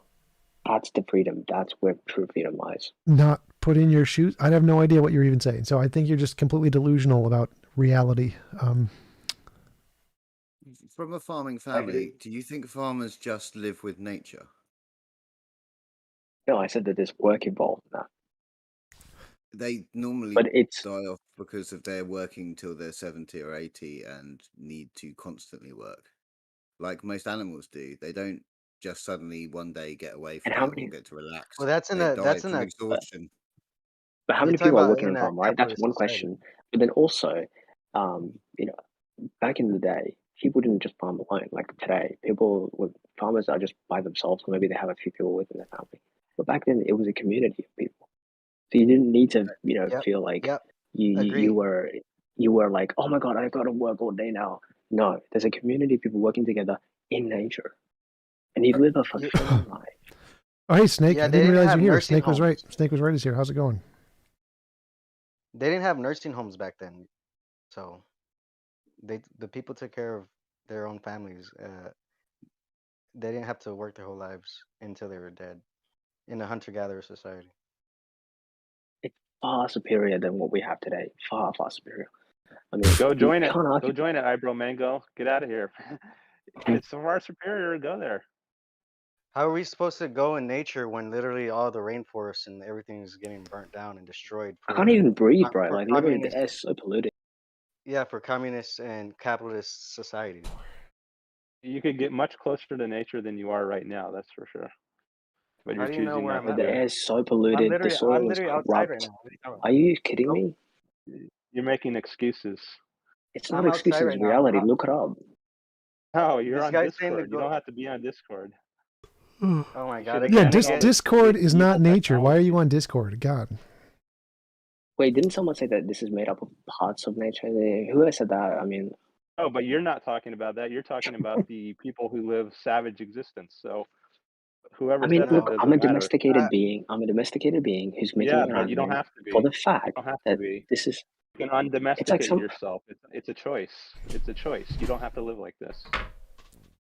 It's like telling your dog, go out there. It's gonna be like, No, it's where? not like telling a dog, you have free will. You have a choice. You don't have to do this. And again, Choose It to you use said. Discord. But What'd you all say it about living knows like a is. savage? Wait, I want to hear it again. Can you repeat the living like a savage thing again? I wanted to Yeah, respond to he's that. saying that it's better to live like a savage. So No, I so living never living said to with live like a nature. savage. I never said that. That's literally you guys put Yeah, that. Talking What I about said. you're talking about hunter-gatherer lives. I mean, that's basically It what doesn't he's have to saying, be right? hunter-gatherer. It could just be a community of Whatever, people in whatever. It nature. doesn't involve Discord. It does not Saying involve Discord. savage, that's actually a slur. I don't know if you're aware of that or not. No, I think maybe that's just being politically correct. Yeah, no, it's not. To Being call savage That is doesn't just count as because someone. call If someone indigenous who lives people. like that, Can I just say, To have you ever call, I looked want at to a say this. photo? To call indigenous Sorry. people savages, yeah, that is a slur. That's not Yeah, politically that's correct. correct. if But that's not a savage, what is a savage? has anybody actually seen a Like the photograph, definition right? of a savage. Yeah, look up the definition. Can I just say something? Has anybody seen a photograph, right, of these tourists with these like African people who are living within like these villages in nature? Do you not see the differences between the two? Like one is so out of it. Yeah, my question to you is why are They you look not so capable out of of it. why are They you look not so capable not of in teaching place, yourself? Why are you not capable of going out and teaching yourself to survive in the woods or survive off the land, however you want to describe it? What's stopping you? Nothing's stopping him. You missed him say he's been doing it. He said it earlier. He's been living. Not He's doing it lived now. with indigenous people. Yeah, it Not sounds doing like it you just want like a echo chamber, right? You just want people to be Yeah, I saying what know. you're saying, and if they're not I saying what you're saying, then recall get the him. hell out of here, right? That's what it sounds like. recall Man. him saying. Nobody's we're answered I not the question recall pushing each around him the other's back. saying photograph. next week he was moving to China. That's what I recall him saying. I don't know who said that, but that's definitely not me. That's definitely not me. But what I'm trying to say is, why don't you guys answer the question that I had around the photograph of these domesticated people versus the people who live in nature? They look so different. One person looks so out of place. They've got these clothes on, they've got this weird shit on, shoes, what the hell? And then you have these normal looking people. I mean, it's unbelievable the difference. What does that show? I don't get it. People who have no clothes look different than people with clothes. Do you have this photograph of these tourists in this village, in whatever Africa, whatever natural place that they're in? And you can tell the difference. You can tell one is really hurting and one is living in alignment. Yeah, Making inferences based on a photograph about what? No, their I'm state just of trying to mind? like explain. Yeah, I'm just trying to explain like the way in which the two groups go about living their life. One person, you can tell that they're hurting because they've got these. I mean, like they're Who is so out of hurting? place. Tell who is hurting. The person with the person who's become domesticated, right? Like How do you know they're the person hurting? with the clothes on. Why do you think they're hurting? Didn't you say it yourself when you go out on a walk, you're gonna get Lyme disease, and every time you go outside, something bad happens to you because you're being affected by the outside forces? Who was saying that? Four different people were talking about how bad nature is, and when they go outside, they get sick. Who was saying that earlier? Y'all were literally saying that, and now when he's talking about people It's getting sick, you're hilarious. over here Who said acting like that? y'all don't know what he's talking about. I know. Who said that nature gets Look, sick? And when the you see idea that someone, right? the idea that you keep on bringing up these anecdotal things where I saw in a zoo, or if you look at these pictures, Yeah, there is it's hunter-gatherer important. tribes that kill each other and have done for generations. Now, I'm sure the lives of a few of them will be better than our lives, and Can I just I'm can I just say something, right? When you compare someone who's domesticated and one who isn't, who's wild, The one who's wild has far greater logic, understanding than the one who's domesticated. And I'll explain why.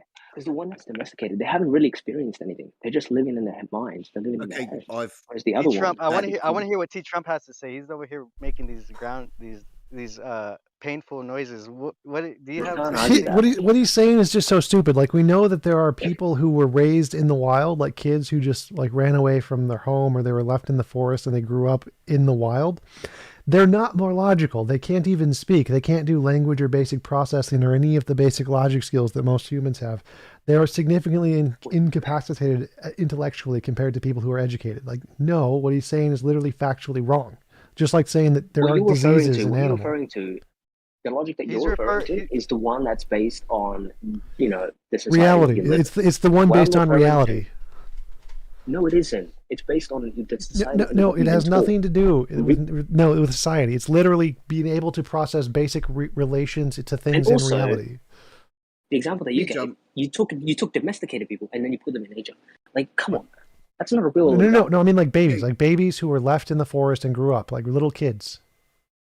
They need guidance for the babies. Mango, you said nope. It's like putting a puppy in the Mango, forest. What are you going to expect? You said that they're more logical, yeah. You said they're more logical. What are you basing it on? Making sure. I'm basing it on reality, because if people live in reality, if people live in nature, they're living in reality. So their worldview is far greater than yours. Your worldview is based on what you've been taught at school and what you should be thinking, what you shouldn't be thinking. Whereas them, it's real, it's real, it's I agree. raw. About the stuff I was taught at school about nature. You know what? Mango. It's domesticated bullshit. Bro, Mango. You know what? Based You're on not what? appealing to authority, so you're wrong. Bro. Oh yeah, true. Okay. No one said that. I'm just saying what is bullshit based on what? You're saying what I was taught about nature in school is bullshit based on what? Because you have no discernment between what is right and what is wrong. You're literally you're taught what is right and wrong. You know what I mean? Like, the people at nature, they see, they experience. Okay, It's so not what are you by trying their to say? tribal chief. Are their tribal chiefs infallible? It's not about tribal chiefs. It's not about politics. It's about It's their literally religious beliefs and spirits in the forest and so forth. Is that all? Forget about truly those correct? cultural things. Those are just cultural things, bro. Culture evolves. Those are beliefs. Those are beliefs that they hold. Are they correct? Are they logical? That's just one group of people. That's just a cultural thing. Sure. You have to understand. Everybody has a You're cultural saying their beliefs are you saying their beliefs are superior? Their logical reasoning is superior? I want to say something. It's opening a door. It's opening a door. Mango, let me respond That's to that real cultural quick. thing, right? Is that a right thing? Is that logical? No, it's just Mango, a cultural thing. Bro, Mango, I want to say something to that. I mean, if you're referring to their understanding of the plant medicines and like the healing properties that they have, then yeah, their understanding and beliefs in the plant medicines, they are correct. Like the whole No, we're not. yeah, they'll have, look it up. They'll Wow. have So it's superior to Western science. Yeah, it's significantly literally worse. the Western science is built on bullshit. Exactly. And I'll tell you why. No. Science. Listen. Just let him tell us why. Listen. Can I explain? It's built on bullshit because you know why? It's so out of alignment. It's literally, you have to be sick in order for the Western medicine to work. You have to be so fucked up. Yeah, you have to be so you can't fucked treat up someone without a for it to disease. work. If they're not sick, the medicine doesn't work. Oh my God, no. So what I'm trying to say is, because you guys are not in alignment with nature, so you don't understand what I'm trying to say. You're not in line with living nature. You need to get off Discord and go align yourself. But you're a white collar worker on Discord. How are you aligned with nature? Because I had the opportunity to be able to go out there. How did you do that? Around myself. Yes. Why aren't you doing it? If it's the better choice, why aren't you out there doing it now? No, because I see people in the world who are literally being the world is being brought together to destroy themselves. Literally, I like live on a agents farm. called I'm a America. white-collar They literally worker. go all around the world and literally destroying humanity, the earth, everything. Yeah, but you're. Why don't you do what's best for yourself and not worry about what other people are doing? If you think it's best for yourself to be with nature, and not in nature. Hey guys, come on. He's gonna go to Discord servers and he's gonna change the world. That's what's gonna happen. The air is polluted. The soil is corrupted. The animals are scared of us. Literally, we need animals so that the ground and the soil become cultivated, but they run away from us. Ridiculous. Mango. I live on a farm. I'm a white collar worker. With domesticated animals, am I right? With domesticated animals? No domesticated animals at all on my farm. No domesticated animals at all. We're not that kind of farm. So how do I become in tune with nature? How would I do it? Like you are. Why? It's like asking a domesticated dog, how do you become wild? No, bro, that's a silly question. Tell me how you did it. How I did what? Come in tune with I literally nature. just You said- said we're not. Shit, you're preaching. Dude, if you're a domesticated dog, it's like But telling a domesticated nature, dog, bro. go and be wild. Oh yeah. Yeah, but I'm doing the same as you. I'm a white collar worker, but I live on a farm. So how do I do it? How are you not like me? How are you? Fair enough. in It tune with doesn't have nature? domesticated animals on it. What are you raising, bears? If I'm a domesticated human, how am I supposed to tell you how to live in alignment with Well, you've I done can it tell you yourself. I could tell you how to get closer to nature. Go hug a tree. That's your first. That's the first step. A non-domesticated tree. Non-domesticated tree. Yeah, sorry, they're on my build a- farm, so they're all domesticated. So you've got to build a rocket and go to the moon, touch it really quick, and then come back Oh on my Earth, and you shall god. Pose find a it. serious question. What animals are on your farm that are not domesticated? Mice? None. I don't You think he guys have has to an be animal honest, farm. like, he I mean, has some kind of plant let's- farm. Well, yeah, I'm curious, like which plants are Yeah, it's our domesticated farm. plants versus non-domesticated plants? Is corn a domesticated plant or Well, bananas? like bananas and corn stuff is. like thousands of years ago were very different and things like that. So the American Indians, when they cultivated corn, they were like domesticating corn and moving away from nature. Yeah. I mean, no, they weren't yeah, moving away. yeah, from yeah, it. I They mean, were working thousands with of it. years ago, came corn from- looked very, very different than it does nowadays. No, it actually Yes. came from civilized societies. They created it. And then Like- the Americans just took it on themselves. Using natural Modern selection. corn.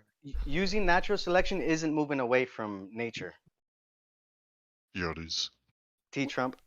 So pretty much that's every evolution. What are you talking about? dog, like a Chihuahua isn't moving away from nature. Domesticated dogs. It's not.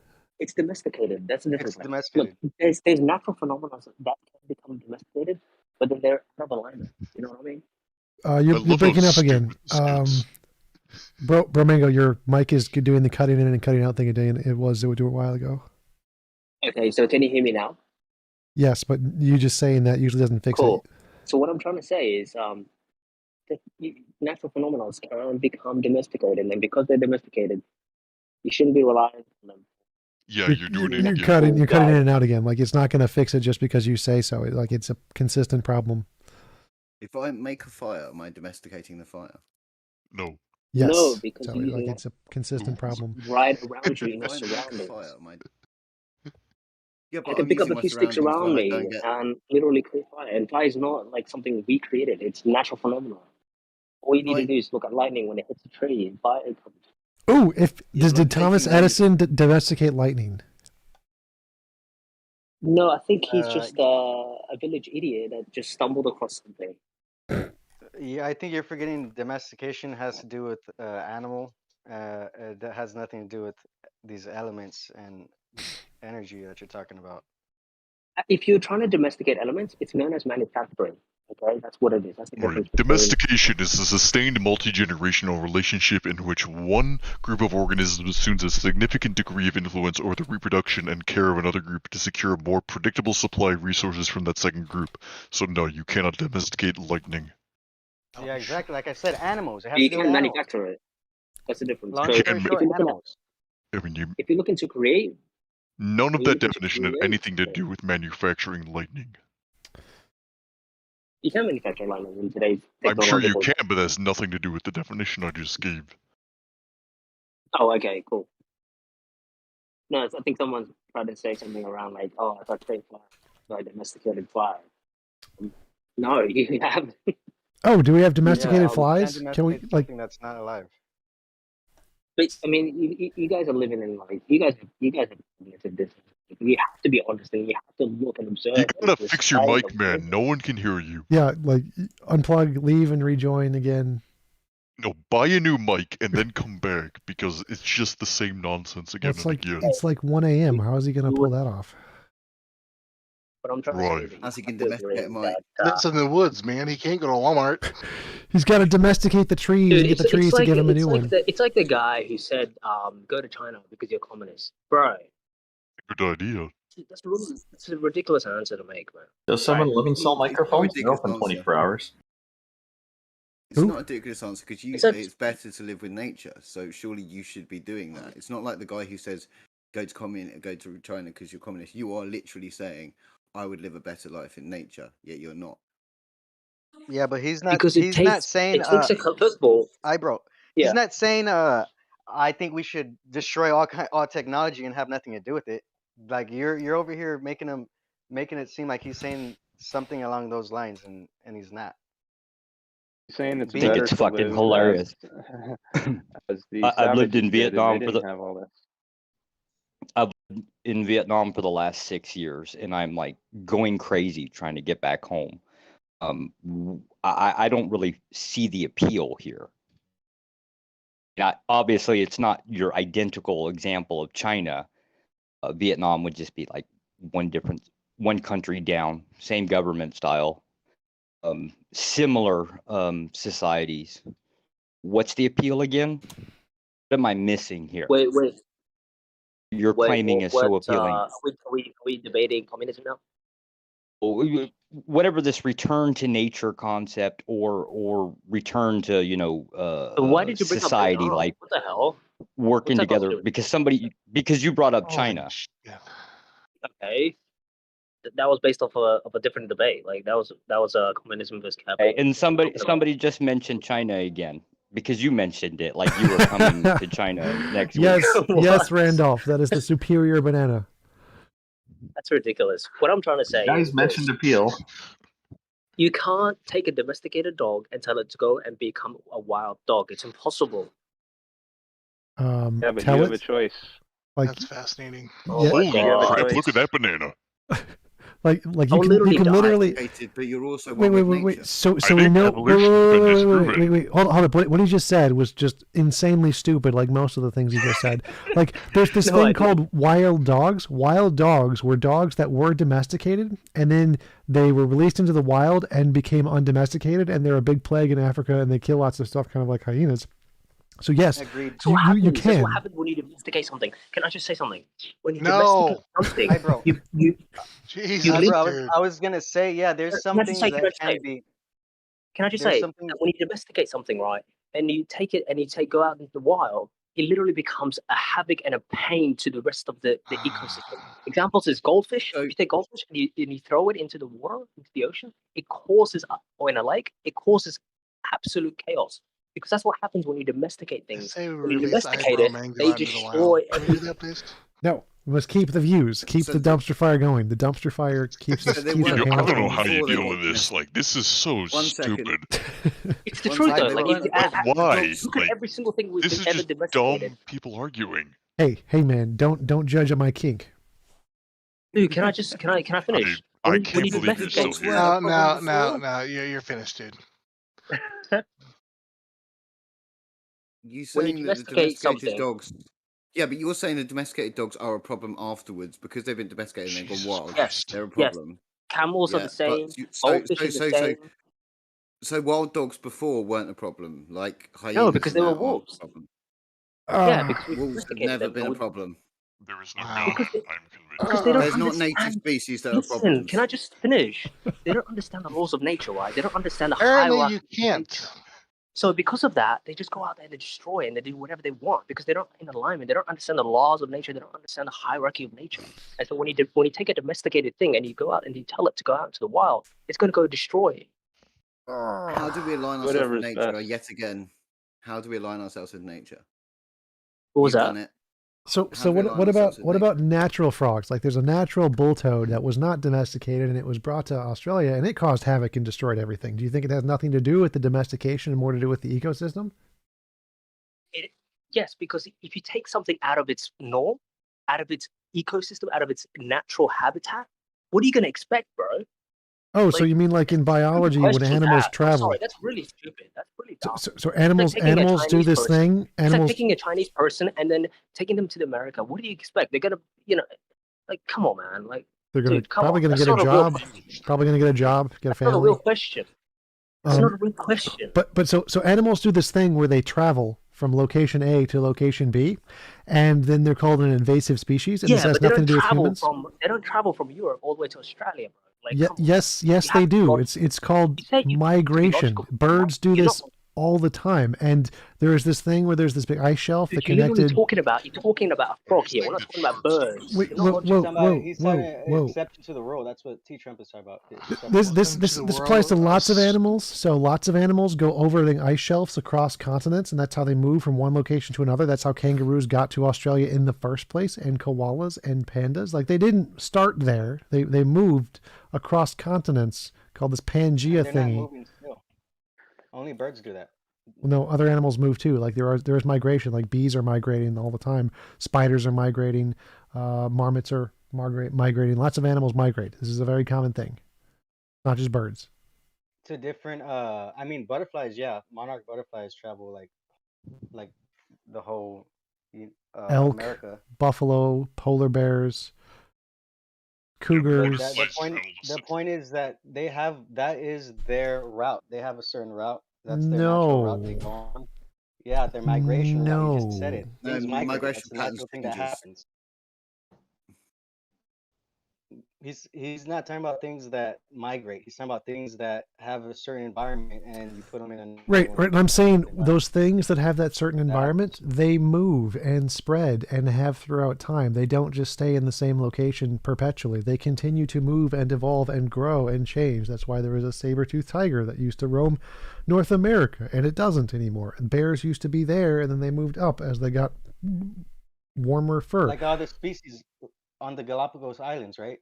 They all moved to. Yes, they all moved to there and evolved. No, they didn't. Yes. They haven't moved from there. They're still all the animals in the Galapagos. You mean in the Islands, past they're brief there. period of time that isn't 50 million years when animals were moving all over the planet? Because they move all over the place. It just takes a lot of time because evolution is pretty slow. Thus, they move.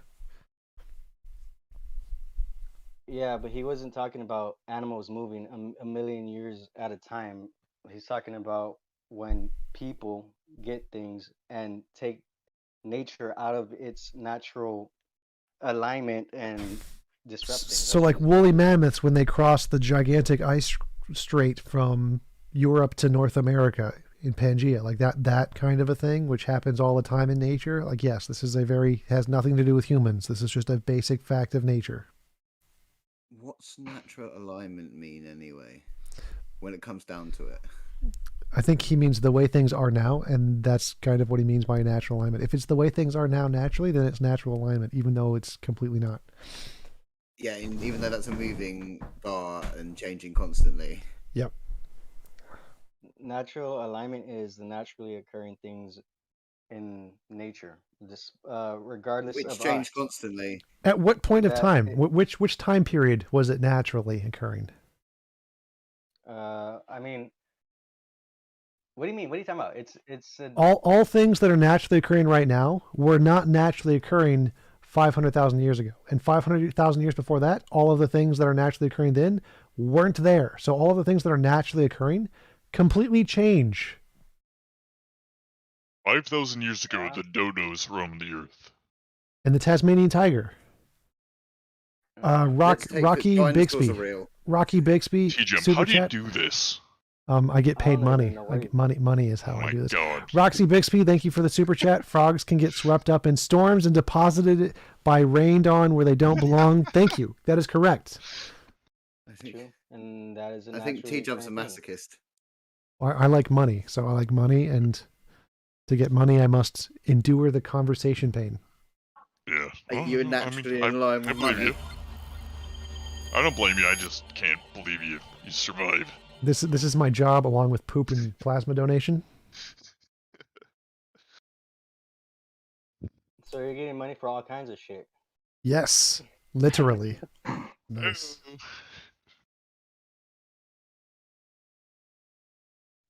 Yeah, I'll be here all week, guys. You mean till tomorrow? I can't believe I'm still here. I can't believe I came back. Can you make your voice any more deeper? I would like to hear that. Sing us some baritone. Did you learn that Holy song that shit. Pine Creek told you to learn? No, I looked it up though. I didn't actually listen to it though. But yeah, it is kind of crazy. It's been like that since I was 17. I'm glad that you actually believe me. No one else ever does online. Yeah, I'm a skeptic. I'm a skeptic, but I am easily believed. I do believe things easily at the same time. It sounds like a contradiction, but it's not. I'm not sure how I would convince people because like what could you possibly do? I don't know. I don't know. You can't really make anybody believe anything, really. Yeah. I think cults would disagree, but yeah. Oh, so I talked to that girl. Yeah, she was like suicidal, but she's needs some goals and stuff, and she'll be fine.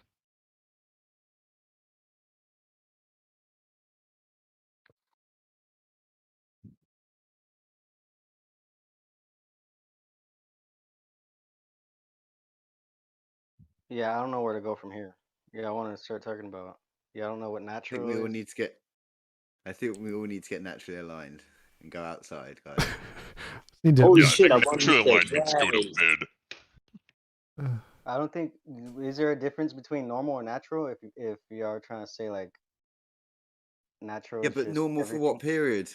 Yeah. Has anybody actually For what looked up period? at the? Sorry to interrupt. Oh, my But has food's anybody actually looked up at the sky recently?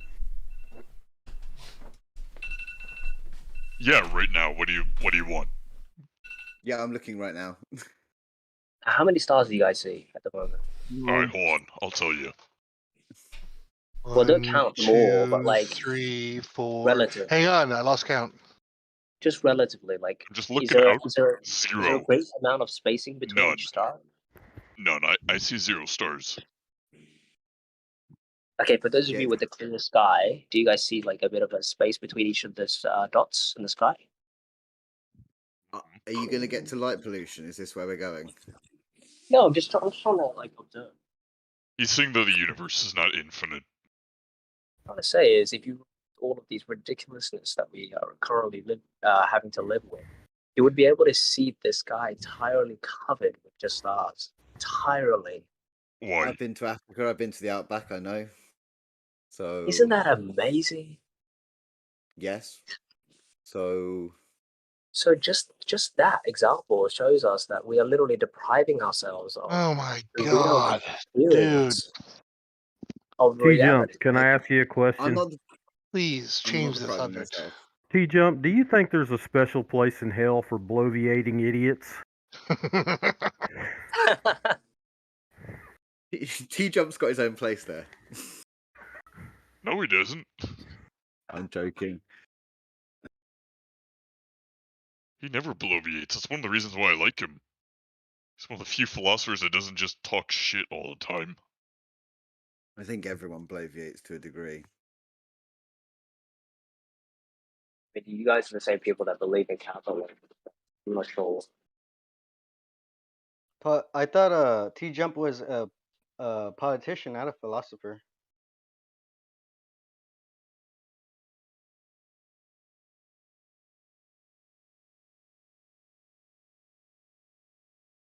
Hello. I'm actually domesticated.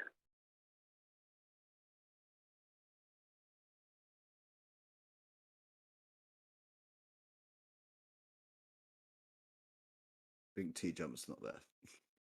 Yeah, he's gone. I thought he was like a politician, personally. Isn't he running?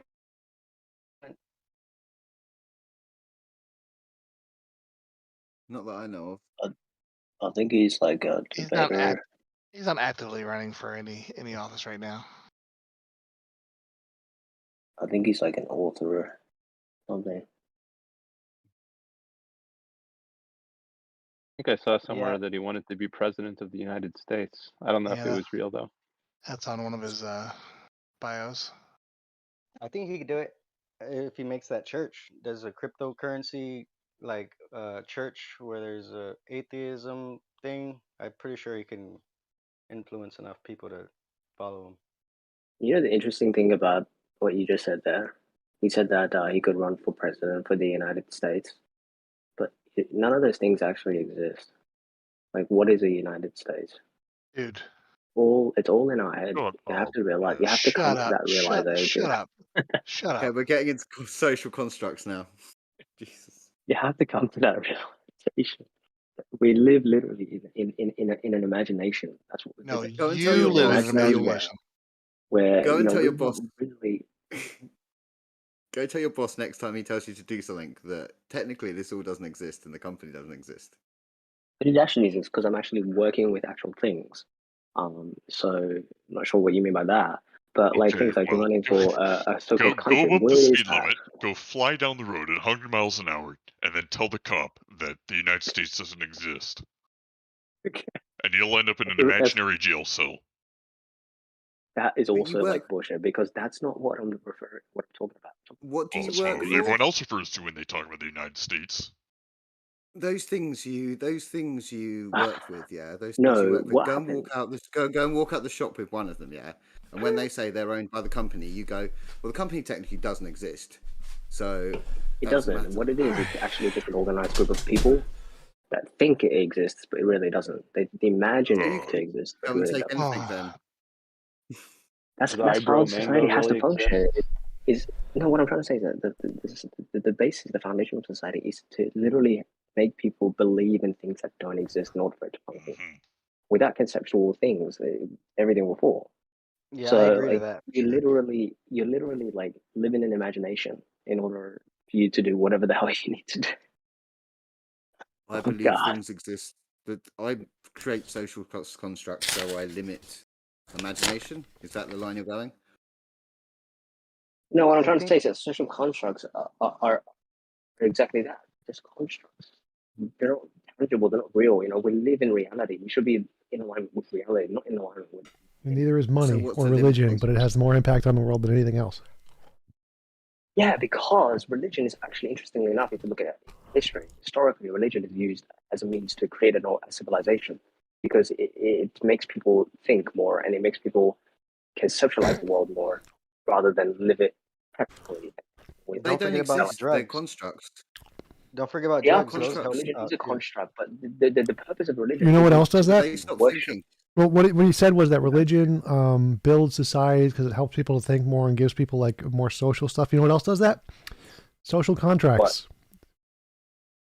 Yeah, because where do you think social contracts came from? They came from religion. They came from the exercise of concepts. They came from the exercise of conceptualizing the world. You got it backwards. Where social contracts come in. Also, social contracts came first. No, they didn't. Yes, they did. How so, T-Jump? Why do you say that? Because religions weren't invented until like a certain number of humans came about 200,000 years ago, and during that time period, that's when you started to have social contracts. Religion didn't come about till like existed. What existed is social understanding, social cohesion. The same thing. Based on actual experience. So, for instance, if you saw something that was horrifying to you, then people saw that as well, or maybe they heard stories, and then they will align with not to do that certain thing again. Whereas these social contracts that you talk about, these forever evolving social contracts that always change, they're not in alignment with nature. They're not based on experience. They're just things that people. Okay, I have something actually interesting to talk about. Hey T-Jump. Hey.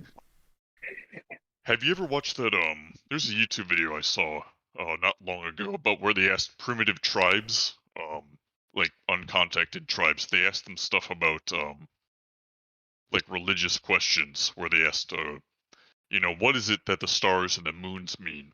And, what happens to people after they die? Have you seen that video that I'm referring to? I don't think so. It's fascinating. You should check it out because the pragmatism of this primitive tribe is truly astonishing. Can you post a link? Ask them. I'm actually in my kitchen right now, but I'll send one to you. Cool. Hold on. Give me a minute. I'll wash my hands and I'll head on down to my office. But yeah, they asked them really interesting questions like, what is it that the stars and the moon mean? and they say, well, the stars and the moon, they make it difficult for us to hunt because at night the goats can see us. And they say, what happens after you die? And they say, we bury them in the ground. And it everything that they think and everything that they say is super, super pragmatic. Yep. And it's it kind of changed my mind on where I thought religions came from. Because it might be that agriculture came first and then religions came second once people had spare time. Yep. I'll send you a link if I'll find it. Religion is not a new thing. Nothing's new under the sun, as I said. Religion is literally Religion is a very new thing. used to But create. Can I just finish? Nick, Used to create one sec. civilization. Nick, have you seen the video about language where they ask the different cultures and tribes about how they do like visualization and directions and stuff? That one's also really interesting. No, that one doesn't come to mind. Yeah, that one I'm was. heading downstairs. Yeah, there's this whole linguistics thing where they would ask different, like there's different properties of language, like a bridge in Spanish is feminine and the moon is masculine or whatever. And they have different ways to assess direction and language and memorization based on the structure of the language of the individuals. It's really cool. I even heard about that. I had like a Jordan Peterson type theory about masculine and feminine languages, but that doesn't sound familiar to me. See if I can find it. Let me look it up. I'll I think it was a Dan Ariely video.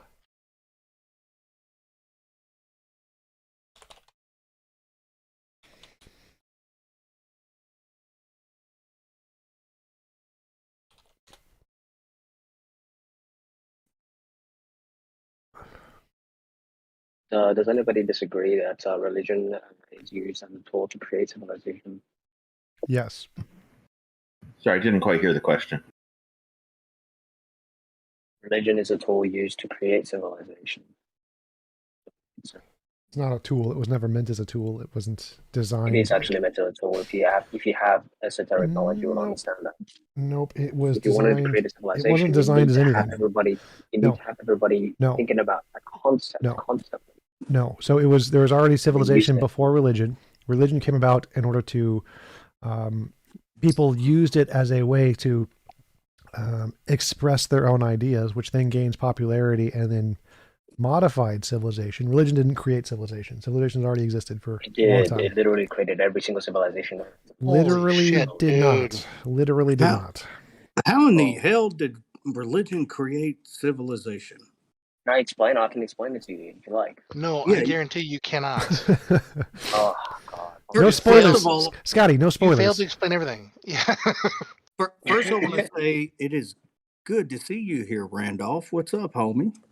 Oh, hello, Eddie. It's good to see you here too. Yeah. Anyway, I'm interested in how religion led to society as a religious person myself. Yeah, sure. So religion, what it does, it's really interesting actually. But what it does, it brings disparate people. So these are very different people with their own beliefs, their own desires, their own whatever, into a sort of like a cohesive unit. And when you do that, you literally everybody has the same mindset as you. When everybody has the same mindset, they have the same goals. They have the same sort of like end goal, right? And society stagnates. And that's how society is formed. It's because you need to have everybody, sort of under the same umbrella, in terms of thinking, in terms of doing, in terms of purpose. And that's what religion does for groups of people. So how did Why does that chimpanzees build a mechanism? society? Without a religion, without this, because religion isn't like, I'm not trying to say religion.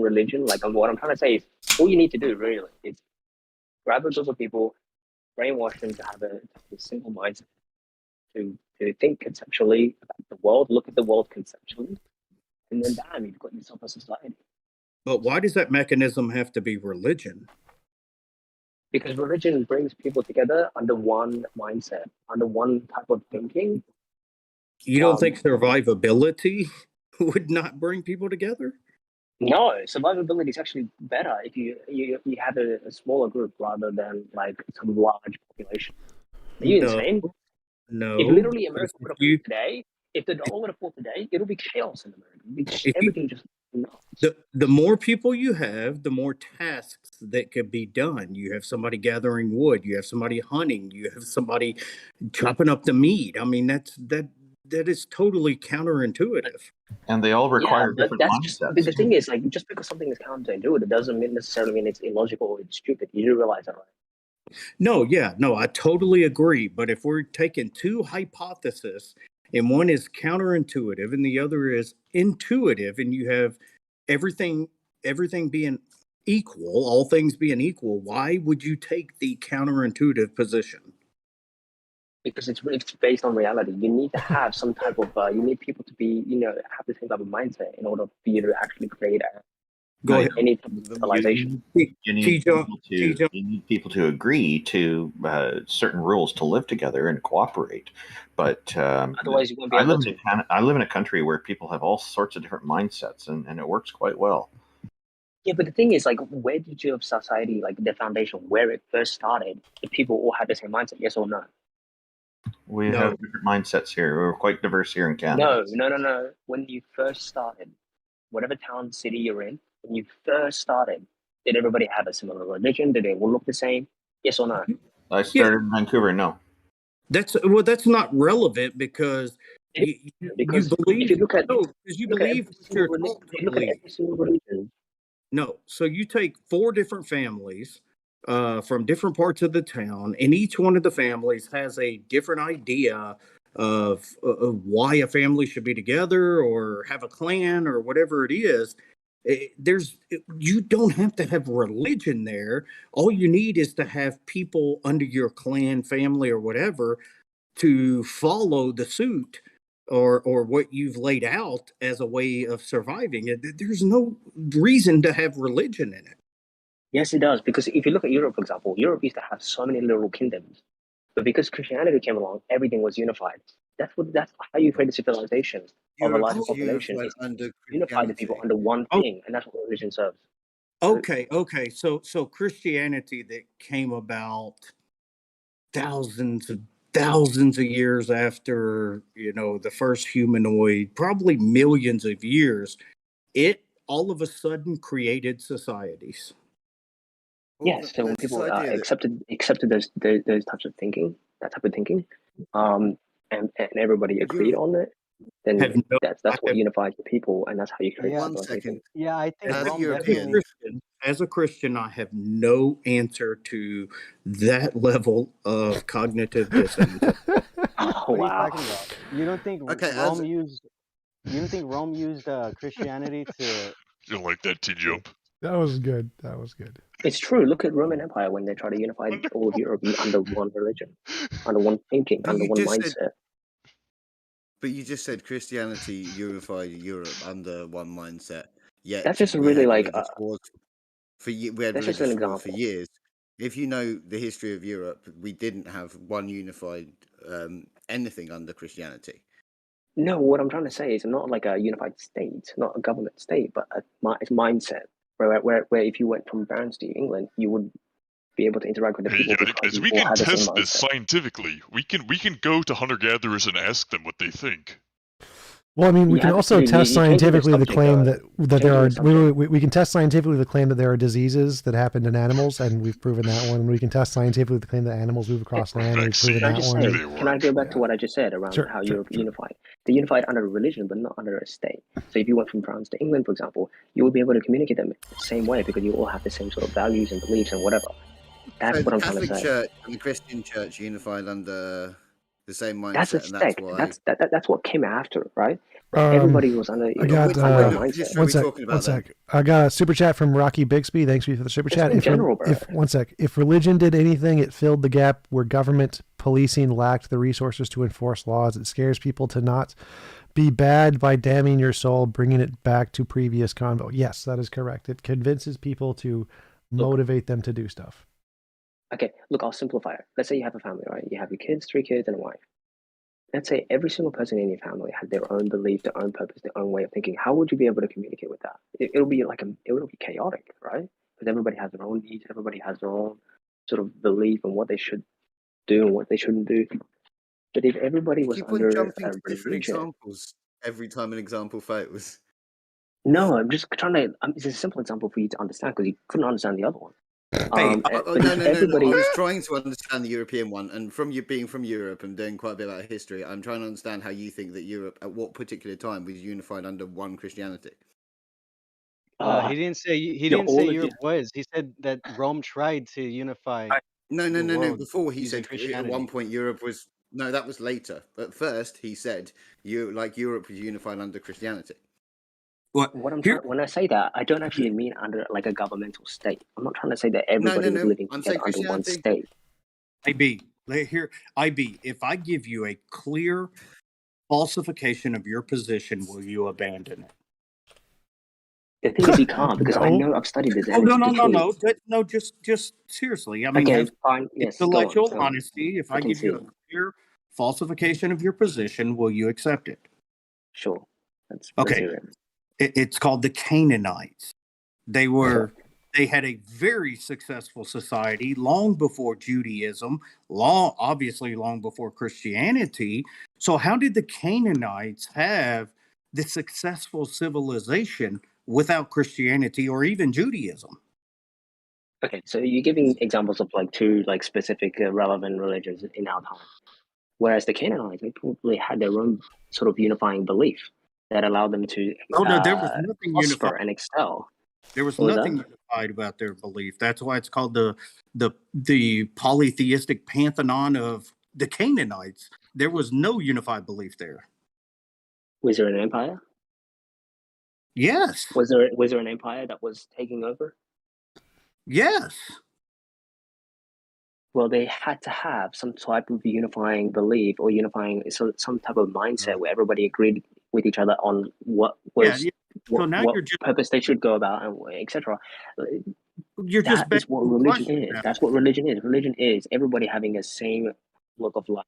No, you're just begging the question now because you're saying because there was an empire and a civilization that grew and all, they had to have. I think that's you're looking at religion as from the literal standpoint. I'm looking at it as a unifying thinking. That's all it is. It's literally bringing. If we all agree that we all think blue pants are better than red pants, that's a religion because it's a unifying idea. Are you just taking anything to be religion as long as it is all agreed by the masses? Look, we're not looking at what the definition of religion. We're looking at the what it does to a group of people. That's what we're looking at. That's what we're arguing about. We're not arguing about he's trying to, semantics or syntax or whatever. Oh, okay. Anyways, like I said,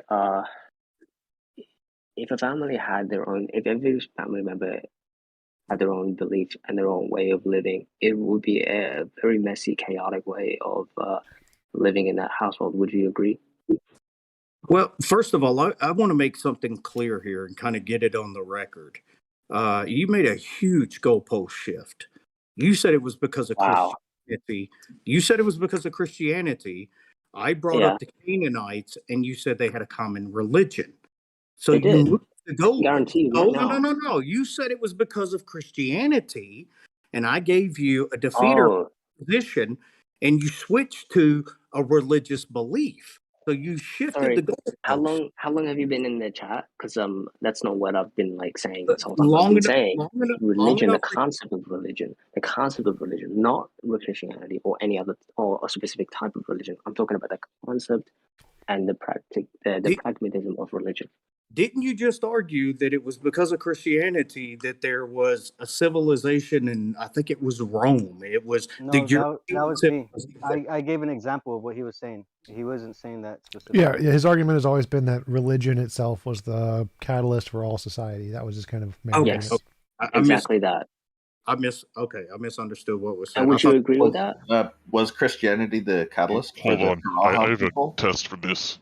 Sorry, was Christianity the catalyst for the Paraha people? I'm not familiar. Who are they? Great to jump. How about this? Let's define. You can make an inside joke, but you can't like. That's not an run inside away joke. from the reality. That's a group. It's a group of people who never had a religion. They're a group of people who never had a religion in their society. Exactly. Like, you know, if you look at Exactly. You know, people exactly. How can you say exactly? You didn't know about it until 10 minutes ago. You didn't know about it until they mentioned it. How does You thought it was an exactly inside fit joke. in there? What I'm trying to say is that if you look at like a tribe out there in nature, right? There's no society going on. Why? Because everybody's divided. Everybody has their own belief. Everybody has their own way of doing something. Whereas if you wanted to create a society that will flourish, or maybe they'll have technology, you need to have everybody under sort of the same umbrella, same mindset. Would you agree? You see diversity. No. You see division. I see diversity. Well, it's the idea So that we can test what you believe to be true. So, And so if any of you guys say, so if we go to a primitive tribal people who've not had contact with the rest of the world, what would you expect them to say? Like, if we ask them a question such as, what happens after you die? Or what is it that the stars and the moon mean? Like, what would you expect them to say? I would expect them to say, "Get the hell out of here before I spear you to death." Yeah, but honestly, say they're probably the friendly, real answer. and then you ask them the question. What would you expect? They'll probably just tell you what they've been like, you know, what they've heard, or maybe they've I would experienced. expect they wouldn't want to tell you because some information's sacred, and most people just want to come and make fun of things that people say. So they probably would just. Well, if they told you honestly, what do you think they would say? Very true. Well, I don't They're know. probably, now you're they're asking probably me to joking me, to speculate be something honest. I have Like, no idea honestly, about. I actually met some of these people, and they actually despise you guys. They think that you guys are really weird, like alien-like. Trust me. Which ones? And Which ones have said this to you?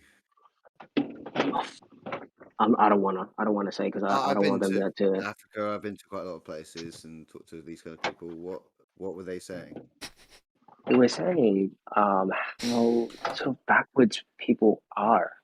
That, you know, why you guys aren't, like, you know, in alignment with your surrounding. Instead, you're disconnected. Like a shoe, for example, is a perfect example of disconnection. Like, you literally just don't even trust the ground that you walk on. Eddie, You're so scared. You're so fearful. Wait, one sec. Earlier, Bro Mango was talking about earlier how if you're in nature, you can't get diseases, and people who are like in nature don't ever get diseases, and there's no like diseases in animals. Oh, come on, man! I never said that. What I said was your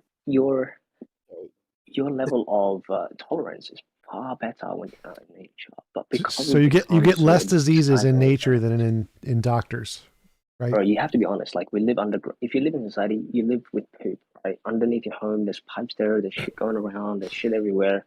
If anything happened to that infrastructure, that's why we invented toilets. Cause diseases and shit.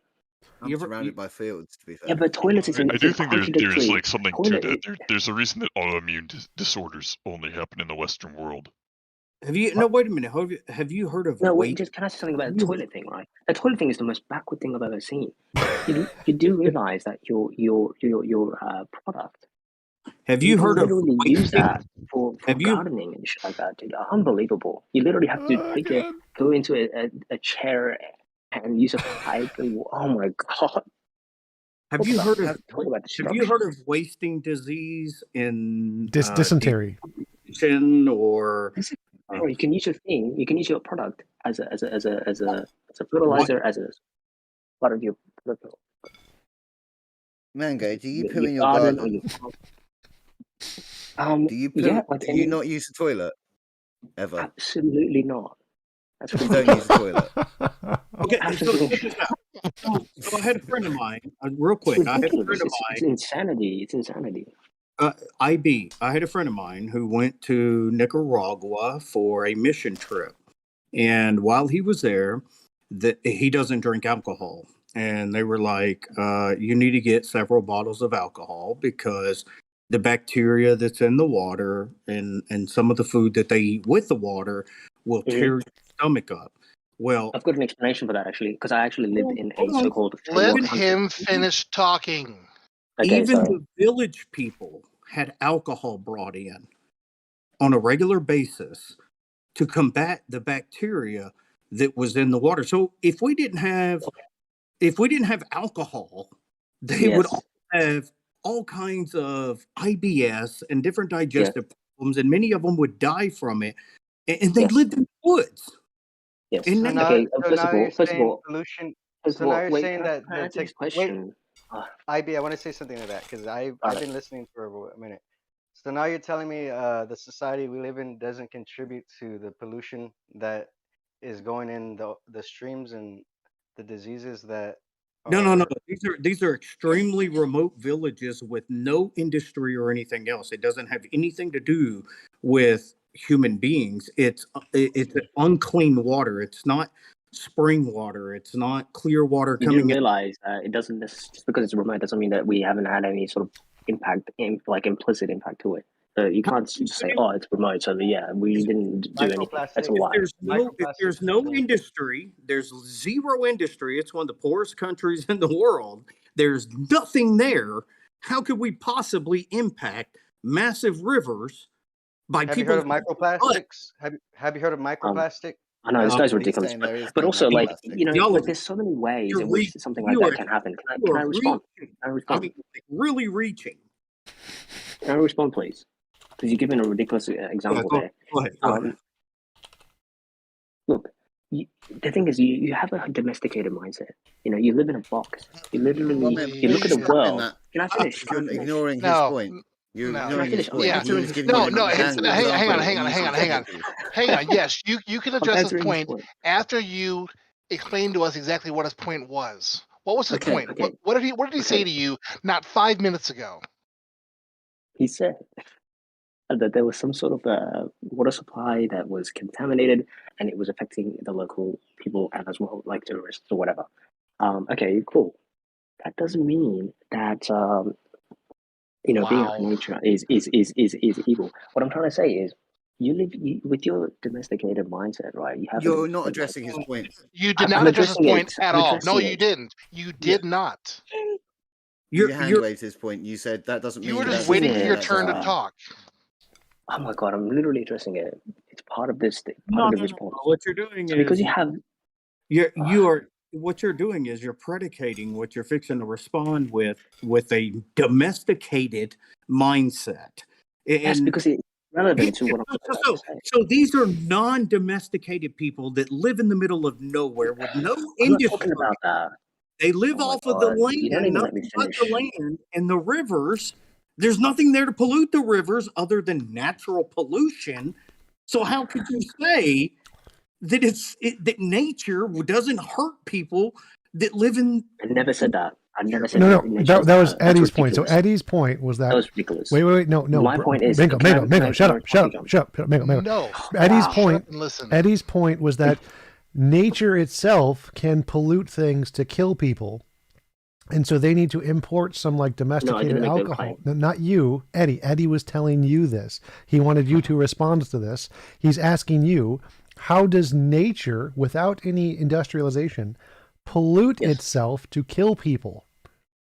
Yes, that's perfectly fine. Like that's within nature. But then, like again, as you mentioned, as I mentioned, you have this mindset, right? You live in a box, right? You think, oh my god, these people can't leave where they are. You are a fucking moron. Holy shit!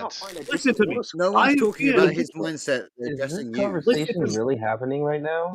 I have been to a third world country. Stop assuming mindset. And there's literally polluted water that I couldn't drink, but the people there were able to drink it. His example is not talking about that.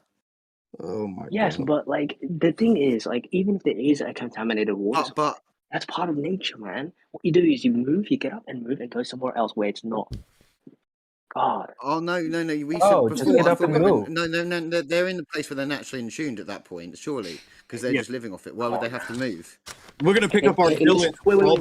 I was gonna say one more thing. One more thing. Water needs. One more thing. Get up and move. Did they become naturally unattuned to their environment?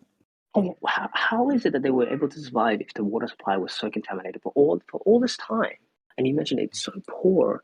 It's not really poor. That's just what the crazy people of the world. That's what they label these countries as poor. But really, they're free.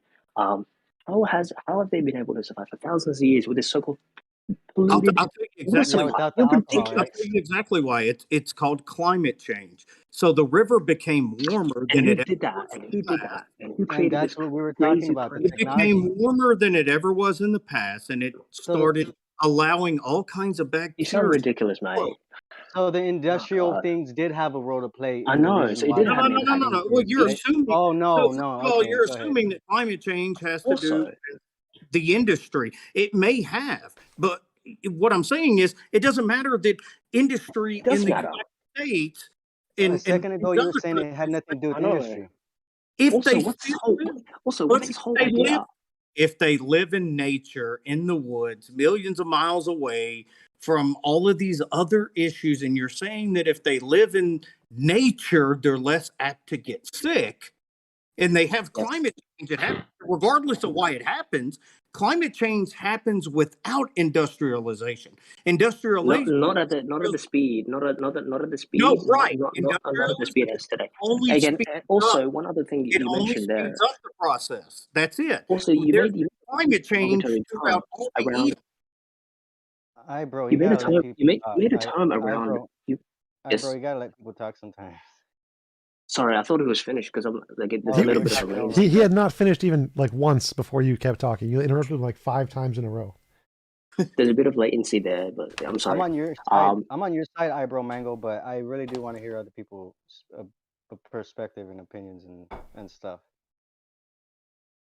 Yeah, sure, yeah. So Eddie, you want to finish your point? Yeah. My point was that climate change is a part of the Earth's cycle. Industrialization is speeding up that cycle. It's causing more warmth faster than what it normally would be. So they've gone through all these cycles with these tribes that's been around for hundreds of thousands of years, and for them to have this change in the water because of the nature. And it's not just modern day, there's records of the missionaries and things going hundreds and hundreds of years ago at different It's times. their fault. I blame the And missionaries. What? Yeah, I do actually. I blame the missionaries, but sorry, I'm just interrupting. I blame the missionaries. I just want to say that. Right. Why? Well, but the thing was, even hundreds of years ago, when the missionaries were going there, they were having to give alcohol to these village people who lived purely off the land in order to help all of these stomach ailments and issues that they were having, and actually losing villagers because of these stomach ailments. So how does living in nature stop you from getting more sick than living in a society? For thousands of years, they had those stomach problems. Is that what you're saying? Yes.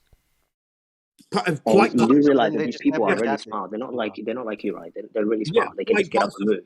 They can get up and move, right? But because of these cloning and stuff, they literally. Unlike Eddie, Eddie can't get up and move, but he can't because he's domesticated. When you're domesticated, you only go to places that you're familiar with. When you're domesticated, you only go to places that you're familiar with. That's why he has that mindset. Okay, IB, listen.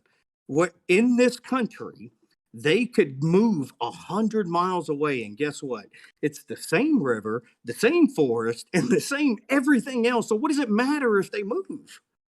It does matter. It matters a lot. What? I know these people. I know how they act. Telling me they don't know how to boil water? I know how they act. And there's boiling water. There's so many different ways in which you can go about doing this. No, but I'm saying but also, this tribe doesn't know about boiling water? No, not boiling water doesn't kill all bacteria. But you do realize that these people have lived there for thousands of years, right? And you saying that died. they had the same illness for thousands of years. Why haven't they died They've yet, lived man? in the You're country. ridiculous. You're crazy. They've lived in the country for thousands of years. It doesn't mean they lived in that spot for thousands of years. So yes, for those entire in those entire thousands of years, they never knew about bacteria because they couldn't see them. Bacteria made them sick and killed them wherever they went. And now we found a way to kill the bacteria through like alcohol and washing our hands. Don't try to distort what he said. That's a lie. This is the argument he's making. So the argument he's making is that bacteria. Bro, stop. So his argument is that people were sick. They were made sick by nature because bacteria is a thing and it's always been a thing. And then when other people came from other lands where they had cures for these bacteria, They gave them the cures and they improved their life. They gave them longer lives. So the nature was killing them, and the alcohol that was invented by technology saved them and increased their lifespan. Okay, can I just say this? Yeah. Thank you. Can I say this? Can I say this? Can I respond to What he that? was saying. Hold on. I want to say that was extremely succinct and exactly what I was. Ridiculous. This is ganging up on one person, man. Can I just say something? No, hey man, I'm a Christian. I'm not a freaking atheist. This is how can I I just say something? Okay, can I just say something, please? Yes, please. Because of what you've done, the actions that you've done, you brought in the alcohol, they poured in the alcohol in the water, now everything's great. You know what's going to happen now? They're going to stick there. They're going to stay in that one place because this is how humans operate. If there's something really good that's happening, they stay at one place. They don't move around. And that's a detriment. It's not a good thing. It's a detriment. We're supposed to move around. We're supposed to go around. They're not being killed anymore, so they can stay in the same spot and don't have to move continuously. Oh my God, what a travesty. That's how humans function. Okay, let me ask you this. Okay, I know you don't have the same mindset. You don't have the same mindset. The same dipshit that said the religion is the reason why societies are formed, but now apparently it's just alcohol. It's just alcohol.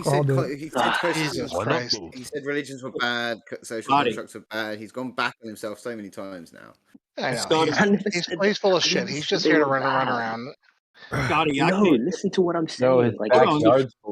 Actually, hold on one second. A question here. So if given the choice between stopping somebody's death through whatever natural process that takes place, that is somehow inherently bad.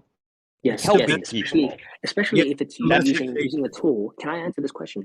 Especially if you're using a tool that is not a part of nature, like alcohol, for instance. That's not part of nature, right? Using a tool to stop a problem. Alcohol is part of nature, you fucking moron. Alcohol is fermented Oh my God! fruit. So what's the difference between a fire? If I use a fire to keep warm, so I don't die at night, alcohol is part of nature. Hey, can I answer the question, man? Like you guys keep interrupting. No, you've been given so many options and you haven't done it yet. Wait, so questions quickly. The fire guy made a really good point. So the fire guy said that how is alcohol different from making a fire? Yeah. Because alcohol is manufactured, whereas fire is not. It's a natural phenomenon. I take alcohol is a natural process. So alcohol happens on its own. Like alcohol happens on its own. Wait, bingo. Alcohol happens on its own in nature. Show me. Go find the alcohol that I can use to apply to water. Show me that. You can. Where does alcohol occur in nature? Really up, man. You can't do that. Then what's the purpose? We live in a pragmatic. Put yeast and grapes in a plastic bag, you'll get alcohol. Well, fire happens in nature, right? Fire happens in nature, but then we control it and make it specifically happen in certain instances. So alcohol is a naturally occurring byproduct of sugar and plant fermentation. Alcohols are among the most common organic compounds. Nature, you're not again. You said something there, right? You said fermented, and then you said whatever, right? Those are all manufactured products. No. Fermentation is rot. Fermentation is rotting. So rotting sugar produces alcohol. So if you get sugar and you leave it out too long in the sun, where do you think sugar comes from? Hey, dumbass. Plants. Fruit falling on the ground, rotting, produces alcohol. Oh, fruit rotting. Okay, cool. Yes. Yeah, yes. I think you want to be close to nature, but you're not aware of anything nature does. You haven't answered my questions, though. You're not answering anyone's questions. Oh my God. I'm asking you, where do you think these things come from? You are a moron. I wanted to ask the Christian guy. Why do you say that you're Christian? Which Christian? Eddie? It's unbelievable, man. Yeah. What? Just keep interrupting me. What makes you say that you're a Christian? Like, why do you say that? Why would you ask a question like that? Yes, you still haven't answered my question around where apples come from, where these sugar comes from, even manufactured things. I mean, are we gonna jump into a no true Scotsman, or am I not? I just like to ask the question when a Christian says that they are a Christian. I ask them why. So I just was wondering. He believes in Jesus. Yeah, the etymology of the word is Christ follower. So I follow Christ, so I'm a Christian. What does that even mean? What does it mean? What does it mean for you to follow Christ? What does that mean? Because that's just a word. It means he's a Christian. Yeah, that means that unlike a lot of and forgive me if I'm presuming, but unlike a lot of Christians, like where you're coming from, I actually practice what Where am I Christ coming from? practiced. Well, so first of all, the fact you're even questioning me about being Christian. The second thing is, I actually love people and care about them and treat them like human beings, like Christ did. So I'm a Christ follower.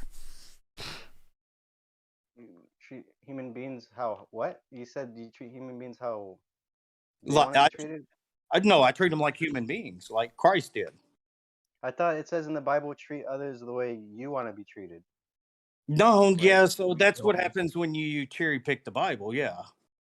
Cherry pick. I'm literally quoting right out of it. Yeah. Well, yeah, that's called cherry picking. When you grab Where are you quoting from? when What you verse grab is that? scripture, when you grab a scripture and you act like that scripture out of context, cultural, historical, and literal context, and you act like it's this monolithic, overarching theme of the whole freaking scripture, that's cherry picking. I found the thing. It says scientists have discovered a group of booze-loving apes who. Yeah, that's what I said. Monkeys. Originally, monkeys get drunk off it all the time. Yeah. So there's, but where it comes from is that inside the trees, the sap of the trees is where the sugar is, and that ferments, and that's where it's produced naturally by nature. Well, yeah, that's. Have you seen the rundown with The Rock? It's a good movie. Anyway, they have a specific fruit. It's like Cabo Waba or something like that. Anyway, in the Amazon, and what happens is they'll fall off the trees and they'll rot and become fermented, and the monkeys will get like super screwed up off of eating this fruit. And yeah, it's totally natural. That's where the whole idea of making alcohol came from. Back to what I was saying to you a second ago. You said you treat people the way Christ treated people. I thought literally Christ said to treat others the way you want to be treated. I didn't think I was cherry picking anything. Like, isn't that what he said? Okay. So if we want to be let's be pedantic. I want to be treated like a human being, so I treat others like a human being, which comes from the teaching of Christ. So I'm following the teaching of Christ, so I'm a Christian.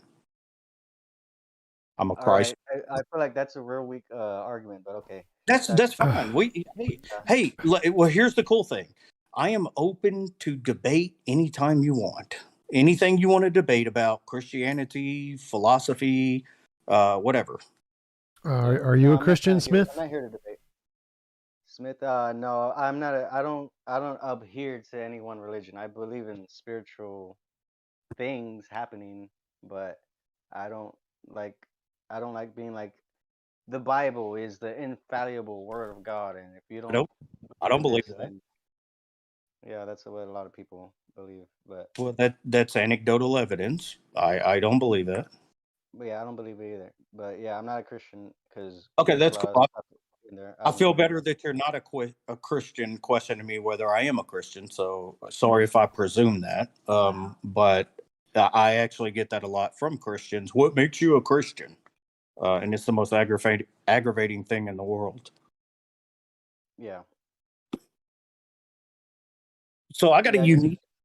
Go ahead. I'd like to hear people's reasons for believing. Oh yeah. No. I'm so okay. Yeah. So now that I know that you're actually inquiring and not questioning, I'm convinced by the explanatory scope of the resurrection hypothesis, and that which first of all requires a presupposition that God exists, because I don't believe anybody who doesn't believe that God exists has any reason to believe in the resurrection. I just threw up a little bit in my mouth.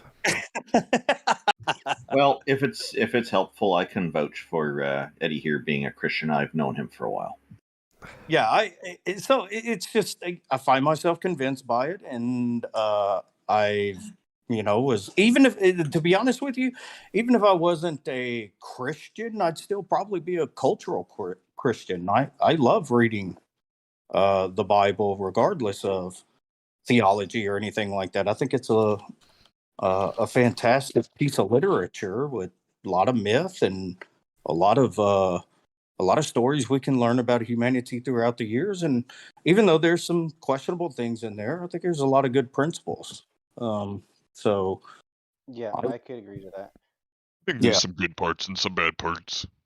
Yeah. You kind of parse it out with what fits your narrative and So would you agree with it? That there's some good parts and some bad?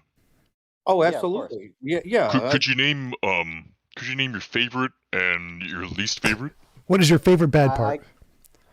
I can name a favorite bad part first. Oh, my favorite bad part. That's a good one. That's since I'm a bald guy. It would be when the kids made fun of the bald man and was mauled by bears. That's my favorite bad part. 2 Kings 2:24. What is 2 Kings? That's the bear one. 2 Kings 2:24 is the bears. Did you ask if I was a Trinitarian? Yeah.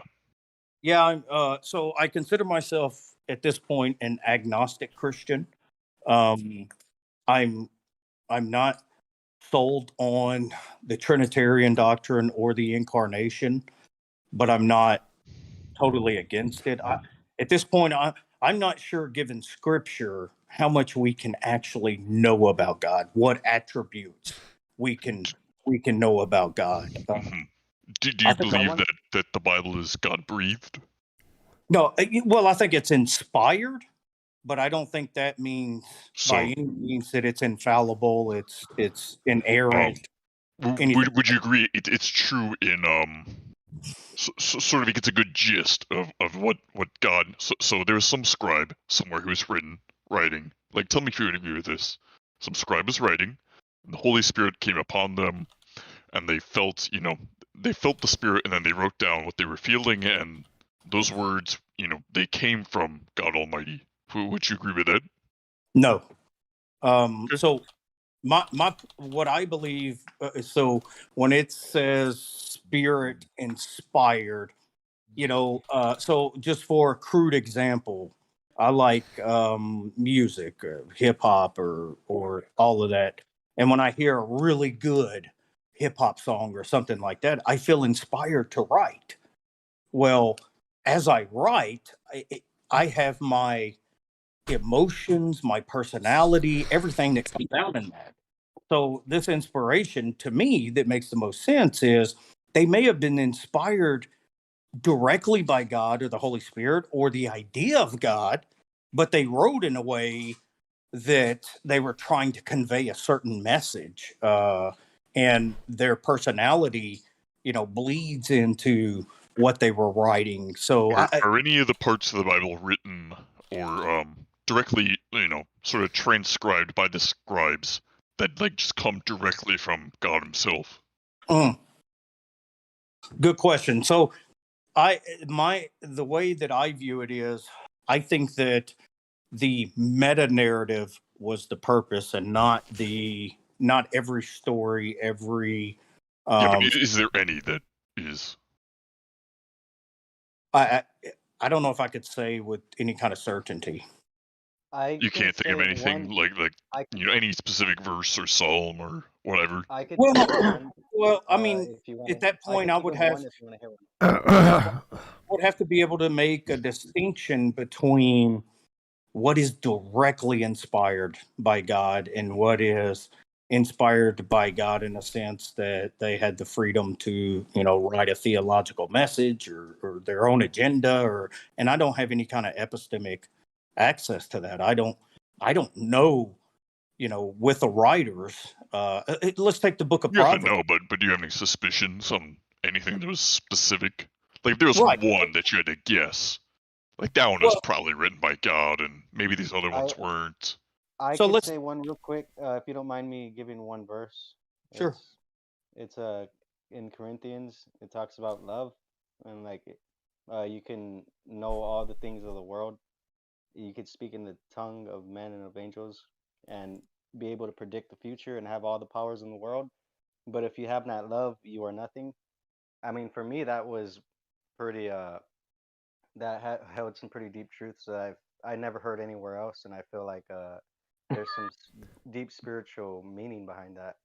Well, That's a very. You think that one is probably that's in comes like directly every from Jesus, who No. said that I would exact say phrase? God. I wouldn't say No. Jesus. I would say more like Yeah, God. yeah. So that's actually a very good example, and it, to what I mean by a meta narrative.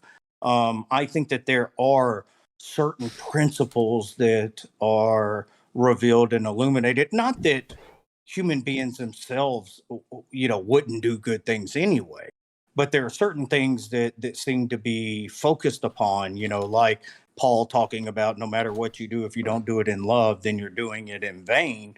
I think those are principles that come from God, but I wouldn't say that there's this dictation style method where, God is, some kind of way supernaturally guiding. Yeah, but do the words reflect what God is thinking?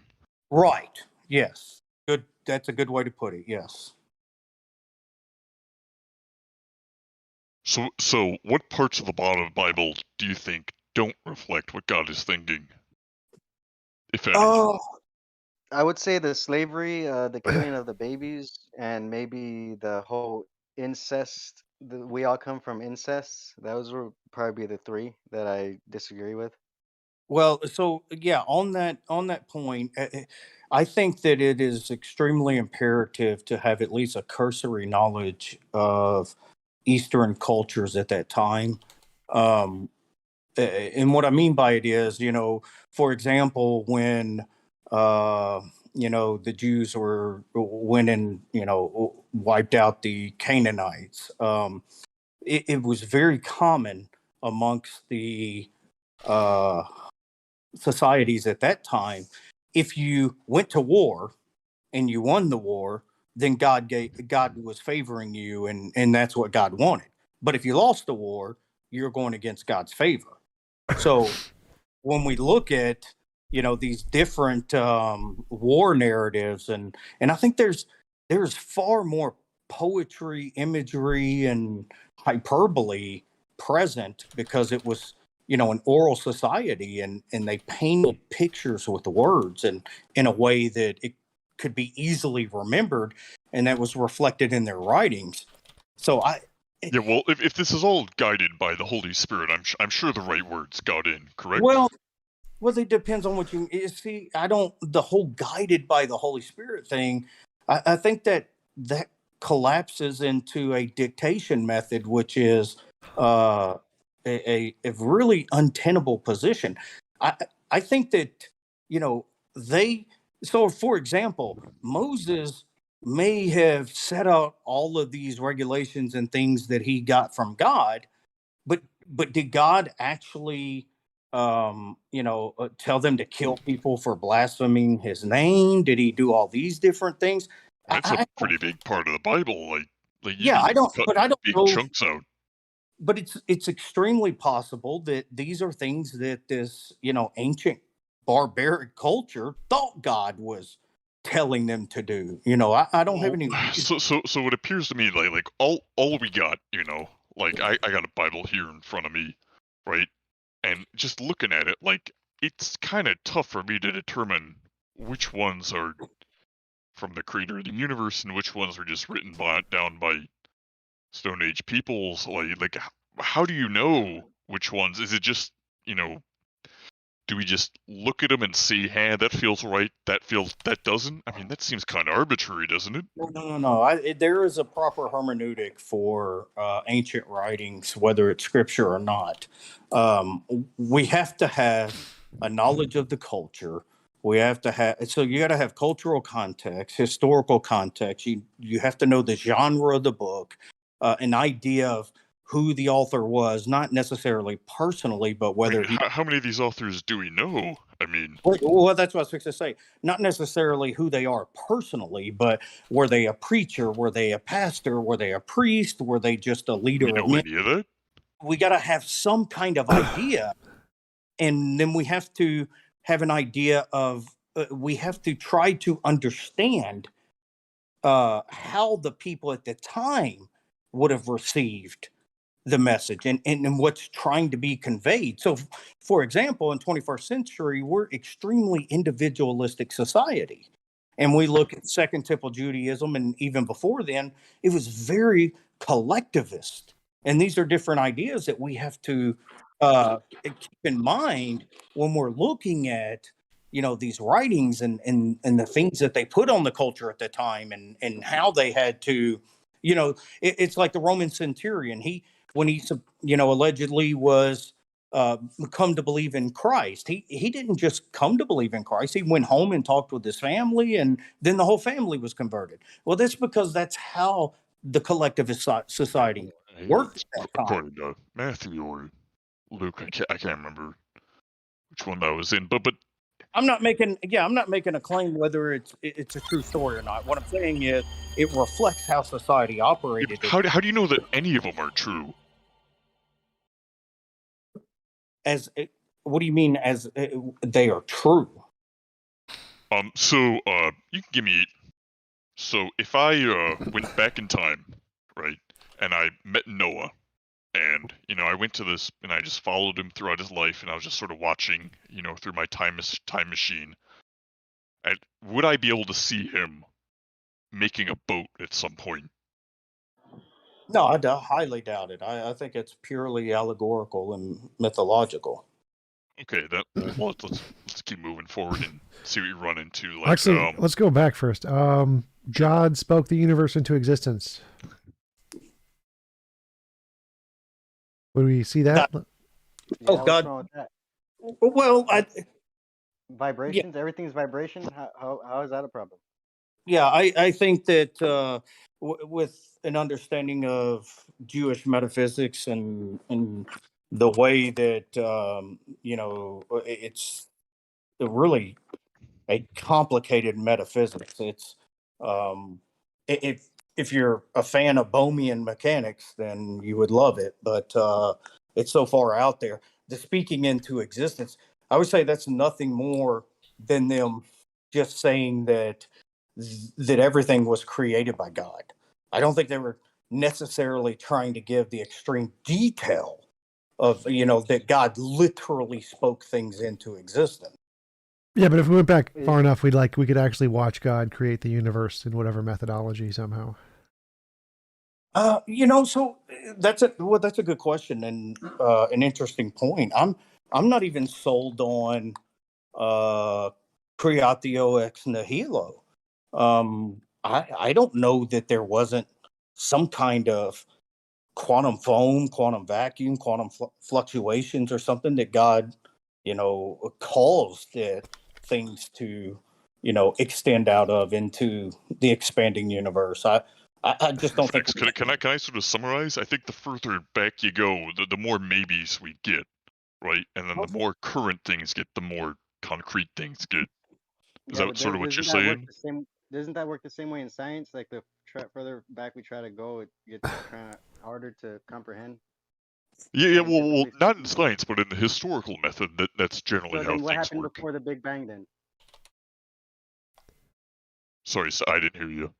I said, so then what happened before the Big Bang? If we can go back further and further and know. Oh, I don't know. I don't even know if that question makes sense. Yeah, exactly. But we're talking about history here. We're not talking about science. I thought we were talking about the creation of the universe. Yeah, I was asking about the Bible. Yeah, but to his credit, though, there is a hypothesis for going beyond the Planck scale, and they go to negative time backwards. I mean, it's possible, but we were asking earlier about could I see Noah, right? And TJump wanted to know could we see God snap his fingers and make the universe? No, I don't. No, both of those were a no. Yeah, I don't. Right, so.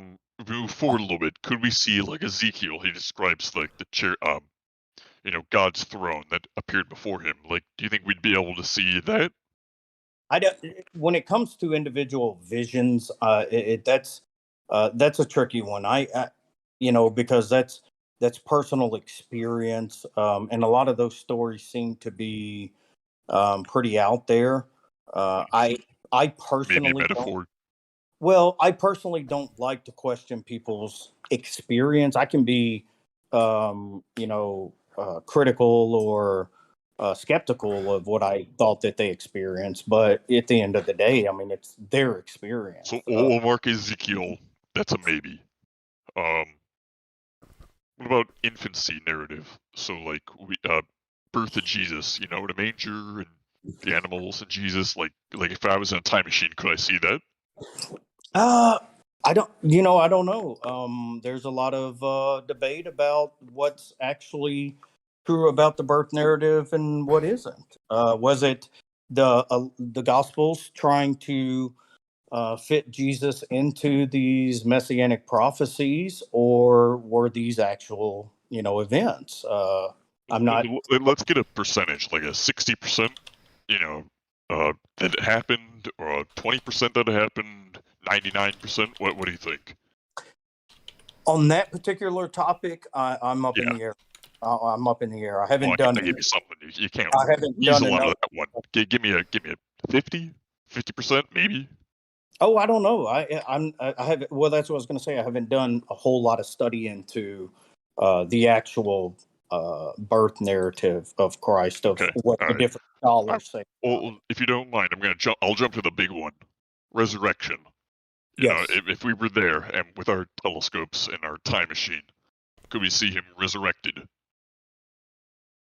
I don't know. You know, like if we walked in the room, like could we see him? Could we put our finger in, like, through the hole in his hand and the hole in the side?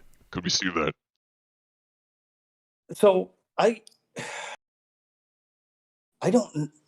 I don't know the nuances of how all of that played out. I can give you why I think that the resurrection happened, but as far as whether we could go back at specific points in times and see specific things, I'm not sure how accurate I could give you, of what we would see and what we wouldn't see. Well, it seems to me like I've asked you like I've asked you a bunch of the big things. Mm-hmm. Like the major points of of Christianity. Like, how do we, if those are all maybes, how do we know that any of it's not a maybe? And if it's all just a bunch of maybes, then how do we know that it's not just a book? Yeah, so let me kind of give you an idea of my epistemology. So first of all, I'm not certain by any means God exists, and I'm even less certain that Christianity is true. I just think, given what we know about the events around the life of Christ, if one is convinced that natural theology or theological arguments point to a God existing, and there is a God that exists, I think the resurrection hypothesis has the greatest explanatory scope. But if one's not convinced God exists, or that metaphysical arguments or natural theological arguments that you don't get to a God, I have no reason to think that somebody would be convinced that the resurrection happened. Well, that sounds completely reasonable to me. I'm mostly in agreement there.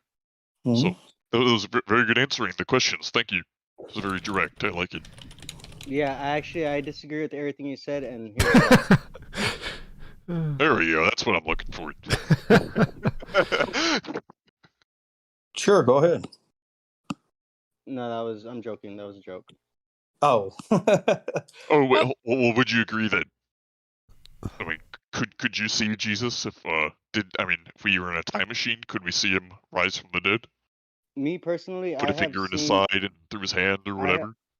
I have seen things in this reality that led me to believe that anything's possible. Like, all things are possible. I have too, but could you like? Wait! Whoa! So round squares. Round squares? I could draw one right now for you. Not. I want to see this. Let's pull it up. Put a picture. I'll show you how to draw it. First, you draw a square, and then you put a circle in it. That's your round square. So let's try a different one. How about a married bachelor? Is it possible for there to be a married bachelor? If you're married to Christ, and you don't have no wife. Got you there, my boy. Yeah, Tom. Okay, I got one. Is it possible? Just be a atheist too. So hold on. You can provide an example of a married bachelor. Okay, is it possible that not everything is possible? Well, sure, like around square. Well, no, but if But he's not saying that American. he's saying that everything is possible, so then is it possible that something is impossible? For the moment, yeah. Is And it then possible that you don't actually exist? in the moment? Did I mean, dichotomies. That's why not everything's possible. I definitely think that there can be contradictions existing, and something could still exist even if it contradicts itself. I mean, Either the universe exists or the universe doesn't exist. If everything's possible, then both those states are possible at the same time. What about Schrodinger's cat? yeah, and that's what quantum physics talks about. Wait a minute, hold on. Which idea of quantum physics? The one where everything is at a waveform and then it collapses into there's an observer. Yeah, no, so that's the Copenhagen interpretation. The Everettian or the many worlds hypothesis is that there's not a wave function collapse. They deny that there's a wave function collapse. Do you have anything else to add to that, or was at the end of the sentence of your statement? So he's saying that in some versions of quantum mechanics, there is things that can both exist and not exist, and in others there isn't.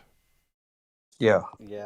I understand what you're saying. Do you have anything else to say other than that? Because I don't know. Your assertion that quantum mechanics says that is wrong because that's only some of the subsets. So quantum mechanics does not say that that is necessarily the case. It does say that, and there's people. No. What you're saying is there are people who say other things that contradict what I'm saying. So yeah. Okay. Well. Okay. So first of all, here's the issue. When you say quantum mechanics says, that's your first problem, because there is a lot of disagreement in quantum mechanics and in the interpretations of them. Traditionally, the Copenhagen interpretation was the more popular, which is what you're talking about, that there is no wave function collapse, that it's in a superposition. But more and more physicists are actually going towards the many worlds hypothesis, the Everettian hypothesis, that totally does away with the wave function collapse. And then you have more who hold to Bohmian mechanics, which denies pretty much everything that Everettian and the Copenhagen interpretation. So you're taking one piece or one theory in quantum mechanics and applying it as if it's true across quantum mechanics, and it's not. It's actually a position that's losing favor. Literally, they made the quantum D-wave supercomputer using what's it called?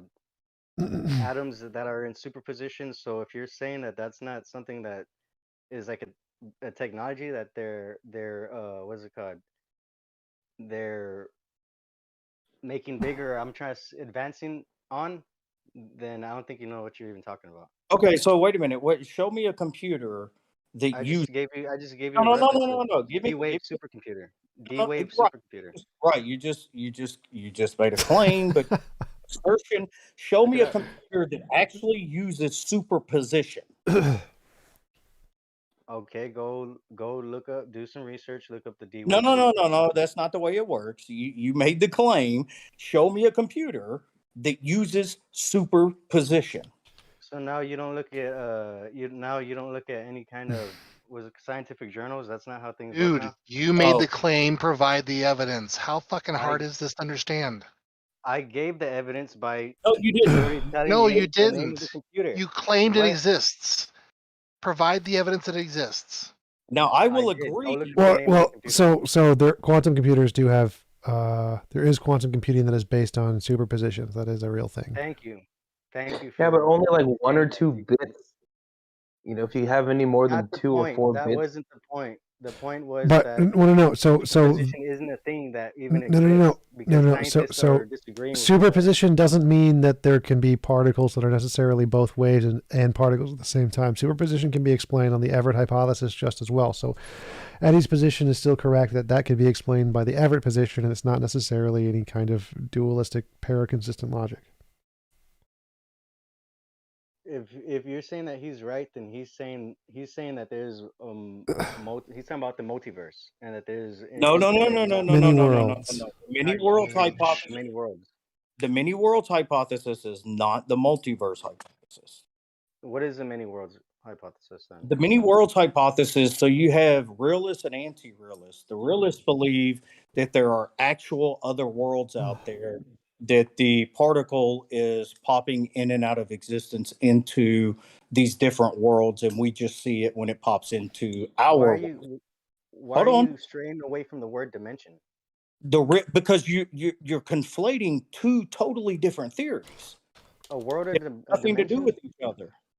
They have nothing to. No. That's why it's called the many worlds hypothesis, not the many dimensions hypothesis. So the realists believe that those worlds actually exist, that it's going in and out of different worlds, and we see it when it pops into our world. The anti-realists say, no, it's just a thought experiment, how to explain how we can have the particles popping into our world. And that's the big separation there in the many worlds hypothesis, also known as the Everett interpretation. It has nothing to do with the multiverse. I'm just gonna say sure. That's all I'm gonna say.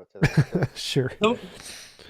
The multiverse hypothesis is it's a hypothesis to account for the alleged fine-tuning of the universe. There's some scientists who believe that there's fine-tuned factors in the universe, and they posit a multiverse hypothesis to account for those. If we have enough universes that are spawning universes, we're going to get one that has the universe that we live in. It has nothing to do with the many worlds hypothesis. This is all fascinating and all, but what does this have to do with God? Nothing. I mean, why do religious people keep bringing this up? I mean, I've studied quantum mechanics in college, and I didn't bring it never up. talked about God.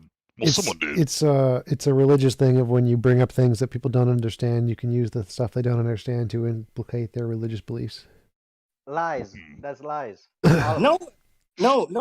Actually, Tom, even coming as a Christian, he's actually spot on with that. When there's a lot of theists, when they learn quantum mechanics or they learn early universe cosmology or things like this, and it's not something that's talked about every day on the internet or things like this, they'll throw a whole bunch of jargon and hypothesis and all these different things and tie it back to God. It happens. I see it every day. The reason I brought up superposition was because I was saying it's possible for there to be two things existing at the same time. A contradiction existing without. That's it. There two things. What's that have to do with God?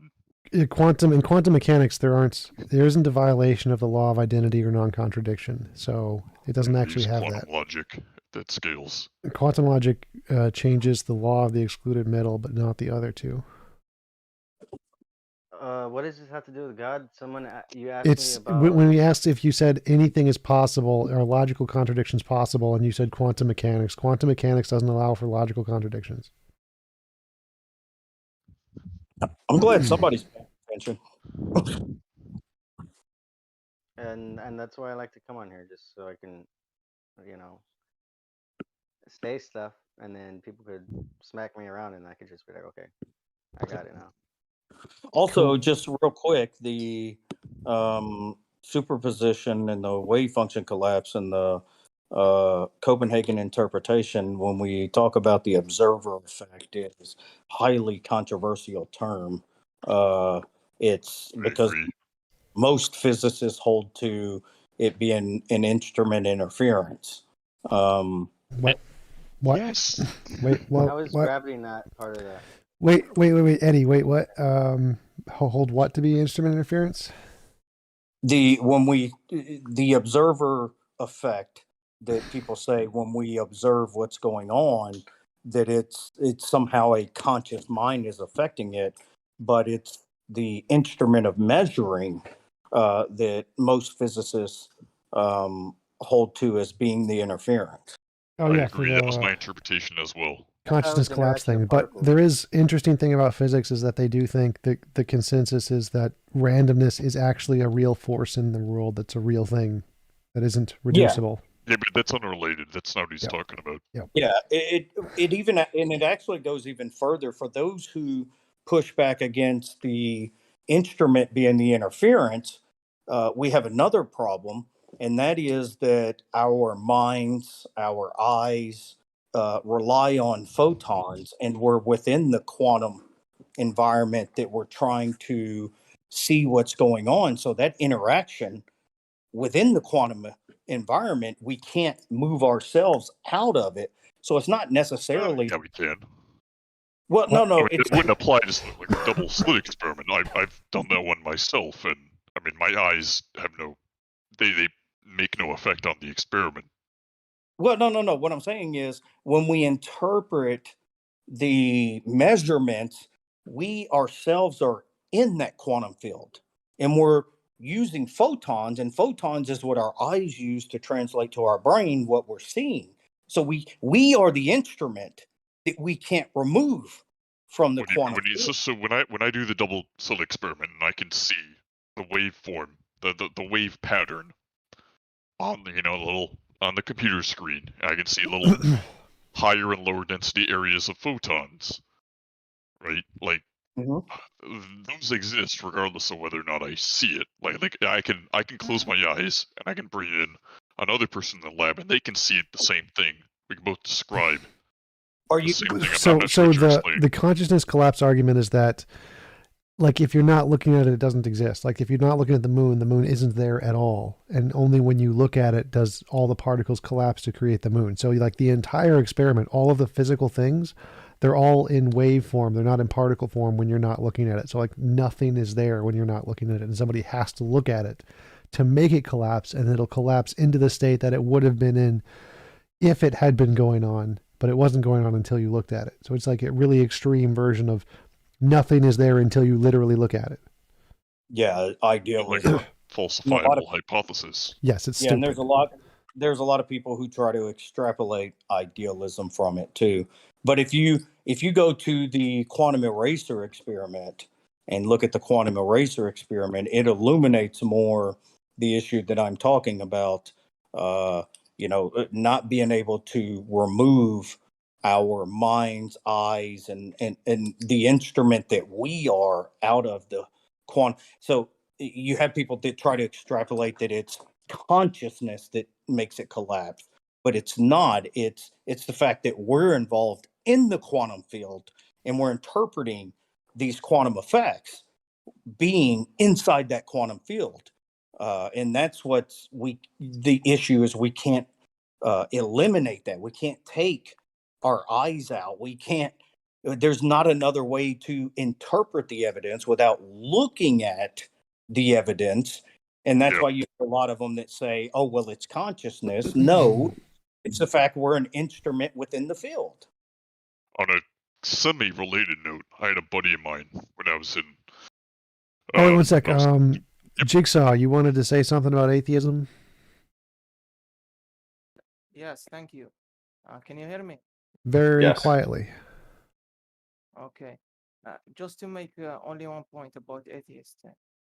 Atheists think the burden of proof it's on believers, not on them.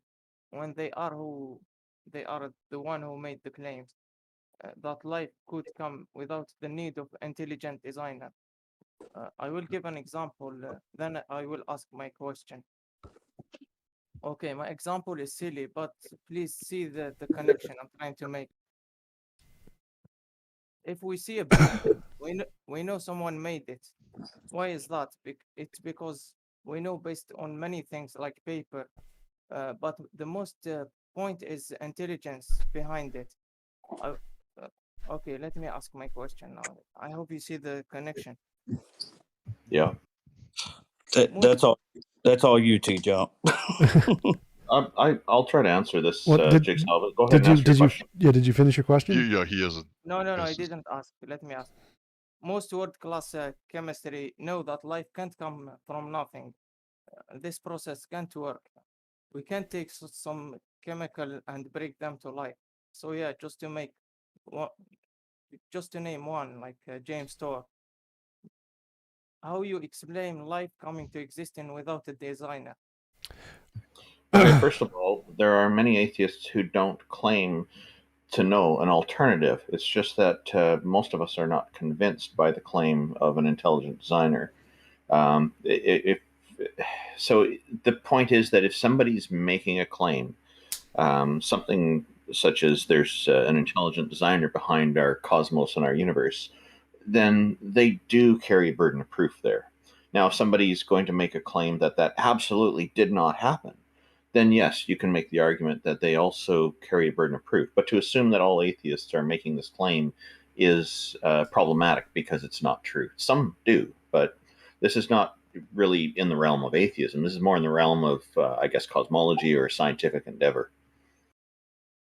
So I would say that, yeah, all the evidence indicates that the origin of RNA and DNA happened naturally in natural systems on the Earth with absolutely no designer, and that's what the consensus is in every field of biology, that life came from non-life. That's pretty much what everyone in biology believes, because that's the only evidence that's supported by anything in the field. All of the predictions have been made that RNA can form and balance on clay, that corpuscles, the outside of the cell, forms on clay, that these can happen in the early universe atmosphere, both on the older tests and the newer tests that happened in the past 3 years. All of the evidence indicates that, yeah, this is natural and not produced by a mind, and there's no evidence of a mind whatsoever. James Tour is not in any way a biologist. He's not an expert in microbiology at all. He doesn't have any qualifications in the field. He's refuted by everybody who is actually an expert in the field. He's just voicing his own not understanding of the field and his not understanding of the work in the field. So Tour isn't an expert in the field. He doesn't know what he's talking about. All the experts in the field do agree that it's purely natural, and all the evidence indicates it's natural. And that's the consensus of pretty much everybody in the field. Okay, but we just have never... Sorry, go ahead. Oh, thank you. But why they can't, like, for example, create life from chemical things like right now? Like... Yeah, exactly. We have never been able to recreate anything. Just we haven't recreated an entire cell from scratch. We have created entire genomes from scratch, and the genomes can self-reproduce. That was Craig Venter's work. So he created the first living reproducible cell, a man-made cell. But in order to make a full cell, you would need a long time. So to create a cell from literal nothingness, or from literally no life, would take many, many years of culturing things in a specific order, which isn't something we can do yet because it takes a long time. We can make each of the pieces in general. We do know life came about from non-life. We just don't know what the order is. So yes, we do have progress in making life from non-life. It is the consensus. We are making significant amounts of progress in that field. And even though we haven't done the entire process in one go, we don't need to. It's not important. But that's the key word. You said we are making. You didn't say we're discovering life just forming out of nothingness. Well, it's because there's life everywhere on the planet. We can't find a place on Earth where there isn't life. So in order to discover like life forming from non-life, we'd have to go to a different planet. And life, we probably tried that if we wanted. Life from nothingness is not something that we've been able to observe. We've observed life coming from other matter and things like that, I suppose. I think that's just his where we have to go. I think that's just his language barrier. I don't think he means literally nothing. I think he means non-life. Oh, okay. Yeah. Yeah, non-life. I was just piggybacking off of the other guy. I got nothing else to say right now. Who was I talking to with the super deep voice? Nick. It wasn't me. That was me. Yeah, it wasn't me. Nick. Hello? Yep, Nick the Slink. Nick, are you in radio? Oh, no. You should be. He was on Pine Creek. It sounds like a voice emulator. Nope, that's just how I sound. Yeah, you can make it even deeper if you want on a split second. You sure can. Do some baritone. Yeah, I can do some bass if I really want to. How deep can you go, Nick?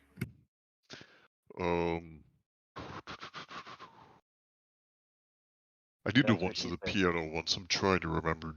You got some Barry White in you? Yeah. Well, you can just do the piano. I can tell you the lowest note, but I can't do it like on command. Well, the way is you like you just sing. So you go that's why you go up and then you just go down and you can go to the lowest. Yeah, I'm not doing it right now. What? We demand singing, Nick. We must have you sing. Nope, I'm busy.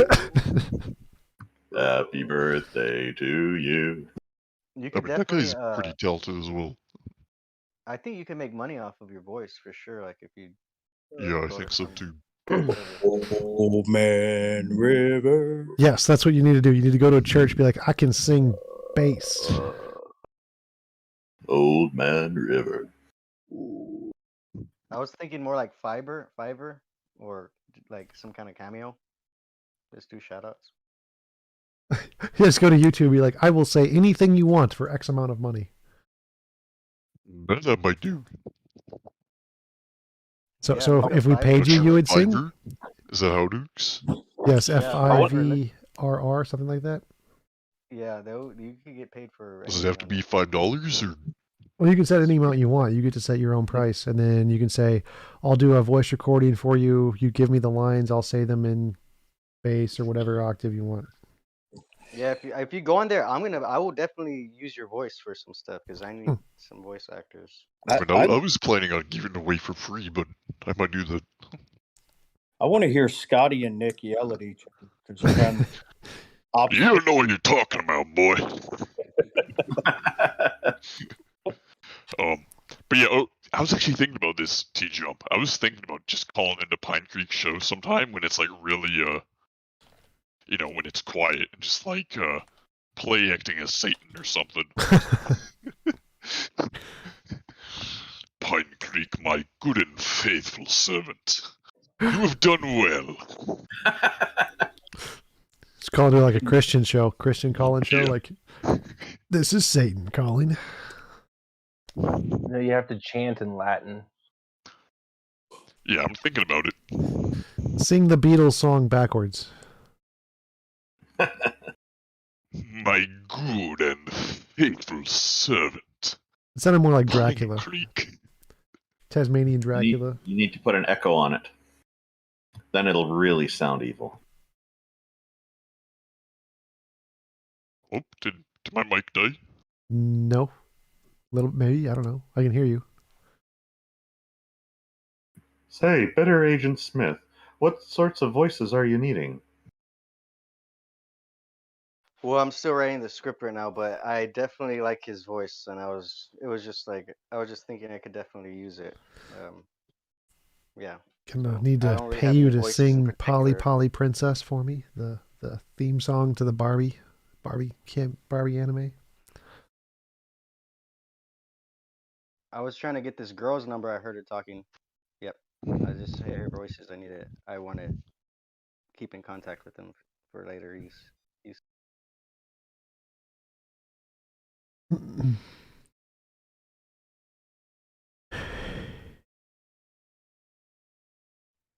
Why are you going on such a marathon, T-Jump? Why are you up so late? I woke up at...